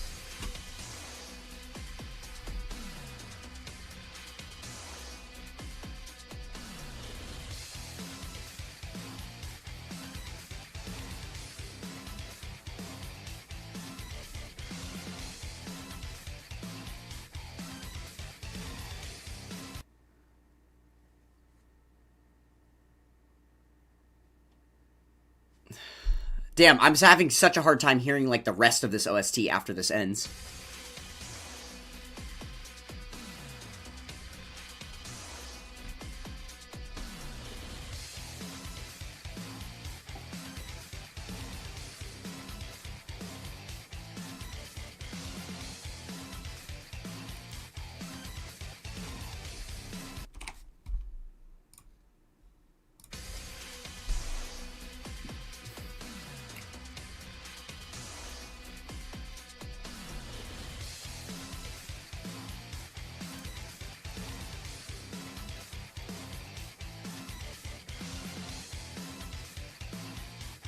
Yeah, 2022 Extreme Class.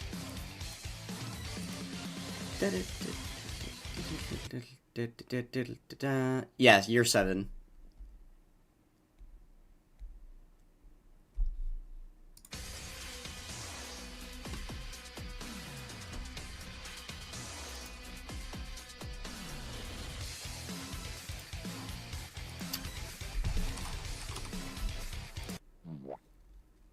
Wow. You saying year 7 just made me start pondering the anniversary LRs, and then I realized. Okay, cool. Yeah, year 7. Literally a 7th anniversary LR. Cool.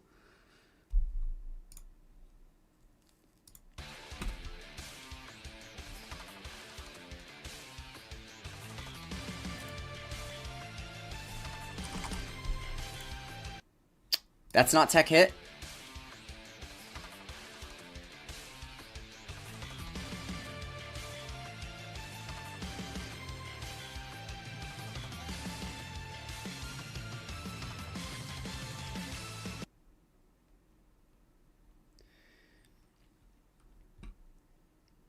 Physical LR Gogeta? Okay, I don't think I would have gotten there very quickly at all. If that is what the answer is. Which, I don't doubt you. You seem pretty confident.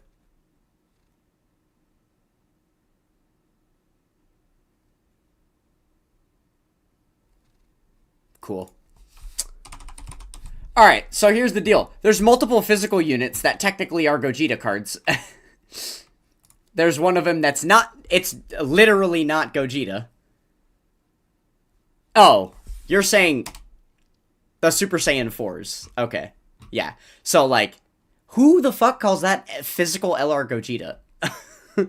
This is physical LR Gogeta. You should never refer to the 7th anniversary Super Saiyan 4s as physical LR Gogeta. Is this really them, though? I guess that is their intro, huh? Wow. I should have known by the synth sound. Yeah, that's my bad. I promise if it was either of their other two, I would have got it immediately. Had to type fast, yeah. I mean, still, just the knee-jerk reaction to be like, physical Gogeta. I don't even usually refer to that card as Gogeta. That's my point. Is like, Gogeta's an afterthought there. And I would definitely not... Like, if I'm ever referring to a Super Saiyan 4 Gogeta card, I will never call it Gogeta without specifying Super Saiyan 4. Just because, in my opinion, that's a different unit. If someone just says Gogeta, I'm never going to think of Super Saiyan 4 Gogeta unless you say Super Saiyan 4 Gogeta. Then I'll think of that. Otherwise, I'm just going to think of normal Gogeta, right? You may be tripping, you remember that unit screaming Kamehameha in this OST? That's funny.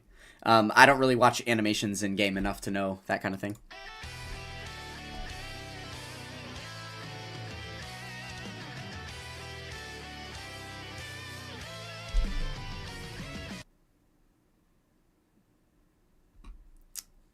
Oh, God. Okay.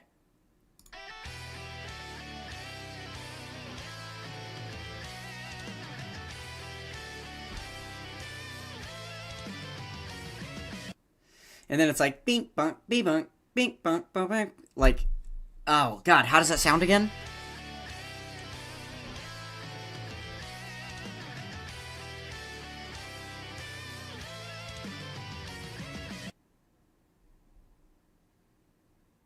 Man, I do not know. I do not know at all. I guess you were actually onto it with that one. It was Kale and Caulifla. Okay, cool. Neat.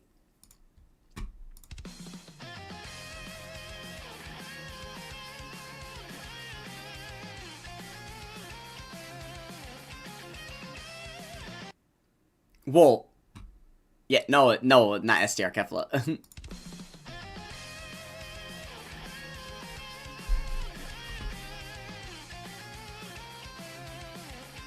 Alright, I'm very, very lost on this one. I don't think I'm gonna get anywhere with this one.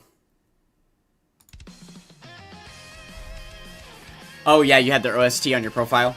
I don't even know what song's on my profile, because I can't hear the game music, so I have no idea what's playing there.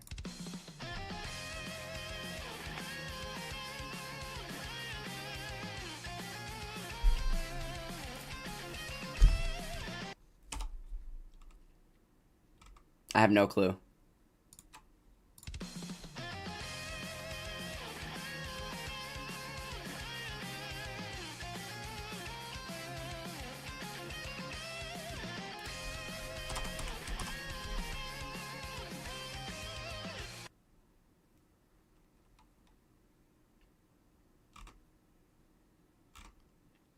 I have, like, so much no clue on this one.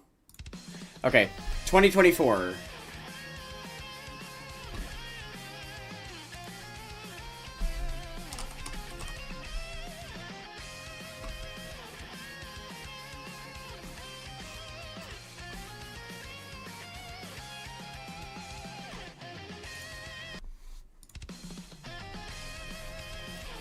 It's Extreme Class.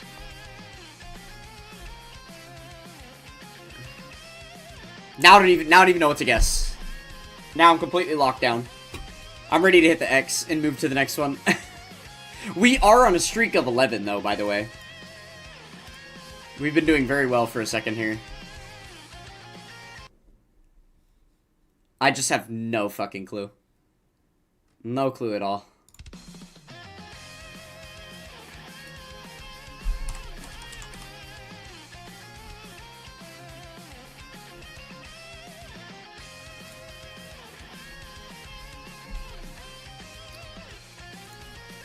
Is it just like the anniversary Broly?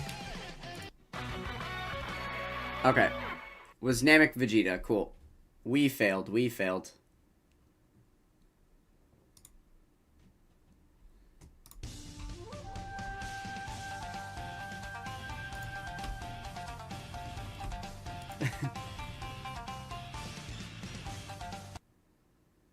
Funny enough, I don't actually know who this is off the top of my head.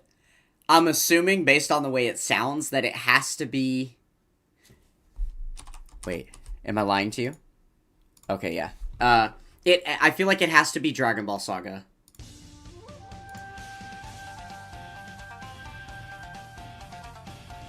Like, Tao or STRTN. Roshi. Yeah, Roshi. There we go.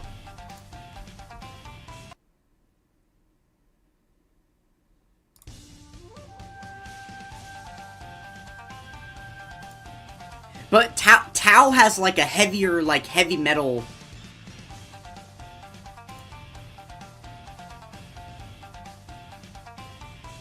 Okay, okay. So this could be... This could be AGL Goku Youth. This could be Physical Mercenary Tao. This could be STRLRTN. But Fizz Tao has a banger, right? So this is definitely not him. Let's just try Goku Youth and see. If not, I'll guess TN. It's Extreme, so maybe TN. There we go, it was TN. I knew it was one of those Dragon Ball Saga characters from, like, that realm, that, like, era of time after the 10th anniversary when we got all of this Dragon Ball Saga stuff. I just didn't know which one specifically, so cool.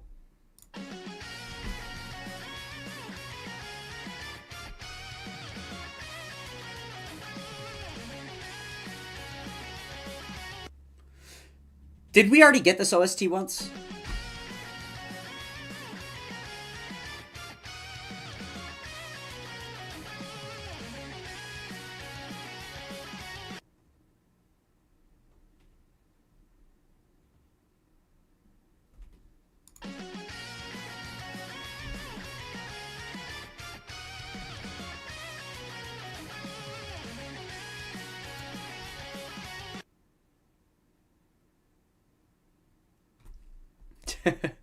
Brother. That is definitely not helping. But it sounds like you know it, so go ahead and shout it out, Top Key. We're all lost on this one, so you're gonna have to save the day.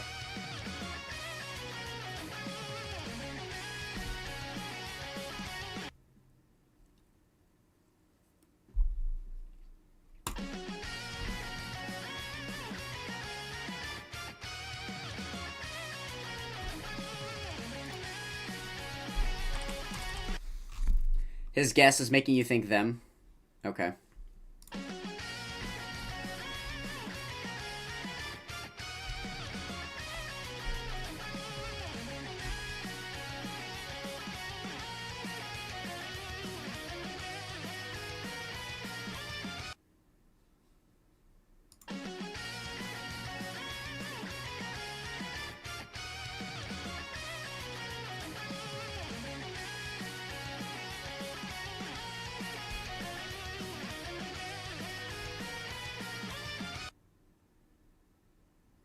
Oh, you're angry at me for calling int UI a bad OST, so you're not helping me. Is that... Okay.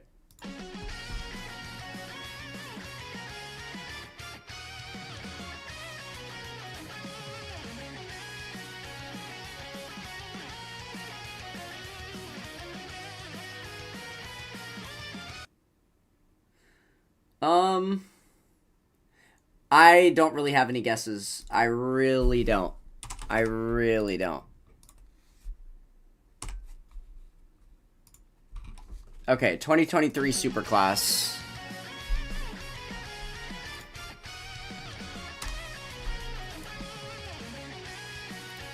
Alright, Super STR 2023.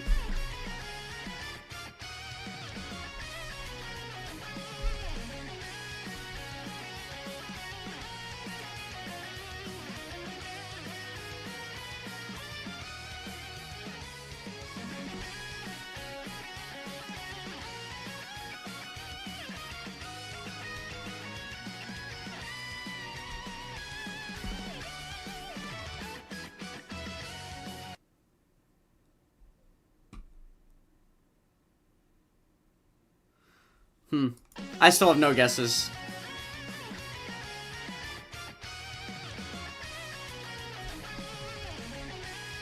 I know, that's where I'm at, Dinkelberg. Same boat. Same boat. I got no clue. No clue. STR in 2023. That's what year again? Like, post 8th anniversary. This is not the GT boys, so this is not, like, 8th anniversary headliner. Beast Gohan didn't come out till 9th anniversary. So it's something Super STR between GT Boys and Beast Gohan. What was the worldwide that year? Was this the one? But we already had the Future Gohan OST in the Family Kamehameha Gohan. I guess this could be his. Technically, this could be the Family Kamehameha Gohan. I'm just going to guess that so we can lose and move on. How about that?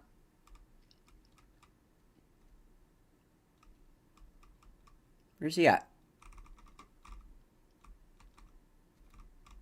There he is. Oh, okay, okay. Yeah, I never would have thought of that. Absolutely never would have got there. I think I'll probably not guess him the next time he comes up, too, because we have missed his OST before.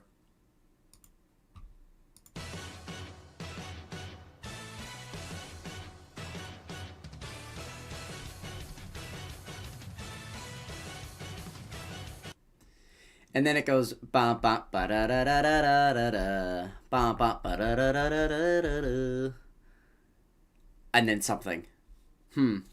But there is trumpets in this one.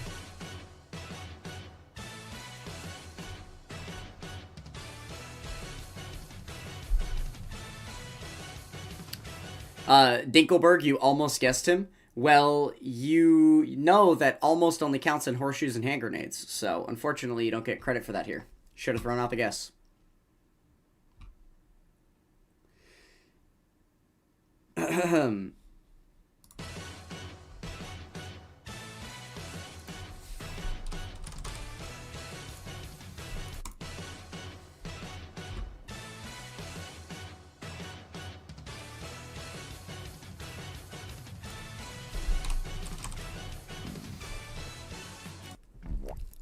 Cool.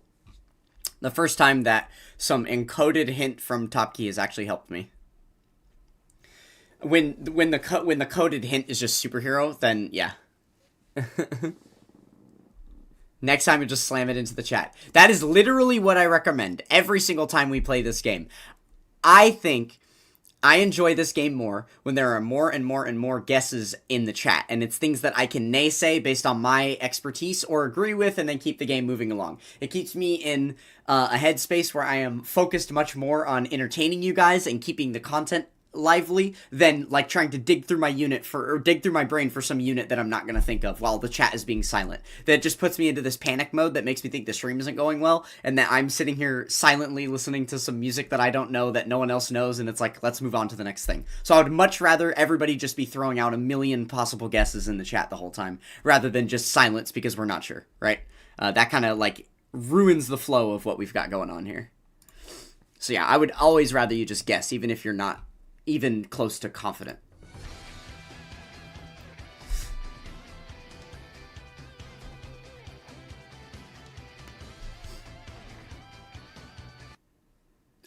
I don't think I've ever heard this before.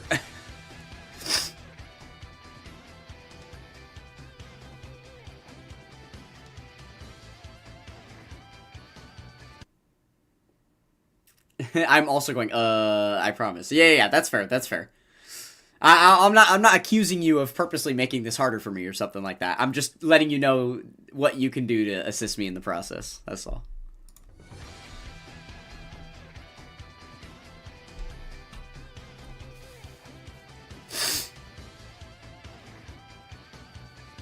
I really don't feel like I've ever heard this. This is so random.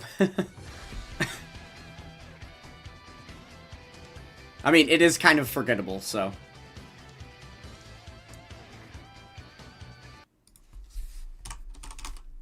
Okay.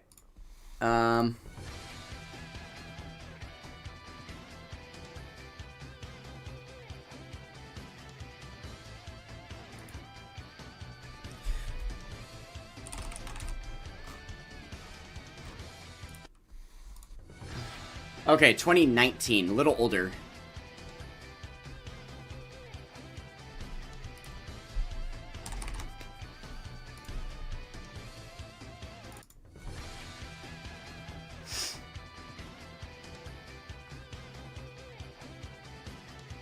Yeah, this is a really tough one. I'm not super sure about this one.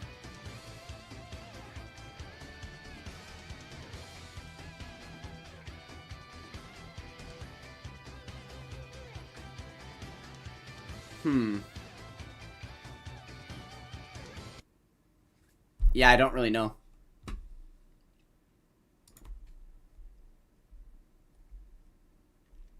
Thinking back to that long ago is tough. Like... physical Omega's probably not right. Okay. 2019 super... Oh, it's super class anyway. I'm silly for that one. That's fine.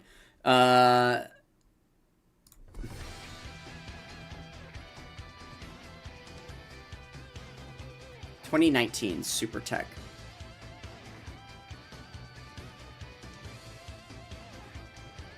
Yeah. No. Int transforming Gotenks does... I mean, obviously now we know it's not an int unit, but... Yeah, no, he has a pretty good OST. His one's a little chicken dancey, too. Like, I would be willing to believe this is a Gohan of some sort, because it sounds very Call of Duty menu music, which is like a Gohan trope, but I also don't know if there is like a super tech Gohan from 2019. I don't think so. What about them? When did they release? Oh, they are 2019.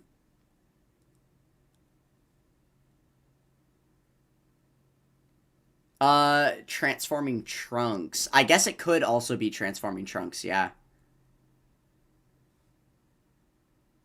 Between one of the two of those. I like your guess and I like my guess with these guys here. It's up to you. What say you we go with on this last guess?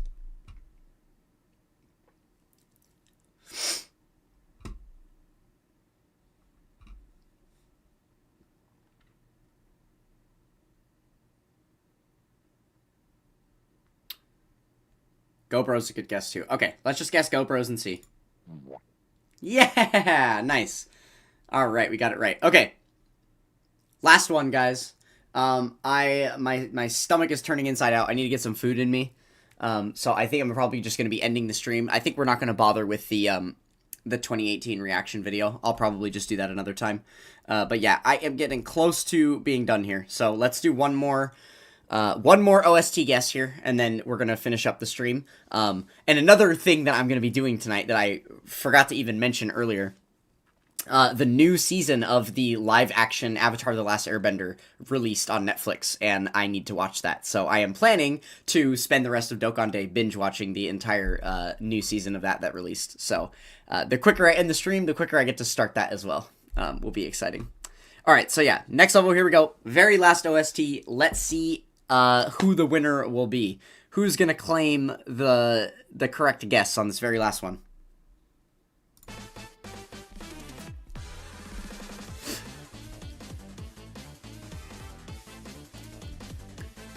Oh, shit.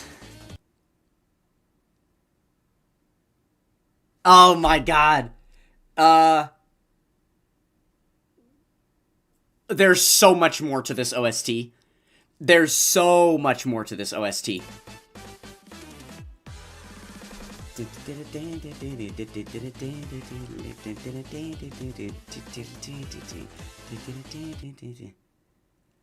And then it does like that little stutter. And then it completely changes. Oh God, what's the change? What's the change? You haven't heard this one. No. You have. The rest of the OST does not sound like this. It's like dun dun dun dun dun dun dun dun dun. Da, da, da, da, da, da, da, da, da. And then it has like those little like warbly synths that are like, and then it's da na na na da na na na na na da. Oh fuck! What? Who does that belong to? Yeah, literally. I know it's funny me being like, no, you've heard it. But I'm just saying that this little intro part of the OST does not sound like the OST at all. It's not even like 1% the same. It completely changes from this like little weird intro thing into like a Dokkan Battle OST. It's not T Zamasu. No, it is not T Zamasu. I would recognize that in a heartbeat.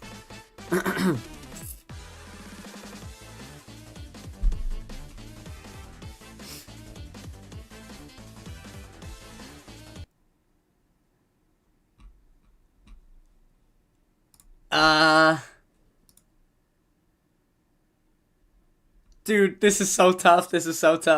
Okay, let me just start throwing out, like, just very recent units. Okay, yeah, so okay, 2025. Here, hopefully now we have enough of the song, you can hear the actual music. The actual, like, part of the song, that's the song.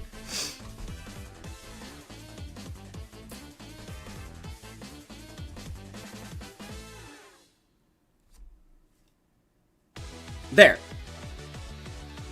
That's where the actual OST starts. What you just heard, that's the OST. None of that beginning shit is like anything. Ah, my god, okay.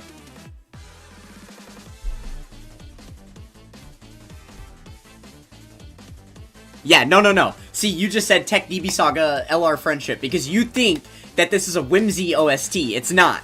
It's not. This is the real OST from here forward.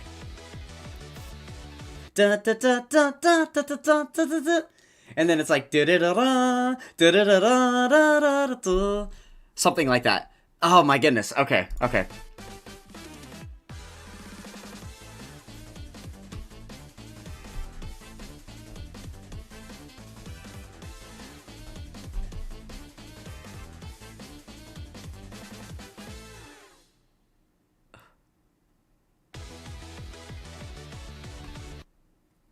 Oh fuck, I hate this. Alright, we need to guess one more. Okay, let's lock in back to the year. I'm focusing too much on, like, that one little part of the OST I can actually hear now, right? Okay, so 2025. Obviously, 10th anniversary. Is it a unit from the 10th anniversary?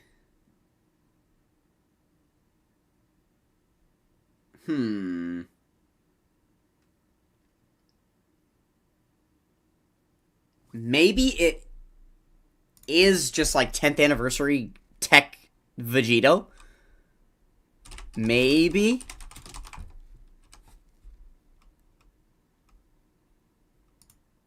No, it's not. Fuck. Okay.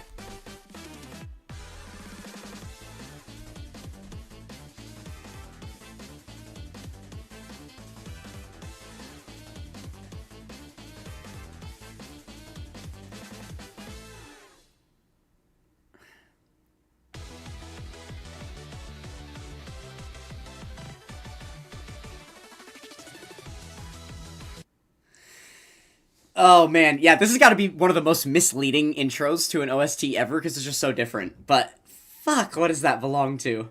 Have you just known it the whole time, Topkey? Are you like just waiting to tell us the answer? I'm curious if you're being polite or if you actually don't know.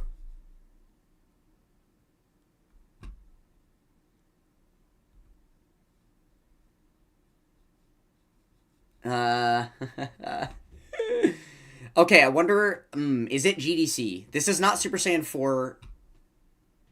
The thing that's messing me up is that this is such an iconic OST. Like, it has this filler intro that's like God tier, and then it switches into just a completely different sounding God tier OST that's like awesome pretty much all the way through, right? Really well produced. It's new enough, making me think that it's probably from a major celebration. So maybe GDC? But I know it's not Super Saiyan 4 Gogeta. I guess, could it be Blue Boys? Is this the STR Blue Boys in some way?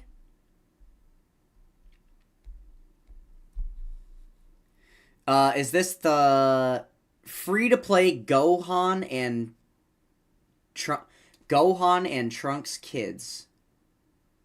The physical unit. Oh, like their the tag switch. The tag switch free-to-play? Probably not. Probably not. I feel like this is a way more iconic unit. This is not wasted on a free-to-play. This feels like a Dokkan Fest LR.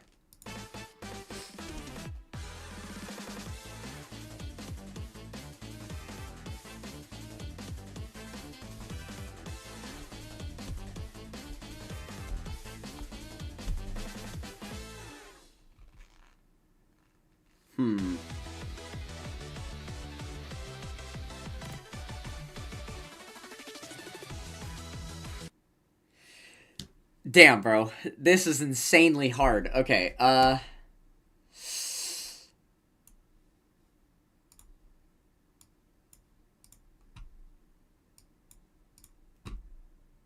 don't know. I really don't know. I'm just gonna put PyCon out there to get that one last guess in. Okay, so it's Super AGL. Now that makes me feel like I should have guessed Gogeta instead of Vegito, because it still really, realistically could just be 10th anniversary LR Gogeta.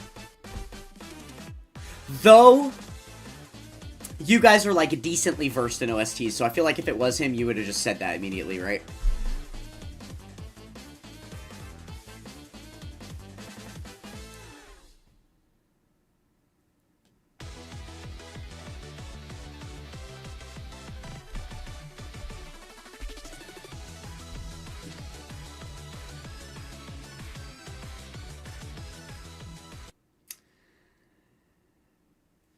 Ah, dude, this is insane.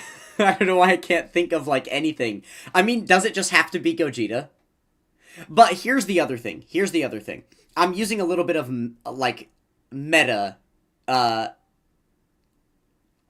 I'm using a little bit of like meta knowledge to discern that this is not AGL Gogeta, because I remember that once I finished my tier list of all the OSTs, people had bagged on the fact that I didn't have AGL Gogeta higher.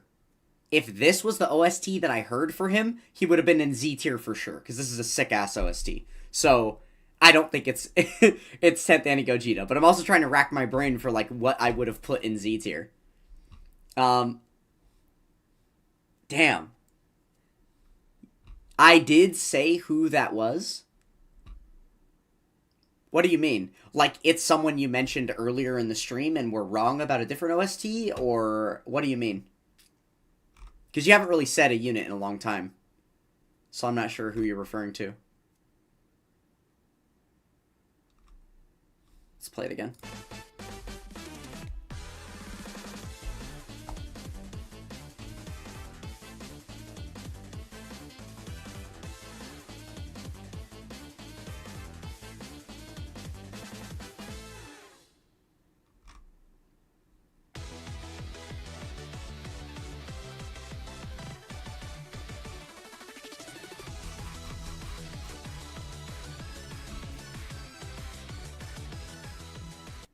Your recent quote. Okay, you said fail intentionally to hear more. Sonic Colors, Mario Kart, top 10 OST for me. You said of a superhero.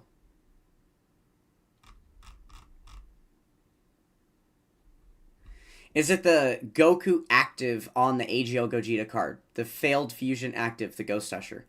So is it... is it just 10th Annie Gogeta? The way that I've been thinking it was for like the last 10 minutes? It really is?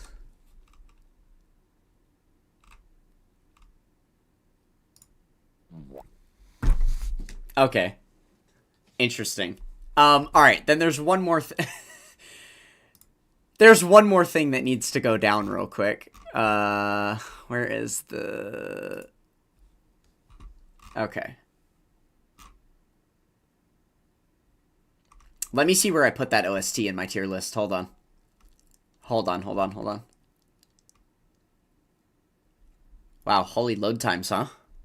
Jesus. Oh my Jeebus Criminies. Okay, where is it at? Oh, right here. I have it listed in Cream of the Crop. So I guess I was not remembering that correctly. Yeah, I literally have it in Cream of the Crop tier. Not quite Cream of the Cream, but it's Cream of the Crop, you know? And then... Yeah, I guess maybe it was one of his other OSTs that ended up a little lower that people were, like, salty about. But that one I feel like rated pretty fairly. It's way up there. Because there would also be the image on the Vegeta side. Or, like, the Gogeta himself, right? Let's see. Maybe he is just that low. That's why I haven't seen him yet. Oh, yeah, here's the Vegeta one. So that's the intro that I have listed right here. And then there would also be one with Gogeta for that active. Or this one right here. These two. Yep. They're way down here. Yeah, makes sense. Alright, what a fun thing. Did they add... Oh, they did add Beast now. They added Turles and Beast. Okay. This will be a good way to finish up, since we're already on the theme of OSTs and stuff. I meant to do this during the last live stream, but Beast didn't get added into here yet. So really quick, we're going to rank these 3 OSTs. So we need to just listen to the Turles OSTs and then the Beast OST. And then we'll add them to the tier list. I want to keep this tier list updated as new OSTs come out now, since I have the opportunity. And I've already done all the work, right? But yeah, as I mentioned, we're going to go ahead and, watch, we'll do that reaction video another time. It's getting late already. I don't really feel like it now. What is going on? Hello. Oh my goodness. Okay. Let me,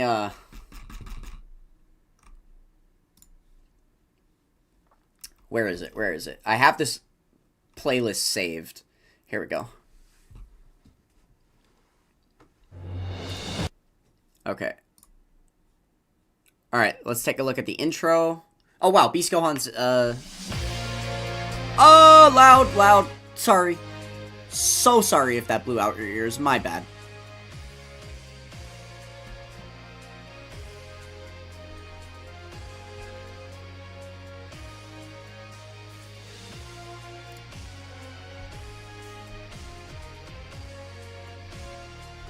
It's got that 2026 bass on it.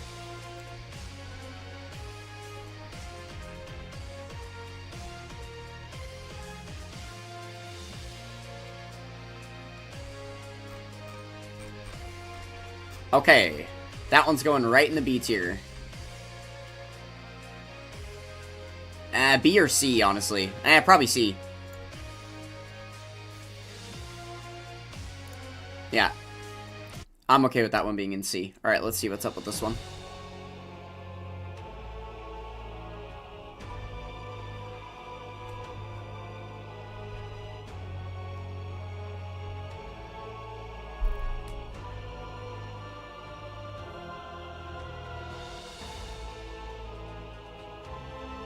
Oof, this is it?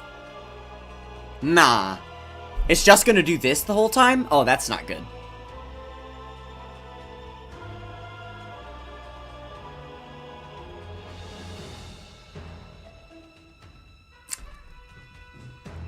Okay.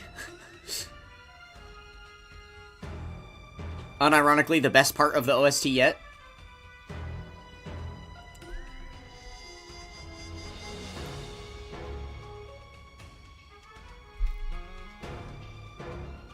It hasn't repeated yet. It's almost a minute in.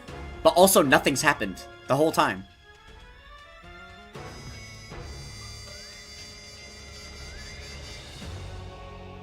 And then it repeats. Okay. Not good. Not good. How bad, though? It's kind of right with the other one, huh? Let's just... I'm gonna put it in B because it has some of those unique sounds. The little, like... Those little, like... kind of noises and stuff. Whatever. I'll just put it in bland. Sure. It's... whatever. Yeah, that's not very good. In fact, yeah, that's doing it way too much credit. It goes in C tier. It really does. Yeah.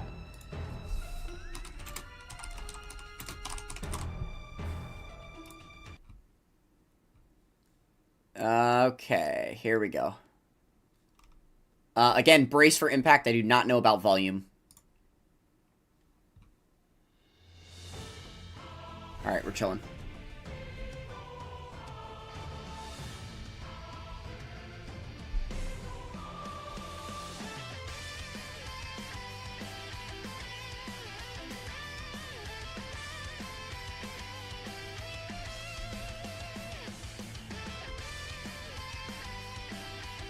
Okay, I mean...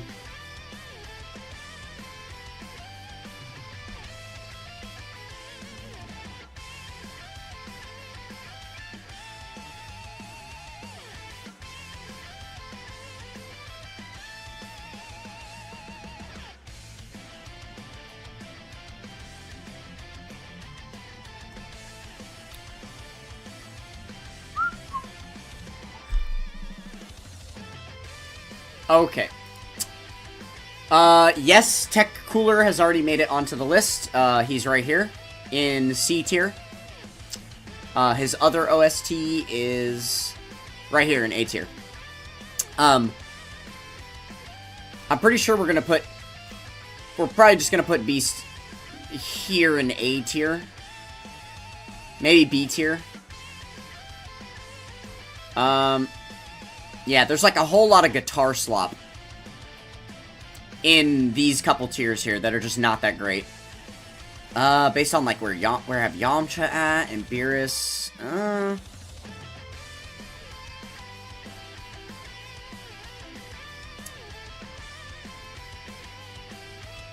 Yeah. Okay. That is B tier. Barely. It's almost C tier. Alright, well, Those are some forgettable-ass OSTs. But it's not too much of a shocker to me because they don't really add better OSTs often. Most of the units that had been in, like, the upper level of OSTs when I did my original OST tier list years ago, it's, like, exactly the same, right? About 7 of the units in the top 10 are still there, right? They just don't release OSTs the way that they used to. Finding OSTs of this tier here is just so impossible to come by in this with the stuff they modernly release. This just sounds so generic. This is going to fill in with the other 300 OSTs that all sound exactly the same that I just don't care about, right? That I'm going to get confused on in the OST game. So yeah, kind of good off that.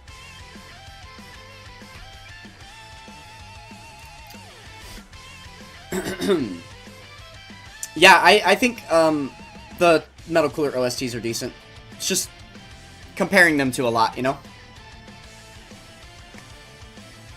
Rank 2000 soon. Oh no. Hopefully they'll add rank 3000 during GDC for you. Then you won't be suffering for too long, huh? Hopefully, hopefully. Alright, well, that was a pretty successful power level grind for the stream, I think. We got closing in on 100k power level done for the stream, which is nice. We're already 8 hours into Dokkan Day, so I should be about a third of whatever power level I'm gonna earn. Yeah, we're right there at the 100,000. In fact, I've already earned more than 100,000. A little over 100,000. So, yep, we're on pace to do our 300,000 by the end of Dokkan Day, which is very, very exciting. But alright, that is gonna be it for the stream. So good luck to you guys on the rest of your Dokkan Day grinds. Hopefully you guys are able to make some real noise happen with your own grinds. Don't stop grinding just because the stream ends. Keep on going. Keep on going. I encourage you. Stay up all night. Go until the very last minute of Dokkan Day, if you possibly can, if your life is set up that way, right? But yeah, 33 mil. That is coming. So that's probably one of the next videos that's going to be posted on the channel. In the coming week will be the 33 million power level showcase. I do want to try to do every single million all the way up until the end of my power level journey. I've missed quite a few millions here and there, but they're just happening so quickly back to back. I just posted the 32 million power level video last week, so not too much I could do about how fast I move, right? So yeah, look forward to that. Look forward to that. Basically, the biggest thing holding me back on those is coming up with a thumbnail idea for 33 mil at this point. That's the next struggle. Alright, well, that's everything I have for you guys today. Hopefully you enjoyed the stream, and if I do not see you sooner, then I will at least see you by the next Dokkan Day. But I'm pretty sure we're going to be doing at least 1 or 2 live streams between now and then. So I will catch you guys very, very soon. Good luck on the rest of your grinds. Thank you guys so much for joining me on this Dokkan Day. It has been a world of fun, and I will catch you guys next time. Peace!